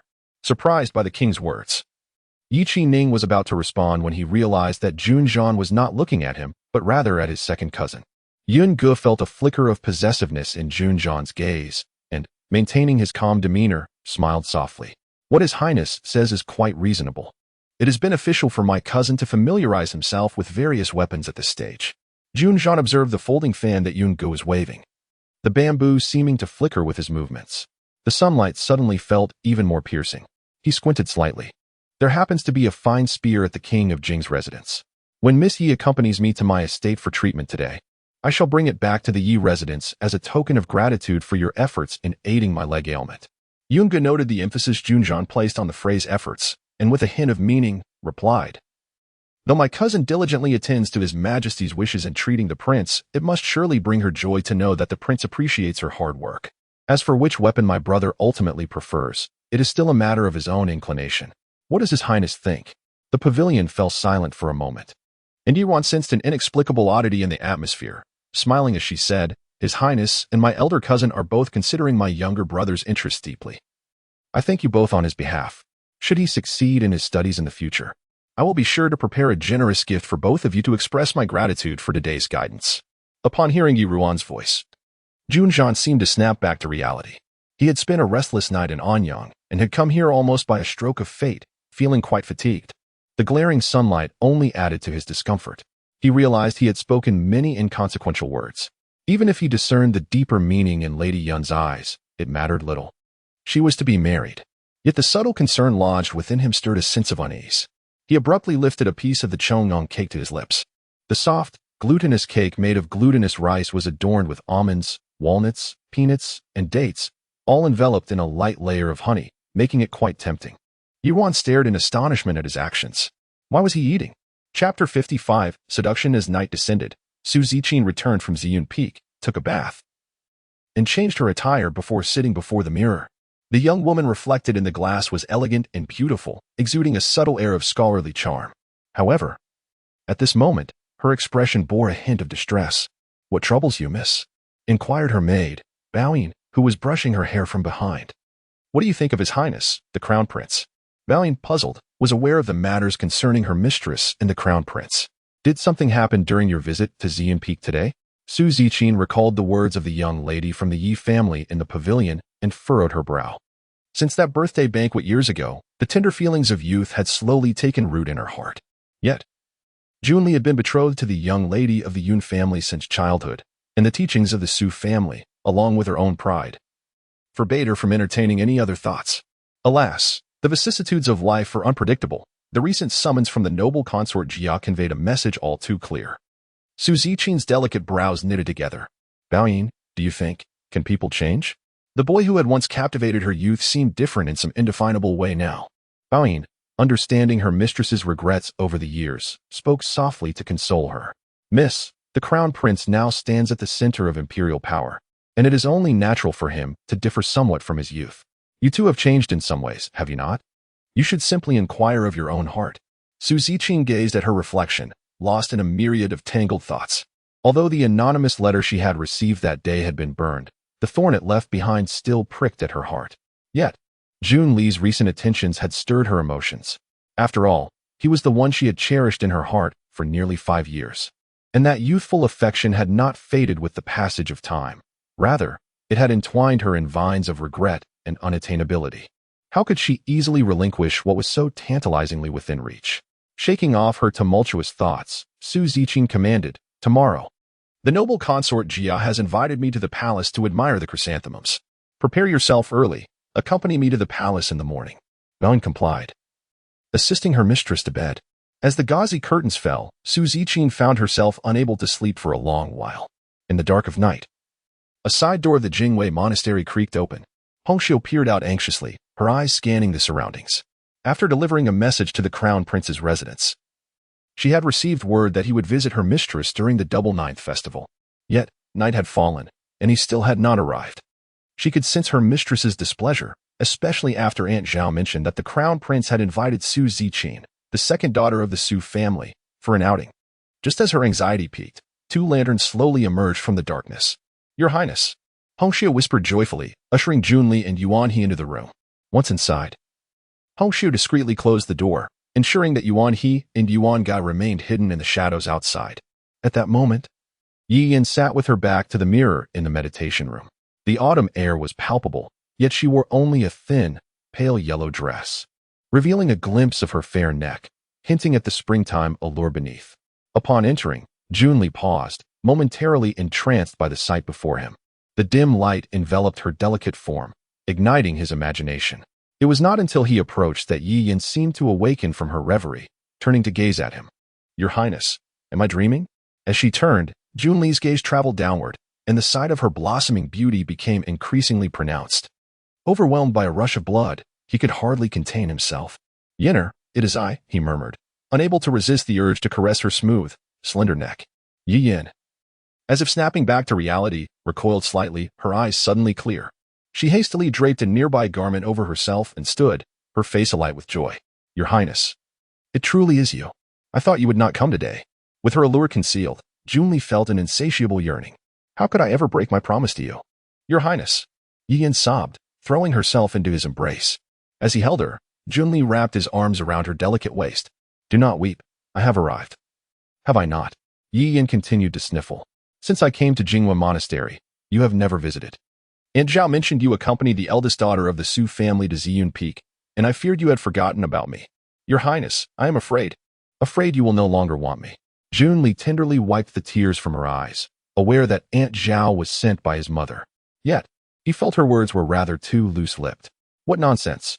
Our bond is not something that can be replaced by Su Ziqing. Have I not told you?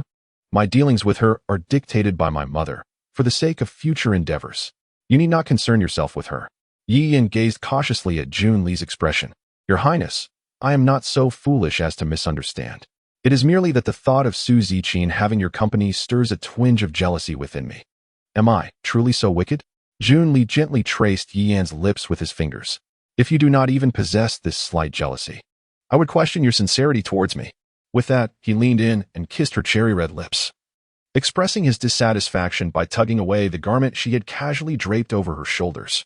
His hands traveled down her neck, seeking the springtime allure he had glimpsed before. This time, Yi Yin did not push him away. Her gaze flickered as she cast her eyes toward the door. Just as Junli became lost in passion, Hongxiu's voice suddenly rang out from the threshold. "Aunt, the young lady has truly gone to rest. I am not deceiving you." Outside, Hongxiu stood at the door, and before her was Aunt Zhao, whom she had deliberately brought along. Aunt Zhao's face contorted with anger. "Nonsense. The lights are still lit inside. How could she possibly be asleep?" I distinctly heard the voice of a man. Yi Yin, who often exuded a bewitching charm, had drawn Aunt Zhao's ire, and she never anticipated that Yi Yin would dare to entertain a man within the monastery. "Aunt, it is true. The young lady has been restless these past few days, and out of fear, she left a lamp burning while she slept." Hongxiu seemed flustered, casting furtive glances into the room. "The young lady injured her foot a while back, and with the recent chill, she caught a cold while washing clothes. Yet you still punish her with late-night scripture copying. Now that she has finally fallen asleep, have a touch of mercy and do not trouble her further." Seeing Hongxiu's frantic demeanor only solidified Aunt Zhao's suspicions. "Silence. Do you take me for a fool?" There is evidently a man's voice within. Step aside. I shall see which scoundrel is hiding in there. Aunt Zhao made to push past Hongxiu and open the door. Just then, a voice full of exasperation erupted from within the room. Yuan He, Yuan Guy, are you all dead? Upon hearing that voice, Aunt Zhao's mind exploded with realization. It was indeed a man's voice, and that voice was unmistakably the crown princess. Yuan He and Yuan Guy then revealed themselves, blocking Aunt Zhao's path. Moments later, Junli opened the door, a look of irritation etched on his face as he fixed his gaze upon Aunt Zhao. Aunt, have you clearly seen who this wild man is that you speak of? Chapter 56. Success. A sudden flutter surged through Aunt Zhao as she caught sight of Junli.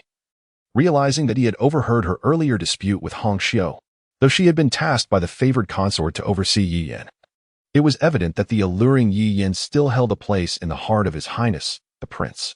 Should she mismanage the situation, she would undoubtedly face his harsh reprimands in the future. I was unaware that His Highness was in the room, and my words may have been rash. I implore your Highness to forgive me. Forgiveness? Junli scoffed. Wasn't Aunt Zhao just earlier quite imposing? He turned his gaze to Hongxiu. What did you just say about how she treats your young mistress?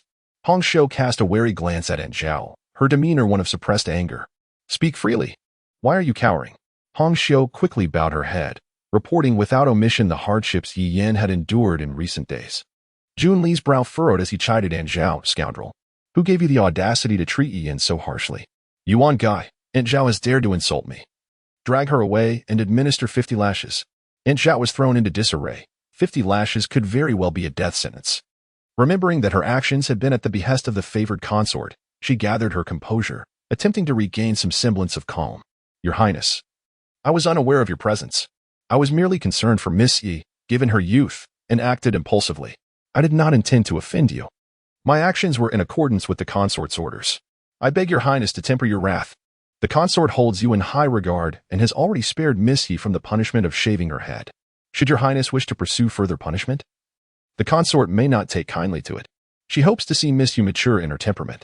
I ask for your understanding regarding the consort's intentions. Aunt Zhao cautiously observed Junli's still unfriendly expression and added, the consort has decreed that no one may visit. If it were to be known that His Highness lingered in Miss Yi's chamber at this hour, it may provoke ire towards her. I assure you, I will keep this secret for your Highness. Please forgive my unintentional error today. Junli's lips curled into a cold smile. So, I should be grateful to Aunt Zhao. Then? I dare not. Aunt Zhao lowered herself further.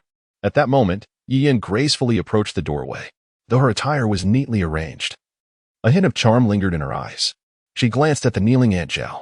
Your Highness, Aunt Zhao was merely following orders. Today was indeed an unintentional mistake. Please let her go.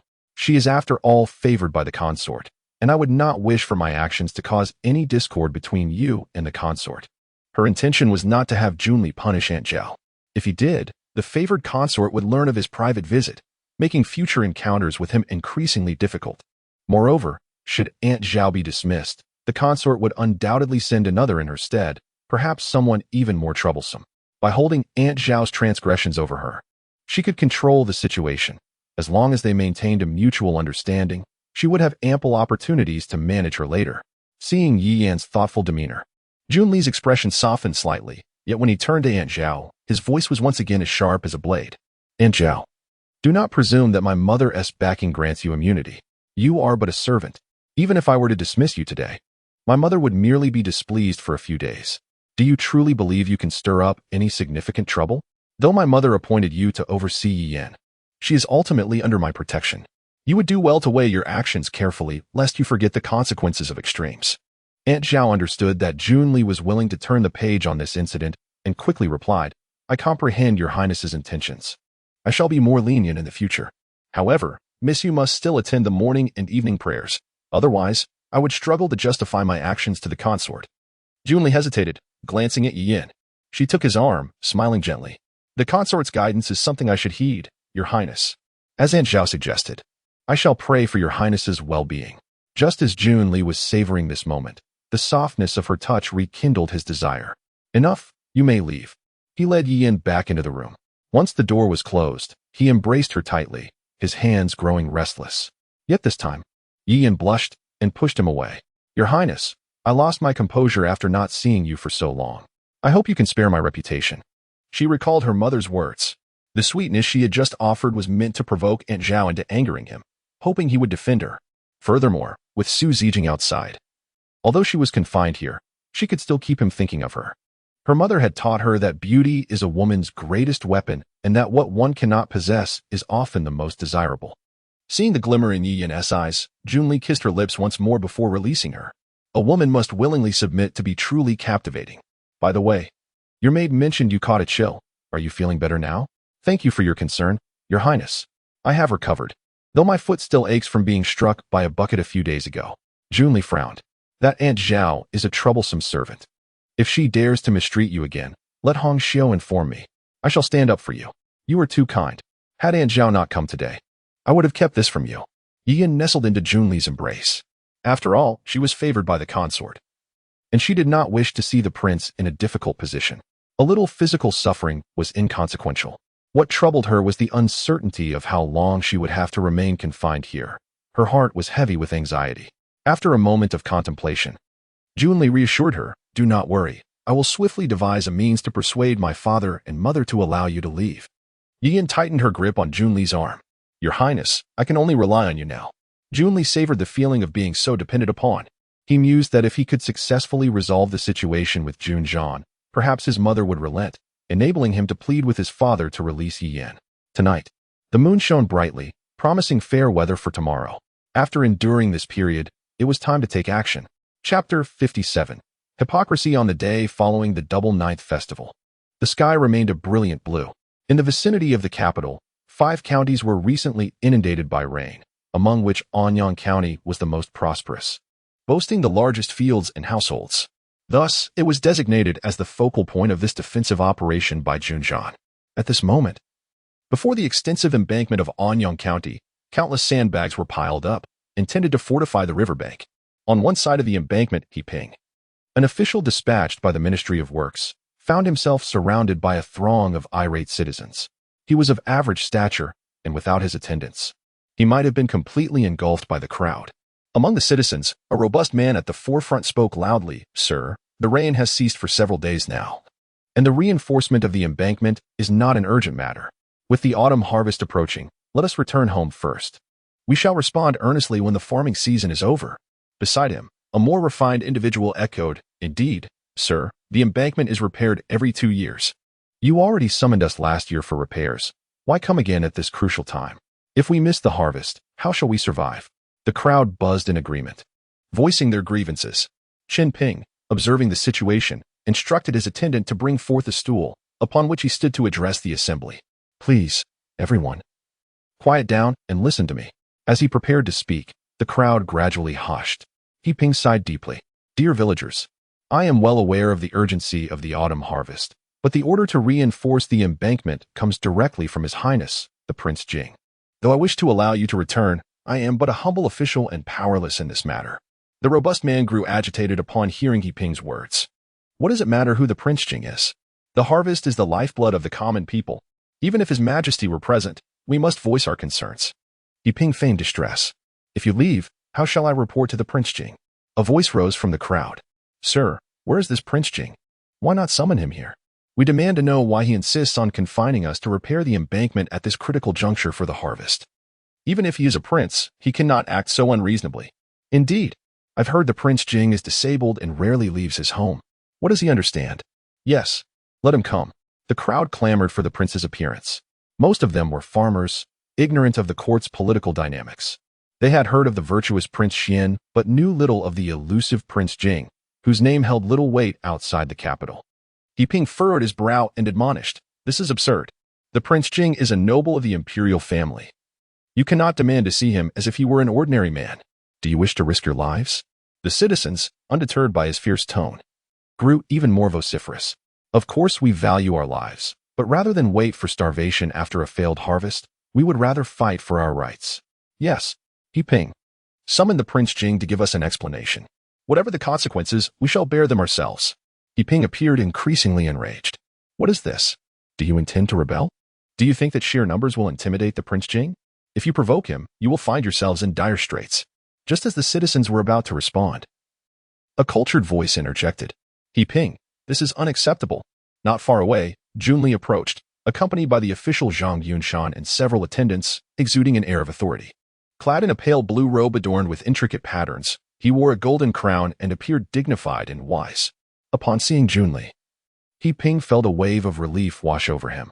Although Minister Zhang had instructed him to incite public anger, he was uncertain he could quell a full-blown uprising. He quickly descended from the stool and knelt before Junli. I pay my respects to His Highness, Prince Xian. Junli gestured for He Ping to rise while expressing his displeasure. What transpired here? Why did you speak so harshly to the citizens? He Ping promptly explained the situation. And after listening, Junli feigned discontent, furrowing his brow. I understand. You may withdraw. Once He Ping stepped back, Junli turned to address the crowd of citizens. The two men who had initially spoken now respectfully bowed before him. You are indeed His Highness, Prince Xian. We have heard of your benevolence. Please.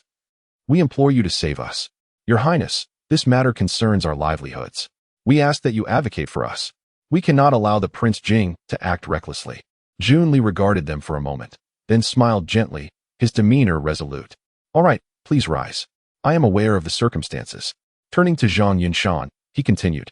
It is commendable that my royal brother wishes to engage in state affairs, but now that the rain has ceased, as the Minister of Works, you must not disregard the people's will. Issue an immediate order to send the citizens of the 5 counties home without delay. Zhang Yunshan promptly bowed and responded, Yes. Your Highness, I previously raised this matter in court with the Prince Jing, but alas, he was steadfast in his decision. With your Highness's intervention, I will ensure the citizens can proceed with the autumn harvest smoothly.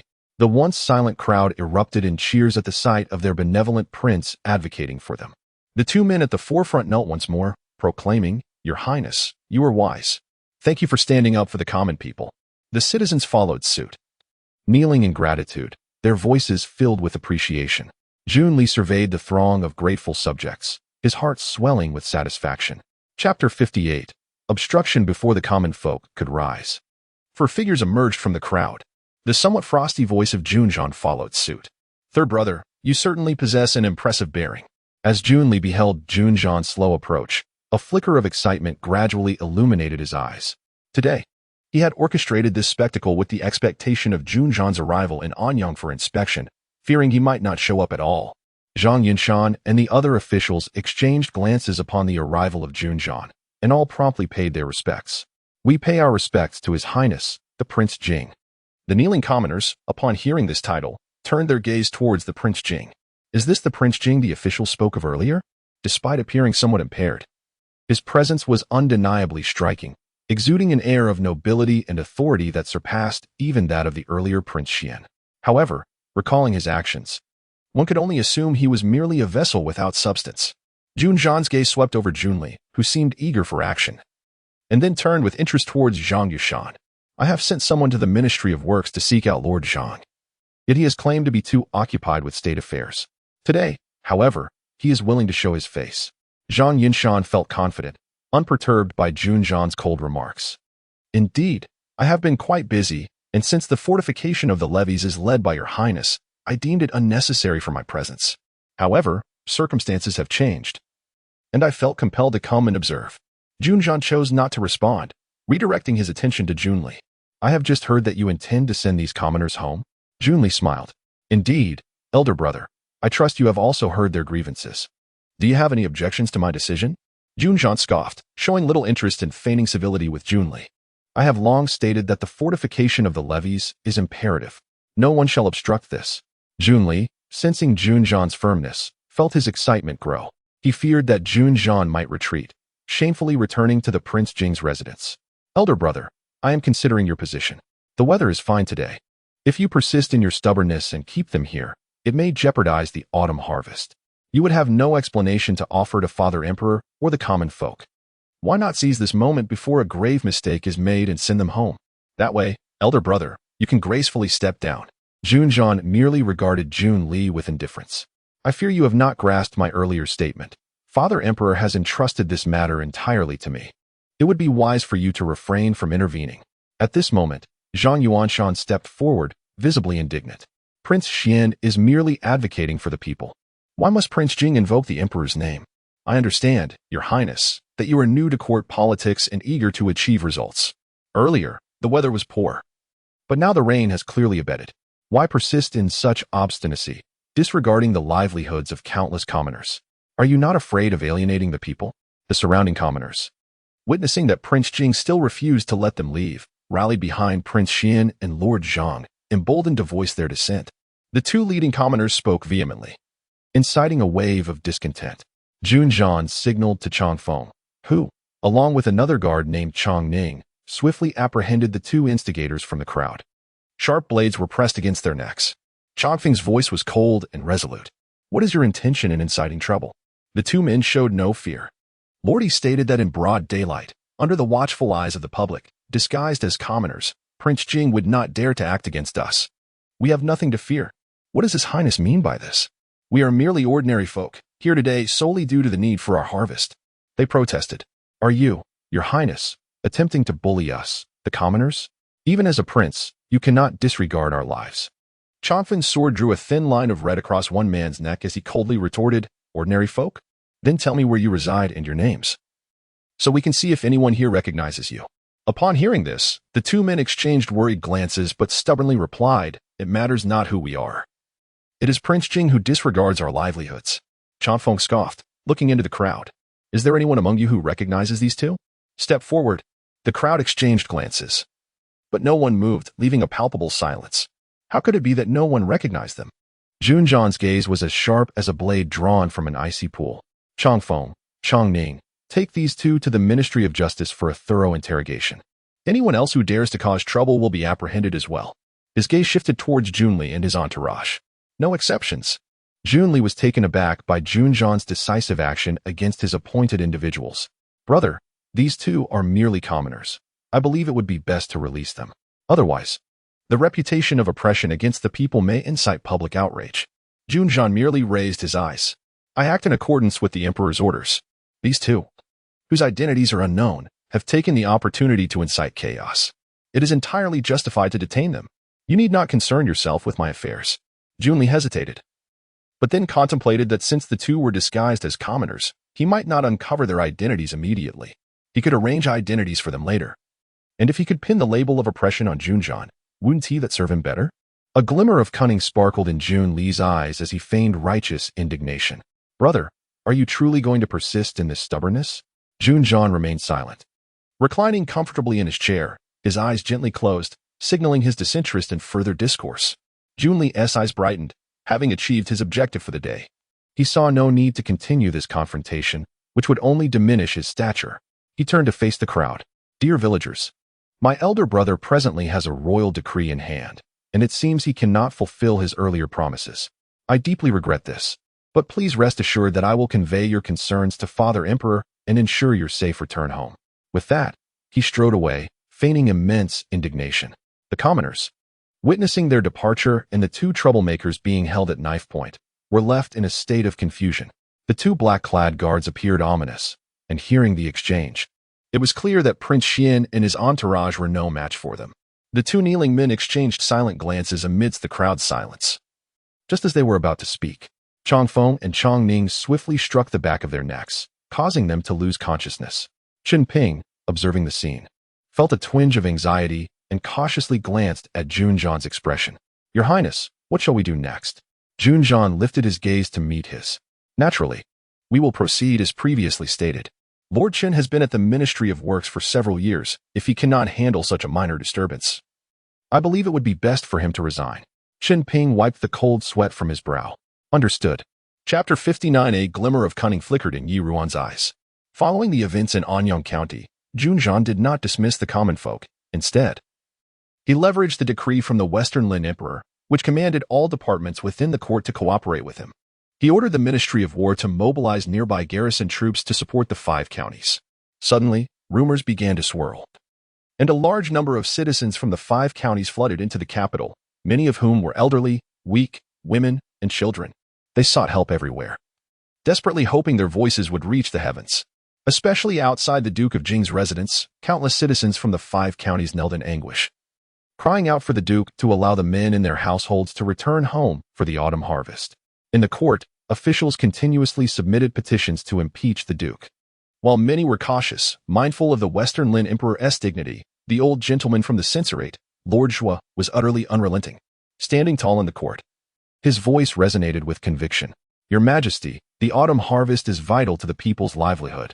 The capital is in chaos. Your Majesty must not permit the Duke to act so recklessly.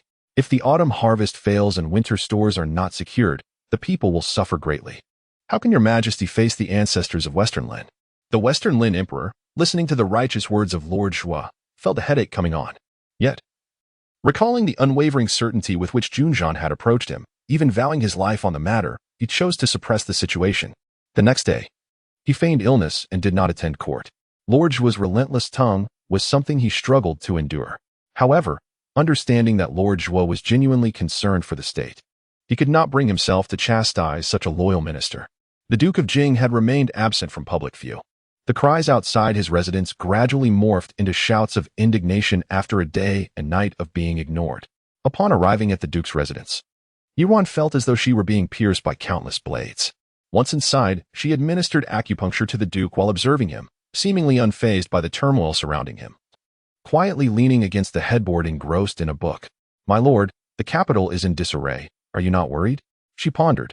Had it not been for her memories from a past life, she might have found herself among those who cursed him from home. The Duke of Jing continued to flip through the pages of his book with his long fingers. Did not Miss Yi assert with certainty that calamity would surely come?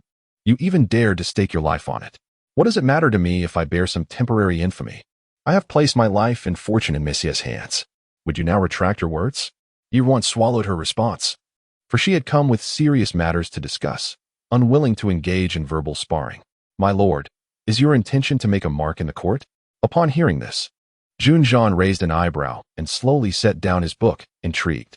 Please, continue. Ruan, ignoring the scrutinizing glint in his eyes, pressed on. At the last birthday banquet for the Empress Dowager, you seemed intent on having His Majesty demote my father.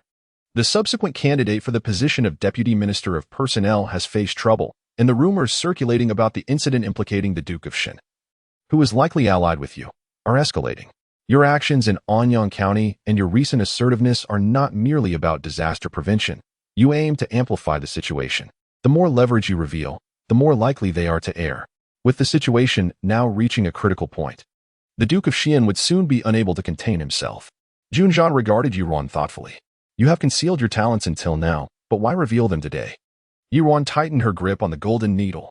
I merely wish to ask your highness this. If the Duke of Xian were to command the withdrawal of all those repairing the riverbanks to gain a reputation for virtue, would you allow him to succeed? Junjian's fingers lightly traced the pages of his book, and after a moment, his voice contained a hint of resolve. No.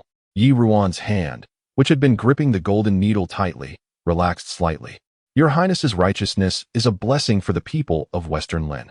Having grown accustomed to Ruan's occasional flattery in this life, Junjian nonetheless detected a glimmer of sincerity in her gaze. He suddenly thought that, without Junli, perhaps he had not misjudged her in the previous life. Calamity is inevitable.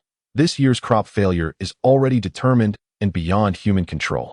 However, in the past life, multiple dikes had breached, flooding the 5 towns near the capital, particularly in Anyang County. In one night, the once prosperous county was left in ruins, reduced to mere remnants, with countless lives buried among the debris.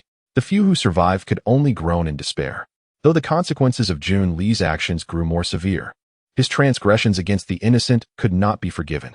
Yet, despite his desire for revenge, he was disdainful of sacrificing the lives of so many innocents.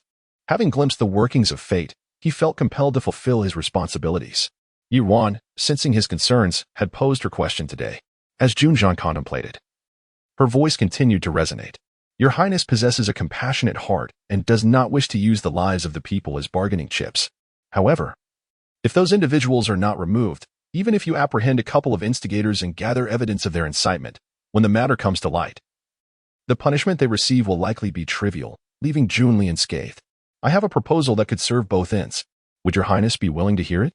Junjian raised an eyebrow, intrigued. I would like to hear more. Are you familiar with the Yun family army? Ruan's eyes sparkled with excitement. In recent years, Western Lin has been free from conflict, and many soldiers who once fought valiantly alongside my uncle have returned to the capital. Yet, the current forces are largely controlled by Jun Li, leaving no room for them. They have been forced into obscurity, living off their own means. However, I believe that with just a word from my uncle, they would willingly lead the charge for your Highness.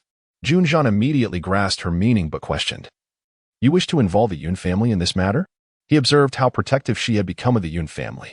Ruan nodded, a glimmer of cunning in her eyes. Of course. Moreover, I am confident I can persuade my uncle. But I wish for this matter to appear as though it is led by your highness, with my uncle merely compelled to act. I ask for your highness to mediate.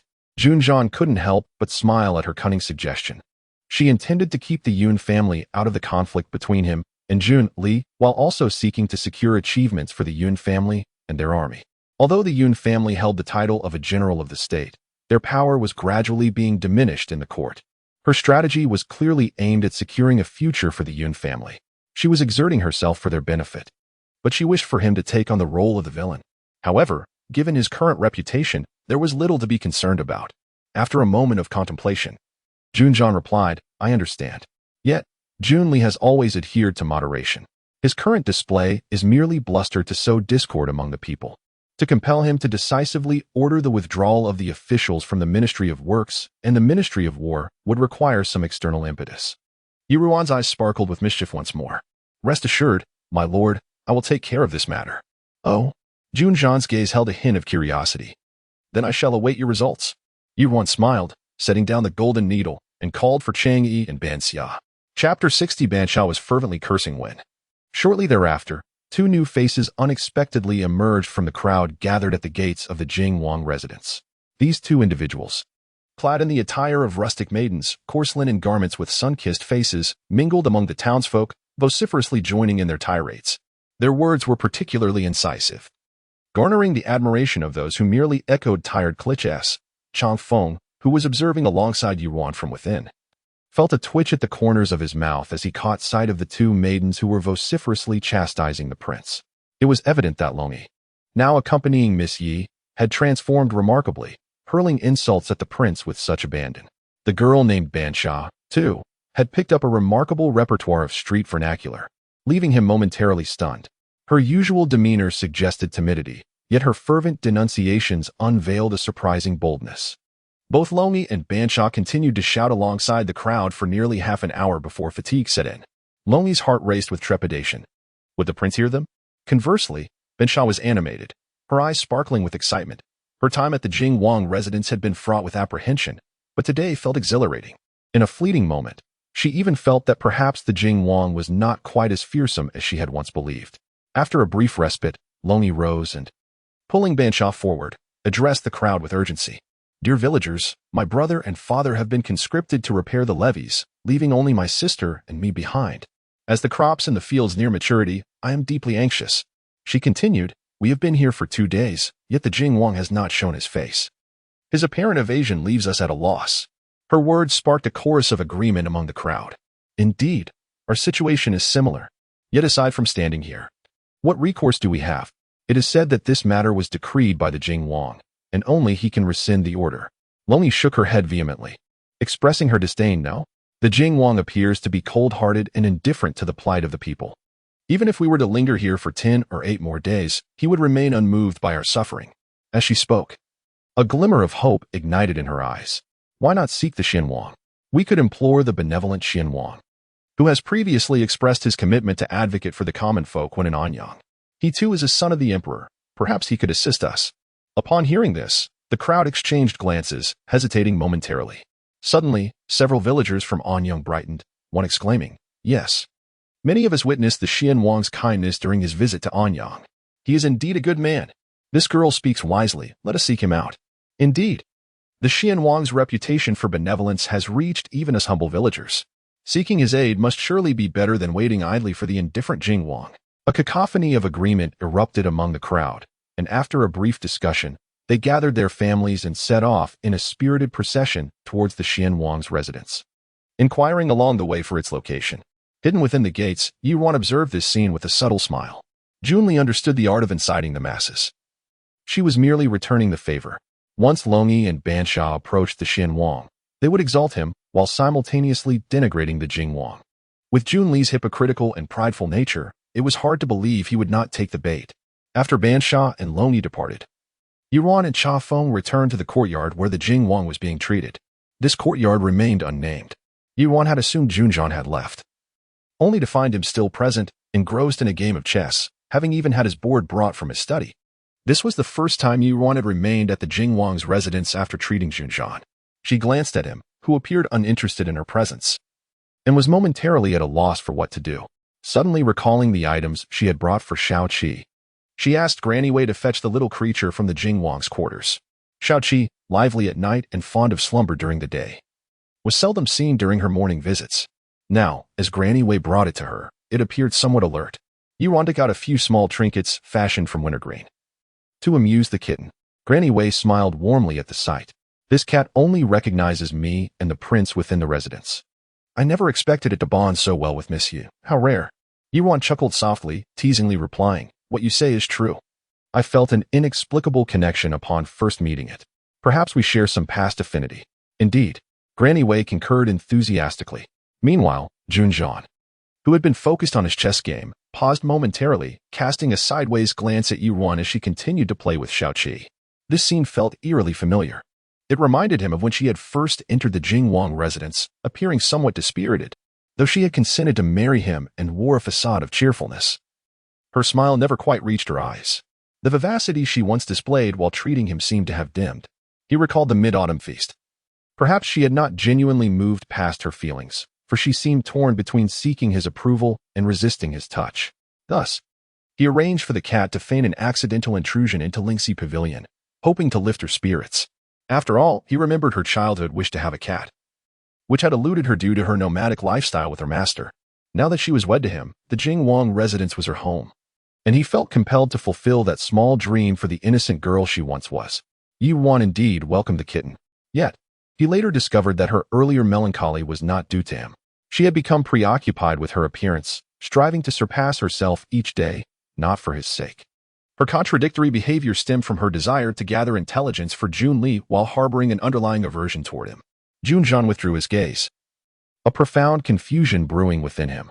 He had been observing her closely, fearing she remained emotionally tethered to Junli, which could pose a significant threat to him in the future. However, her recent words and actions seemed genuine in their allegiance to him, and she showed no mercy toward Junli. She was wronged by Yi Yan, and he was not surprised by her desire for vengeance against Yi Yan and the Shao clan. Yet, he could not fathom why she had once chosen to forsake the coveted position of the future empress to follow Junli, only to suddenly abandon him. Was there an unknown reason behind her death? As dusk fell, Ruan finally awaited the return of Bansha and Longyi. Upon entering the inner chamber, Bansha excitedly bounded to Ruan's side, exclaiming, "Miss, the crowd before the Xianwang's residence is growing by the moment." When Longyi and I departed, the Xianwang himself made an appearance, promising to present our case to the emperor tomorrow. She had indeed accomplished something monumental. The thought of it thrilled her. Ruan smiled at Bansha's exuberance. "Yes, I witnessed it all. You and Longyi performed splendidly today. Now, go change out of your disguises with Longyi.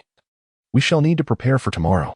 Bansha agreed with a beaming smile, while Longyi nodded respectfully to Ruan before joining her in the task. Junjian, meanwhile, continued to caress the pieces on the chessboard with a contemplative air. "Your approach is rather straightforward and forceful. At this moment, Ruan is quite pleased with the thought of eliminating a few of Junli's minions."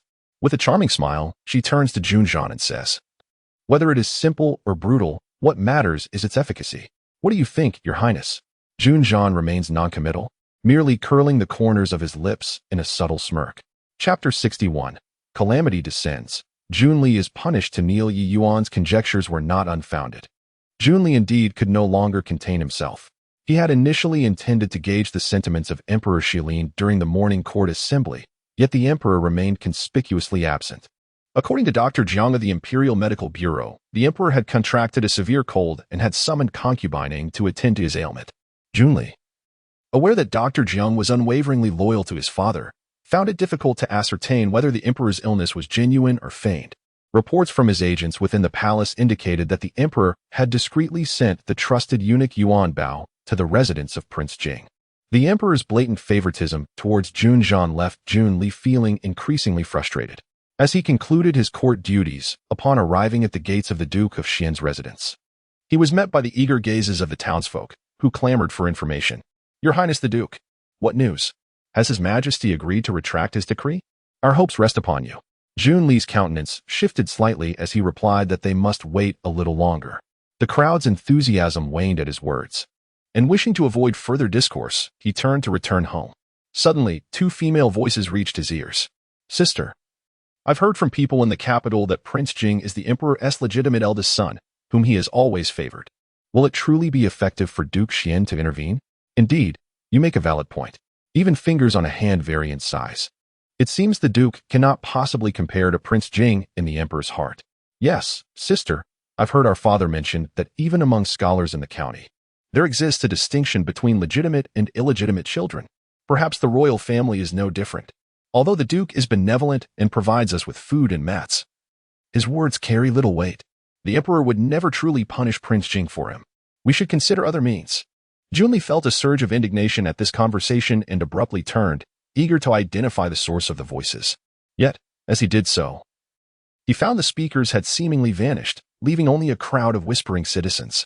He suddenly perceived that the gazes directed at him had grown peculiar, and the murmurs transformed into veiled mockery of his inadequacy compared to Junshan. Anger surged within him, and he gritted his teeth, commanding, "Yuan He, Yuan Gai. Fetch Zhang Yushan and Yuan Hua immediately." At once.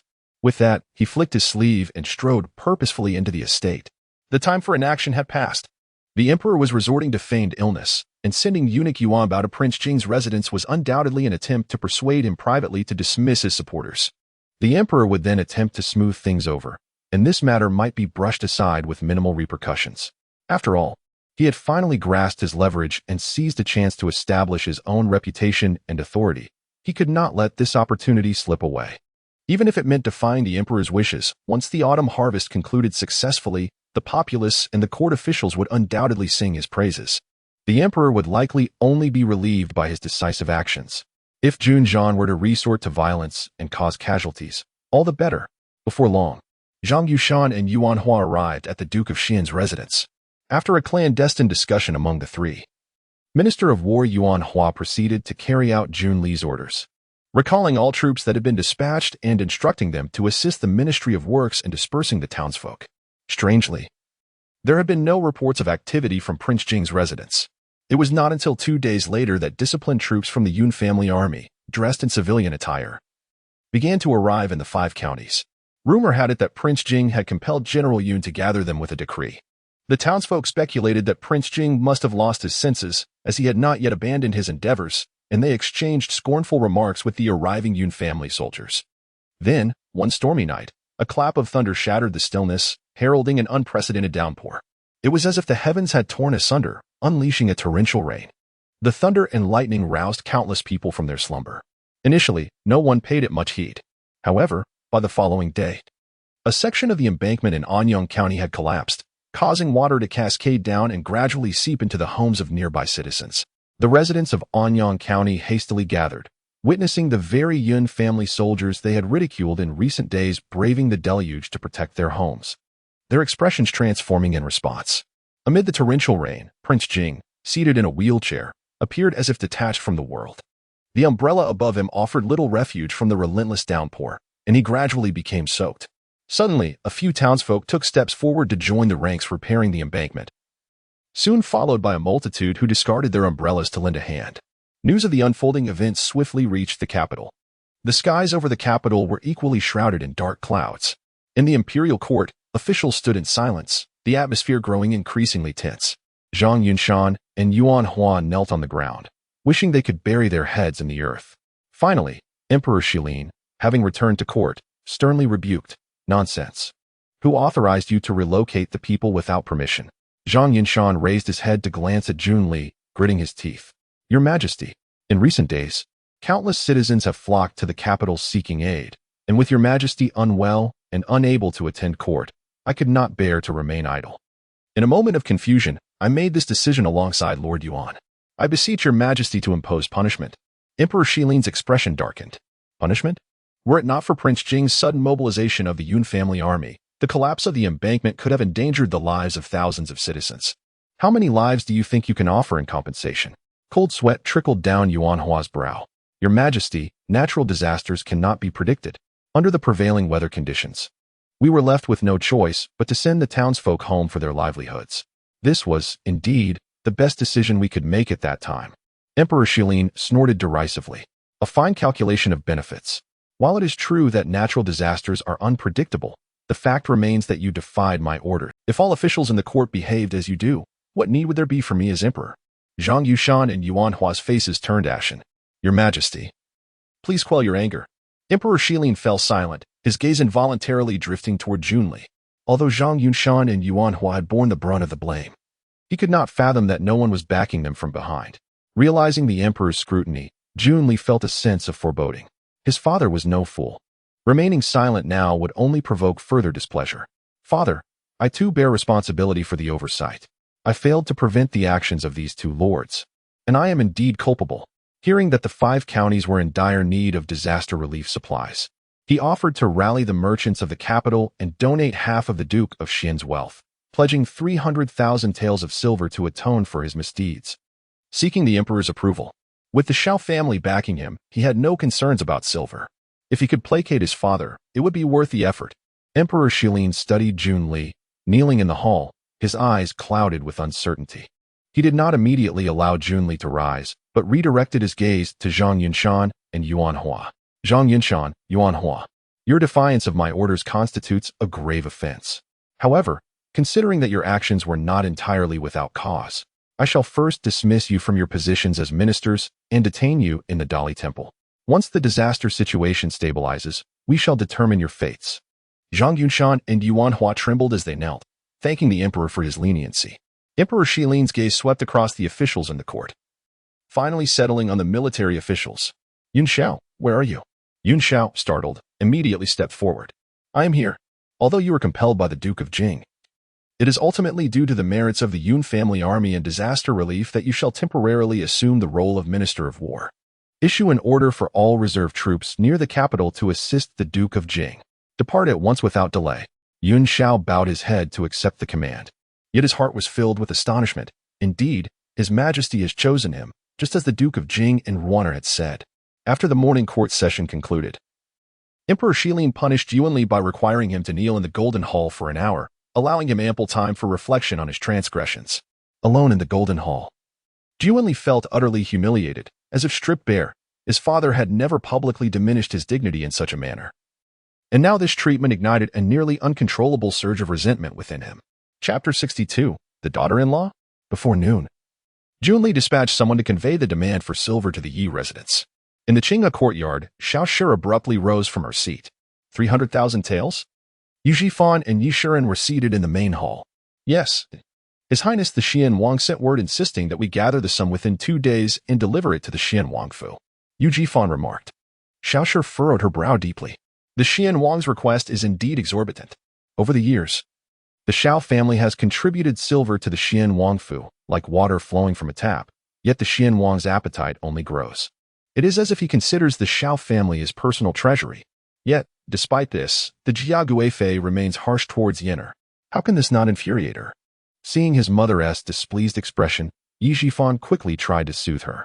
Mother, wealth is ultimately an external possession. Without His Highness the Xian Wang, our maternal family's position as royal merchants would be precarious. We are currently in the same boat with the Xian Wang. So you must not act recklessly at this juncture. Xiao Shi understood that Yu Jifan spoke the truth. They held no power and were as helpless as fish on a chopping board. She reluctantly sank back into her chair. I understand the reasoning you present. Yet who knows the hardships your grandfather and uncles endured to acquire this estate? It is not that I am unwilling to part with these external possessions, but they should at least allow us to see some hope. Yenner is still at the Jingwei Temple. How can I bear this? Yu Jifan fell silent for a moment. From the tone of the Xian Wang, it seems that once the second miss of the Su family comes of age, his primary consort will be chosen.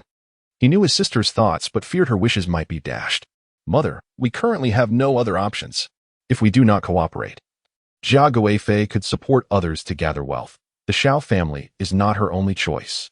A brief silence enveloped the room, for all three understood the harsh reality. At that moment, a servant announced that Yi Ruan had arrived. The three exchanged glances and quickly concealed their expressions. When Yi Ruan entered and saw Yi Jifan present, she expressed mild surprise. Brother is here too. Xiao Shi glanced at Yi Ruan. Yes, I just sent for your brother to discuss some matters with your father. What brings you here, Ruaner? Yi Ruan approached the table and sat down. I learned that father was here with mother, and I have an urgent matter to report to father. The Jing Wang has gone to Anyang County for disaster relief, and the Wangfu sent word that he may need to stay there for some time. They wish for me to accompany my uncles to Anyang County to continue administering acupuncture on his behalf. I hope Father will grant permission." Yi Shuren felt somewhat disoriented and casually replied, "No issue. Since it is the Jing Wang's command, you may go with your uncles." "Yes, Father." Yi Ruan glanced at the others and continued, "Did Father and Mother summon Brother to discuss the suspension of the banquet?" Xiaoshu responded, "Indeed, given the calamity. Holding lavish banquets at this time would be inappropriate." With Chang'e present, Yi Ruan naturally understood that this matter had long been decided. It was merely a pretext to lead into the next discussion. "Speaking of the disaster, it is indeed worrisome. However, I heard my uncle mention the Xian Wang's donations for the disaster-stricken populace. Suddenly, I thought, if His Majesty is benevolent and concerned for the people, perhaps if our Yi family were to contribute, we might receive His Majesty's favor." Upon hearing this, Xiaoshu's brows twitched in interest. Indeed, since the Xian Wang could redeem himself with silver, why could they not do the same? She concealed her excitement. "Ruaner, you are thoughtful. I will discuss this matter carefully with your father." Seeing Xiaoshu's eager demeanor, Yi Ruan decided to refrain from further discussion. Some matters are best left unsaid. I do not understand the intricacies of court affairs, but having seen Father recently suffer from the Emperor's displeasure, I grew worried.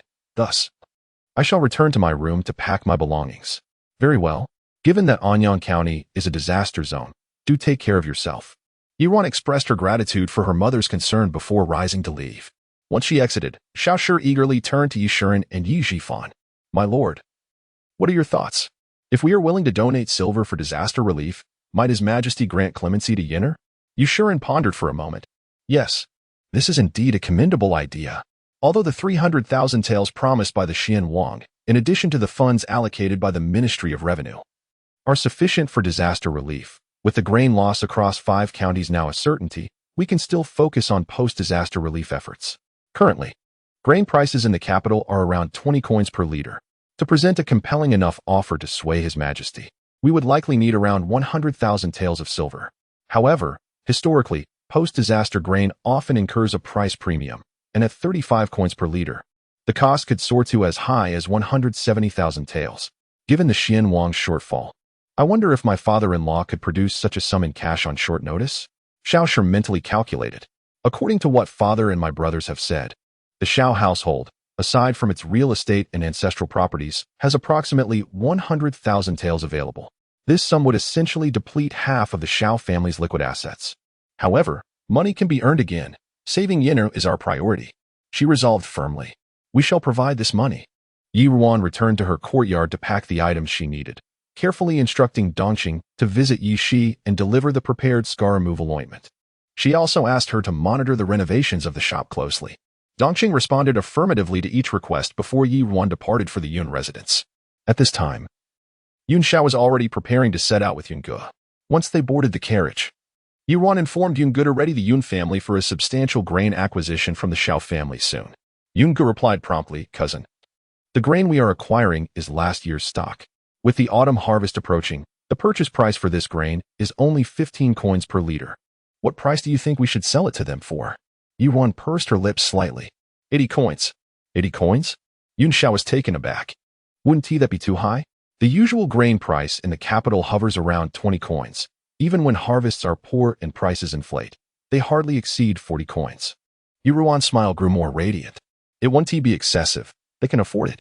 To avert disaster, they must be made to pay adequately. Yun Xiao reflected on how the Yun family had mobilized all available funds and even sold 2 estates, managing to gather only 30,000 taels to purchase stored grain. If Ruaner's assessment holds true, that would amount to a staggering 160,000 taels.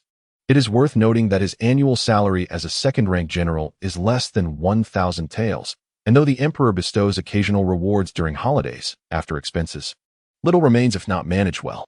He smirked, contemplating how his wife's decision was indeed astute. Not only would it secure Ruaner's future stability, but this daughter-in-law had already begun to enhance the Yun family's fortunes even before officially entering the family. Though he was not avaricious, the silver would be ample to ensure the less fortunate members of the Yun military could enjoy a better life. He must also subtly encourage Gur to strive harder to win Ruaner's affection and marry her. Chapter 63. The Threat. At this moment, Anyang County was still shrouded in torrential rain, the downpour obscuring all hues of the world, the horizon dark and ominous as if it were to collapse. After settling in at the official inn, Ruan accompanied her uncle to the county office, where they found Junjan. Junjan was seated at his desk, deep in contemplation, with county magistrate and Bihai standing beside him. Yun Shao approached first to pay his respects. Your Highness, I have been ordered by His Majesty to gather the reserve troops from around the capital for support. How shall we arrange these men? Junjan lifted his gaze from the documents before him, momentarily surprised to see Ruan, but he did not inquire further, addressing Yun Shao instead. General Yun, please rise. The Yun family troops and the local populace are already tasked with reinforcing the levees. We should have sufficient manpower. However, with the relentless rain causing water levels to rise beyond the fields and rivers, we must organize efforts for dredging to prevent silt from inundating homes. Additionally, as a precaution, we need to evacuate some residents from the levee vicinity to higher ground for their safety. I entrust this matter to you. Yun Shao replied confidently, Your Highness, rest assured. I have handled such evacuations in my earlier campaigns, and my son is quite knowledgeable in these matters as well. He can assist with planning. Junjan glanced at the tall and poised Yungu standing beside Ruan, a flicker of interest in his eyes. Very well, you may proceed. Yun Shao, accompanied by Yungu, left to carry out their orders. In Bihai, the county magistrate wore a fawning smile. Your Highness, your foresight is remarkable. Thanks to your leadership, the lives and properties of the people in Anyang County are safeguarded. I am truly in awe. Junjan, uninterested in flattery, dismissed him and turned his attention back to Ruan. Why have you come as well? Ruan offered a slight bow. I am concerned for your leg injury. Your Highness, and thus I felt compelled to come. Junjan's lips twitched. Speak properly. Ruan offered a wry smile, realizing he was impervious to sweet words. Your Highness, I speak the truth. Besides my concern for your injury, I am also mindful that past disasters often bring about epidemics. I came to see if there are measures we can take to prevent such outcomes. Though she had defied her mentor's wishes by involving herself in the royal power struggles, she felt obligated to do what she could. Upon hearing her words, Junjan regarded her with newfound admiration. Indeed, a month after the previous flooding, a plague had erupted. Although the levees had not yet breached, and the flooding would not be as catastrophic as in the past, precautions were necessary. What do you intend to do? Ruan pondered briefly. I plan to teach the women remaining at home some basic epidemic prevention methods, and then prepare medicinal soups to distribute to the populace. She paused, glancing at Junjan with a hint of embarrassment. However, I am rather short on funds. With the people from the 5 counties and the reinforcements, the expenses will be considerable. I must ask for your assistance. Junjan regarded her thoughtfully, a smile playing on his lips as if he had just recalled something. Rest assured, as you mentioned earlier, the funds will be provided. Ruan pressed her lips together. Your Highness is very kind. I shall await your news. Just as she was about to take her leave, Junjan suddenly called out to her. Let Changfeng accompany you for the time being. Anyang County is currently chaotic, and Changyi is your safeguard. It would be prudent to have a capable person to ensure your protection. Since she began treating him, he had summoned Changning back from his search for the famed healer Su Mu. Now, Junjan only needed to command from a distance, and having Changning by his side sufficed. Ruan paused, momentarily taken aback by the unexpected favor. It seemed he was beginning to trust her. A radiant smile spread across her face. Thank you for your concern, Your Highness. Junjan turned his face slightly away. I am merely worried you might mishandle this matter. Now, you may go. Ruan smiled gently. Yes, Your Highness. She performed another bow and exited, accompanied by Ban Xia, whose eyes widened in surprise at the mention of the prince's name. Changfeng, who had been standing behind Junjan, offered a respectful gesture before following them out. Inside Fengwu Palace, concubine Jia's expression was exceedingly grim, causing the palace attendants to hold their breath in fear, their presence barely audible. Junli, seated in the hall, wore a similar frost-laden countenance. His legs, still aching from being punished by Emperor Shilin that morning, went unnoticed amidst his turmoil. How could this be? How could such a calamity strike at this moment? It came soon after he had impulsively ordered the withdrawal of personnel. No wonder Junjan had been so confident. He must have had an expert in celestial phenomena advising him. As he pieced together recent events, a chill ran down his spine. He had been led into a trap step by step. Thankfully, he only had a minor official in the court, Shinjua, and the position of Minister of War ultimately fell to the Yun family. Yuan Hua and Zhao Yunshan had also shown discretion, taking the blame upon themselves and sparing him. Yet, The loss of these allies stung deeply, for they were his trusted confidants. Mother, this incident was my rashness. Despite her dark expression, concubine Jia did not direct her anger at Junli. In that situation, your choice was not entirely wrong. The will of heaven is unpredictable. Junjian was merely gambling. And it seems he has won. Junli's heart remained heavy. Mother, there are those in court who are quite blind, repeatedly praising Junjian. Even Lord Jing, who had always opposed him, presented a self-criticism before father today. It frustrates me greatly. A glint of sharpness flashed in concubine Jia's eyes. Do not worry. Those with ailments cannot inherit the throne.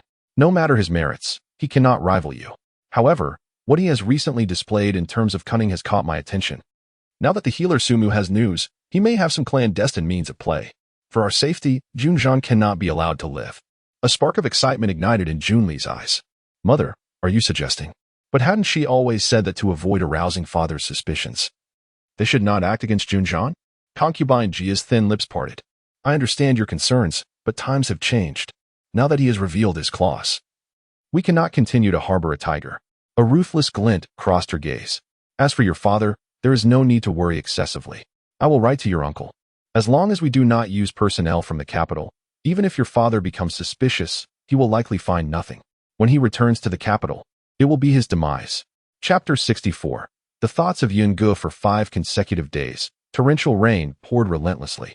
The water level of the embankment continued to rise, prompting the Yun family troops and the citizens of the 5 counties, who finally recognized the severity of the situation, to hastily reinforce the embankment, managing to stabilize the situation for the time being.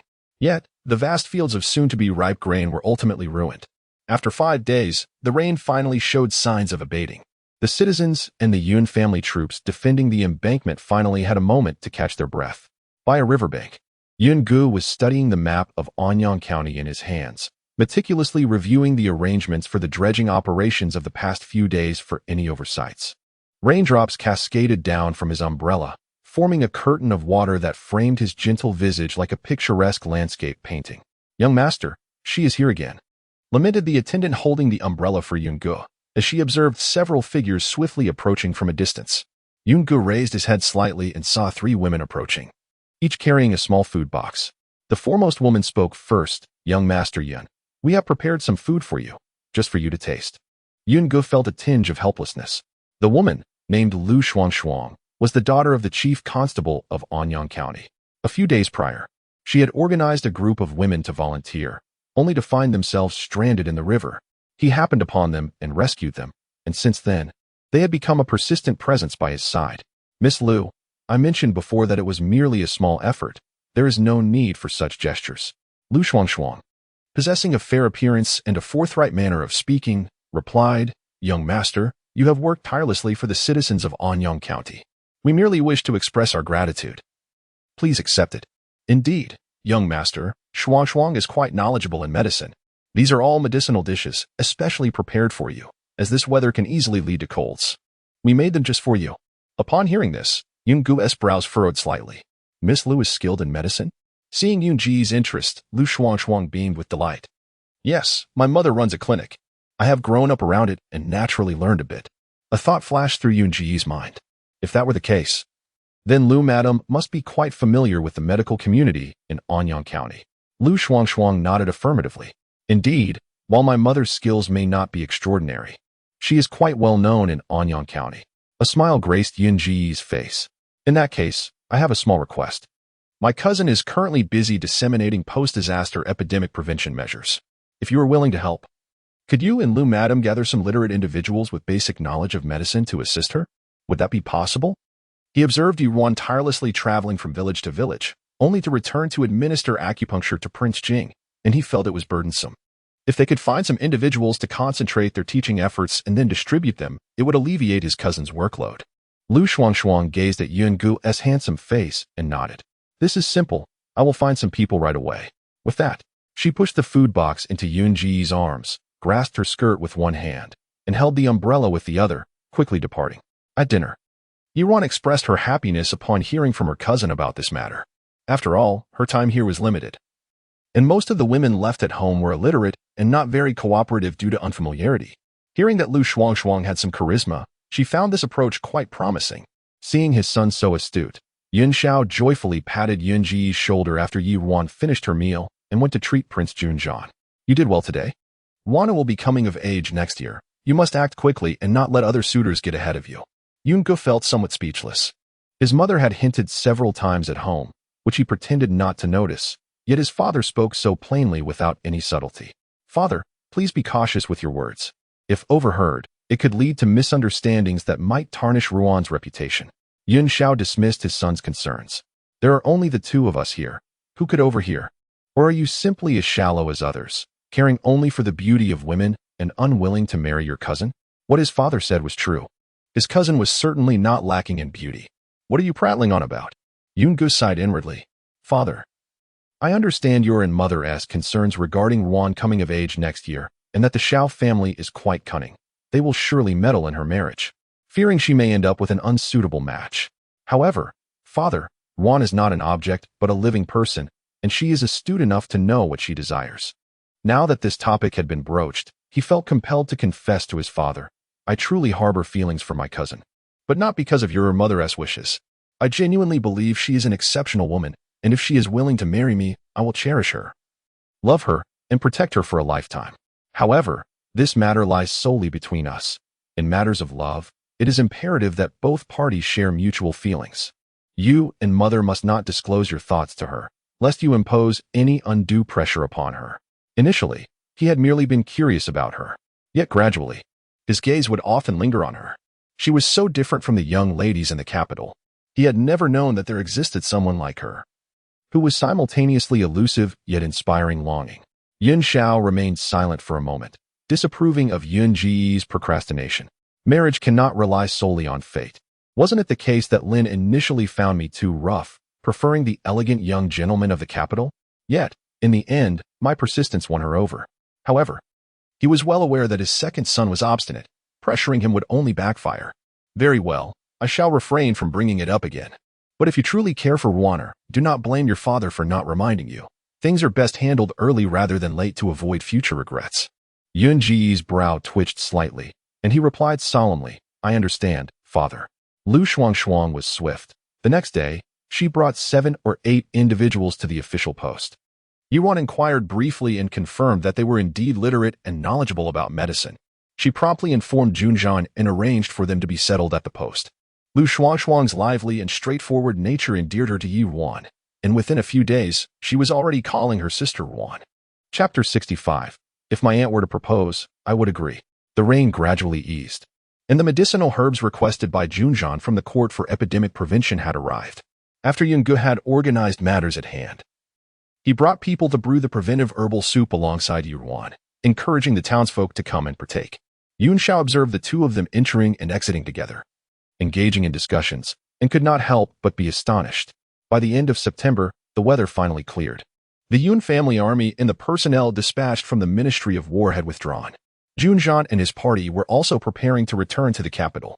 As they departed, the citizens of Anyang knelt in gratitude. Had it not been for Prince Jing's resolute advocacy, they would have faced the uncertain fate of losing not only their possessions but perhaps their lives as well. While filled with gratitude, they also lamented their previous actions. Junjian maintained his usual composed demeanor, leading the way to the carriage. Just as Yi Ruan was about to follow, Lu Shuangshuang hurried over, grasping her hand with reluctance. Sister Ruan, remember to come back and see me. Yi Ruan gently patted the back of her hand. Do not worry. Take your time with the medical books I left behind. If you have any questions, you can send a message to the Yi residence, or you may come find me yourself. Yes, I understand. Lu Shuangshuang nodded earnestly, then glanced around. Sister Ruan, where's Brother Yin? He departed for the capital with the army yesterday. Lu Shuangshuang appeared a bit disheartened, but soon blushed and said, Sister Ruan, I must confide in you. I used to have a liking for Brother Yin. However, I noticed his gaze was always upon you. I am not one to cling stubbornly, so I have decided to forget him. Besides, I believe you and Sister Ruan are a better match. With a playful smile, Lu Shuangshuang added, I hope that by the next time we meet, Brother Yin will have already taken Sister Ruan as his bride. Yi Ruan had also sensed her cousin's unique attention towards her in recent days. She gradually recalled several instances during their visits to her aunt's house that hinted at this, and she soon understood it was her aunt's suggestion. Just as she was about to speak, Junjian's impatient voice came from within the carriage. Let us go. Stop dawdling. Yuan swallowed her words, smiling as she bid farewell to Lu Shuang before boarding the carriage. The ride was smooth, yet Yuan sensed that Junjian's expression was rather grim. My lord, you seem unwell. Having spent over half a month in Anyang, you ought to rest well upon returning home. Junjian responded with a soft HM, contemplating the sight of her distributing medicine to the townspeople alongside Yungu, occasionally exchanging smiles that troubled him. Are you considering a union with that second son of the Yun family? Yuan was taken aback, realizing he must have overheard Lu Shuang. She was puzzled as to why he suddenly showed interest in her marital prospects. I will come of age next year. Given the nature of the Xiao family, they might meddle in my marriage. My uncle and aunt are likely concerned for me, which is why they wish for my cousin to grow closer to me. Junjian paused. And what are your own thoughts on this? Yuan pondered carefully. In truth, she no longer held any great expectations regarding romantic affairs. If her cousin did not mind her lack of beauty or talent, marrying into the Yun family would indeed be her best option. Her uncle and aunt cherished her, and her cousin was a gentleman of remarkable character. Should he marry her, he would surely treat her with respect. He possessed great ambition, and his future would undoubtedly be promising. Furthermore, the men of the Yun family did not take concubines. Thus she would be spared the intrigues and conflicts common in other households. She could live freely, pursuing her own desires. And her cousin would not confine her to the inner quarters. The more she spoke, the more she felt this was a favorable match, her lips curving into a smile. Therefore, if my aunt were to propose, I would certainly agree. Once I have dealt with Junli and resolved matters with Yi Yin and the Xiao family, I could live freely in the Yun residence, making the most of the second chance bestowed upon me. Junjian's hand clenched subtly within his sleeve. So, you have feelings for him? Feelings? Yuan fell silent. She had once devoted her heart entirely to another, only to pay a heavy price. She did not wish to repeat that experience. However, these thoughts did not need to be shared with him. If I marry my cousin, I will naturally respect and cherish him. My lord, rest assured, the match with the Xin King's family has come to an end. And my uncle is not one to engage in favoritism. My marriage into the Yun family will not interfere with your plans. His inquiry into her marriage likely stemmed from concern over this matter. Junjian fell silent, suddenly lifting the carriage curtain, allowing the chilling wind to sweep inside, momentarily easing the growing agitation within him. He admonished himself. Very well, let it be as such. Between us lies an unbridgeable past. We were meant to remain strangers, brought together only by our mutual interests. If she marries another, perhaps the lingering feelings in my heart will dissipate entirely. The carriage fell into silence, and Yuan was unaware of his thoughts, letting the conversation fade as she gazed outside through the lifted curtain. The rain had just ceased, and though there was a chill in the air, the weather was fair. Suddenly, a cold glint reflected the icy sunlight, shooting directly into her eyes, speeding towards the carriage. My lord, be careful, Yuan exclaimed, instinctively lunging forward to shield him. He was her hope for revenge. She could not allow him to perish. Thankfully, the gleaming arrow was intercepted by Chang Feng, who had sensed the danger and severed it mid-flight. Junjian, previously lost in thought, was jolted back to reality upon seeing Yuan standing before him with her eyes tightly shut. Her long lashes were perilously close to him, causing a sudden pang in his heart. Why? Yet he quickly averted his gaze, looking outside. At that moment, black-clad figures surged towards them from all directions. After Yuan stepped aside, she hurried to pull in the coachman, Ben Xia. However, as she lifted the curtain, she saw Chang Feng, pale-faced, hurl Ben Xia into the carriage. He then took his place alongside Chang Ning and the guards from Prince Jing's residence, creating a defensive formation around the carriage to confront the assailants. Yet they were merely 20 in number, while the attackers exceeded 100, each one formidable in skill. Chang Feng and Chang Ning, seeing the ferocity of their opponents, were soon consumed by bloodlust, striking lethal blows without mercy. Blood stained the ground beneath them in an instant. Chang Feng glanced at the unfolding scene and shouted to Chang Ning, "You go first and ensure the prince's carriage escapes. I will cover the rear." However, Chang Ning, with a fierce expression, pressed forward into the crowd, drawing the attention of the black-clad assailants. "You go," he commanded coldly. Chang Feng regarded him, understanding the urgency of the situation, recognizing that there was no time for further argument. Moreover, Chang Ning, despite his cold demeanor, surely remembered how Chang Feng had once saved him from a blade and would not abandon him now. He swiftly leaped onto the carriage, drawing a short dagger from his boot and plunging it fiercely into the hindquarters of the horse ahead. Startled, the steed bolted, crashing through the crowd and racing towards the forest. 7 or 8 figures in black, having broken free, were eager to pursue, when suddenly, a shadowy figure appeared before them. She moved with an ethereal grace, casting a cloud of powder from her hand, causing those who had been chasing to instinctively cover their mouths and noses. Yet, a searing pain emanated from their hands, as the flesh began to corrode, revealing bone beneath. In a moment of desperate resolve, the men, gritting their teeth against the agony, attempted to lunge at Chang'e. However, she evaded them with a few deft movements and vanished from sight. Chapter 66. Suddenly, her eyes felt warm as the carriage vanished into the dense forest. A flare, reminiscent of fireworks, shot forth from the carriage and exploded in the air. The horse, startled, galloped swiftly as the carriage jolted along, the wheels thudding against the ground. Within, Ruan bit her lip tightly, cradling Banxia. As the agitated horse finally began to slow, the sound of hooves echoed from behind them. Ruan anxiously glanced back, only to see a dozen figures drawing near. Their attire markedly different from those in black they had encountered earlier. Remembering the flare that Junjian had just released, she hurriedly inquired, "Your Highness, could these be your people?" Junjian turned to glance back, his lips pressed thin. No. Ruan's heart sank. She could see that the pursuers numbered at least 40 or 50, and it was evident that Changfeng alone could not fend them off, especially since he needed to protect the 3 of them. With such a deployment, it seemed the mastermind wished to eliminate them entirely. Junjian raised his gaze slightly, observing the 2 women huddled together. "Not us, but me." Then, raising his voice, he called out to Changfeng outside the carriage, "Changfeng, there are too many people in this carriage. We cannot escape. Drop them off."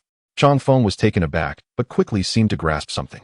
Banxia, however, was jolted by the implication, fearing that Junjian truly intended to abandon them to escape alone. Without a moment's hesitation, she pleaded, "Your Highness, please don't. I can jump down myself. Just take Miss Yi with you. I beg you, take her with you." Junjian merely cast her a cold glance, remaining immovable.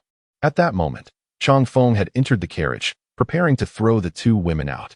Yet, Ruan suddenly interjected urgently, "Your Highness, even if you intend to lure them away by abandoning us, Banxia and I might not survive. If you trust me, there is a cliff 5 miles west of here. It is perilously high, but if we leap from there, we may elude our pursuers. And below lies a vast icy pool we still have a chance to survive." She had observed this place closely. It was one her master had visited while foraging for herbs. It was also her master who had told her that he once fell from that very cliff and survived, landing in the pool unscathed. "What? A cliff?" Changfeng gasped in horror. Despite Ruan's words, the notion was indeed terrifying. "Yes." Ruan directed her gaze towards Junjian, her expression resolute. "Your Highness, we must hurry. They will catch up soon."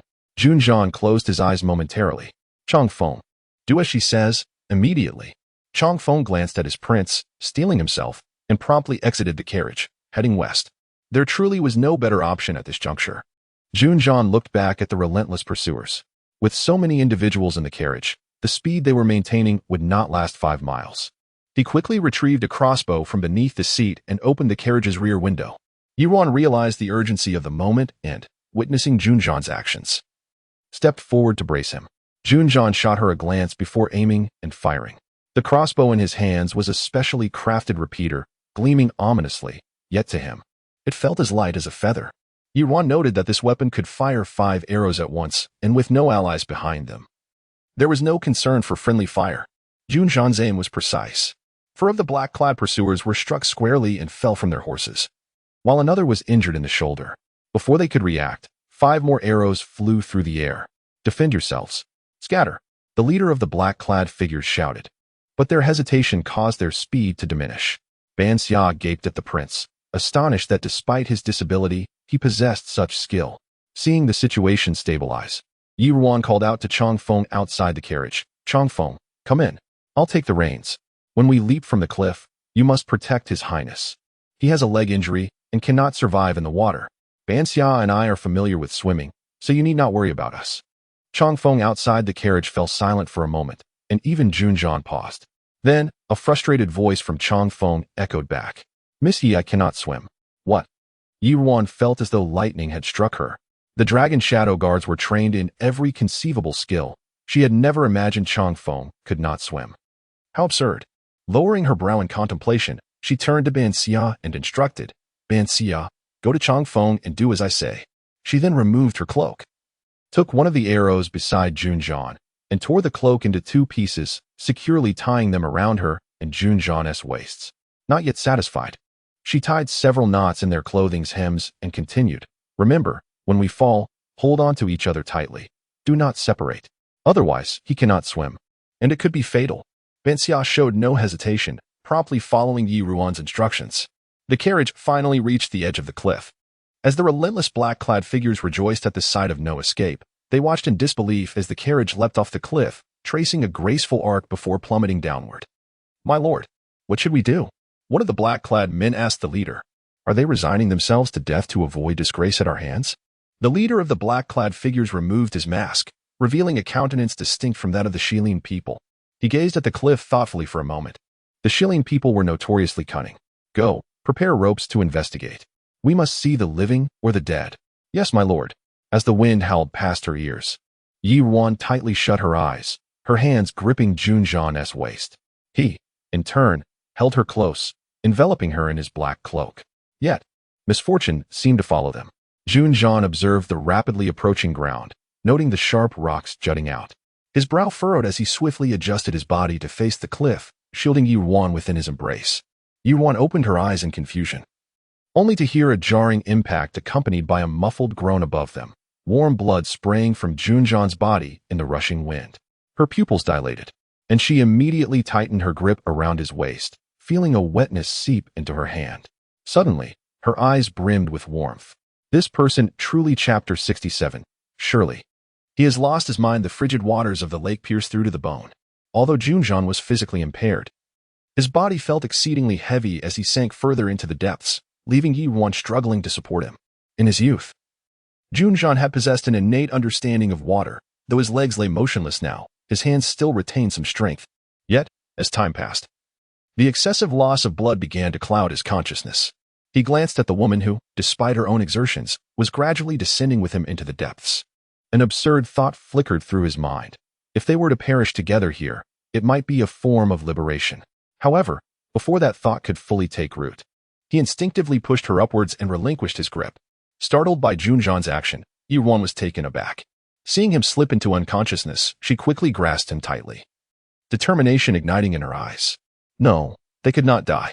Those others were alive, and well, how could they succumb first? The overwhelming conviction in her heart lent Yi Ruan a sliver of strength, enabling her to drag Junjian to the shore. Exhausted, she lay there for a moment before summoning the will to gather some hemostatic herbs from the surroundings, using a piece of driftwood to laboriously move Junjian into a nearby cave. Shaking her slightly dazed head, she crushed the herbs she had gathered and removed his soaked shirt. Upon seeing the wounds on his back, she gasped in horror. The deep, long gashes exposed flesh and looked grotesque. She cleansed the wounds with fresh water and applied the hemostatic herbs. After surveying her surroundings, she gritted her teeth and removed her own outer garment, tearing it with a stone to bandage his injuries.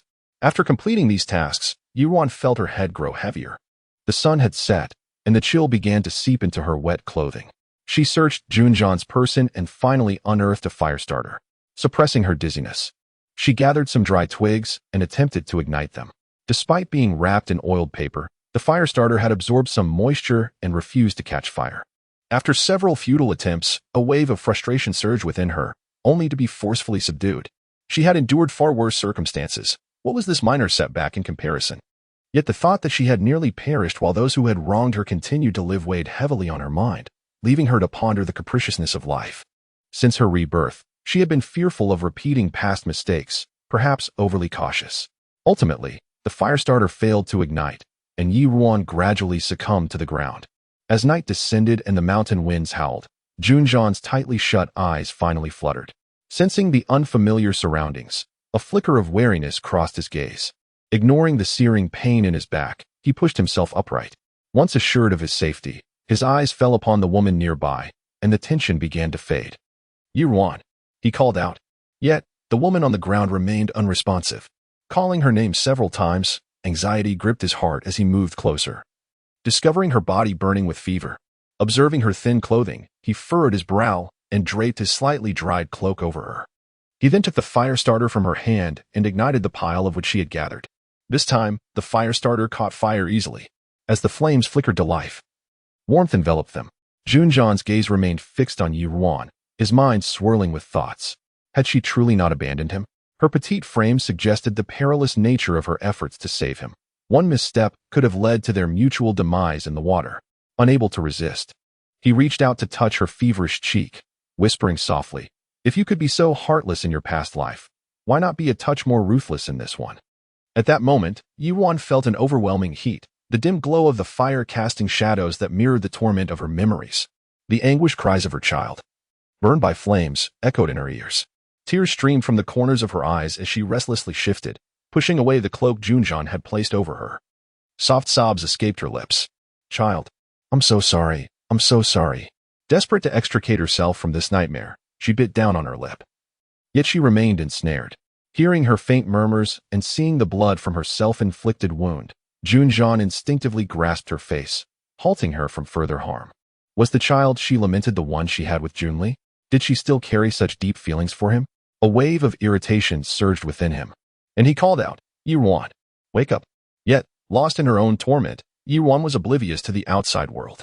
Suddenly, she felt an intrusive grip on her chin, prompting her to lash out in panic, biting fiercely at the hand that restrained her. The bite drew blood. But Junjan simply allowed her to bite while using his other hand to restrain her flailing arms. Eventually, Ruan ceased her struggles, her sobs growing softer. The oppressive grief reverberated within the cave, further unsettling Junjan's heart. After a moment, he gazed at the woman curled in agony beside him and sighed. Ignoring the reopened wound on his back, he laid down beside her, enclosing her in his embrace, his large hand gently running through her disheveled hair in a silent gesture of comfort. In the depths of her nightmare, Ruan felt as though she were being pulled from the abyss. The cruel visions began to fade away, clinging to Junjan as if he were her last hope. She nestled into his arms. Her slightly lifted face rested against his neck, her lips brushing against the prominent Adam's apple. Junjan shivered at the contact, lowering his gaze to the unconscious form in his embrace. This dependence and trust were expressions she had never shown him before. She was so close. He could almost hear her breathing. He reached to wipe away the blood lingering on her lips from her bite, but it had dried, stubbornly refusing to yield. Frustration bubbled within him, and in a moment of impulsive madness, he leaned down to cover her lips with his. The faint metallic taste of blood mingled with her delicate fragrance, tightening his abdomen in response. With immense self-restraint, he finally pulled away, refraining from exploring further. Surely, he had lost his mind. As the fire dwindled, the cold began to seep back in. Agitated, Junjan ruffled her hair before turning away, closing his eyes to avoid looking at her. He positioned himself to shield her from the encroaching cold with his own back, which had begun to bleed anew. In the stillness of the night, only the sounds of dripping water and the wind accompanied them. Chapter 68 Unexpected joy. As dawn approaches, Ruan's parched lips moved slightly, her voice tinged with hoarseness. "Banksia, water." Upon sensing a disturbance in front of her, Junjan immediately opened his eyes and reached out to her forehead. Fortunately, the fever had subsided. Hearing her request for water, Junjan cast a weary glance at his incapacitated legs, suddenly filled with a deep disdain for his broken body. Just as he was about to rise, Ruan slowly opened her eyes. The light filtering into the stone cave made her squint slightly, and when she looked up, she was met by a pair of profound eyes. A moment of blankness washed over her mind, and after a brief pause, she became aware that she was lying in Junjan's embrace. As her consciousness returned, Ruan felt a bit awkward sitting up, retreating from Junjan's hold and clearing her throat. "Your Highness."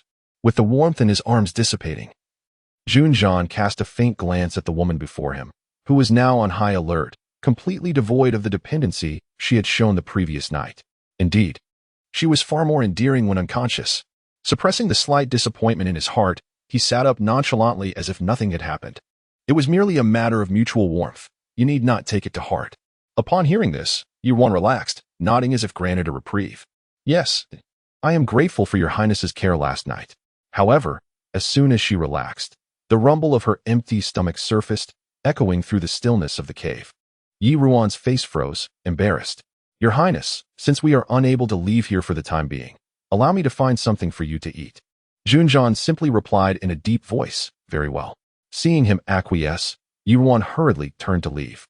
It was only after exiting the cave that she slowed her pace, feeling a strange relief at her stomach's embarrassing noise. Otherwise, she would have been at a loss on how to face such an awkward situation. Since it was a mutual necessity, it was better for their relationship to remain uncomplicated. Ruan gathered some wild fruits and herbs, and after calming her thoughts, she returned to the cave. She extended the fruits in her hand to Junjian. Your Highness, I have washed these thoroughly. Please have some. Yet, Junjian did not reach for the fruits, but instead waved his hand in front of her. Water. Realizing what he meant, Ruan silently cursed his fastidiousness, yet she diligently produced a bamboo tube filled with water for him to cleanse his hands. However, when he extended his other hand, she paused. There were bite marks. He was certain he did not have these when in Anyang. He had no reason to bite himself, so it must have been her doing. Junjian observed her hand freeze mid-motion. Understanding her gaze was drawn to the marks on his hand. You were having a nightmare yesterday. Ruan awkwardly tugged at the corners of her mouth, recalling something that made her worry as she scrutinized his expression. If I have offended your Highness, it was not my intention. If I spoke nonsense during my nightmare, I hope your Highness will not take it to heart. Junjian maintained his usual demeanor and, after washing his hands, replied expressionlessly, it was nothing. Only then did Ruan feel somewhat reassured. After handing him the fruits once more, she stepped aside to prepare the medicine. After a moment of silence, Junjian's calm voice resonated in the cave.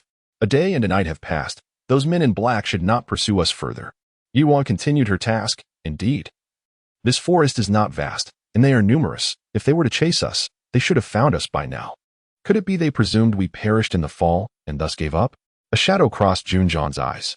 No, given their strategy, they would certainly wish to eliminate us. The only explanation for their absence is that my people have intercepted them. They will likely arrive shortly. At this moment, Ruan had completely crushed the herbs and returned to Junjian, untying the clothing on his torso as she spoke. Your Highness, are you confident your people can best them? Yes, Junjian replied, observing the woman before him, wholly focused on her task of untying his clothing. He felt a slight unease recalling his own impulsive behavior from the previous day. Unbeknownst to Ruan, after she removed his clothing, she turned to inspect his back, surprised to find numerous fresh wounds. He had just seemed so nonchalant discussing trivial matters like cleansing his hands. Did he not feel pain? Yet, her hands, though gentle, were still firm as she tended to his wounds. Who do you believe sent the assassins this time? Junjian felt her soft hands wandering across his back, a sensation that made him slightly itch. Who else could it be but my good third brother? No one else would muster such a force to eliminate me. Ruan thought the same. Junjian had achieved merit in the disaster relief efforts and eliminated two of his brother's close allies. Naturally, the third brother would be furious. The Duke was obstinate and merciless, and after this incident, Junjian would have to be more cautious upon returning. Junjian fell silent for a moment, the usual languor in his voice dissipating, replaced by a hint of severity. Ruan, I will ask you a question, and you must answer me truthfully. Having been addressed formally, Ruan felt a slight unease. Your Highness, please proceed. Junjian's fingers gently traced the uneaten fruit in his hand. If, as you previously stated, your allegiance to me was to conceal the matter of Yunwan and to use my strength for vengeance against your mother's enemies, then considering your recent actions, it seems your vendetta does not solely rely on me. If I were to perish, you need not worry about anyone leveraging Yunwan's matter against the Yi family. I find it puzzling that during the carriage ride yesterday and in the cold pool, you had no reason to protect me with your life. Unless you are concealing something from me, and the person you intend to deal with is indeed someone only I can confront. That person is Junli. Is it not? Last night, he had struggled to sleep, torn between vigilance against potential danger and reflecting on her words and actions since she pledged her loyalty. It was clear that her motives were not driven by affection. After all, her indifference was painfully evident. Furthermore, with her vendetta unfulfilled, she would be exceedingly cautious about her own life. Why then would she repeatedly risk herself to save him? Considering her recent words and actions towards Junli, it was clear that her feelings for him were far more complicated than mere rejection. In her past life, something significant must have transpired between her and Junli. And Junli must have deceived him in some manner. Chapter 69. Complete trust. Ruan paused abruptly upon hearing his words. The man's thoughts were exceedingly meticulous, rendering her own schemes transparent almost instantaneously. Yet, how was she to respond? In this lifetime, her interactions with Junli had been minimal, and he had once saved her life. If she were to confess, how could she elucidate all of this? What could possibly lead the prince to such a conclusion? Just yesterday, she had merely. Junjian, perceiving her intent to evade the question, furrowed his brow and decisively interrupted her. Miss Yi, Do you recall what I stated at the Jingwang mansion? What I seek is absolute loyalty. You must contemplate your answer carefully. I require no justification. Simply respond with yes or no. The words Ruan had on the tip of her tongue were swallowed whole. With a faint sigh in her heart, she conceded that it was futile to feign ignorance any longer, as he had already discerned the truth. Fortunately, he had declared that he would not demand an explanation. Reflecting on Jun Li's past actions and recalling how she had narrowly escaped death at his hands just the day before, a hint of coldness crept into her voice as she resolutely declared, "Yes, I wish to kill him." Upon hearing this, Junjan's brow relaxed momentarily, as if a beam of light had penetrated the dark recesses of his heart. Perhaps, knowing Jun Li's scheming nature, he would not divulge his machinations to tarnish her reputation. Her resentment and betrayal towards him, born from ignorance, could not be entirely blamed on her. The past was behind them, and yesterday, she had, in a sense, granted him a reprieve. Then remember what you have said today. I shall assist you in achieving your wish, and I will treat you as one of my own from now on. However, I will not tolerate even the slightest hint of betrayal. Do you understand? Rest assured. Your Highness, should I violate today's promise, I will certainly die a gruesome death and find no peace in the afterlife. Junjan frowned. Enough. There is no need for such a solemn oath. I do not believe in such things. Ruan softly acquiesced, having already prepared the medicine for him.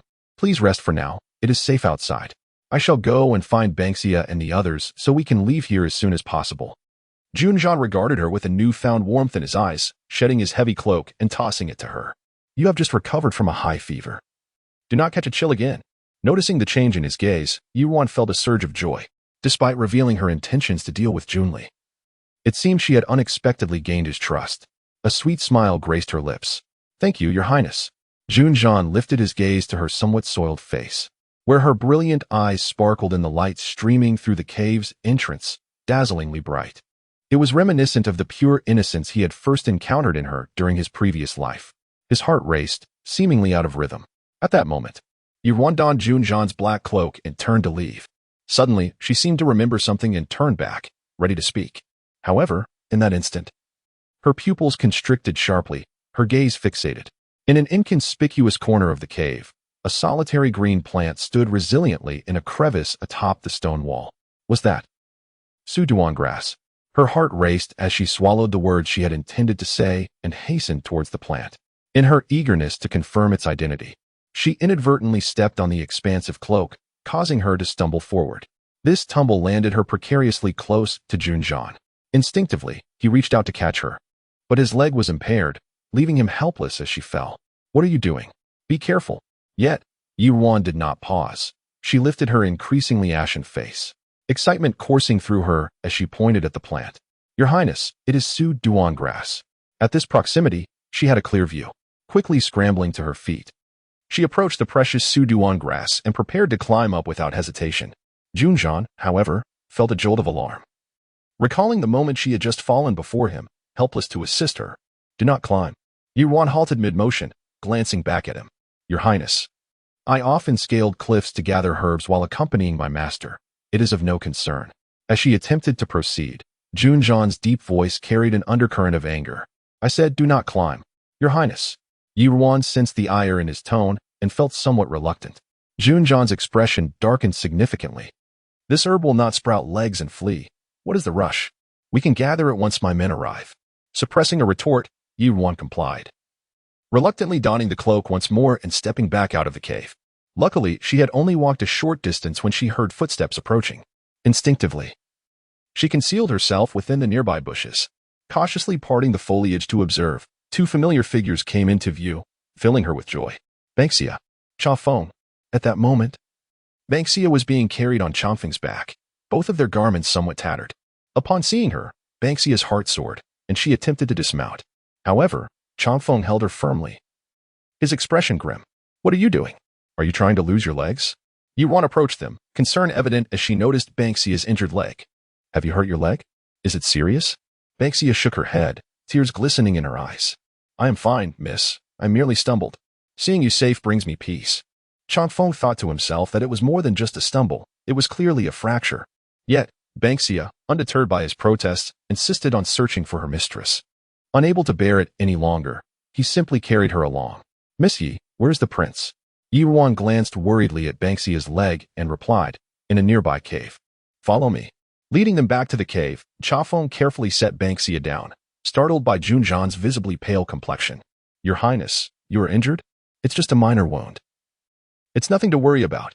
How could it be nothing? Chafeng retorted, observing the dark bruises that marred Junjian's face. He quickly turned to Ruan. Miss Yi, where's the prince injured? As Ruan was tending to Bankxia's injury, she explained, on his back. I have already treated the wound, fortunately. It did not damage any vital areas. However, the wound is quite deep, and he has lost a considerable amount of blood from being submerged in water. He will need to rest for some time after returning home. Chafeng finally felt reassured. Ruan then added, however, this incident may have brought us unexpected fortune. We discovered Suduan grass in this cave, right over there. Hurry and collect it, but be careful not to harm the roots. Suduan grass? Chafeng exclaimed, quickly following Ruan's pointing finger. Wasn't that the very herb Miss Yi had previously illustrated for them? His eyes sparkled with excitement as he leapt up to carefully harvest the medicinal plant, disbelief etched on his face. It truly is Suduan grass. This is splendid. The prince's leg will be saved. What a stroke of luck. This fortune came without effort. Ruan watched his enthusiasm and reminded him once more. You must take great care of this herb. It is now your responsibility, and you cannot damage the roots. Changfeng nodded solemnly. Miss Yi, rest assured. I will guard it as if it were my own life. Chapter 70. Concubining after a brief respite in the cave. Changning and Changyi arrived with their entourage, each bearing various injuries that hinted at a fierce battle. Were there any survivors? Junjian inquired. His gaze fixed on Changning. There were none. They were all assassins, and the few who remained after the defeat chose to take their own lives. Strangely, they did not resemble the people of Shilin. They appeared more akin to the savages from Beirong, Changning replied. Beirong? Junjian's eyes darkened with contemplation. In his previous life, less than a year after his leg had healed, Beirong had unexpectedly ignited a war in the Chui clan, which had steadfastly defended the northwest. Found themselves retreating in defeat. Suddenly, officials petitioned him to lead the army into battle, and his father, wishing to bolster his reputation in court, consented. However, it was all a conspiracy. The Chui clan had secretly colluded with the Beirong, intending for him to perish on the battlefield. Though he had discerned the treachery in time and temporarily repelled them, the losses were substantial. Before he could return to the capital, news of his father's grave illness reached him. By the time he rushed back, Junli had already ascended the throne, and the Yun family, having forged a false imperial edict, confronted Junli with their troops on the day of his coronation, leading to their entire clan being executed. He had suspected foul play and thus remained hidden until Junli lured him into the palace under the pretense of Yuan's allure. Reflecting on these events, it became apparent that the years of turmoil had settled, yet Beirong continued to stir minor conflicts along the northwest border, likely due to some clandestine agreement with the Chui clan, allowing them to maintain their military presence. Junjian's thoughts darkened further. After a moment, he turned his gaze toward Yuan. Now that we have located the herb, how long until my leg is fully healed? Yuan stepped forward. I have been administering acupuncture to your highness for nearly 2 months. If all goes well, it should take no more than a month and a half. Junjian delicately traced the hem of his robe. Very well. Once I return to the capital and attend to court matters, I shall personally request to recuperate in my father's hot spring palace. It is heavily guarded, and you need not traverse between the 2 residences daily. Stay in the residence these few days. When the time comes, I will seek my father's decree for you to accompany me. Would you be willing? Yuan understood his implication. With the concubine Jia and Junli harboring murderous intent, a failed attempt would surely invite a second. The Jing Wangfu was rife with prying eyes. Although Junjian had eliminated many, his reputation for ruthlessness had spread, leaving the possibility of hidden threats. As a servant, I shall naturally accompany your highness. Suddenly, she felt a flutter of anticipation at the thought of returning from the hot spring palace to see Junjian standing whole before her. And what expression would grace Junli's face? Meanwhile, news of Junjian's assassination attempt had reached the capital. The emperor of Shilin had spent a sleepless night, only finding solace upon hearing that Junjian was alive and on his way back. Your Majesty, you have not slept all night. I had some ginseng soup prepared for you.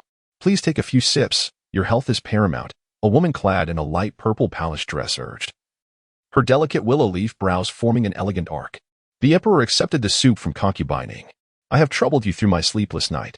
Concubining, in her early 20s, was the eldest daughter of the Duke of Ning. The Duke had been a formidable general under the previous emperor, earning significant respect among the officials. However, in these peaceful times, he had long since retired from court affairs. He had a son and a daughter. The daughter, concubine Ing, entered the palace at 16 and now held a position among the 4 concubines.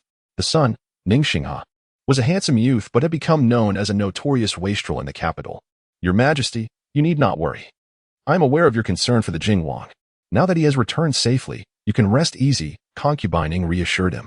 The emperor took a sip of the ginseng soup, reflecting on concubine Ying's impressive beauty and gentle demeanor. Since the late empress's passing, aside from concubine Jia, she had been the only one to earn his favor. Though my son does not express it, I know of his suffering. Now that there is hope for his leg, my heart finds comfort. The reason I had you feign illness to protect him was twofold. Not only did I wish to see him willing to risk his life for the people, but I also harbored some selfish motives. I wanted to see how far he would rise to the occasion. Who could have anticipated such a calamity? If he were to meet with misfortune, how could he face the late Waner? Concubine Ing gently comforted him. Your Majesty's paternal affection is truly moving. Thankfully, the Jing Wang has survived this harrowing ordeal. However, it raises the question of who would dare to attempt such an attack in broad daylight. Upon hearing this, the emperor set down his spoon, a flicker of sternness crossing his brow.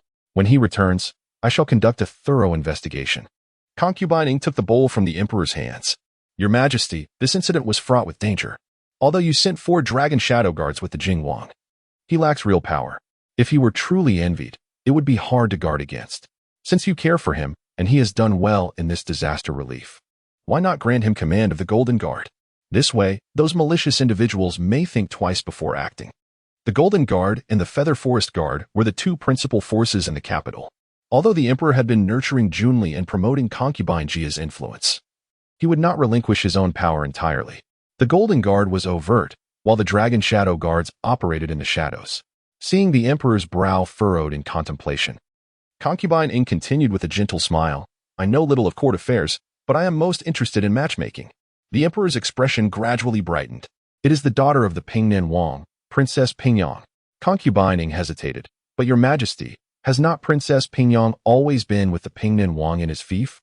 That is indeed the case, but the Pingnan Wang recently submitted a petition stating that Pingyang has reached marriageable age.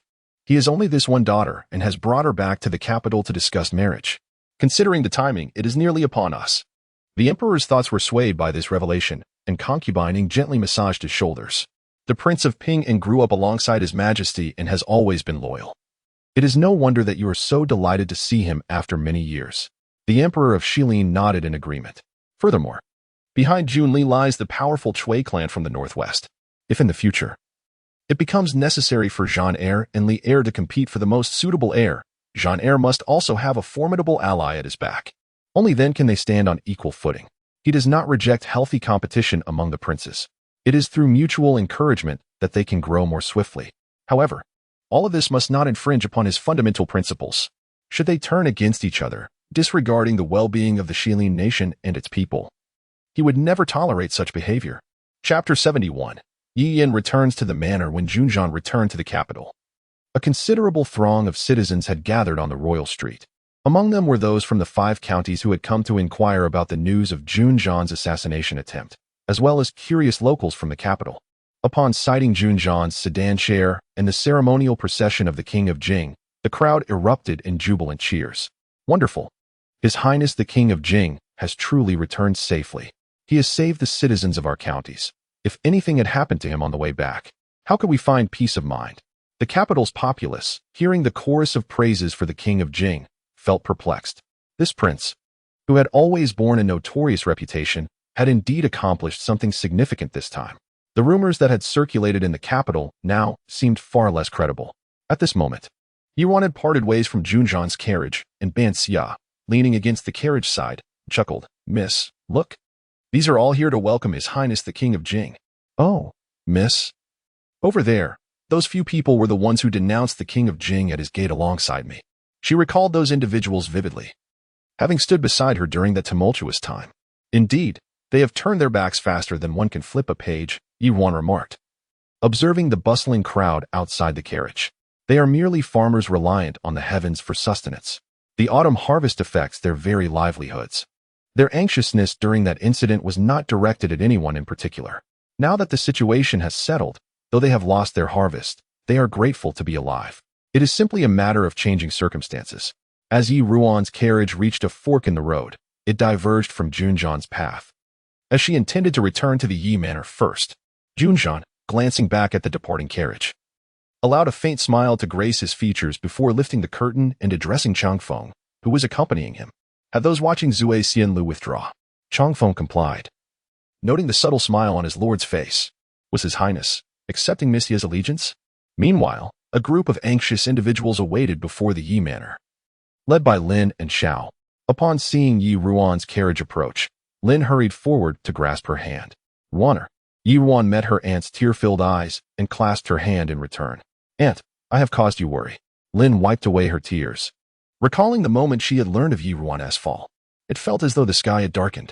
Just when Yun Xiao and Yun Gu had returned to the manor and she had heard from her husband of their pleasant rapport with Ruaner, this dreadful news had struck. Behind Lin, Yun Gu gazed intently at Yi Ruan, his calm eyes concealing turbulent emotions. The news of Yi Ruan's fall had reminded him of his father's words. It is better to act early than to regret later. Xiao, however, seemed somewhat distracted until Yi Qining approached and exchanged a few words with Yi Ruan, prompting her to speak. Ruaner, this incident was truly perilous. I barely slept last night out of worry. Now that I see you safe, I feel at ease. Yi Ruan felt a twinge of surprise at her mother's unusual demeanor, as Xiao is typically adept at concealing her feelings. Suppressing her curiosity, she replied softly. I have worried you, mother. Xiao merely nodded, remaining silent. Yet, Yi Ruan's curiosity soon found its answer. Just as she prepared to enter the manor with her aunt and brother, the sound of hoofbeats echoed outside. Turning, she beheld Yi Zhifan assisting Yi Yan as she descended from the carriage. Since the day of the Double Ninth Festival, Aunt Zhao had ceased to trouble Yi Yan. For the past month, Yi Yan had fared reasonably well, her complexion reflecting good health. However, upon her return today, she had deliberately applied a lighter shade of makeup. Xiao hastened toward Yi Yan, scrutinizing her from head to toe. Yinner, you have finally returned. How have these past 2 months treated you? You seem a bit thinner. With reddened eyes, Yi Yan surveyed the onlookers from the Yun family and the scattered citizens passing by. Mother, I was punished for my misdeeds. So the days were indeed difficult. Yet, every storm and blessing is a grace from His Majesty. I accept my punishment willingly. Now that the Emperor has allowed me to return, I am immensely grateful, and enduring some hardship is only fitting. Xiao grasped Yi Yan's hand, but refrained from commenting on her words. This is not His Majesty's grace. It was Yi Shiren who petitioned the Emperor on behalf of his brother, promising to donate 500,000 dough of grain to aid the citizens of the 5 counties affected by the harvest failure, which led to the Emperor's concession. Now, let us not linger here. Let us enter the manor. Yi Yan nodded softly, but her gaze involuntarily drifted toward Yi Ruan. Hadn't her brother claimed that she had plunged down the cliff alongside the King of Jing? How was it that she now stood here unscathed? She had also heard her brother mention that since the Empress Dowager's birthday banquet, many noble women had sent invitations for her to visit, seemingly indicating a desire to re-accept her. Fortunately, her mother had managed to find reasons to decline each one. Yet, this time, Yi Yan had accompanied the King of Jing to Anyang County to organize epidemic prevention efforts, earning high praise even from the Emperor. As she returned, she remained unaware of the capital's perception of her. Seeing those once beneath her now reveling in their newfound pride was indeed disheartening. Chapter 72. Impatient mischief. Yi Yan walked gracefully to Yi Ruan's side. Elder sister, it's been a long time since we last met. Yi Ruan was somewhat taken aback by the speed of their father and the Xiao family, responding with feigned surprise. Third sister, has His Majesty truly permitted your release? How wonderful. Yi Yan nodded, affectionately grasping Yi Ruan's hand. Indeed, elder sister has returned from Anyang. I heard from elder brother that you assisted Prince Jing in disaster relief in Anyang, earning much praise even from His Majesty. I am genuinely happy for you. Yi Ruan discreetly withdrew her hand. It is the brilliance of Prince Jing. I merely performed some modest tasks, unworthy of mention. As Yi Yan gazed closely at Yi Ruan, a flicker of realization stirred within her. In just 2 months apart, Yi Ruan's complexion seemed to have improved significantly, especially her aura, which was markedly different from before. Although there remained a considerable gap between them, the subtle radiance in Yi Ruan's features offered a glimpse of beauty that intrigued Yi Yan, who had always been preoccupied with appearances. How could she have forgotten? Their father had once been the most celebrated scholar in the capital. and Yun Tang was renowned for her beauty. Recalling the illegitimate daughter that Aunt Jiang had given birth to years ago, an unsettling feeling began to rise within her. Elder sister is being too modest, she suddenly interjected, addressing Madame Xiao. Mother, I have heard that elder brother's banquet has been cancelled due to the disaster. Now that the calamity has passed and elder sister has returned safely, it truly is a double blessing. I suggest we revive the banquet. Madame Xiao felt a twinge of confusion. Why was Yi Yin bringing this up? Yet, she responded amiably, very well. The preparations for the banquet were nearly complete. It would be easy to resume them. With that, she turned her beaming smile toward Lin Shi. I hope Madame Yun and the young gentlemen of the Yun family will honor us with their presence. With Yi Shiren having fallen from grace, the people in the capital were ever so fickle, elevating some while diminishing others. The Yun family had recently regained prominence, and inviting them could bolster the Yi family's reputation. However, she couldn't shake the feeling that the Yun family no longer treated them with the same warmth as before. Perhaps it was due to Yun Wen's death or their dissatisfaction with Yi Yan's conduct during the birthday banquet. After all, it was the second son of the Yun family who had chastised Yi Yan without mercy in front of all the court officials. Lin Shi was about to decline when Ruan discreetly tugged at her hand. Reluctantly, Lin Shi agreed with a non-committal all right. Madame Xiao, pleased, said, good. I will set a new date for the banquet and send an invitation to the Yun family. Then she welcomed everyone inside. After returning to Qinghe courtyard with Madame Xiao, Yi Yan was asked about her time at Jinghua Monastery. Initially, it was quite difficult, but after His Highness Prince Xian reprimanded that nurse Zhao, she no longer dared to mistreat me, and I suffered no further hardships. Madame Xiao patted her hand. That is good to hear. Your uncle had to promise His Majesty 50,000 dough of grain to secure your release, and you must show your gratitude. Tomorrow, you will accompany your elder brother to the Xiao residence to express thanks. A glimmer of calculation flashed in Yi Yan's eyes. I understand, mother. Even if you hadn't mentioned it, I would have visited grandfather's home. Oh? Madame Xiao inquired, puzzled. Are you seeking your uncle for something? Yi Yan smirked slightly. Not my uncle, but my elder cousin. Madame Xiao frowned. What do you want with him? Your elder cousin is quite unremarkable and has a reputation for being a womanizer. I used to allow Yu Qining to associate with him, but I advised you to keep your distance. Your uncle has spoiled him since childhood, and he now disregards even your uncle's words. With your beauty, if he becomes infatuated, it could lead to trouble. Yi Yan smiled with a hint of mischief. Do not worry, mother. I will not allow such a fool to get too close. Although Madame Xiao disapproved of this nephew, she felt a twinge of displeasure at Yi Yan's bluntness. After all, he is your uncle's son. Keep your distance in your heart while being mindful of your words. You must remember you are of the same generation. Yi Yan, aware of her mother's protective nature towards her maternal family, clung to her arm and feigned innocence. You are right, mother. It was my oversight. My maternal family has treated me so well. I merely wish to consider a good match for my cousin. Madame Xiao, reluctant to chastise her daughter too harshly, found herself intrigued. A marriage proposal? Yi Yan's smile brightened. Now that the Yun family has regained favor with His Majesty, they have always held elder sister in high regard. If my cousin could marry elder sister, it would be a tremendous boon for our family. What do you think, mother? Madame Xiao hesitated. That may be true, but with the Yun family's renewed power, your father will be even more cautious regarding them. Given your elder cousin's reputation, he is unlikely to approve of any hasty arrangements. I heard your father mention that once she turns 15 next year, he will select a well-educated suitor from this year's candidates, regardless of their background, as long as their reputation is commendable. He wishes to present a suitable match to the Yun family. After all, the Yun family has always prided themselves on their status and had no issues with connections, as evidenced by their willingness to allow Yun Tang to marry your father. In my view, it would be best not to meddle in this matter. After all, you have already caused your father to lose his position. If any further blunders occur, he may harbor resentment. Upon hearing her mother's refusal, Yi Yan swallowed her words, replying obediently, I see now that I lacked consideration. Yet, a flicker of resentment passed through her eyes. In the Qingtian pavilion, Yi Ruan dismissed the servants, leaving only Dongqing outside to keep watch. Inside, it was just her, Lin Shi, and Yun Ge. Aunt, during our absence, has anyone from the Xiao family come to inquire about us? Lin Shi grasped Yi Ruan's hand, her expression still tinged with anxiety. Yes, I received a letter from your uncle instructing them to quote 81, but the Xiao family claimed we were asking too much and left in a huff. Yi Ruan replied, should we not allow them some room for negotiation? 81 sounds quite excessive, Yun Ge interjected. Mother need not worry. To my knowledge, All the grain stores in the 20 or so cities around the capital have been acquired by us and another party. Unless they are from the Xiao family, it is impossible for them to gather the amount needed to report to His Majesty, Yungu stated, then turned to Yi Ruan. My informants have reported that this other faction is financially robust and decisive in their dealings, leaving no stone unturned. And they have acquired 3 to 4 times the grain of the Yun family. Do you know who is behind this? Yi Ruan pressed her lips together, initially thinking that Junjian was merely playing political games, yet now she wondered if he had taken it upon himself to handle this matter. But how could he possess such wealth? I discussed this matter with Prince Jing. It is possible he is involved. However, I must confirm it with him first.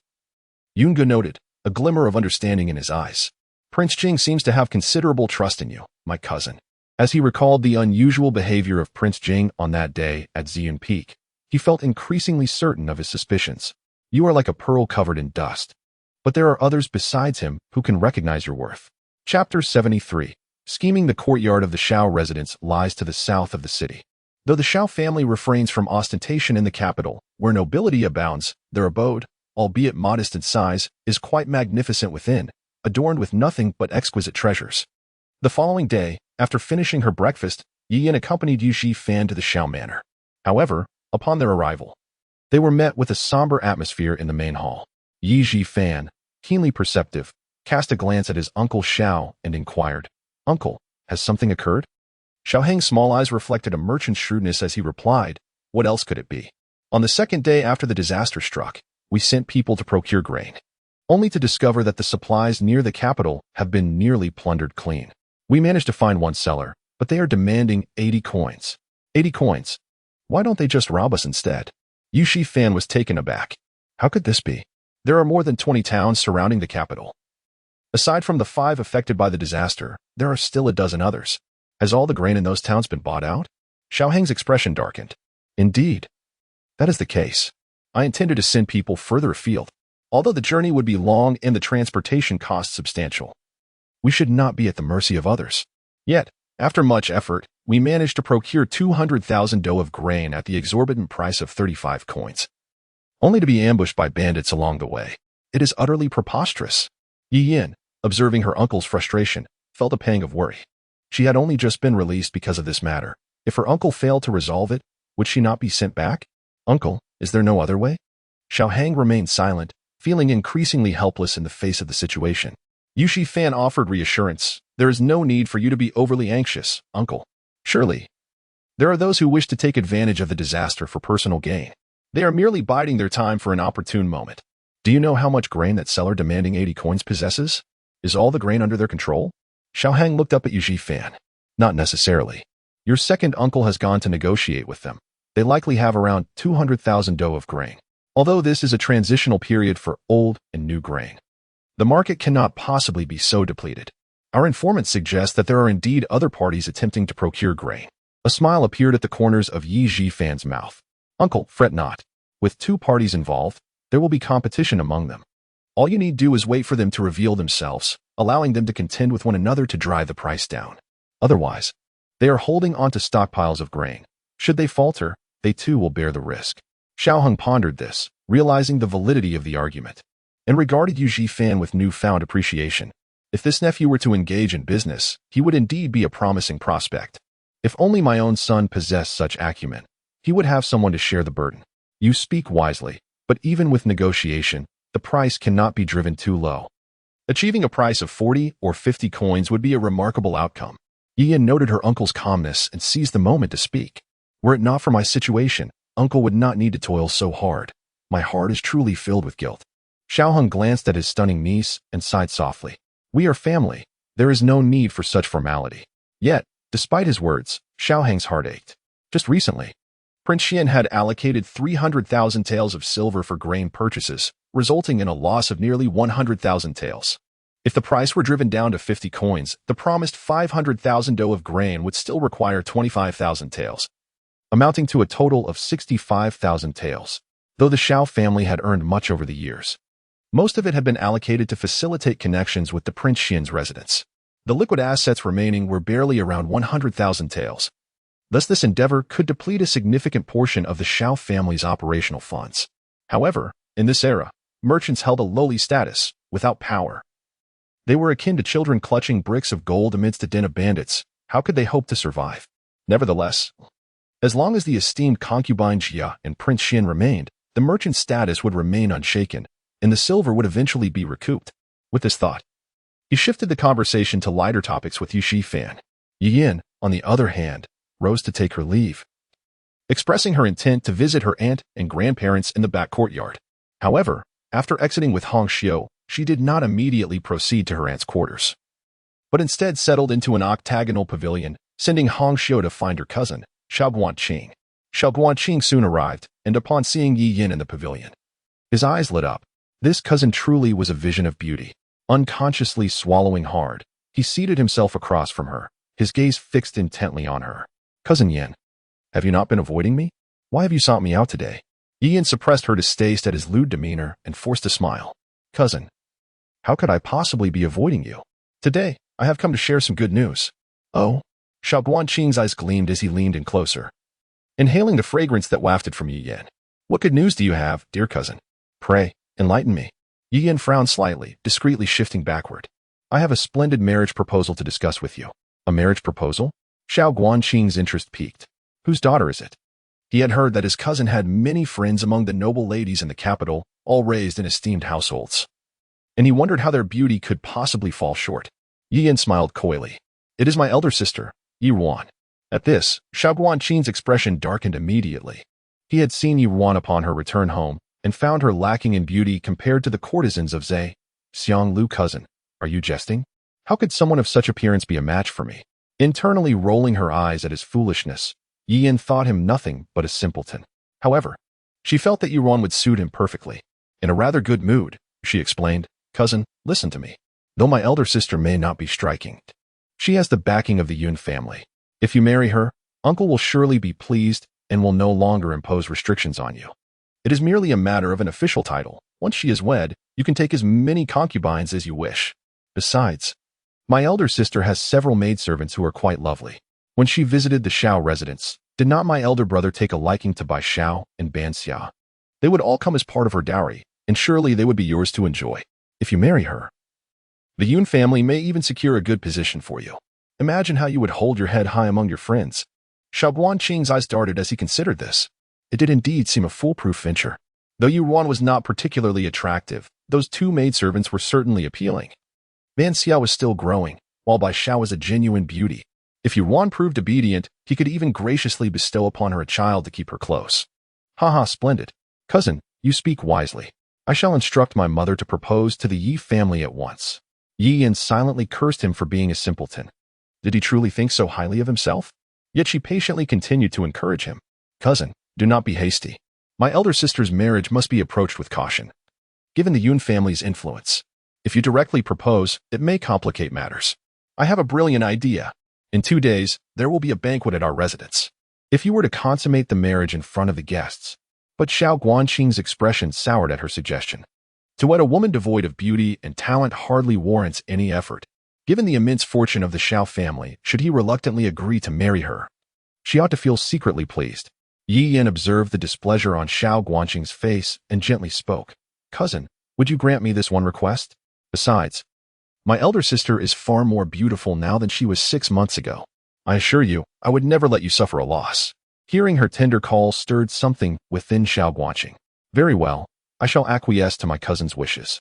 Alas, this cousin is favored by His Highness the Crown Prince, and his father forbids any advances. Otherwise, one might as well die beneath the peony blossoms and remain a ghost of elegance. Chapter 74. Financial Loss. The Xiao family in a panic within the residence of Prince Jing, Junzhan lay on the bed, allowing the palace physician to tend to his wounds. Granny Jiang looked at the deep gashes on the prince's back, tears streaming down her face. These ruthless fiends.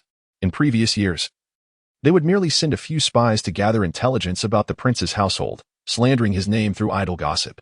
Now, they have become so brazen as to directly block the road and attempt murder. Are they truly so lawless and impatient? Observing Granny Jiang's sorrowful visage, Junzhan signaled to Chang Feng, who promptly guided her to sit aside. Granny, the prince has returned safely, hasn't he? You haven't slept all night. You should return and rest. Otherwise, the prince will surely worry about you. which will hinder his own recuperation. Granny Jiang wiped her tears again. The prince is injured so severely. How can you call this a safe return? If Miss Yi hadn't acted swiftly and visited that area beforehand, the prince might not have made it back alive. Come yourself, Granny. Miss Yi has assured us that the prince's injuries are not life-threatening. With some time to recuperate, he will surely heal. Moreover, this incident may yet yield some unexpected benefits. Once the prince's leg is mended, we shall deal with them. Chang Feng continued to persuade her. Granny Jiang, recalling the fragmented herbs, softened somewhat and turned to Junzhan. Your Highness, you mentioned wanting to recuperate at the hot spring villa. When shall we depart? I must prepare accordingly. At that moment, Junzhan felt the palace physician's clumsy hands causing him discomfort, far from the gentle touch of another individual. He frowned, expressing his displeasure.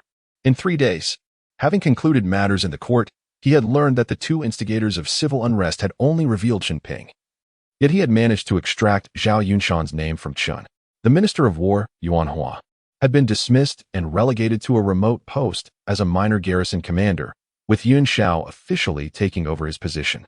Both Zhao Yunshan and Qinping, having defied imperial edicts and incited rebellion, were sentenced to lifelong exile. He had already arranged for his trusted allies to fill the resultant gaps.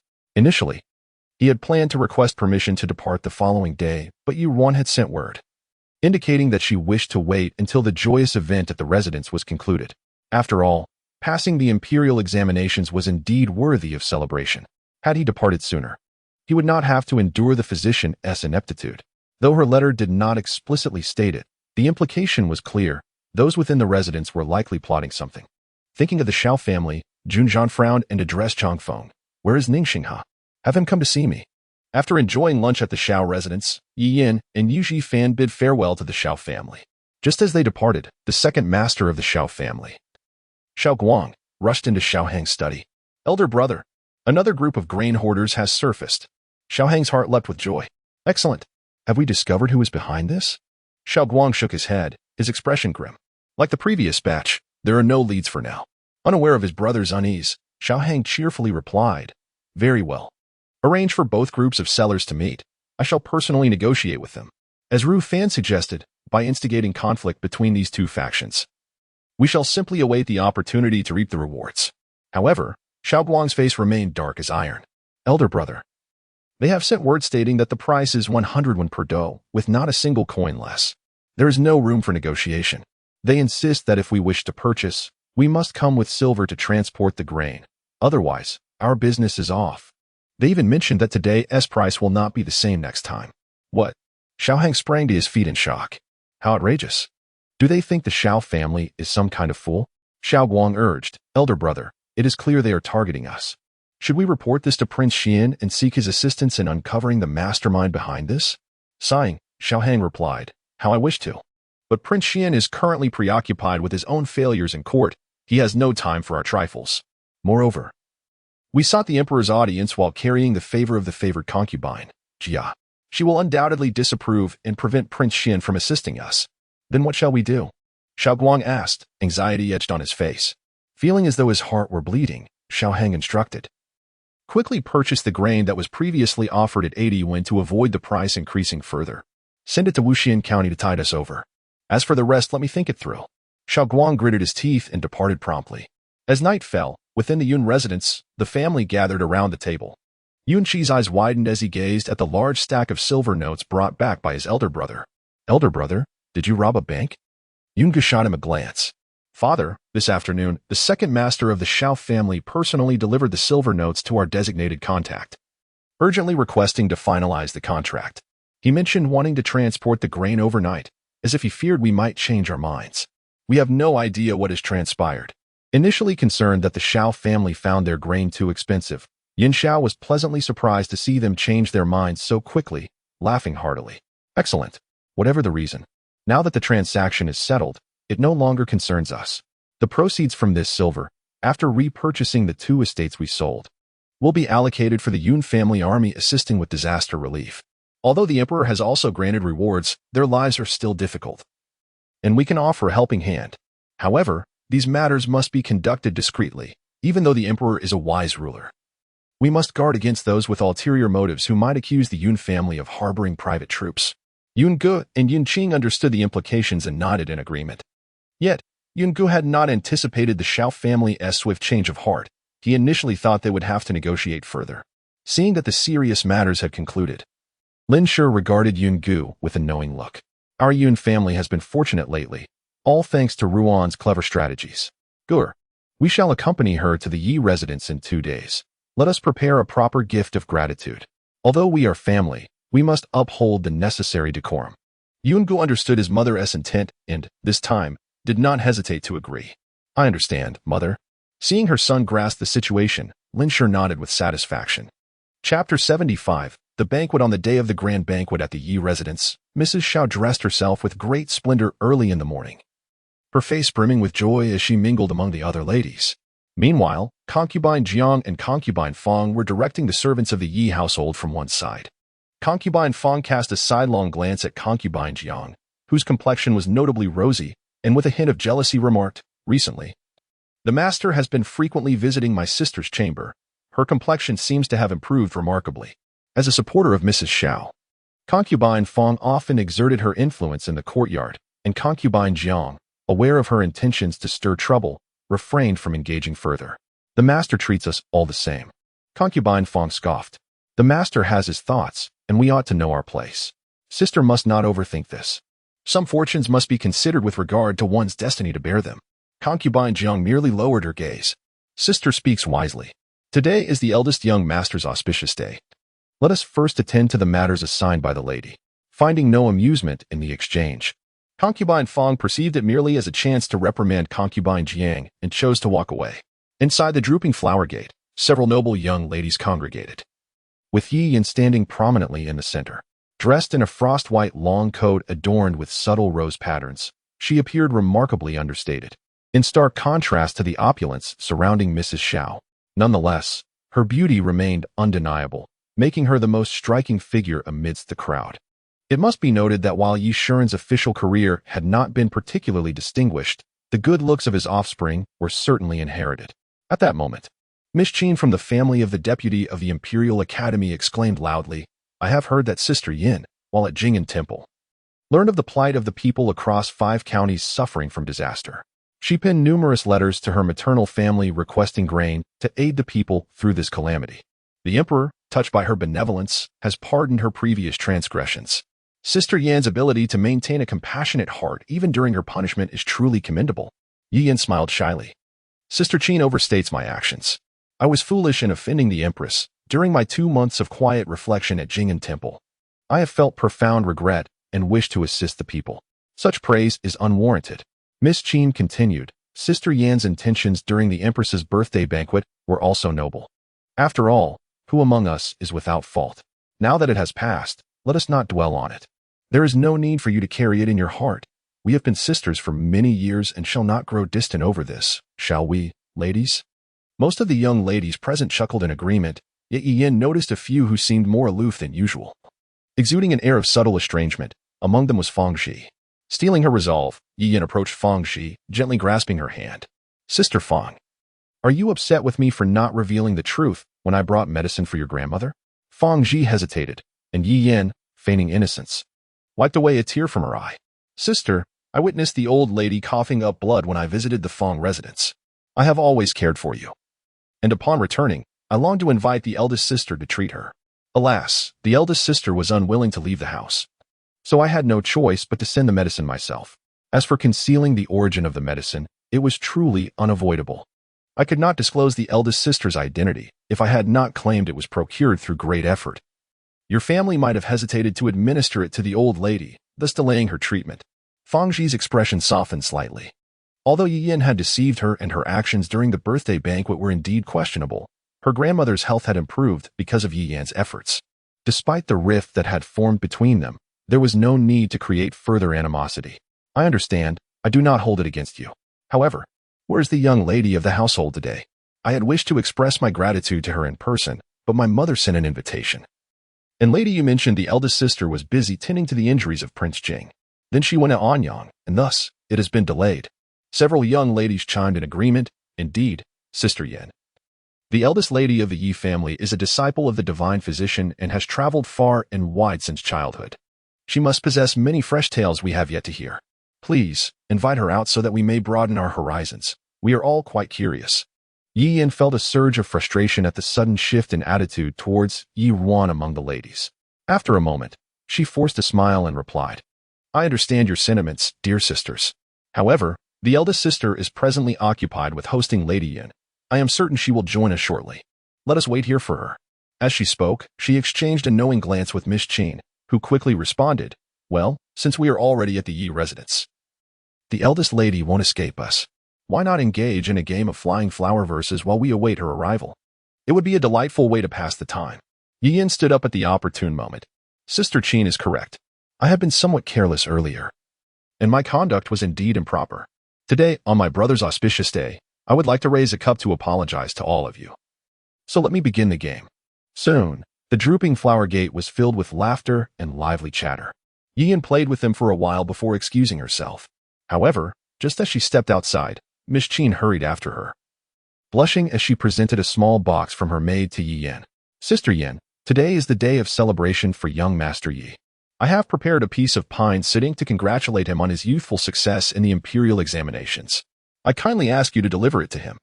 Yi Yin accepted the box with a sense of gravity. I must express my gratitude to Sister Qin for defending me before the ladies. Rest assured, I will personally deliver this fine gift to my brother. Miss Qin's cheeks reddened further. Then I shall trouble you, Sister Yin. I mentioned I had other matters to attend to, so I must take my leave. Very well, I shall return shortly to keep the ladies company. Miss Qin nodded. Her face flushed and hurried away. Yi Yin watched her retreating figure with a smirk, carelessly tossing the box to her attendant, Hong Xiu. Consider it a gift for you. This pine soot ink is hardly a precious item. How amusing that she presents it with such solemnity. Truly, she is a product of a modest family. If not for her infatuation with my brother, I would hardly spare her a glance. Miss, this is indeed a valuable item. Hong Xiu replied cheerfully as she caught the box. Though you may not appreciate it, this ink is worth several months' wages for us. Yi Yin glanced at Hong Xiu and inquired, Have arrangements been made on Cousin's End? Do not worry, Mississippi. Everything is in order. The young master has already entered the inner courtyard without anyone noticing. However, Bai Xiao reported that the eldest lady is entertaining Lady Yun in her chamber, and she could not bring him over. Yi Yin furrowed her brow at this, but, after a moment of contemplation, regained her smile. No matter. Please fetch my second brother from the front courtyard. Hong Xiu promptly understood and replied, Yes, Mississippi Chapter 76, deceiving Yu Qining as she traversed the long, winding corridor. Hong Xiu swiftly invited Yu Qining over. Third sister, Yu Qining paused before Yi Yin, calling out to her with a hint of perplexity in his eyes. Today, the residence was bustling with numerous guests, and his father had instructed him to assist his elder brother in entertaining the male visitors. Although these guests were primarily there to praise his brother, with Yu Qining merely playing a supporting role. His father had mentioned that it was good for him to help shield his brother from too much wine. After all, his elder brother was approaching the age of the ceremonial coming of age, and their father clearly intended to use this gathering to showcase his brother and seek a suitable marriage match for him. It was imperative that his brother maintained his composure and dignity. Indeed, several esteemed guests had subtly hinted at this intention, and to his father's delight, the distinguished Lord Jing from the Ministry of Justice had also graced them with his presence. His demeanor suggested he was evaluating Yi Jifan's character.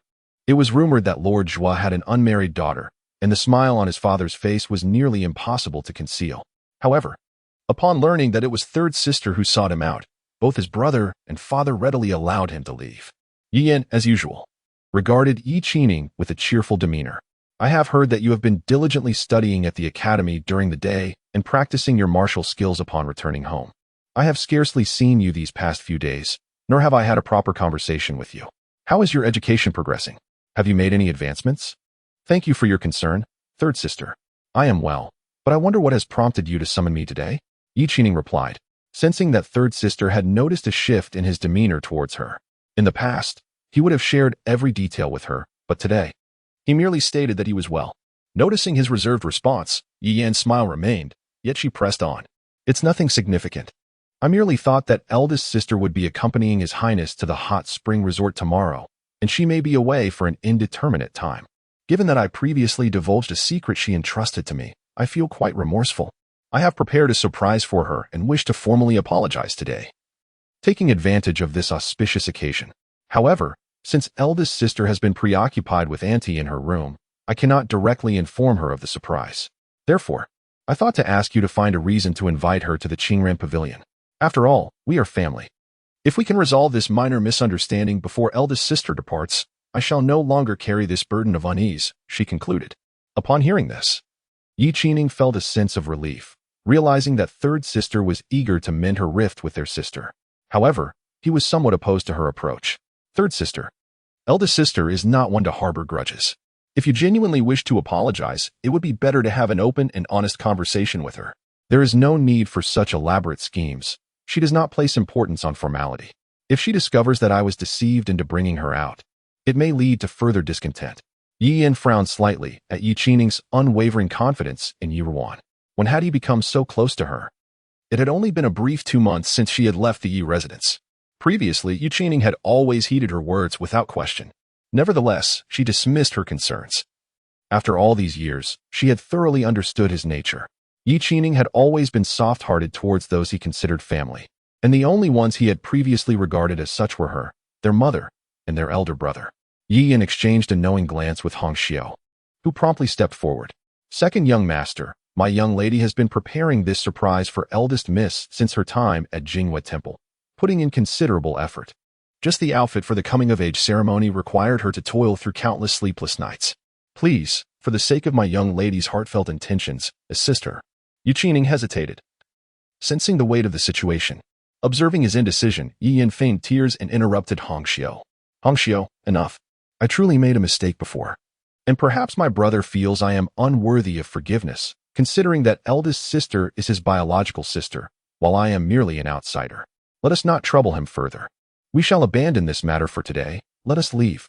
Seeing Yi Yan's tearful visage, Yi Qining felt a pang of sympathy. After all, she had been a companion throughout his upbringing, someone he had trusted for over a decade. Inviting eldest sister out was not such a grave matter, especially since Qing'an Pavilion was not far from Qingyu Pavilion. After contemplating for a moment, he called out to Yi Yin, "Very well, third sister, do not be disheartened. I have never regarded you as an outsider. I shall go invite eldest sister right away." Yi Yin wiped away the non-existent tears in delight. "I knew that third brother was the best to me. I misspoke earlier." Yi Qining offered her one last comforting word before turning toward Qingyu Pavilion. Hong Xiao watched his retreating figure with uncertainty. "Miss, if you send second young master to invite eldest miss, might he not suspect you?" Yi Yin regained her composure, a sly smile gracing her lips. "Do not worry, he is rather naive.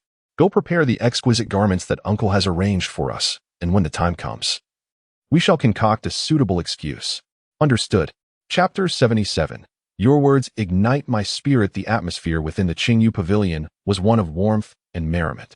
Lin informed Yi Ruan of the matter concerning the purchase of grain from the Shao family, all acquired at the price of 81.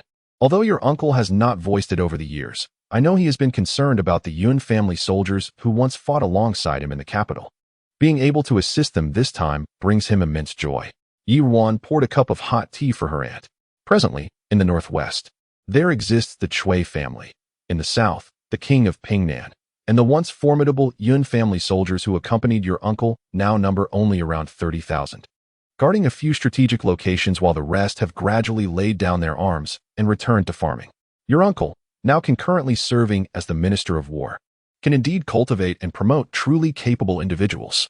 The Ministry of War was once a pawn in the hands of King Xian, embroiled in numerous conflicts of interest, and surely harbors many festering issues. As long as your uncle refrains from engaging in factional disputes and serves the emperor wholeheartedly, no one will dare to undermine him.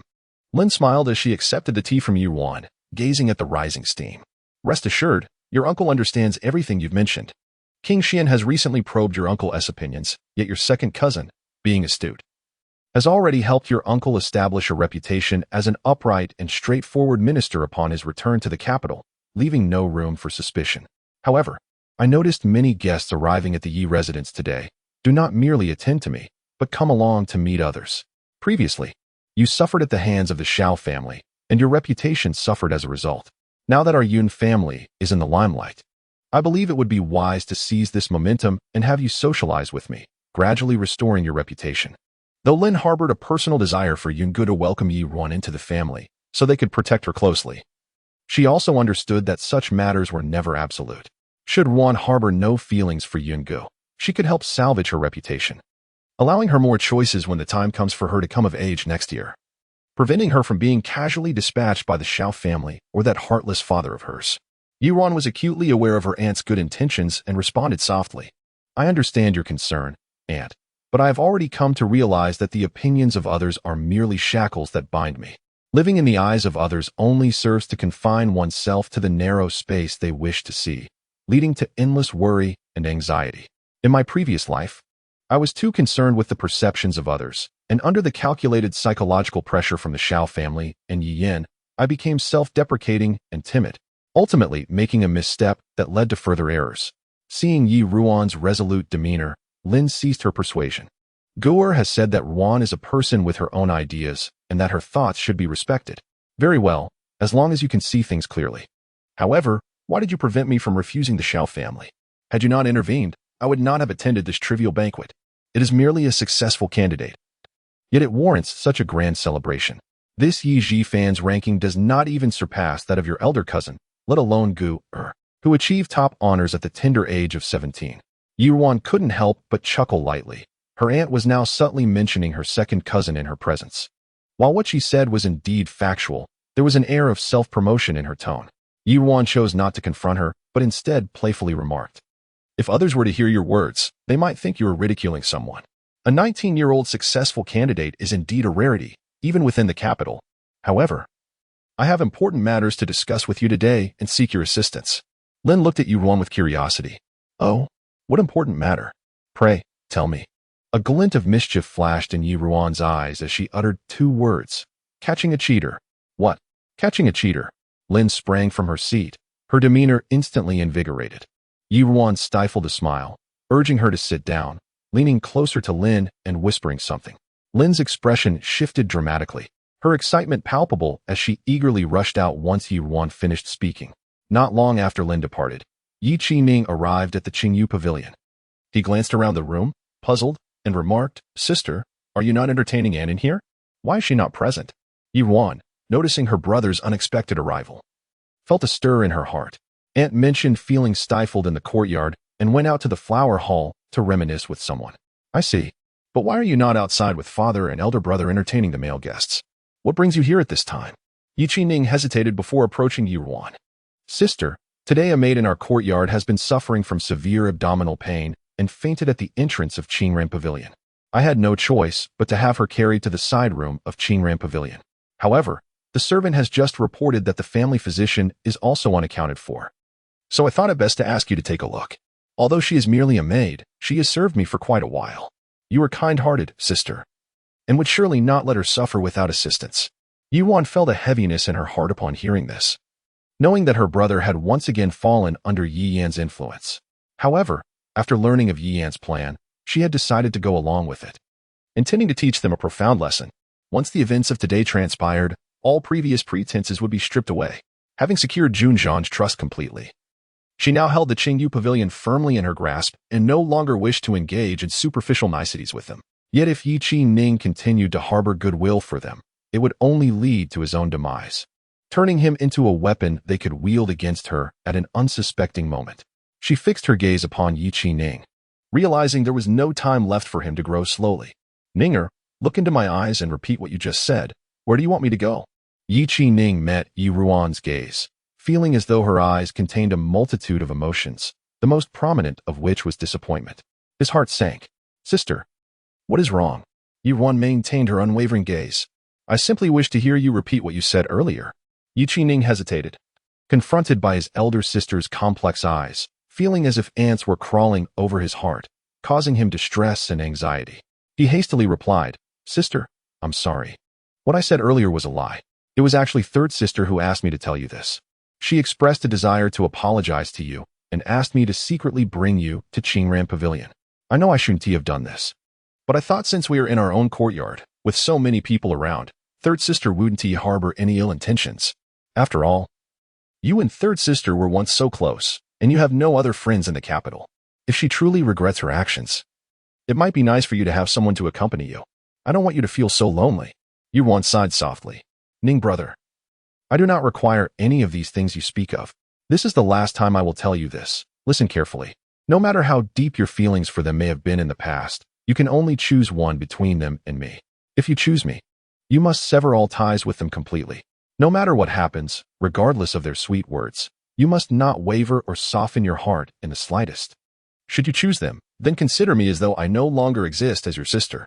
From now on, I shall not concern myself with your affairs, nor shall you inquire about mine. Now, you should inform Yi Yin that I have gone to Qingren Pavilion, and then accompany me to observe what will transpire next, as well as to uncover the thoughts that dwell within their hearts. At that moment, you may share your choice with me. Yi Qining's lips parted slightly. Deep down, he yearned to declare his choice, her. Yet, his lips quivered, and he ultimately refrained from uttering a word. Instead, he silently nodded. Sister, I shall follow you. Chapter 78. Caught in the act at this moment, Lin had already arrived in the flower hall. The ladies in the capital were always adept at gauging the situation. The Yun family originally hailed from a prestigious background, and although the military might not be as formidable as in times past, General Yun now held the esteemed position of Minister of War. This office, albeit ranked only third, wielded considerable power. The combination of these factors had rendered the Yun family once again exceedingly desirable. Moreover, Lin was regarded as a prized catch among the ladies, not least because of the impressive qualities of the two young masters of the Yun family, who had already reached adulthood, and the family's reputation for not taking concubines, which made them all the more appealing. Countless mothers were eager to marry off their daughters into the Yun household. However, Lin had previously spent time with Yun Shao on military duty and had developed a somewhat martial temperament, often shying away from social gatherings. Thus, when she arrived, many ladies flocked to her, causing the previously celebrated Shao to be momentarily sidelined. Lady Lu, from the minister's household, was the first to break the ice with a jest. I have long heard that Lady Yun was to grace us with her presence today, yet I wondered where she had been hiding in leisure. Lin, suppressing a flicker of excitement within, managed to smile genuinely. Leisure? I was merely chatting with my niece for a while. Now, I am here to converse with all of you, my dear ladies. Noticing Lin's unusually buoyant mood, Lady Lu relaxed her tone. Earlier, I spotted your second son in the front hall. He achieved the highest rank in the last examination before turning 17. We thought this spring, West Lin would witness the crowning of the youngest top scholar. Alas, he did not sit for this year's exams, which is truly regrettable. I have heard he is not only erudite but also possesses remarkable calligraphy skills. My daughter is quite fond of this art. Perhaps she could seek his guidance if the opportunity arises. The other ladies, overhearing this, couldn't help but criticize Lady Lu for her boldness in voicing their innermost thoughts. However, Lin was preoccupied with her own considerations and did not feel the customary irritation. As for guidance, Lady Lu's daughter is already renowned for her calligraphy. Even I, who seldom venture out, have heard of her talent. If a suitable occasion arises, we may exchange thoughts. Lady Lu, noticing Lin's lack of outright refusal and her praise for her daughter, wore an increasingly sincere smile. The surrounding ladies, inspired by Lin's amiable demeanor, began to subtly mention their own daughters. Xiao forced a smile, her handkerchief nearly torn from her grip. She had invited Lin merely to maintain appearances, knowing well that Lin preferred solitude and would likely remain with Ruan. She certainly did not anticipate Lin's unexpected emergence, which overshadowed her own son's prospects. Isn't he merely last year's top scholar? His success is not so extraordinary, just a matter of securing a higher rank. This year, he did not even dare to compete. I suspect there might be some trickery involved. 3 years from now, if he and Fan participate together, Fan might not necessarily lose to him. At that moment, Lin abruptly glanced at her wrist, panic evident in her voice. Oh dear, where is my bracelet? The ladies surrounding her, noticing her distress, inquired, what is wrong? Lady Yin, have you lost something? Lin scanned the area anxiously and replied, indeed. This was a gift from the matriarch, a keepsake I have worn closely for years. Seeing her plight, Xiao stepped forward. How could this happen? Lady Yin, please think of where you last were. I will send someone to search for it. Lin shook her head in urgency. No need. That bracelet is of great importance to me. Since I am visiting Ruan's courtyard today, I am certain I can find it along the way. At this juncture, the ladies chimed in. Why don't we accompany you in the search? More eyes make it easier. Please, tell us what the bracelet looks like. Lin felt a surge of relief. Excellent. Your assistance is greatly appreciated. With that, she led several ladies toward the inner courtyard. Xiao, as the hostess, naturally followed suit. The Qingren courtyard belonged to the fourth miss of the Yi family, who was the daughter of concubine Fang. now residing with the old matriarch in their ancestral home. The courtyard had been uninhabited for nearly 2 years. To reach Ruan's Qingyu Pavilion, one must pass by Qingran Pavilion. As Lin and the group of ladies approached the entrance of Qingran Pavilion, she contemplated how to halt their progress when she fortuitously encountered Yi Yan, who was heading inside. "What a coincidence!" exclaimed Xiao, somewhat puzzled. Upon hearing the call, Yi Yan's heart raced. She turned to find a throng of ladies behind her, her heart skipping a beat. Yi Qining had merely sent a servant to inform her that the eldest sister had been summoned. She intended to confirm whether her cousin had succeeded before calling others to expose his affair with Ruan. Before she could enter, however, she was interrupted. "Yi Yan, aren't you accompanying the other ladies in the flower-picking game? Why have you come out?" Xiao inquired. Before Yi Yan could respond, peculiar sounds began to emanate from within Qingran Pavilion, unmistakably resembling the sounds of amorous entanglement. The ladies present, seasoned in the ways of the world, understood all too well what was transpiring within. They exchanged glances, their expressions a mixture of incredulity and embarrassment directed toward Xiao. In the Yi family's rear courtyard, such brazen acts in broad daylight could only be attributed to one of the household's masters. And on this auspicious day, it was indeed quite scandalous. Lin felt a thrill of excitement, ready to speak, but Yi Yan abruptly interjected. She covered her mouth in disbelief, gazing towards Qingran Pavilion. "Mother, I came here because I arranged to meet my eldest sister.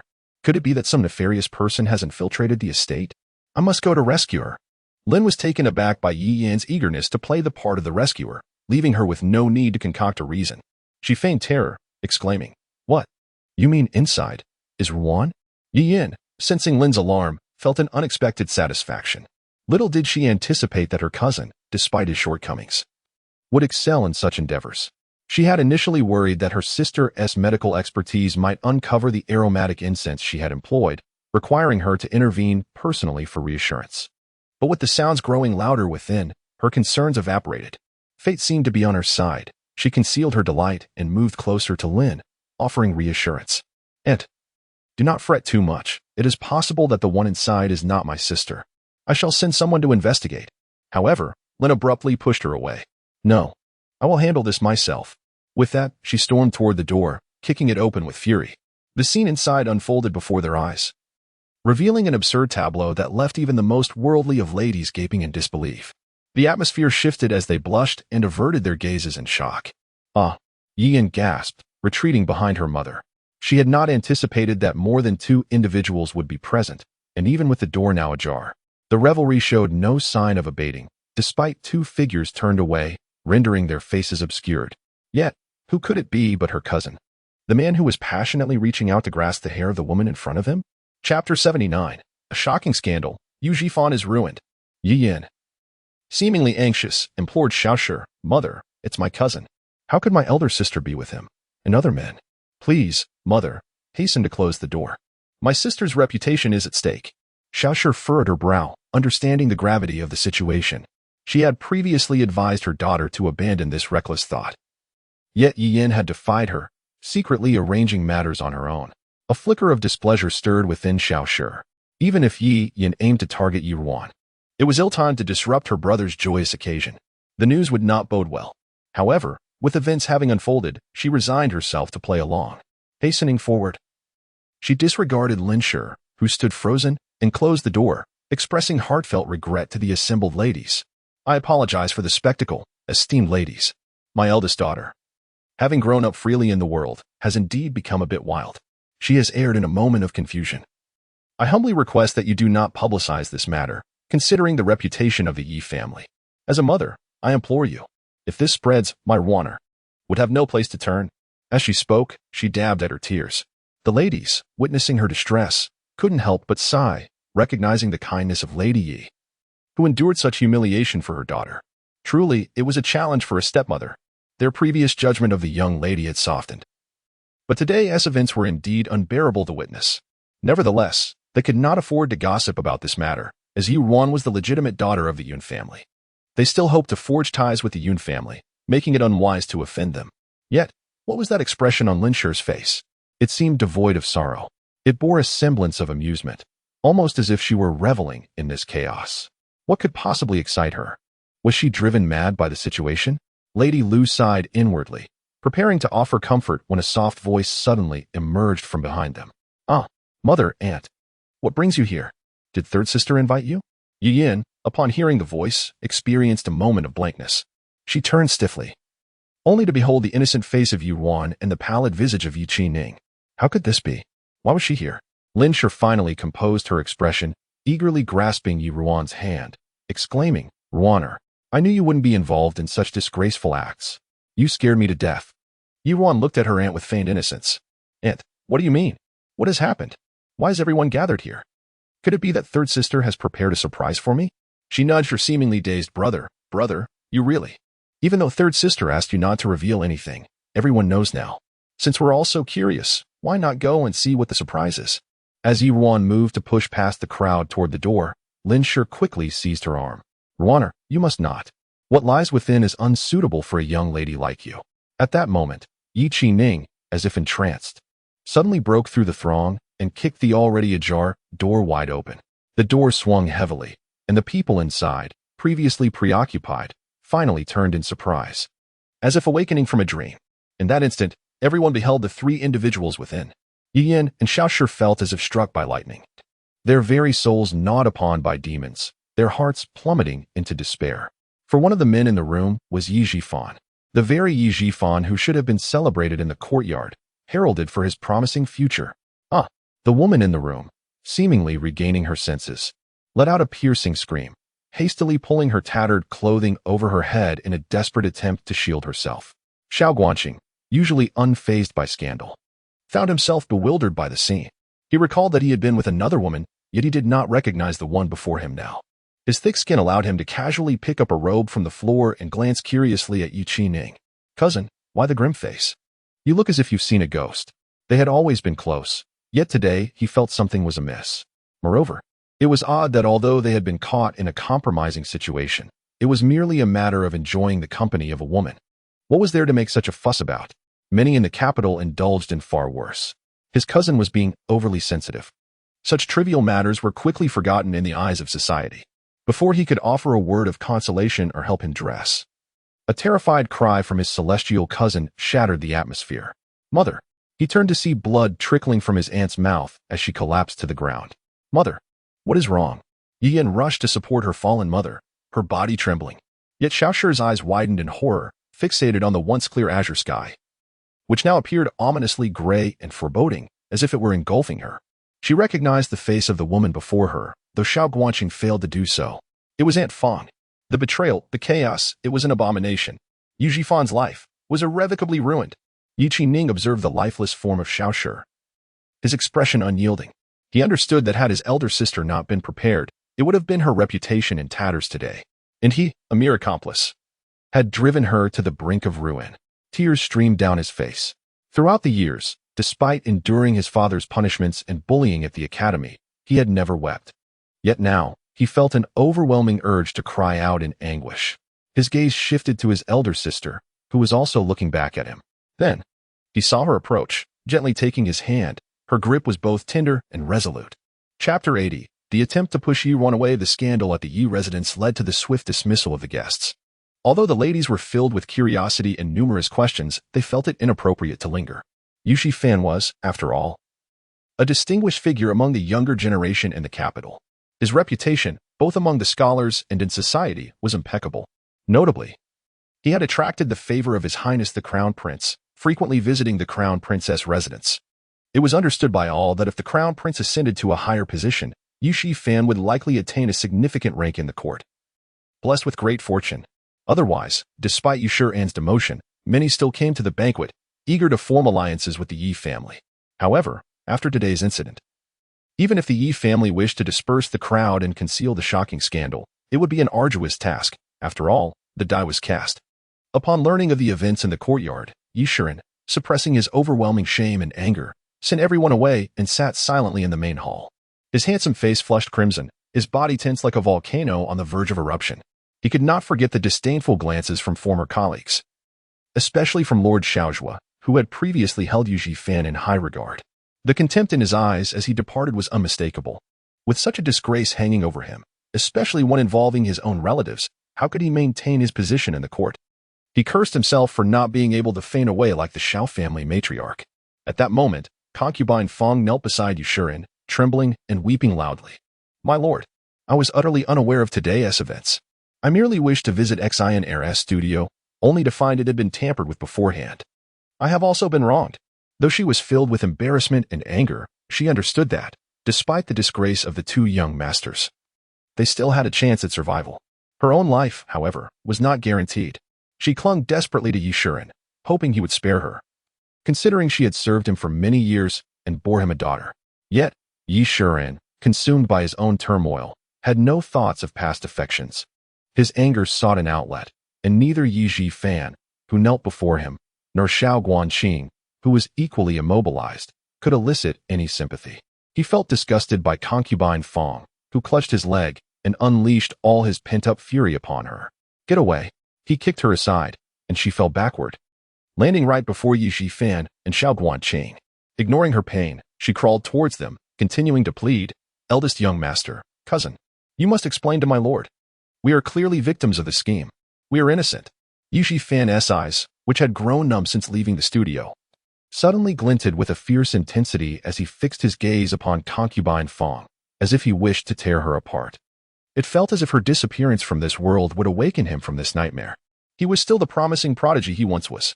Big master. Concubine Feng, who had always seen Yi Fan as gentle and courteous, now felt a chill run down her spine under his malevolent gaze. She was rendered speechless, her heart racing as cold sweat broke out upon her brow. Yi Fan turned his gaze to Yushuren, his voice strained as if forced through clenched teeth. "Father, I was ambushed and rendered unconscious before being taken to the studio. Upon waking, I was left in a daze. Someone is intent on ruining me. Ruining the Yi family." Shao Guanqing, realizing the gravity of today's calamity, understood that this woman was his uncle's concubine. No wonder his cousin. As he entered the studio, he felt a rush of blood and thought of his cousin, who appeared pure and innocent, yet wielded such potent substances.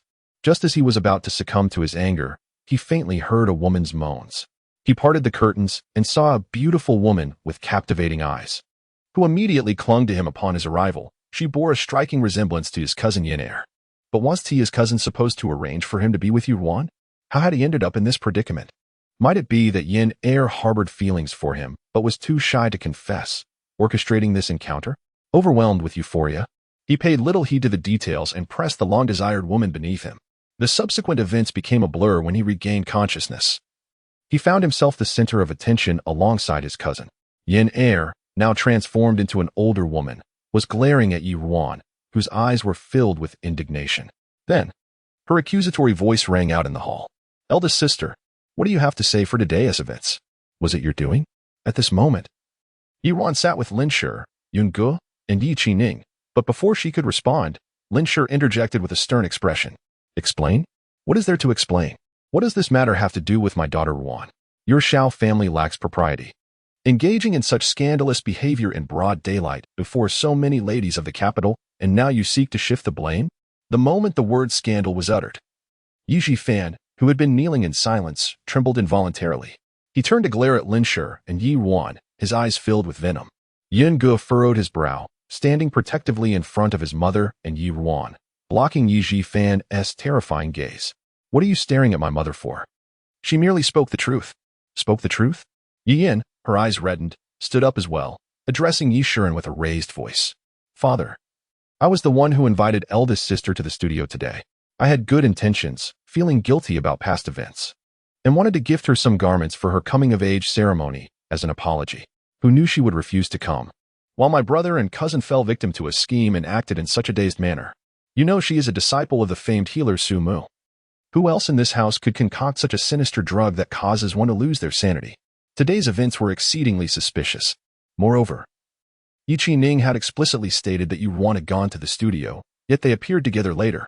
Lin Shi had also revealed that she was the one who suggested seeking a bracelet, leading a group of ladies there. This was far too coincidental, igniting absurd suspicions within her. Furthermore, today's plot had not only failed but also jeopardized her brother's future. She must ensure Ruan bore the blame. Otherwise, how could she be satisfied? If she could pin this incident on Ruan, perhaps there would still be a chance for her brother's career to salvage some semblance of hope. Chapter 81. A calculated frame-up Yuxian harbored no doubt that Yu Jifan was incapable of such imprudence. Nevertheless, he racked his brain, unable to fathom who would harbor such animosity towards the Yi family, orchestrating such an elaborate scheme to besmirch their reputation. However, at that moment, he was primarily concerned with finding a scapegoat to appease the public, lest rumors run rampant through the capital by the following day. He seized the opportunity to berate Yu Ruan. You wicked girl. Confess, were you the mastermind behind today's events? Your elder brother has always been resolute and indifferent to feminine charms. Had the courtyard not been tampered with, he would never have acted in such a manner. The servants of the Yi family are all born into servitude, their deeds in the possession of the Yi family. They would never betray their masters. Only you. Did you conspire with outsiders to harm your elder brother? What were your intentions? In his estimation, Yi Jifan was the future pillar of the Yi family, one he could not afford to sacrifice. As for Yi Ruan, even if she were not the culprit, he could thrust her forward to shield Jifan from the impending storm. Seeing Yi Xian's demeanor, Yun Ge felt a pang of anxiety. His usually composed countenance suddenly sharpened with an edge of severity. He scoffed derisively. I have now witnessed the true meaning of baseless accusations. Instead of pursuing the perpetrator of this scandalous affair, Lord Yi instead levels accusations at my cousin based on flimsy conjecture. From this glimpse, it is evident how my cousin is routinely treated within the Yi household. He then turned his gaze towards Xiao Guanqing, who was kneeling in the hall. If Lord Yi wishes to assert his authority, perhaps he should first ascertain how the young master of the Xiao family managed to infiltrate the inner courtyard. Yi Xian's brow furrowed. He had forgotten that members of the Yun family were present, precluding him from having his way unchallenged. He could only turn to Xiao Guanqing, whose nonchalant demeanor infuriated him. He, too, was eager to know how this scoundrel from the Xiao family had come to be there. Speak. Who allowed you to enter? Xiao Guanqing, caught off guard, involuntarily glanced at Yi Yan. Sensing his gaze, Yi Yan's heart fluttered. She could not allow him to reveal the truth, lest her elder brother discover that today's events were her doing, incurring his wrath. Cousin, father is addressing you. You must explain your presence here with utmost clarity. Xiao Guanqing's eyes darted about, assessing Yi Ruan, who sat calmly to the side. From what he had observed, both Yinner and her aunt sought to shift the blame onto her. Furthermore, it was she who had harbored improper designs on Yinner. Now that such an incident had occurred, he was loath to have it known. Uncle, it was Cousin Ruan who secretly instructed her maid to allow me to enter for a clandestine rendezvous. Cousin Ruan expressed her admiration for me, and as she is set to depart the capital tomorrow, she invited me to pour out her heart. I merely followed Cousin Ruan's instructions and awaited her in that courtyard, only to discover that it was laced with aphrodisiacs. As Xiao Guanqing spoke, he looked at Yi Ruan with feigned indignation. Cousin Ruan, you were imprudent. Even if you were infatuated with me, you should not have resorted to such underhanded tactics. Out of respect for my aunt and uncle, I might have consented to marry you. Otherwise, such a commotion would not have erupted today, implicating my aunt and elder cousin. Upon hearing this, Lin Shi nearly erupted with laughter, leaping to her feet from her chair. Xiao Guanqing, are you even aware of your own worth? Would Ruan be smitten with you? Your Xiao family may appear gilded on the surface, but surely your household is so impoverished that you cannot afford a mirror, leading you to be so ignorant of your own limitations as to entertain such delusions. Xiao Guanqing, accustomed to unrestrained behavior, saw that Lin Shi was merely a woman who could not harm him. Moreover, he was now in the Yi residence, emboldening him. Madam Yun, there is no need for your Yun family to denigrate me, so, in your eagerness to protect your niece. Everyone knows what Ruan's reputation is. My Xiao family is also a prominent household, and I am quite handsome myself.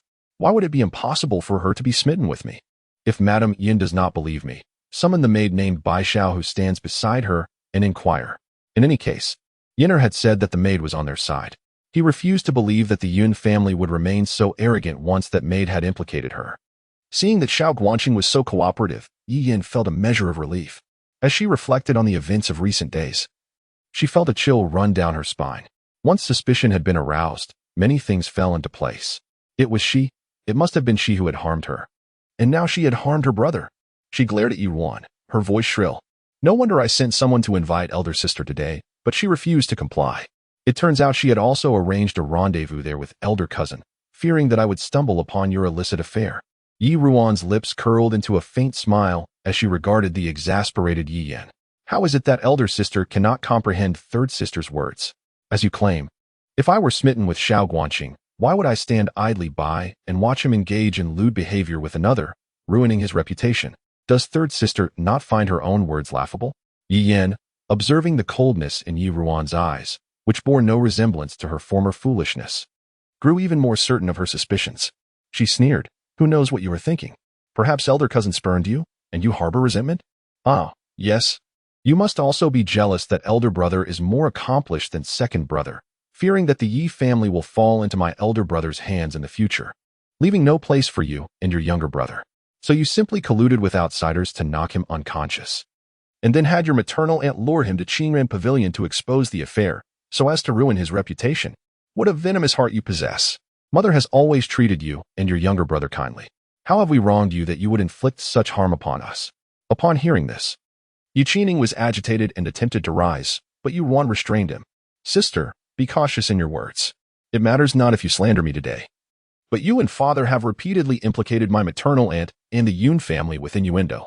My maternal aunt is a second-rank imperial consort, personally appointed by His Majesty. Such reckless accusations are punishable by law.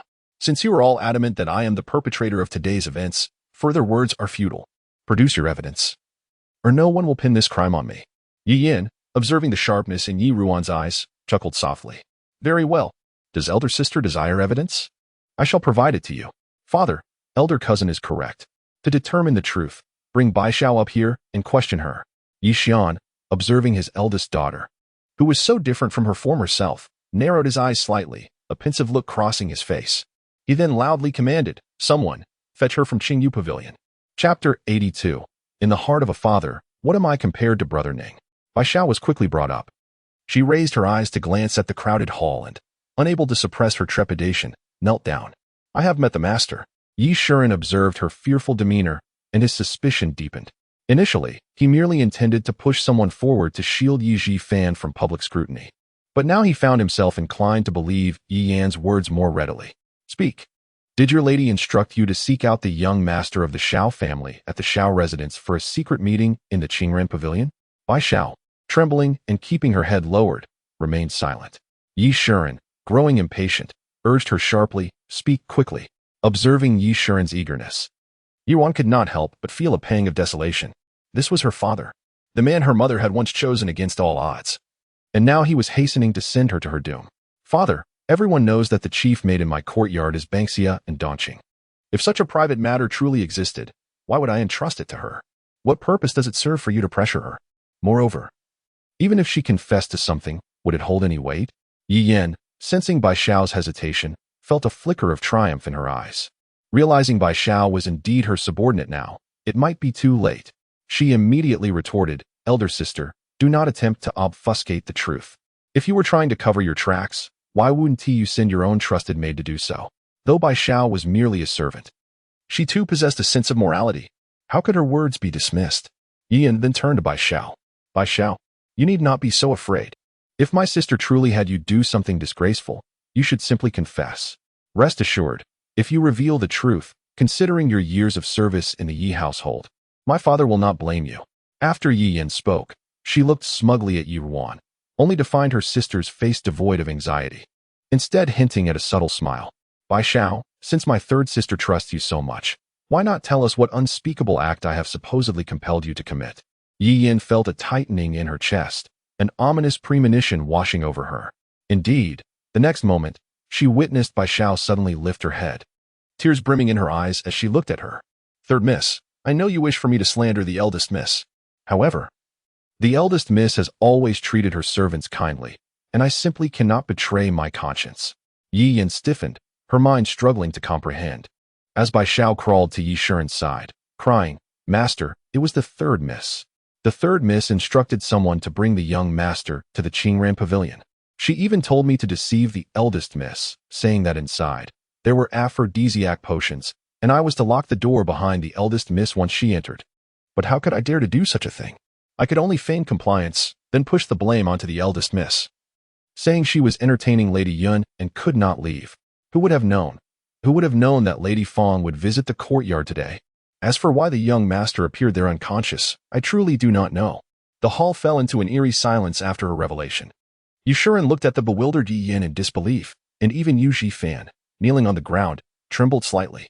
Yushuren's expression shifted repeatedly. But thinking of Prince Xian, he forcibly steadied himself and scolded Bai Xiao. Nonsense. You are merely a maid in Ruaner's courtyard.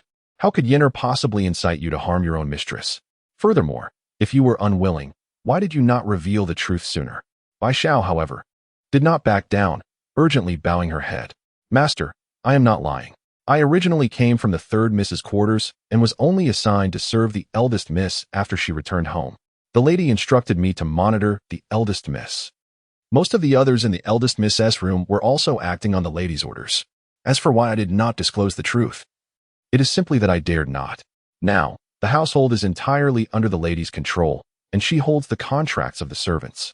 I had no choice but to protect myself. There was no other path. At this moment, Yan finally regained her composure and rushed to Bai Xiao, slapping her across the face. You lie? What benefits have you received from the eldest Miss to dare accuse me and my mother here? Seeing Yi Yan's fierce expression, Lin Shi could no longer maintain her usual gentleness. Her once beautiful and captivating face now resembled that of a viper, sending chills through the onlookers. She felt an immense relief that she had sent Wenu away. Otherwise, if she had married into the Prince Xian's residence and fallen into Yi Yan's hands, there would be no path left for her. Yi Yan's slap was heavy, causing Bai Xiao's face to turn to the side, yet there was no trace of retreat in her eyes, but rather a resolute determination. Last night, a mysterious woman had suddenly appeared in her room, bringing her before the eldest Mississippi. To her astonishment, the eldest Miss was fully aware of all the third Miss's schemes. This woman not only revealed the whereabouts of her parents and brother, but also presented tokens proving they had been relocated and forced her to consume a particularly cruel poison. She had witnessed with her own eyes the guard beside King Jing poisoning Aunt Li during the coming-of-age ceremony at the Yun residence. How could she not be terrified? Moreover, the eldest Miss promised that if she exposed all the actions of the lady and the third Miss, she would provide her with the antidote and arrange for her and her family to leave safely without worry. Having already offended the third Miss, she felt compelled to clarify matters for the eldest Miss. Master, I am not speaking carelessly. If you do not believe me, I have many items here that were rewards for serving the lady and the third Miss. Some of them must be recorded in the household accounts. You can verify this. As Bai Xiao spoke, she produced a number of gold and silver items, including a gilded bracelet and exquisite jade, clearly beyond what a mere maid could possess. Yushuren gazed at the scattered treasures Bai Xiao revealed, veins throbbing at his temples. Enough. Take her away. The situation was spiraling beyond his expectations. But regardless of the truth, he could not allow her to continue speaking before so many witnesses. Ruan, stifling a cold laugh, slowly rose from her seat. Wait, did father and third sister not just say they wished to clarify matters? Why, now that she has revealed the truth, do you rush to silence her? Yushuren snorted coldly, waving his hand dismissively. How can the words of a mere maid be taken seriously? Enough, this matter has nothing to do with you. So return to your quarters. I will investigate this thoroughly later. Ruan, however, made no move, fixing her gaze on Yushuren's eyes, speaking each word deliberately. How can it not be taken seriously? Did not third sister just say that although Bai Xiao is merely a maid, she possesses a sense of right and wrong? Father agreed with this. Why, when the matter falls upon third sister, does father's demeanor change? Yushuren, exposed, felt his face darken as he angrily shook his sleeves. Since when is it your place to question your father? Ruan let out a soft laugh, though it carried a tinge of sorrow. The daughter, unwittingly questioning her father, exclaims, Father, your favoritism is undeniable. Just moments ago, my third sister made baseless accusations against me, yet you believed her without a second thought. Now that the truth is laid bare, it is she who seeks to tarnish my reputation, yet you are hastily covering for her. Am I not your daughter, father? In the 6 months since my return to the manor, you have only visited the Qingyu Pavilion once, and that was for the sake of my third sister. In your heart, what do you consider me and brothering? Are we mere trifles to be discarded at will? My mother, a noble daughter of the Yun family, forsook countless prestigious suitors out of genuine love for you, marrying into the Yi family. Yet what of you, father? In the year of my mother's pregnancy, you took the Xiao family as your concubine. After my mother suffered a miscarriage of her rightful heir, you shamelessly allowed Xiao to bear your first illegitimate son before her. My mother, with her tender heart, acquiesced to all your demands, ultimately sacrificing her life to give birth to Brother Ning. But how have you treated him over the years? Reflect upon your conscience. Father, do you truly honor my mother? Chapter 83. The unmasking of truth, Yi Ruan's voice gradually took on a genuine note of sorrow, tears gathering in her eyes. In her previous life, she had longed to pose the same question to Yixian. Why? Why treat their mother with such cruelty? Why had he never bestowed upon her and her brother even a fragment of paternal affection? And why did he remain indifferent as they plunged into an abyss of despair? It was one thing for outsiders to harm them, but he was their biological father. During the years spent with her master away from home, she often indulged in fantasies. If a mere stranger could treat her with such kindness, how would her own father, upon her return, cherish her as a means of compensating for their fractured bond? Yet, he did not. He met her with nothing but coldness and disdain. As Yixian gazed into Yi Ruan's eyes, reminiscent of Yuntang, he felt a tremor of uncertainty within. He waved his sleeve dismissively and said, "What do you speak of now? Our priority is to uncover who harmed your elder brother. I have already stated that I believe you are not involved. You should return home and cease this pointless disturbance." At that moment, Yi Ning, who had been silent until now, suddenly let out a low laugh and stepped beside Yi Ruan. The innocence and naivety that once shone in her eyes had seemingly vanished, replaced with a resolute determination. "Father, we do not oppose your investigation into who harmed elder brother. But it is an undeniable fact that third sister has intentionally plotted against sister, when Bai Xiao is unable to succeed. She incited me to deceive sister into the Qingran pavilion. Today, you must deliver justice for sister, or we shall not leave." Yushan was met with the unwavering gazes of the two siblings, and the flicker of guilt that had briefly ignited within him extinguished completely. "Who taught you such unfilial behavior? Step aside." Yet Yi Ning remained steadfast, unwavering. "I reiterate, father, you must deliver justice for sister." Yishan's complexion turned ashen. "Very well.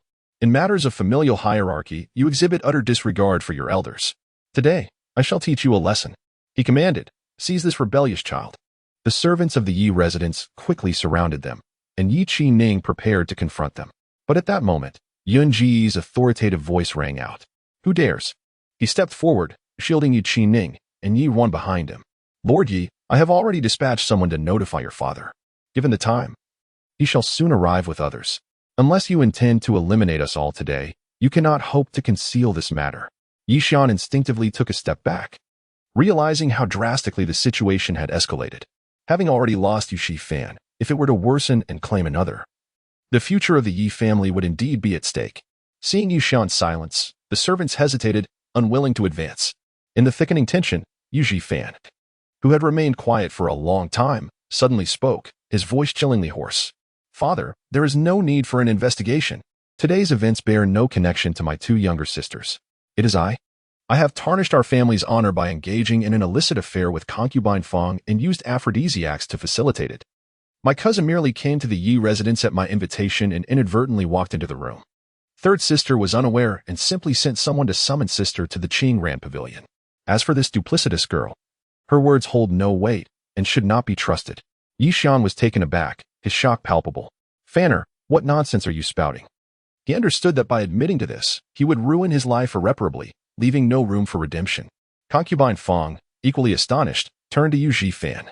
"Eldest young master, have you lost your mind?" Yu Fan coldly interrupted her. "Concubine Fong, our grandmother taught us to speak cautiously. Now that the truth has come to light, further denial is futile. It is better to admit it early to avoid implicating the innocent." The weight of the words implicating the innocent hung heavily in the air, and Yi Fan's mention of the matriarch was not lost on Concubine Fong. He was using Xiner as leverage against her. Instantly, Concubine Fong's face drained of color, collapsing to the ground. Indeed, observing the earlier situation, the master would forsake even the eldest daughter for the sake of the eldest son, now, to protect the third daughter. He had even compelled his own son to admit guilt. There was no escape for her. At the very least, if she accepted responsibility, she might save Chong'er. A trace of despair crossed Concubine Fong's face as she knelt before Yishan. "Master, the eldest young master is right. It was my shameful act, unable to withstand the loneliness of the household, that led to this disgraceful affair with the eldest young master. I am willing to accept the consequences." Yi Ruan watched Concubine Fong kneeling in submission, her eyes narrowing slightly as she tightened her grip on her aunt's hand. Today was merely the beginning. Those who had wronged her mother would face their due punishment, one by one. Seeing Yu Fan and Concubine Fong confess, Lin Shi recognized that further entanglement was futile. Although Bai Xiao's testimony implicated Yi Yin in deceiving Ruaner, There was no solid evidence. If she denied everything, she would not be easily apprehended. It was better to pin the blame on Yi Jifan first. With a disdainful huff, she remarked, "In this family, where father and son share such bonds, even a concubine can be shared. Truly a fine upbringing. Ninger, Ruaner, gather your belongings. When your uncle arrives, we shall take our leave to the Yun residence for a while. There is no need to linger in this toxic environment, which may corrupt their spirits." As she spoke, she led Ruan and the others away. Hidden in the shadows, Chong Feng and Chong Ning exchanged glances. There was no need for them to reveal themselves. The prince had suggested that if the Yi family sought to exert force, they should visit the Yi residence under his name to assist the eldest daughter. It appeared that she had already orchestrated everything. The prince's intervention now seemed unnecessary. Chapter 84. The death of Yuntang after Lin's family departed with Ruan and her companions. Yushuren slammed his palm on the table in a fit of rage. How outrageous! Who would have thought that my Yi family would raise such treacherous individuals? At this moment, Yi Yin was too anxious to comfort her father, her eyes darting towards Yu Jifan, who had already risen from the ground. To her dismay, she noticed the faint hue of blood seeping through his tightly clenched fists. The crimson droplets stained his robes, gradually forming a disturbing shade of red that sent a chill through her heart. She hurriedly approached Yu Jifan, gently taking his hand, and retrieved a handkerchief to wipe away the blood. Yi Jifan, however, fixed his gaze upon Yi Yan's face, and contrary to her expectations, he did not express anger. Instead, a chilling smile crept upon his lips, one that sent shivers down her spine. Elder brother. Yi Yan hesitated, wanting to say something. Yet, Yi Jifan disregarded her silent plea. Slowly, he withdrew his hand from hers and scrutinized the wound he had inflicted upon himself. As Yi Yan pondered how to explain today's events in hopes of earning her brother's forgiveness, Yu Jifan suddenly grasped her neck firmly. Yushuren rushed over, alarmed. Fanner, what are you doing? Yi Yan gazed at her brother, now a stranger, with fear. His grip was not forceful, but his penetrating gaze left her breathless, making her too afraid to push his hand away. In that moment, she comprehended that although her brother had taken the blame for her, he harbored resentment towards her. In a panic, she instinctively grasped his hand and explained, Elder brother, today's incident was all orchestrated by elder sister pretending to be foolish. I did not wish for this. Please do not blame me. Yi Jifan, however, remained unresponsive, his gaze fixed on her as he spoke deliberately. If my sister cannot outdo others, then she must obediently follow. Focus your thoughts on Prince Xian, and use your beauty to capture his heart. Other matters are not for you to meddle in, so refrain from being overly clever and taking matters into your own hands. Otherwise, next time, no one will be able to assist you. Do you understand, sister? His lips retained that unsettling smile, and his tone was gentle as ever. Yet the malice in his eyes sent a chill through Yi Yan. She stammered, Elder brother, I truly did not mean to. Yi Jifan furrowed his brow, suddenly applying genuine force. Yi Yan gasped, quickly exclaiming, I understand, elder brother. Only then did he release her, turning his attention to Yi Shuren. Father, once today's events become public, the censors will undoubtedly impeach you at court tomorrow. My status as a scholar will be irreparably damaged, and the emperor cannot abide someone of poor virtue. It is likely that I will be barred from participating in the imperial examinations for life. Do not attempt to defend me. Father, whatever punishment the emperor imposes, I will humbly accept. Yi Shuren was acutely aware of the gravity of the situation. Otherwise, he would not have been so eager to find an excuse for his son today.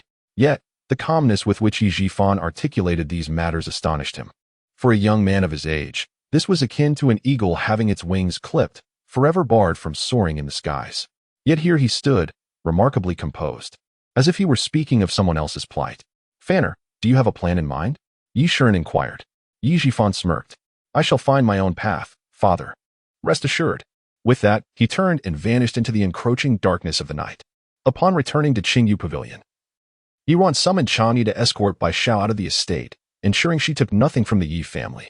In her previous life, she had followed Zhao's orders to seduce Yi Qining, constantly instigating her brother.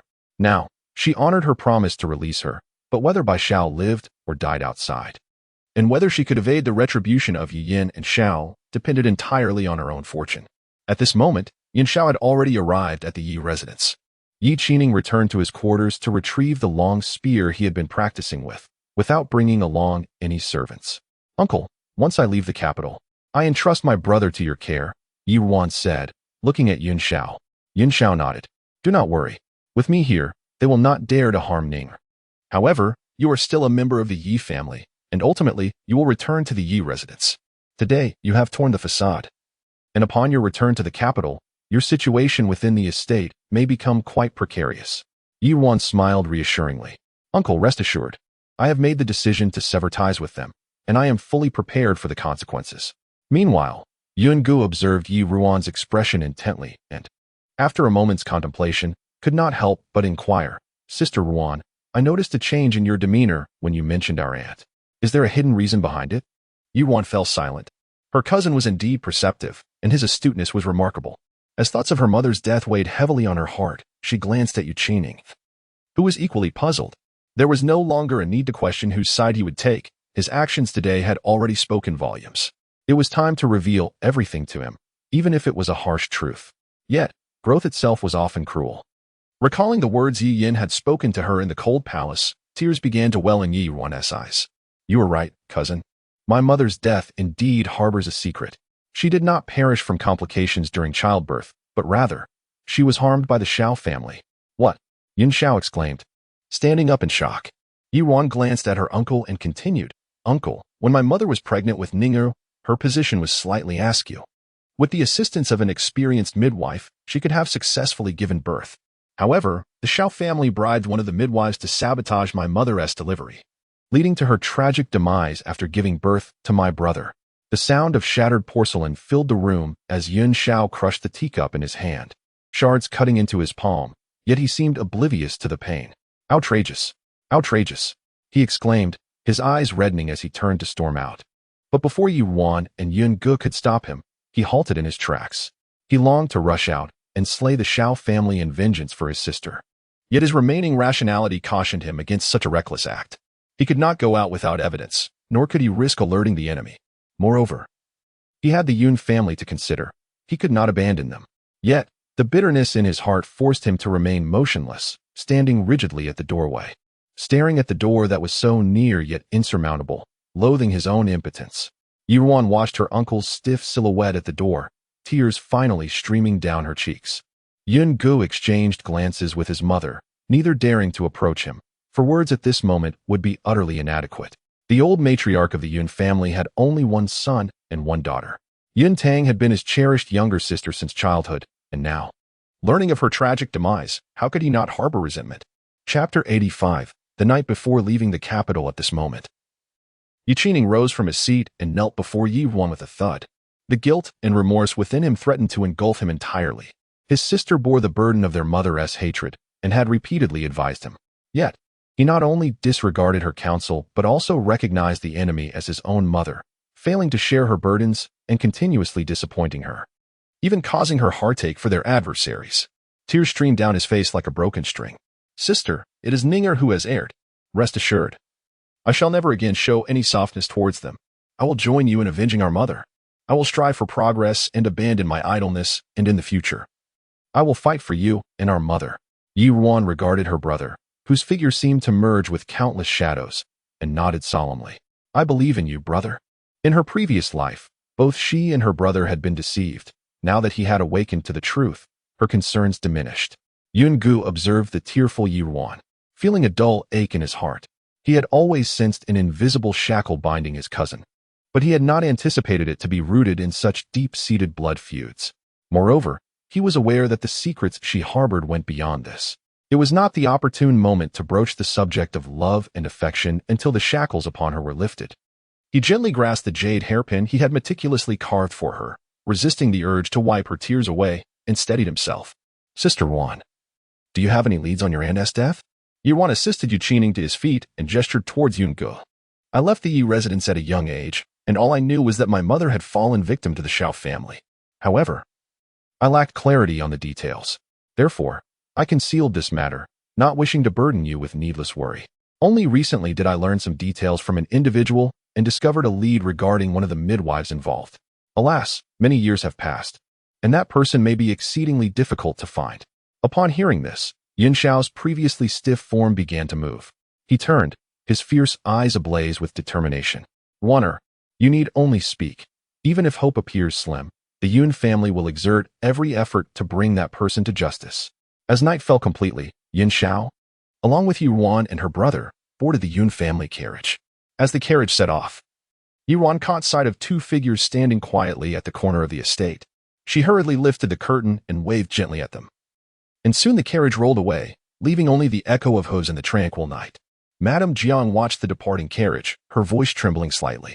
Sierra, Aunt Fong just took her own life in the chamber.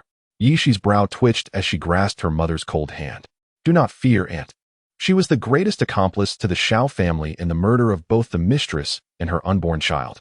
For years, she has aided the Xiao family in oppressing you, and today's fate is her just deserts. Aunt's words today were not to harm the eldest sister, but rather a manifestation of cosmic justice, a repayment for the kindness our late mistress showed us. What goes around comes around. We are guiltless in this matter. Madame Jiang wrapped her cloak tighter around herself, yet could not dispel the chill that arose, whether from the outside or within her heart. Sierra, have you disclosed everything regarding the late mistress to the eldest miss?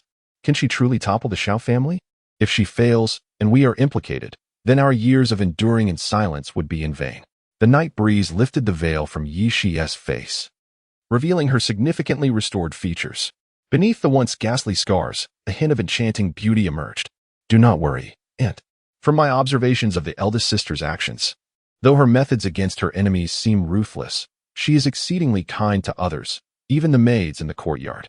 At her core, she shares a purity akin to that of our late mistress.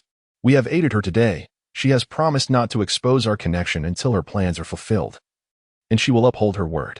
Moreover, I owe her my gratitude for healing my facial wounds. Furthermore, I am confident she will succeed. With Yu Jifan ruined, the future of the Yi family may very well fall to the second brother.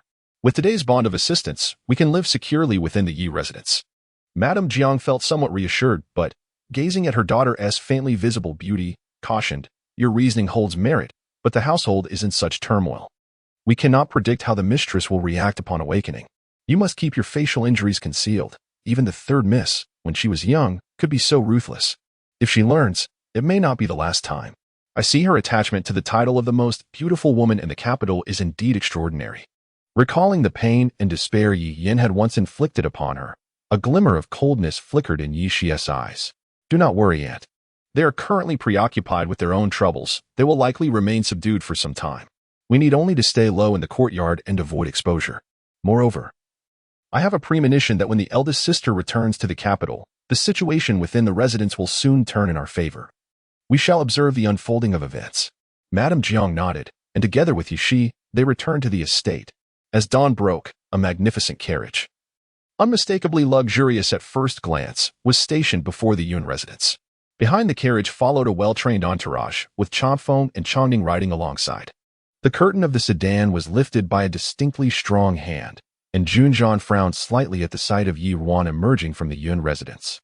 October in the capital was already imbued with a chill, and she wore a green undergarment, draped with a brocade cloak of emerald patterns. However, the collar of the cloak was embroidered with several bamboo leaves. Moreover, the jade hairpin adorning her head was also intricately carved with bamboo motifs. A sight that was rather jarring. Chapter 86. The prince's jealousy. Once Yi Ruan boarded the carriage, she discovered that it was not only luxurious in appearance, but also remarkably comfortable and opulent inside. A heater was provided, enveloping her in warmth the moment she entered. The seats and footrest were adorned with thick mink velvet, while a small table was placed at the center, laden with a variety of snacks and a novel. Yi Ruan glanced with surprise at Junjian, who was leisurely reclining in the main seat. This demeanor was quite unlike his usual self. Although he had previously expressed his intent to treat her as one of his own during their time in the stone cave, the treatment she received now seemed excessively generous. Junjian met her questioning gaze, seemingly perceiving her thoughts. The journey to the hot spring resort will take 2 days, and I am injured. Mother Jiang arranged for these 4 carriages, a gift from my father, to ensure a smoother ride. These provisions were prepared for your comfort during the journey. Yi Ruan finally comprehended. I see. Mother Jiang has gone to great lengths. Is your injury improving, Your Highness? I noticed that the physician from the palace did not accompany us. Junjian replied nonchalantly. He has taken leave. Yi Ruan expressed her surprise. Given the severity of his injury from that day, it seemed logical for the physician to accompany them, especially since this trip to the hot spring was ostensibly for his recovery. Yet, she did not dwell on it. assuming Junjian simply did not trust the palace physician and wished to keep the true purpose of their journey hidden. After all, administering a dressing change was not a complicated task. She could easily handle it. Today, Your Highness received much praise from His Majesty for your contributions to the Yun family and the army. On behalf of the Yun family, I extend our gratitude, she said. Junjian, who had been displeased about detouring to the Yun residence to fetch her, felt a wave of discontent rise within him as she implied that she considered herself part of the Yun family while excluding him. Wasn't it she who had previously pushed him forward to shield the Yun family from suspicion during the disaster relief efforts? I merely reported the truth. Moreover, you bear the surname Yi. Any thanks should not come from you. Ruan was taken aback.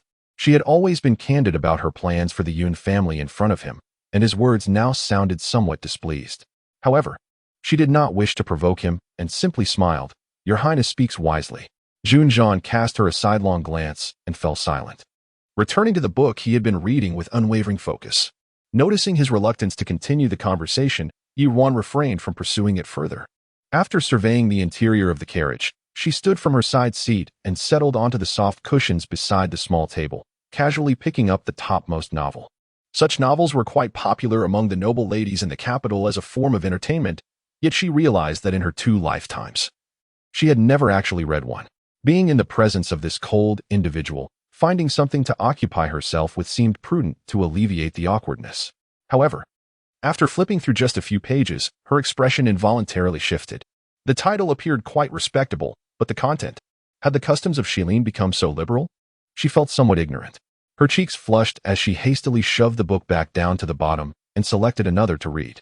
The carriage glided smoothly along, its warmth lulling her into drowsiness. Upon arriving at the Yun residence the previous night, she had been quite exhausted and fell asleep at the table after merely half an hour of reading. It was then that Junjian, who had been seemingly engrossed in his book, finally lowered it and directed his gaze toward her, scrutinizing her closely. This was the first time he had seen her since setting aside his past grievances.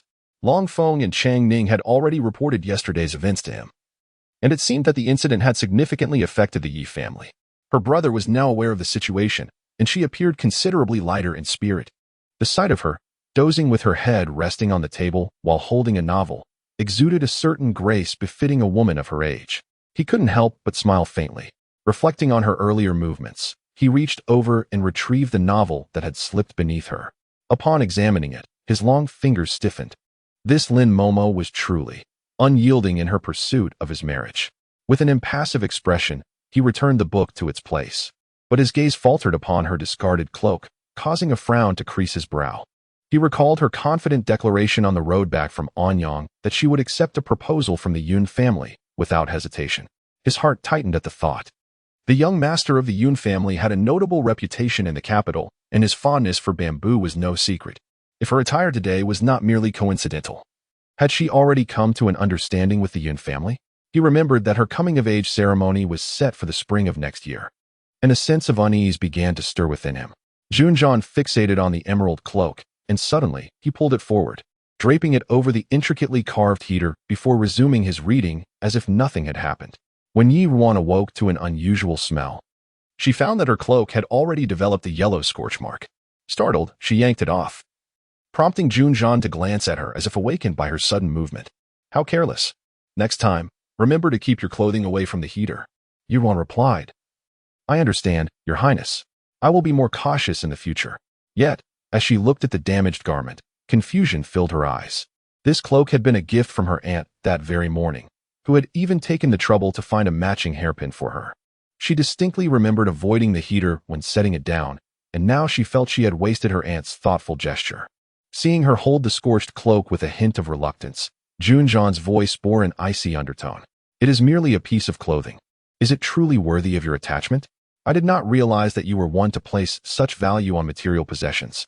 Ruan sensed that he was acting particularly strange today, his words seemingly aimed at her. Wasn't he the one who had claimed they were on the same side? I apologize for any embarrassment, Your Highness. This cloak is of little importance. What matters is the intention behind the gift. Junjian tightened his grip on the book. You stayed at the Yun residence yesterday. Was this gift truly from the Yun family? Indeed, but it is unfortunate that today was the first time I wore it. Only for it to be ruined by my carelessness, Ruan replied, raising her hand to smooth over the scorched area. It's quite unsightly. Truly, it is most distressing. With unresolved grievances weighing heavily on her heart, Junjian suppressed the inexplicable anger that surged within him and spoke coldly. Before your significant matters are resolved, I advise Miss Yu to refrain from entangling herself too deeply in personal affairs. Family ties are a fundamental aspect of human relations. How can they be dismissed as mere personal affairs? Ruan, feeling unjustly accused, prepared to retort, but noticed that he had already closed his eyes, feigning sleep. Ruan. Chapter 87. The story. The carriage of the Prince of Jing traveled steadily until dusk, at which point it prepared to halt for a rest. In light of the previous assassination attempt, this time they proceeded exclusively along official routes, encountering numerous relay stations along the way. Chang Ning and his men rode ahead at a swift pace, quickly securing a relay station for their use. Although the entourage of the prince was not small, they found the accommodation snugly fitting. Once seated in the main hall of the relay station, Junjian turned to Chang Ning and inquired, "Have we disturbed the locals?" Replying to the prince, "In accordance with your command, we settled the accounts of the original guests and arranged for them to reside at a nearby inn, providing them with a monetary compensation, thus ensuring no one harbored grievances." Junjian nodded and calmly instructed, "Then let us have our meal served." Chang Ning complied and left. Ruan observed quietly from the side, contemplating that he might one day become a commendable emperor. However, he was indeed challenging to please. As the next moment he wore a stern expression, addressing the innkeeper who approached their table, "The table is somewhat unclean. Have it wiped down again." The innkeeper, glancing at the polished surface of the table, nodded in resignation, for the guard who had arrived earlier had already instructed for it to be cleaned thoroughly. Ruan suppressed a smile, turning her gaze towards Zhang Mama. "I heard the prince mention that all the items in the carriage were prepared by you, Mama. Thank you for your diligence. Otherwise, this journey would surely have been tedious." A glimmer of enthusiasm flashed in Jiang Mama's eyes as she replied warmly, "It is but a trifling matter. I wonder if the storybooks are to Miss Ye's liking?" Upon hearing about the storybooks, Ruan hesitated for a moment. "Well, aside from the one on top, the rest are quite ordinary. Perhaps you are unaware, but they are certainly enjoyable." Jiang Mama beamed with delight, nodding enthusiastically. "Excellent. As long as Miss Yi enjoys them. Once we arrive at the hot spring villa, I shall have them sent to your room for your leisurely perusal." One of them was painstakingly selected after much travel on my part. The tale revolves around a prince with a leg ailment and his romantic entanglements with a physician. She observed that Miss Yi was increasingly fond of such narratives, and since the prince seemed unlikely to awaken to affection, and being unable to allow other women near him, she hoped that during their extended stay at the hot spring villa, Miss Yi might glean some inspiration and develop feelings for the prince. Unaware of Jiang Mama's thoughts, Ruan felt compelled by her kindness and smiled. "Very well, then I thank you, Mama." Hearing this, Junjian felt a flicker of unease. The mention of intriguing storybooks caught Banxia's attention. Jiang Mama had mentioned that His Highness preferred tranquility, allowing her to accompany him in the small sedan chair. She found the journey rather dull and resolved to inquire about reading them once they reached their destination. After a night of rest at the relay station, the prince's caravan continued onward and reached the hot spring palace by afternoon. Nestled among verdant mountains, the palace featured winding paths that, despite the chill of the season, retained a hint of warmth. Jiang Mama arranged for Ruan to stay in the Chonghua Hall, conveniently close to Junjian. "Miss, this place is truly beautiful. It resembles a celestial palace." Banxia, filled with excitement upon arriving at the palace, chattered incessantly around Ruan.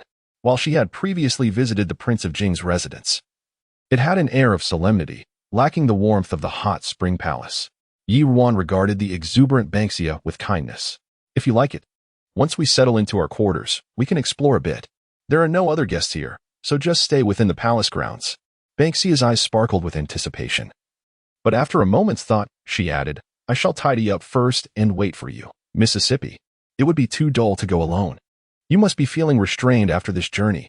His Highness is rather stern, and I can hardly imagine how stifling it must be for you." Ruan smiled softly. "Very well, I shall heed your wishes." Banxia responded cheerfully and hurried off to organize their belongings. Though unfamiliar with the palace, Ruan found the Chonghua Hall's proximity to Junjian's Yuanjin Hall reassuring, and thus did not call for a guide. As she walked through the corridors, she lifted her gaze to see the hot spring pool in the distance, enveloped in mist. Under the slanting sunlight, the glazed palace walls appeared draped in a delicate sheen.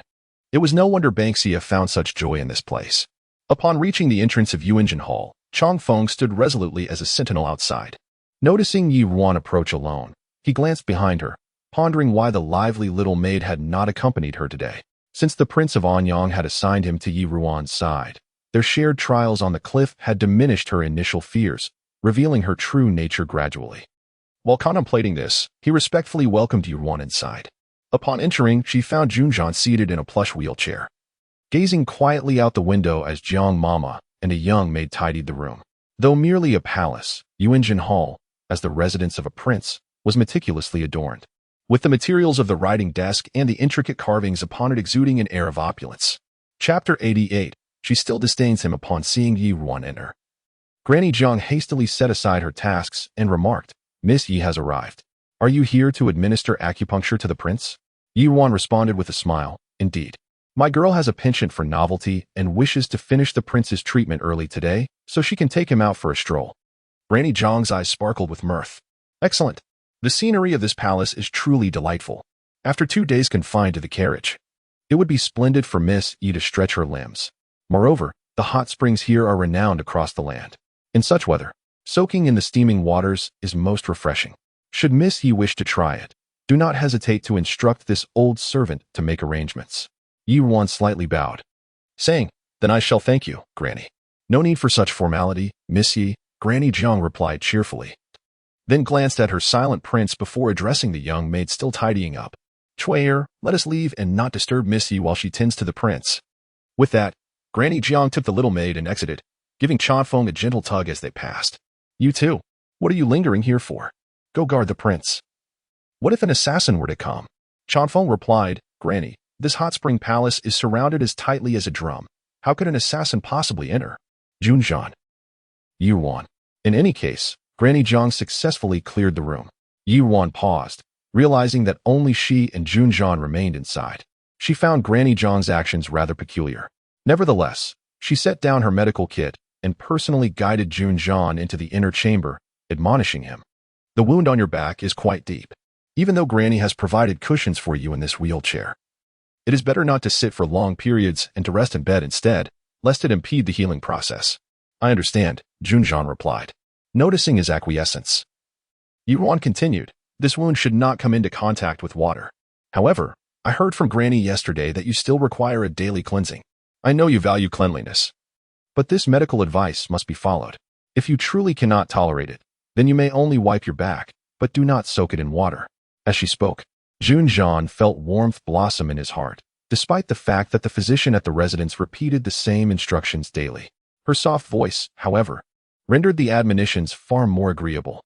Yi Ruan had pushed Junjian to the edge of the bed but paused, hesitating on how to assist him onto it. After all, he could not move his legs, was quite tall, and had to be careful of his injury.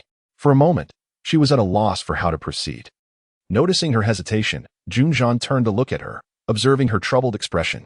Her gaze suddenly dropped, recalling how, when she first treated him at the Jing Wangfu, she had pushed him away instinctively when he reached out to support her after she stumbled while squatting on the floor. The warmth he had felt moments ago dissipated instantly. Despite her choice to stand by him in this life, she surely still loathed his touch, just as she had feigned compliance during their days together in the Jing Wangfu. His heart sank, and he called out, "Chongning." A somewhat muffled voice echoed in the room, just as Yi Ruan pondered her next move. Suddenly, a shadow appeared before her. Junjian continued, "Assist me onto the bed." Chongning, unlike Chanfeng, who put on a fierce facade before outsiders, maintained a stern demeanor and rarely spoke. "Yes, my lord." He bowed to both of them and stepped forward to help his prince onto the bed. Yi Ruan was startled by the unexpected presence, but, relieved to have assistance, turned to retrieve her medical kit from the outer room. When she returned to the inner chamber, Chongning had already vanished. She settled on the edge of the bed, extracting her golden needle while saying, "My lord, the time for changing the dressing has not yet come, so I will administer acupuncture first." Junjian merely responded with a faint Yi Ruan noticed the slight heaviness in his voice and lifted her gaze to him, finding him pursing his lips, staring blankly into space, lost in thought. Finding herself at a loss, she fell silent and focused on the golden needle in her hand, deftly and swiftly administering the treatment. A quarter of an hour later, the tranquil atmosphere was abruptly shattered by the sound of the door opening, accompanied by a somewhat irreverent voice. "Enough. What relationship do I have with your master that warrants a report? Chongfeng's voice followed suit. Please, young master, wait here. The tone seemed tinged with displeasure. Chongfeng, what has gotten into you? Why are you acting like that mute Chongning? Go away. Let me through. You cannot, young master. Hearing the commotion outside, Junjan's already foul mood worsened, prompting him to impatiently call out, Ning Xinghe, get in here now. The sounds of pushing and pulling outside ceased. Yuan turned to see a man dressed in luxurious purple robes, adorned with a golden crown inlaid with jade, entering. He possessed striking features, a high nose, enchanting peach blossom eyes, and thick, curled eyelashes that would make any woman envious. He exuded an air of flamboyant charm. Ah, have you taken some gunpowder today? Here I am, tirelessly rushing about for you. And you've come here to enjoy a leisurely time, he remarked, sighing dramatically. What a waste of effort. Junjan merely shot him a sidelong glance. If you envy this fortune, I can have Chongning assist you. His blade is swift enough to grant you a half-year's respite. By this time, Ning Xinghe had approached the table in the inner chamber, continuing his chatter. Listen to yourself. Does that sound like something a person would say? Can't you utter a few kind words to comfort me? After all, I'm here doing your bidding. In a foul mood, Junjan did not wish to engage in further verbal sparring. What brings you here? Speak plainly. Ning Xinghe seemed unperturbed by Junjan's cold demeanor. Leaning casually against the table with arms crossed, his mischievous eyes began to scrutinize Ruan, a playful smile lingering on his lips. It's nothing of great import. Merely came to see what this little beauty is like, the one capable of healing your lameness. Chapter 89. Ning Xinghe. Upon hearing Ning Xinghe mention her name, Ruan feigned ignorance to the words little beauty, standing up to offer him a respectful bow. Miss Ruan greets young Master Ning. Although her expression remained calm, a tempest stirred within her heart. As far as she knew, these two individuals had been childhood companions, but their correspondence had ceased after Junjan became disabled and withdrew from society. Young Master Ning had since left the capital to embark on his studies abroad. It was said that while he was away, he engaged in numerous extravagant escapades, and upon his return to the capital just over half a year ago, he had already garnered a reputation as a libertine. It was rumored that he had a penchant for beautiful women, even during the recent calamities that plagued the capital. He had extravagantly hired one of the city's renowned courtesans, infuriating Duke Ning. Yet, as Ning Xinghe exchanged but a few casual words with Junjan, their ease and familiarity suggested a deep bond. What was the true nature of their relationship? At that moment, Ning Xinghe stood upright from the table and circled around Ruan, exclaiming, Ah, no wonder my dear Ajan has forsaken me to bring Miss Yi here. Upon seeing you today, it is evident that you are indeed a beauty. Yi Ruan's lips twitched at the name Ajan, and she discreetly glanced at Junjan's expression before responding, You flatter me, young master. How could I possibly bear the title of beauty? Ning Xinghe came to a halt before her, shaking his head. Not at all. Beauty lies within the bones, not merely the skin. I may not boast of many talents, but when it comes to discerning beauty, none in the capital can rival my eye. Miss Yi, you are merely hiding your splendor. Pearly. Ning Xinghe, your silence would not make you a mute. Before he could finish, Junjan furrowed his brow and interjected, Come, continue administering the acupuncture for this prince. Pay him no heed. Ruan complied and stepped back while Ning Xinghe raised an eyebrow and jested, You cannot even crack a smile, Ajan. This will not win you any favor with the ladies. Junjan remained noncommittal. Weren't you tasked with keeping an eye on the Xiao family? Why are you here?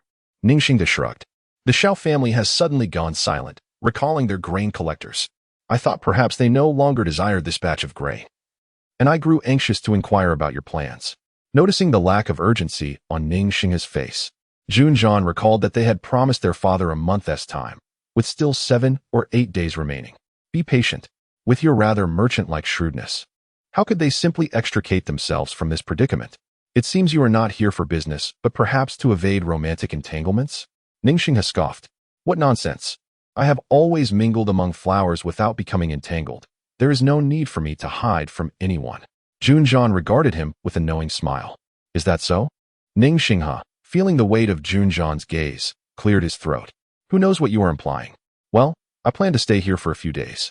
I shall seek out Aunt Jiang to arrange accommodations. With a playful smirk, he added, Miss Yi, since we are all friends here, let us find another opportunity to deepen our acquaintance. Without allowing Yi Ruan a chance to respond, he hurriedly departed, ignoring Junjan's darkening expression behind him.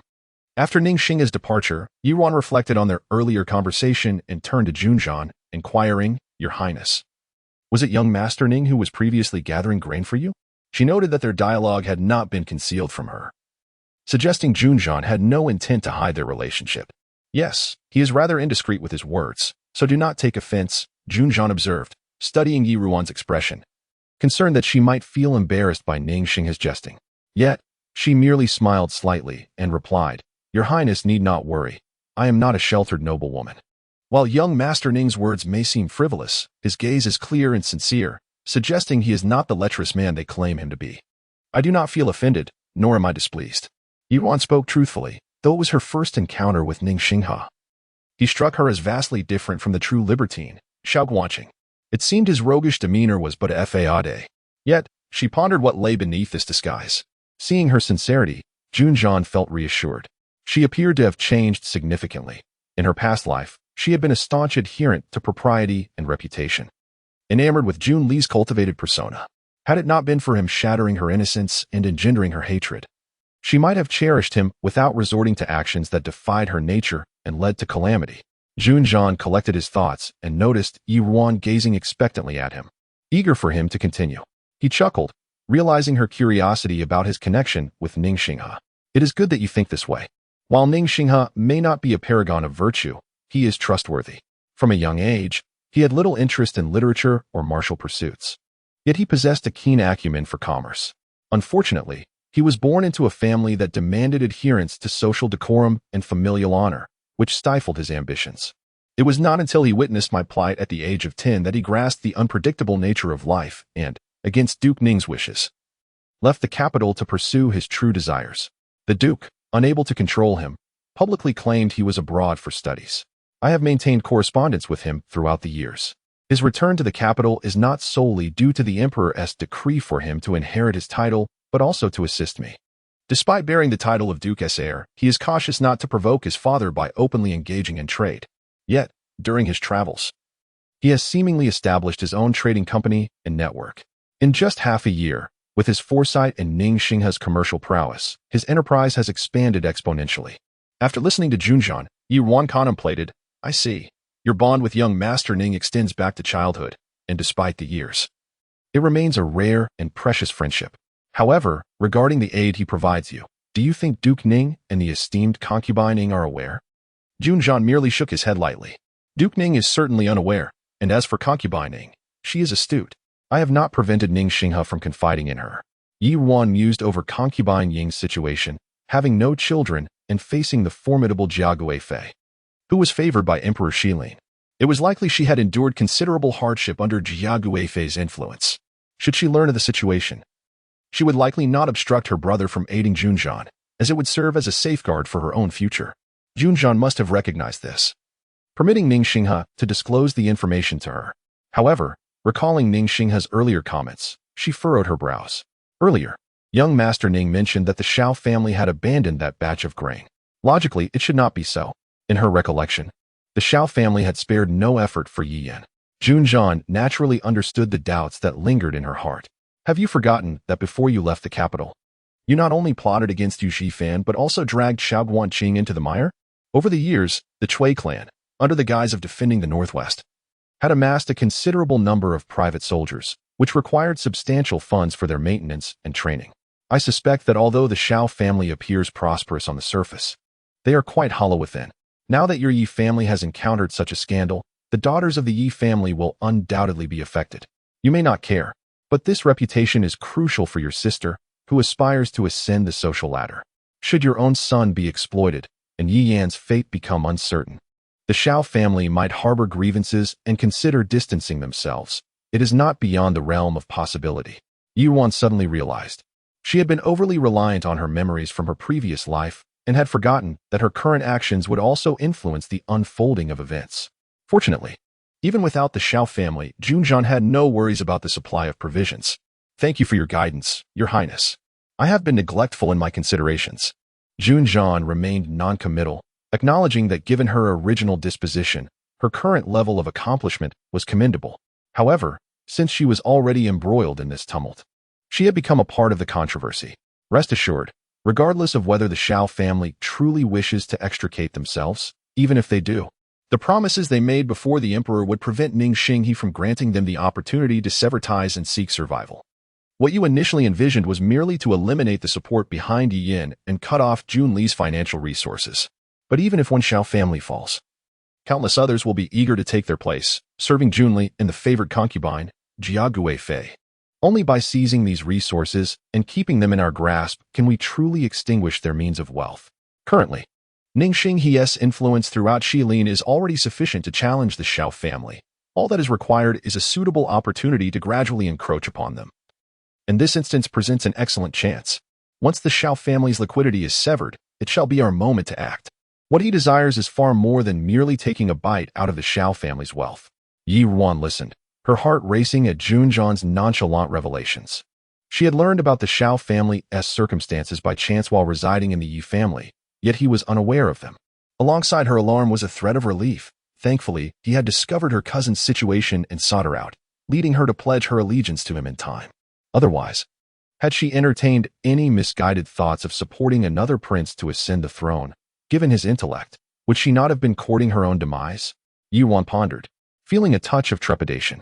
I have been enlightened, Your Highness. I appreciate your numerous insights today. I am aware of your intentions. However, considering the shop in the capital that had been delayed due to the disaster and, although newly furnished, had yet to open, Yuan couldn't help but find it amusing.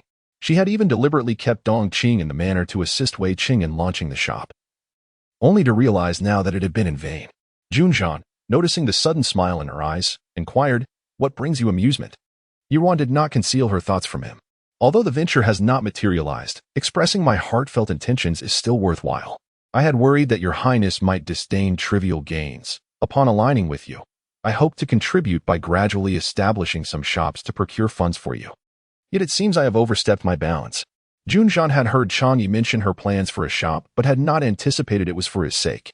A warmth returned to his expression, dissipating the earlier gloom caused by her resistance. Since the shop is prepared, let it commence. Should you require assistance, feel free to seek Ning Xinghe's help. As a woman in this world, securing one's livelihood is inherently more challenging than for men. Regardless of my needs, having some external assets is beneficial. Yuan was taken aback to hear such words from him, feeling a subtle stir within. Who exactly was he? At the Yi residence. After a night of unconsciousness, Xiaoshi finally regained her senses. By this time, Yi Shiren had already returned home after court. As anticipated, the officials from the censorate had reported against him. The emperor not only stripped Yu Zhifan of his title, but also forbade him from participating in the imperial examinations for 20 years. While Yi Shiren was penalized with a year's salary due to his mismanagement of the family. Upon hearing this, Xiaoshi raised her hand towards Yi Yin's face but hesitated at the last moment, ultimately refraining from striking her. Yi Yin, disregarding her mother's fury, knelt on the ground and wept. "Mother, I acknowledge my mistakes. I understand your anger, but there are pressing matters that require your intervention. Please, calm your anger for now. Once we resolve this issue, you may punish me as you see fit." A pang of pain surged within Xiaoshi as she thought of Yu Zhifan, whose whereabouts were unknown. What could be worse than ruining your elder brother's future? Yi Yin grasped her mother's hand tightly, her voice urgent. "Mother, after my cousin returned home, fearing uncle's wrath, he disclosed everything to our maternal uncle. Upon learning the truth, uncle was infuriated and sent word saying that the remaining hundreds of thousands of dough of grain are no longer their concern, and we must find a way to resolve it ourselves. Mother, if the emperor were to punish me, sending me back to Jingwei Monastery, what would I do? Now uncle is angry with me for encouraging my cousin to tarnish his already poor reputation, avoiding me altogether. Only you can persuade him." Yi Yin was in a state of utter panic. Their Yi family had become the talk of the town. If Yi Ruan were to have an affair with an outsider, marrying her off would be one thing, but the scandal of a legitimate son engaging in incest with an aunt would severely damage the entire Yi family's reputation. Who would dare marry a daughter from such a family? Yi Ruan, being a broken vessel, was unfazed by damage, yet she was different. She aspired to be the most esteemed woman in the world and could scarcely imagine how Jia Guifei would react upon learning of this. At this moment, Xiaoshi felt a surge of blood rush to her head. Had I known today would come, you should have thought carefully before taking action. If you had informed me regarding your elder brother beforehand, how could matters have escalated to this point? Now your brother's whereabouts are unknown. What if he does something rash? As Xiaoshi spoke, her anxiety deepened. At this time, Yi finally spoke, his face etched with fatigue, as though he had aged considerably overnight. The relentless blows had left him feeling drained. Rest assured, I observed that before Fan Er left, he did not seem despondent. He has always been strong-willed. It is best for him to lay low for now to avoid public ridicule. This Lantern Festival, the Emperor intends to select the rightful consorts for several princes. Fan Er's acceptance of this matter yesterday was also to safeguard Yi Yan. Moreover, you should not quarrel with Yi Yan. It is paramount to soothe your elder brother's side first and resolve this matter for Yi Yan. She is our family's only hope now. Besides, the Yi family can withstand no further storms. Chapter 91. Humiliation. Listening to Yi Shiren's deep sigh, Xiao Shi felt a modicum of calm wash over her. At this juncture, she could discern the weight of matters at hand. Yet, the instigator behind it all stirred a growing resentment within her. She had not anticipated that the conniving Yun Tang could be so easily manipulated, while her own daughter, so adept in the art of scheming, had managed to deceive her over these past 6 months with her feigned innocence. However, she understood that without concrete evidence, and with the Yun family's protection, the vendetta could only be avenged once Yenner successfully wed Prince Xian. Silently, she turned to Yi Yan and stated, "Your uncle believes your words were merely spoken in anger, and I will persuade him on your behalf. Nevertheless, Guangqing, despite his occasional folly, is still his legitimate son, and you must ensure he is appeased. You will accompany me to the Shao residence and kneel in your uncle's courtyard to seek his forgiveness. Until he relents, you shall not rise. Do you understand?" Yi Yan hesitated, a flicker of reluctance crossing her mind. To her uncle's family seemed to thrive solely on her connection to Prince Xian, and her own family members would eventually rely on her for their futures. Why should she be the one to kneel? Yet, considering her current predicament, she could not afford to dwell on such grievances. When Xiao Shi and Yi Yan arrived at the Shao residence, it was nearly time for dinner. Initially, Xiao Shi had thought her brother's anger was merely a passing sentiment, but upon entering the Shao household, she realized that her brother was genuinely incensed. She nearly faltered at the threshold, anxiety tightening within her. As soon as she stepped into Xiao Heng's study, Yi Yan knelt as instructed by her mother. Xiao Shi, observing her silent elder brother seated at his desk, spoke in urgency. "Elder brother, will you truly abandon Yenner?" Xiao Heng raised his gaze to the kneeling Yi Yan, replying coolly, "Abandon? She seems quite capable. Why would she require my intervention as her uncle?" Xiao Shi quickly approached her brother, urging, "Elder brother, Yenner has always held you in high regard. This time, she was merely momentarily foolish. Furthermore, her intention in arranging Guangqing's marriage to Yi Ruan was good, should it succeed. With the Yun family's backing, Guangqing could secure a respectable position, could he not? Who could have foreseen her being ensnared in such a scheme against her will?" Xiao Heng scoffed. "Xiao Shi, do not forget that we, the Xiao family, are merchants. I have no interest in frivolous matters. I only concern myself with outcomes. The result of her actions is that Guangqing's reputation is now tarnished. What reputable family in the capital would be willing to marry their daughter into the Shao household? We cannot afford to associate with such a burden." Seeing her brother address her by name, Xiao Shi struggled to maintain her composure. "I understand your concerns for Guangqing's marriage. Brother, rest assured, I will find a match that will satisfy you. For my sake, please forgive Yenner for this unintentional misstep." Xiao Heng emitted a cold snort, his frustration stemming not only from the current situation, but also from his own contemplations. After all, Yi Yan had once been beautiful, and Yi Zhifan exceptionally talented. Should they rise to power, the Shao family would benefit alongside them. Yet now, with Yi Zhifan's downfall and Yi Shiren's disgrace, it was uncertain whether Yi Yan could still secure a royal match. Though the Shao family had amassed considerable wealth under the guise of imperial merchants, most of it had slipped into the pockets of the favored concubine and Prince Xian. What remained for them was less than what they had earned from their trade in Jiangnan. With neither power nor wealth to their name, why should they continue to be a stepping stone for others? It would be wiser to devise an alternative plan. Returning to Jiangnan to regain their former prosperity would surely be preferable to enduring a life of subservience in the capital. You have voiced such sentiments before. Yet now my son has reached the age of maturity. Where is this person you speak of? Do enlighten me with a name." He retorted. "It appears you are too preoccupied to address this matter, yet you attempt to deceive me. Do you take me for a fool?" Xiao Shi found herself momentarily at a loss for words. Initially, her intent had been to secure a beneficial alliance for her family, recognizing that a woman's honor is intertwined with both her marital and familial ties. However, Xiao Guangqing proved utterly inept, with a reputation that preceded him. She had contemplated settling for a legitimate daughter from a respectable family, Yet her brother dismissed such ideas, insisting only on a legitimate match. But what legitimate family would consent to marry their daughter to someone like Xiao Guangqing? Time slipped away, and opportunities dwindled. As Xiao Shi grappled with these dilemmas, Yi Yan, kneeling on the ground, suddenly spoke up. Uncle, since the fault lies with me, it is only right that I seek to remedy it. If you are concerned about my cousin's marriage, I happen to have a candidate in mind. Might I present it to you? Xiao Hong, initially indifferent, glanced at her with mild curiosity. Proceed. Yi Yan, sensing his lack of enthusiasm, suppressed her displeasure and continued softly. Do you think the legitimate daughter of the Minister of the National Academy would be a suitable match for my cousin? Xiao Hong was taken aback, his demeanor shifting. The Minister of the National Academy, though a sixth-grade official, comes from a respectable lineage. The National Academy is the highest institution of learning in Xilin. A daughter from such a family would undoubtedly be well-bred. My reckless son could use a proper wife. Should we gain the favor of the Yu family, perhaps our next generation could produce a few worthy scholars to serve in official capacities. In truth, the Xiao family had suffered from a lack of genuine scholarly merit. Although their father had once donated to an official post, it had not yielded substantial accomplishments. Their trio of brothers were hardly academic material, and Xiao Guangqing was even less so. Thus, they had to place their hopes on their sister's marriage. However, after years in the capital, Xiao Hong was all too aware of their standing. Although they were imperial merchants, they were ultimately still merchants, and families of scholarly descent like the ministers would look down upon them. Why would they ever consider marrying their daughter into the Xiao family?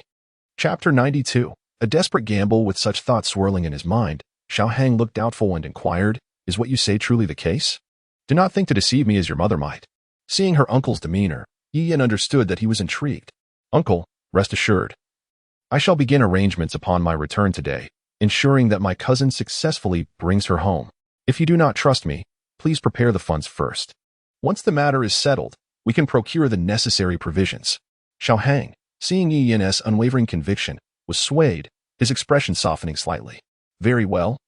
Should you succeed in this endeavor, I shall not only resolve the grain donation issue for you, but regardless of whether you marry into the Xianwang mansion or not, I will prepare a substantial dowry for you." Upon hearing Xiao Hang's words, Yi Yan instantly grasped the reason behind her uncle's unusual behavior today. It seemed that the Xiao family had lost faith in her and wished to withdraw their support. She lowered her gaze and replied, "Uncle, await my good news." A trace of a smile finally emerged on Xiao Hang's face. "All right, rise now. You may dine with your mother before departing." Yi Yan stood up and followed Xiao Shi out of the study, with Xiao Shi casting a hesitant glance at Yi Yan, unsure of her intentions. However, recognizing that her elder brother had finally softened, she chose to swallow her many questions for the moment. Having dined tastelessly at the Xiao residence, she took her leave with Yi Yan. It was not until they boarded the carriage to the Yi residence that she could no longer contain her curiosity. "Yenner, is the daughter of the Guozi supervisor the one you have befriended, Qin Ran?" Yi Yan had already noticed her mother's distraction at the Xiao residence. Hearing her mother's question now, she nodded. "Indeed." Xiao Shi frowned slightly. "But did you not say she harbors feelings for your elder brother? The Qin family must be aware of Qin Ran's affections over the years. It is merely that your elder brother has gained recognition at the Guozi supervisor, and thus, Mr. Qin has tacitly approved of him. But your cousin is uneducated and has just caused such a commotion. How would such a distinguished family be willing to marry their daughter into our family? Even Qin Ran herself would surely be reluctant." Yi Yan understood her mother's concerns. Under normal circumstances, that would be true. However, Qin Ran is rather naive and places great trust in me, even with the recent events concerning my brother. She sent a letter this morning inquiring about his situation. Once she and my cousin share a moment of intimacy, she will have no choice but to marry. Yi Yan's eyes flashed with determination. "Tomorrow, I shall use my brother's situation as an excuse to invite her to the Yi residence. Though Qin Ran has been sincere to me over the years, she has ultimately used me to approach my brother. Now, I have no choice but to turn her into a stepping stone for my own purposes. If she wishes to blame someone, let it be her own misfortune." Xiao Shi felt a sense of unease at Yi Yan's plan. "Yenner, do not act recklessly. Your father is right. The Yi residence cannot endure another storm. If Qin Ran possesses a fiery temperament, what if lives are lost in the process?" Yi Yan recognized her mother's unease stemming from her brother's incident and gently took her arm. "Mother, do not worry. Yenner is merely discussing plans with you. If there are any oversights on my part, you can certainly provide guidance." Xiao Shi remained uncertain. "No, This matter must be discussed with your father. If we conceal it from him and something goes awry, it would be disastrous. Yi Yin remained silent, for she believed her father would consent. In his heart, the future of the Yi residence was paramount above all else. Upon returning to the Yi residence, Xiao Shi took Yi Yin to Yi Shuren's study, only to unexpectedly encounter a familiar figure clad in gray robes. It was Yi Zhifan. Xiao Shi excitedly approached him, grasping his arm. "Fanner, you have returned." However, Yi Zhifan, shedding his usual grace, bore an expression of utter indifference. "Mother," he greeted stiffly, yet his body remained unmoving. Xiao Shi paused, her grip faltering as she perceived the unfamiliarity of her son before her. Yi Yin, seeing her elder brother, recalled the day he had grasped her throat and hesitated to approach him. Yi Shuren broke the silence. "You have returned. Have matters at the Shao residence been resolved?" Xiao Shi glanced at her son, momentarily suppressing her confusion, and recounted everything that had transpired that day, along with Yi Yan's plans. As Yi Yin observed her brother, guilt washed over her. After the recent events, was it not cruel for their mother to unveil her plans in front of him? Yet, much to her surprise, after their mother finished speaking, Yi Zhifan calmly stated, "I believe my sister's plan is feasible. To win over our uncle, we must certainly offer him benefits. As for Mother's concern regarding Qin Ran's potential recklessness, I will personally persuade her. However, the location cannot be the Yi residence." Yi Yin felt relief wash over her as her brother not only agreed with her idea but also offered to assist her. "Elder brother, what do you propose? I shall follow your lead." Yi Zhifan regarded her with a measured gaze. "In 2 days, Prince Ping Nim will return to the capital. The prince will host a banquet at Longzhou Lake to welcome him, inviting numerous officials and their families. That day shall present an opportune moment to act." Yi Shuren's brow furrowed at this. "Fanner, such matters should ideally be kept discreet. Why choose a day when so many eyes are watching? Would it not make things more difficult?" Yi Zhifan's gaze remained fixed on Yi Yan's face. "This time, we must ensure that Qin Ran willingly marries into the Shao family, putting our uncle's mind at ease while also having Prince Xin acknowledge my sister's identity." Yi Yin was momentarily taken aback. "Brother Junli?" Yi Zhifan continued, "Indeed, with the Lantern Festival fast approaching, given the current circumstances, do you truly expect Empress Jiagui to assist you? You must learn to shoulder some responsibilities yourself. On that day, you need only feign a fall into the water with Qin Ran, prompting Prince Xian to rescue you and promise to take responsibility. That will suffice. As for how to persuade the prince tomorrow, I trust you can manage that. Your unblemished reputation is your greatest bargaining chip." Fear gripped Yu Yan's heart. "But brother, if I lose my purity and Junli refuses to acknowledge it, then..." Yi Zhifan interrupted her impatiently. "We have plotted for so many years. We can only gamble everything now. You should know, I have become an advisor to the prince, having ingested the poison concocted to keep his subordinates in line. From this day forth, I will remain incognito, serving the prince with unwavering loyalty until the day he ascends to power. It is precisely for this reason that I learned from other advisors that Empress Jiagui has already drafted candidates for the main and secondary consorts. Yet, you are not among them. I have returned today to apprise our father of this matter. If our sister lacks the awareness and mettle required, she should relinquish her aspirations for the Empress's throne and settle for a union with a more commonplace individual." Upon hearing this, Yi Yin was greatly alarmed. It appeared that the esteemed consort Jia had indeed forsaken her. "And what of my Lord Junli? Has he not informed me? Does his silence imply tacit consent?" Recalling her uncle's demeanor today, she surreptitiously clenched her palm. "My brother speaks true. Bereft of the reliance on Prince Xian, anyone would be at liberty to mistreat her. I understand, brother. I shall accompany you to the Xian prince's residence." Yi Zhifan nodded in satisfaction and then turned his gaze towards Madame Xiao, saying, "Mother, my sister is, after all, an unmarried maiden and lacks the knowledge of how to gratify a man. As mother is aware, mere beauty is insufficient to retain a man's affections. I implore you to arrange for someone to properly instruct my sister this very evening."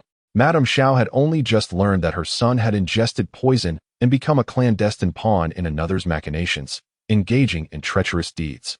She was utterly dismayed. Now, witnessing him so openly discussing these private matters, with no regard for Yinner's presence, she was overwhelmed with conflicting emotions. Conversely, Yi Yin, at this moment, seemed to have resigned herself to her fate and said to Madame Xiao, "Mother, let it be as my brother suggests. In any case, I have already set my heart on Lord Junli." Chapter 93. The Phoenix Neck Peeper. At this moment, the atmosphere in the Fengwu Palace was heavy. The flickering candlelight in the main hall illuminated the exquisite features of the favored consort, Jia. Before her stood eunuch Yuan, his face adorned with a humble expression as he bowed to speak. Your Highness, His Majesty has matters to attend to this evening and may not be able to join you for dinner. I have been sent to convey this message. Upon hearing this, Jia's expression remained unchanged, though her voice carried a hint of resignation. I understand. Thank you, eunuch Yuan. Please remind His Majesty that despite the heavy demands of state affairs, he must not neglect his health and should take care of himself. Eunuch Yuan wore a perpetual smile. Yes, Your Highness, I shall certainly relay your words. I will take my leave now. Eunuch Yuan had served the emperor since childhood, and upon the emperor's ascension, he had risen to the position of chief eunuch, earning the emperor's trust over the years. Thus, Jia was quite astute in her approach. Xiaoyin, see eunuch Yuan out for me. A maid beside Jia responded promptly and respectfully escorted eunuch Yuan out of the Fengwu Palace. Once the two had departed, the smile on Jia's face gradually faded. Since the recent flood and the assassination attempt on Junzhan, she sensed a growing distance between the emperor and herself, as well as between him and Junli. She could not discern whether the emperor's deliberate coldness was merely a reprimand aimed at her and her son, or if it stemmed from genuine suspicion. Logically, the assassination had left no evidence. Even if Junzhan were exceptionally capable, he could not resurrect the dead to speak. Moreover, the Northern Rong had persistently troubled the borders in recent years, and to the world, it was her Chui family that had held the fort against incursions. After discussions in court, the assassination was deemed merely a show of force by the Northern Rong. In any case, the emperor would not suspect her family. However, the heart of an emperor is ultimately inscrutable. Once all the adult princes settled their marriages, the selection of the crown prince would inevitably come to the forefront. Until her son ascended to that position, she must continue to win the emperor's favor. Gently, she caressed the exquisite porcelain cup on the table and instructed for the prepared meal to be cleared away. Chunhua, fetch my pipa. The maid named Chunhua displayed a moment of surprise, but did not speak further, respectfully obeying her command. In a short while, she returned with a phoenix-necked pipa, delicately carved and carefully presented with both hands. Your Highness, this pipa has not been used for quite some time, but in accordance with your instructions, we have preserved it with great care. It remains as flawless as ever. Jia cast a sidelong glance at the instrument, but did not immediately take it. Instead, she slowly extended a hand, painted with bright red lacquer, to stroke the dust-covered object she had long sealed away. She had once thought that she would never bring it forth again, believing that with her current stature, encountering it would evoke no emotion within her. Yet, as it reappeared before her, she realized she could not remain indifferent. Her eyes gradually filled with disdain and loathing. A cold smile curled at the corners of Jia's lips as she addressed Chunhua, who held the pipa. Are you secretly mocking me in your heart? Chunhua was taken aback by her words and instantly knelt in a fluster. Your Highness, how could you say such a thing? I have served you since childhood and hold you in the highest regard. How could I entertain such absurd thoughts? Jia's expression did not soften. Rather, her voice grew increasingly sharp. If not, then why are you so flustered? Chunhua trembled slightly. Your Highness, I assure you, I do not harbor such thoughts. You now stand as the foremost among the 6 palaces, wielding the phoenix seal. Who among the concubines and servants would dare to mock you or compete with you?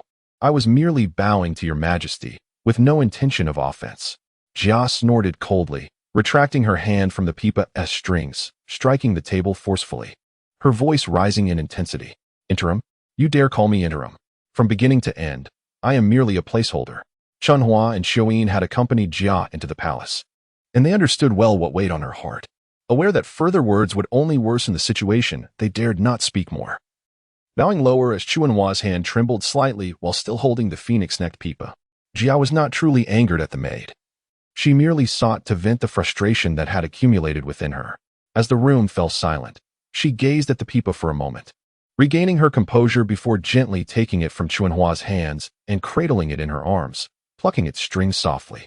On the head of the pipa, a small character one was etched, unmistakably marking its significance. Chapter 94. Old Matters. Jia Guifei had merely plucked the strings of her pipa for a moment when Xiaoyin, who had previously accompanied eunuch Yuan out, returned to the hall. Observing her lady's pipa, she glanced at the kneeling Chunhua, who had yet to rise, and suppressed her surprise. Kneeling to say, Your Highness, eunuch Yuan has departed. I also brought some pear soup from the small kitchen for him to present to His Majesty. Jia Guifei responded with a mild hm. The Queen of Pingnan is to return to the capital tomorrow. Please send the letter I prepared to the Xianwang mansion immediately. She then cast another glance at the still-kneeling Chunhua. You may leave now. This servant obeys. Chunhua replied respectfully, and together with Yin, they retreated. Once outside, Chunhua finally relaxed. Listening to the intermittent peep sounds emanating from within, Yin lowered her voice. Why did the lady become angry today? Chunhua sighed. After you escorted eunuch Yuan out, she asked me to fetch that Fengjing pipa. I said nothing, but upon seeing the pipa, she expressed her displeasure. It seems she still harbors feelings regarding the late empress. Yin furrowed her brow slightly at this revelation. In recent days, His Majesty has been cold towards her.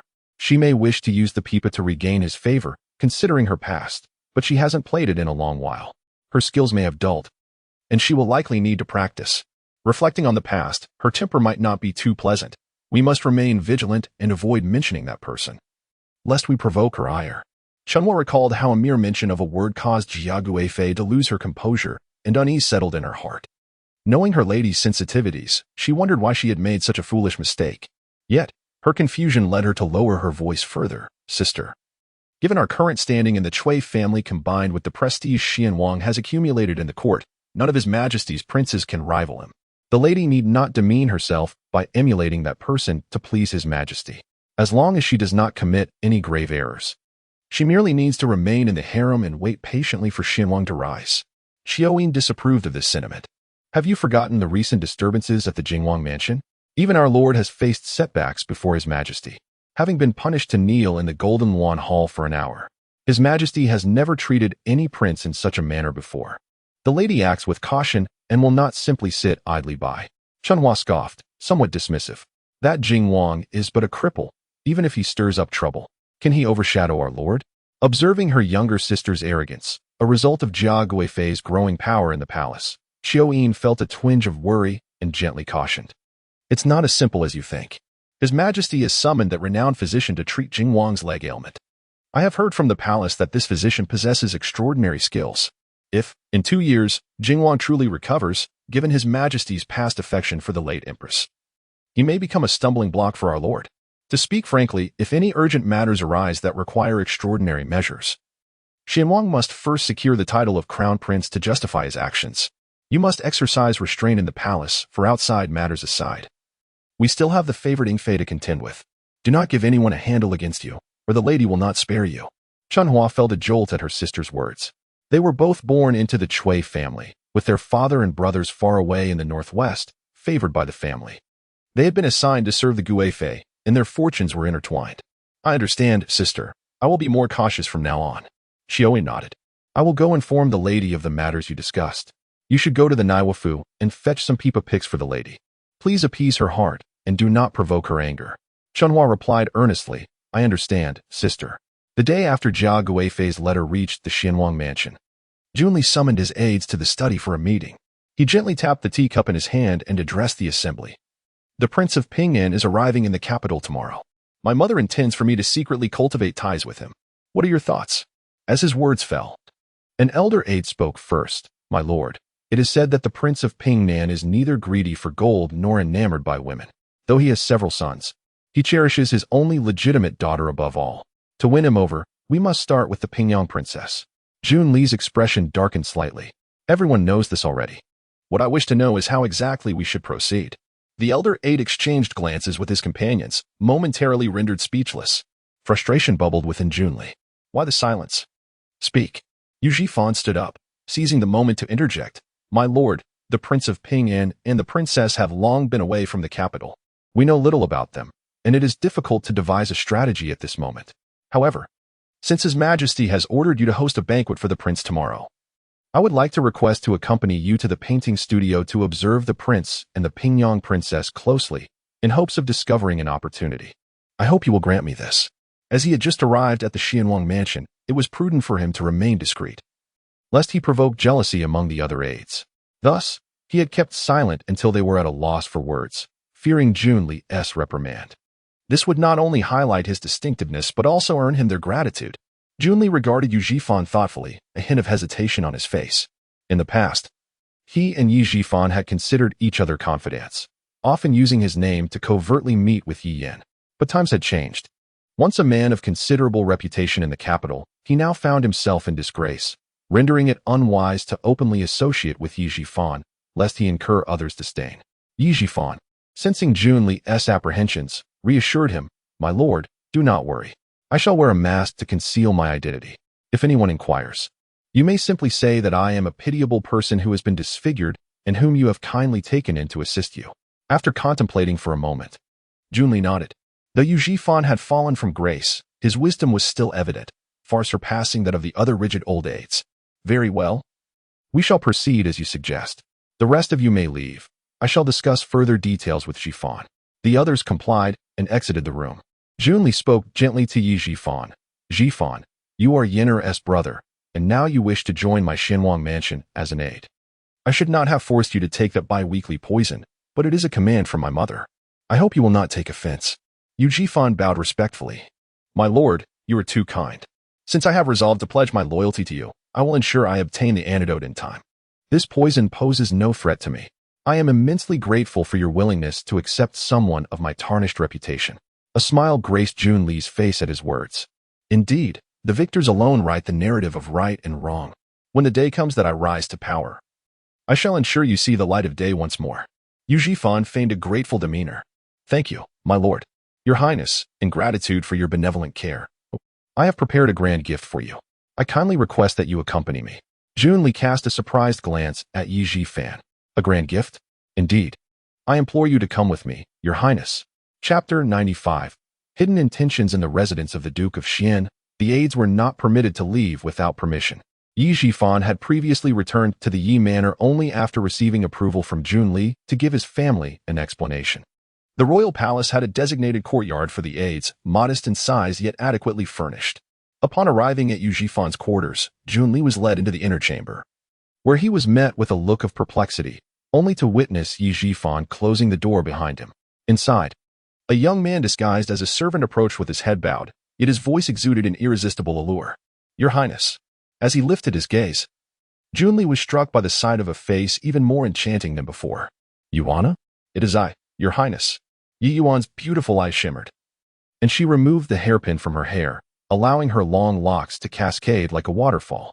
Gently, she grasped Jun Li's hand, her voice sweet and melodious as if flowing spring water. "Your Highness, I implore you to cherish me." With that, she tugged at his hand, pulling him toward her waist, and in an instant, her voluminous robe slipped away. Beneath, she wore only a translucent pink bodice, subtly revealing her delicate form.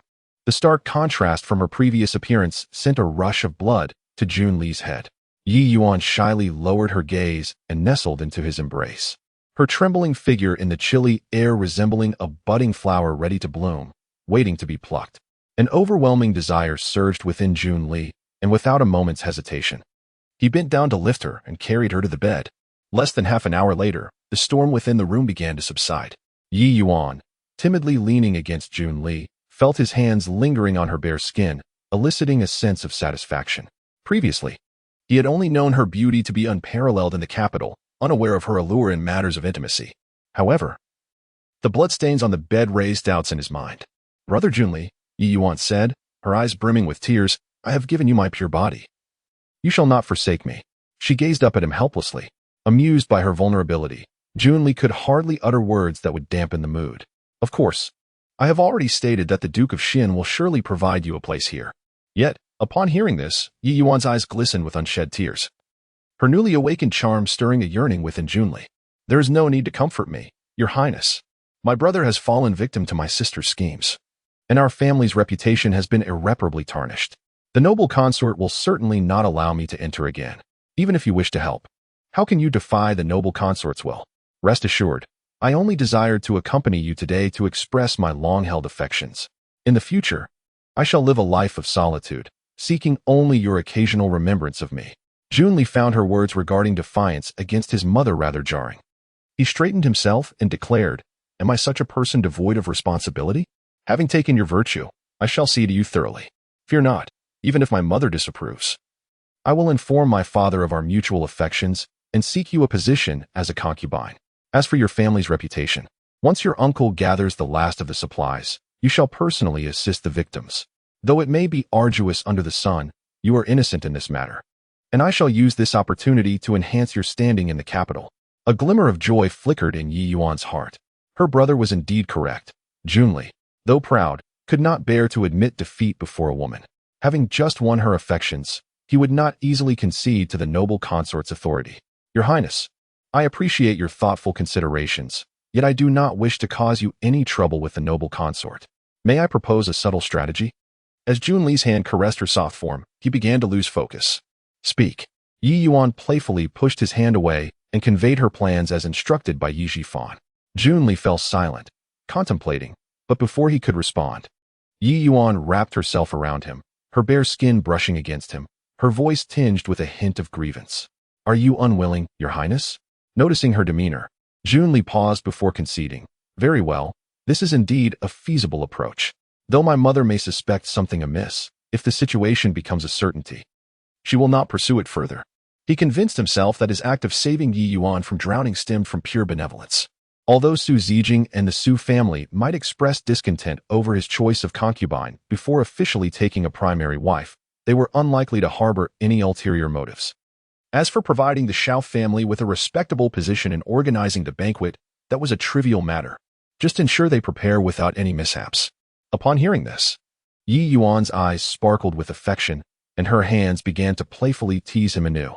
Thank you, Your Highness, for your kindness. Junli, unable to restrain himself, leaned in once more. The room was suffused with an air of intimacy. Meanwhile, Yi Jifan sat in the main hall, calmly sipping a cup of hot tea as the sounds from within stirred a flush of embarrassment. It seemed as though the person engaging in such indiscretions was not his cherished sister, but a complete stranger. A shadow of melancholy crossed his features, the corners of his mouth curving into a faint smirk. The Princess of Pingyang? Finding himself in such a predicament, if he could win the favor of the Princess of Pingyang, it would not only secure the Duke of Xian's alliance with the Prince of Pingnan, but also provide him a chance to rise in status. The thought of Ruan, who had been absent from the capital for several days, intensified the resentment in his heart. Those who dared to plot against him would one day face repercussions. Chapter 96. Doubts unbeknownst to Ruan, a storm brewed in the shadows of the capital. As she had just finished her evening meal in the Cheonghua Palace and was now bathing in the cleansing room, Banksia squatted nearby, delicately pouring a liquid from an exquisite white porcelain bottle. Miss, did you not refuse to use these concoctions of your own making before? Why the sudden change of heart today? Ruan observed the liquid merging into the water, gently stirring it with her fingers. Previously, we were isolated and vulnerable at the estate, unable to provoke suspicion. Now that the facade has been torn, there is no need to conceal our capabilities. Moreover, since Yi Yin has stumbled twice, she will inevitably tread more cautiously. My objective is to provoke her, to strip her of her composure. After all, does she not cherish her title as the most beautiful woman in the capital? Only by inciting her jealousy will she continue to err. I vividly recall her previous life, where she was so afraid that Junli might harbor other intentions that she hastily sought to ruin my appearance. Though Banksia was uncertain of how her mistress would change upon using these substances, she fully supported Ruan's decision. You are right, miss. Now that we are in the capital, you need no longer engage in pretense with them. Upon learning that the late madam had also fallen victim to the Xiao family, her heart ached even more for her mistress, who bore the burden of maternal vengeance while feigning smiles before her enemies. How heavy must her heart be? Banksia's eyes grew slightly red as she pondered the numerous treacherous souls lurking within high society. Had not her mistress become wiser, she too might have faced dire consequences. Swiftly suppressing her emotions, she straightened and said, Miss, young Master Ning sent someone earlier. He wishes to meet you privately and is waiting for you in the small flower hall not far from Cheonghua Palace. Will you honor his invitation? Surprised, Ruan responded. I see. Please fetch some tea and snacks for him, and let him know I shall arrive in a quarter of an hour. Banksia nodded. Understood, Mississippi. I will prepare and return promptly with hot water. Ruan closed her eyes and leaned against the edge of the tub, her mind swirling in contemplation. Since departing for the capital, Junjian had indeed treated her as one of his own, his actions revealing no intent to distance himself. Astonishingly, she discovered that much of what transpired in this life diverged from her expectations. Junjian and the influence he wielded far surpassed her initial assumptions. She could not fathom how this transpired. If Junjian had been secretly cultivating his power from the beginning in his previous life, could Junli truly have ascended to his position so effortlessly? Her thoughts were ensnared, leaving her perplexed. In her agitation, she submerged herself in the water. Consequently, when she later visited the flower hall to meet Ning Xinghe, her hair remained damp, and she had to rely on Banksia to secure her loose tresses with a hairpin. Ning Xinghe, appearing as dashing as ever, adorned with a flamboyant golden crown, did not rise upon her arrival. Instead, he leaned on the table, a playful smile gracing his lips. "Miss Yi, we meet again." Ruan respectfully returned his greeting. "I have met young Master Ning." He waved his hand dismissively. "Let us forego such formalities. Miss Yi, please take a seat." Ruan complied and inquired politely, "May I ask why you summoned me today?"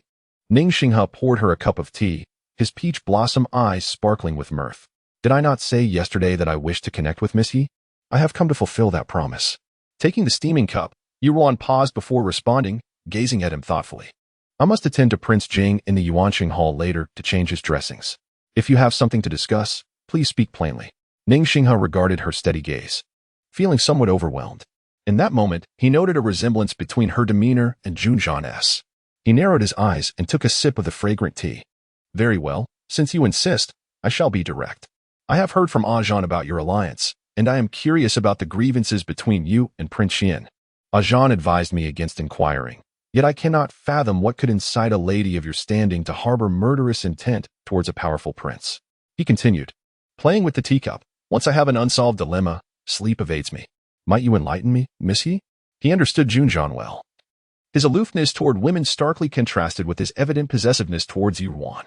Having navigated the world of romance for years, he recognized that while she appeared astute, she remained naive when it came to matters of the heart. If she were to be deceived, it could spell trouble. He felt compelled to look after him. After all, it was often the case that a woman's animosity towards a man stemmed from love, and there were many who, having once loved, turned to hatred only to later regret it. He pondered the necessity of clarifying the matter at hand to ensure his peace of mind. Ruan tightened her grip on the teacup in response. "Do you doubt my sincerity, young master?" Ning Xing had chuckled lightly, though the amusement in his eyes faded, replaced by unmasked skepticism and scrutiny. "If our roles were reversed, would you be capable of remaining uninquisitive?" Ruan fell silent, acutely aware of the implications of his words.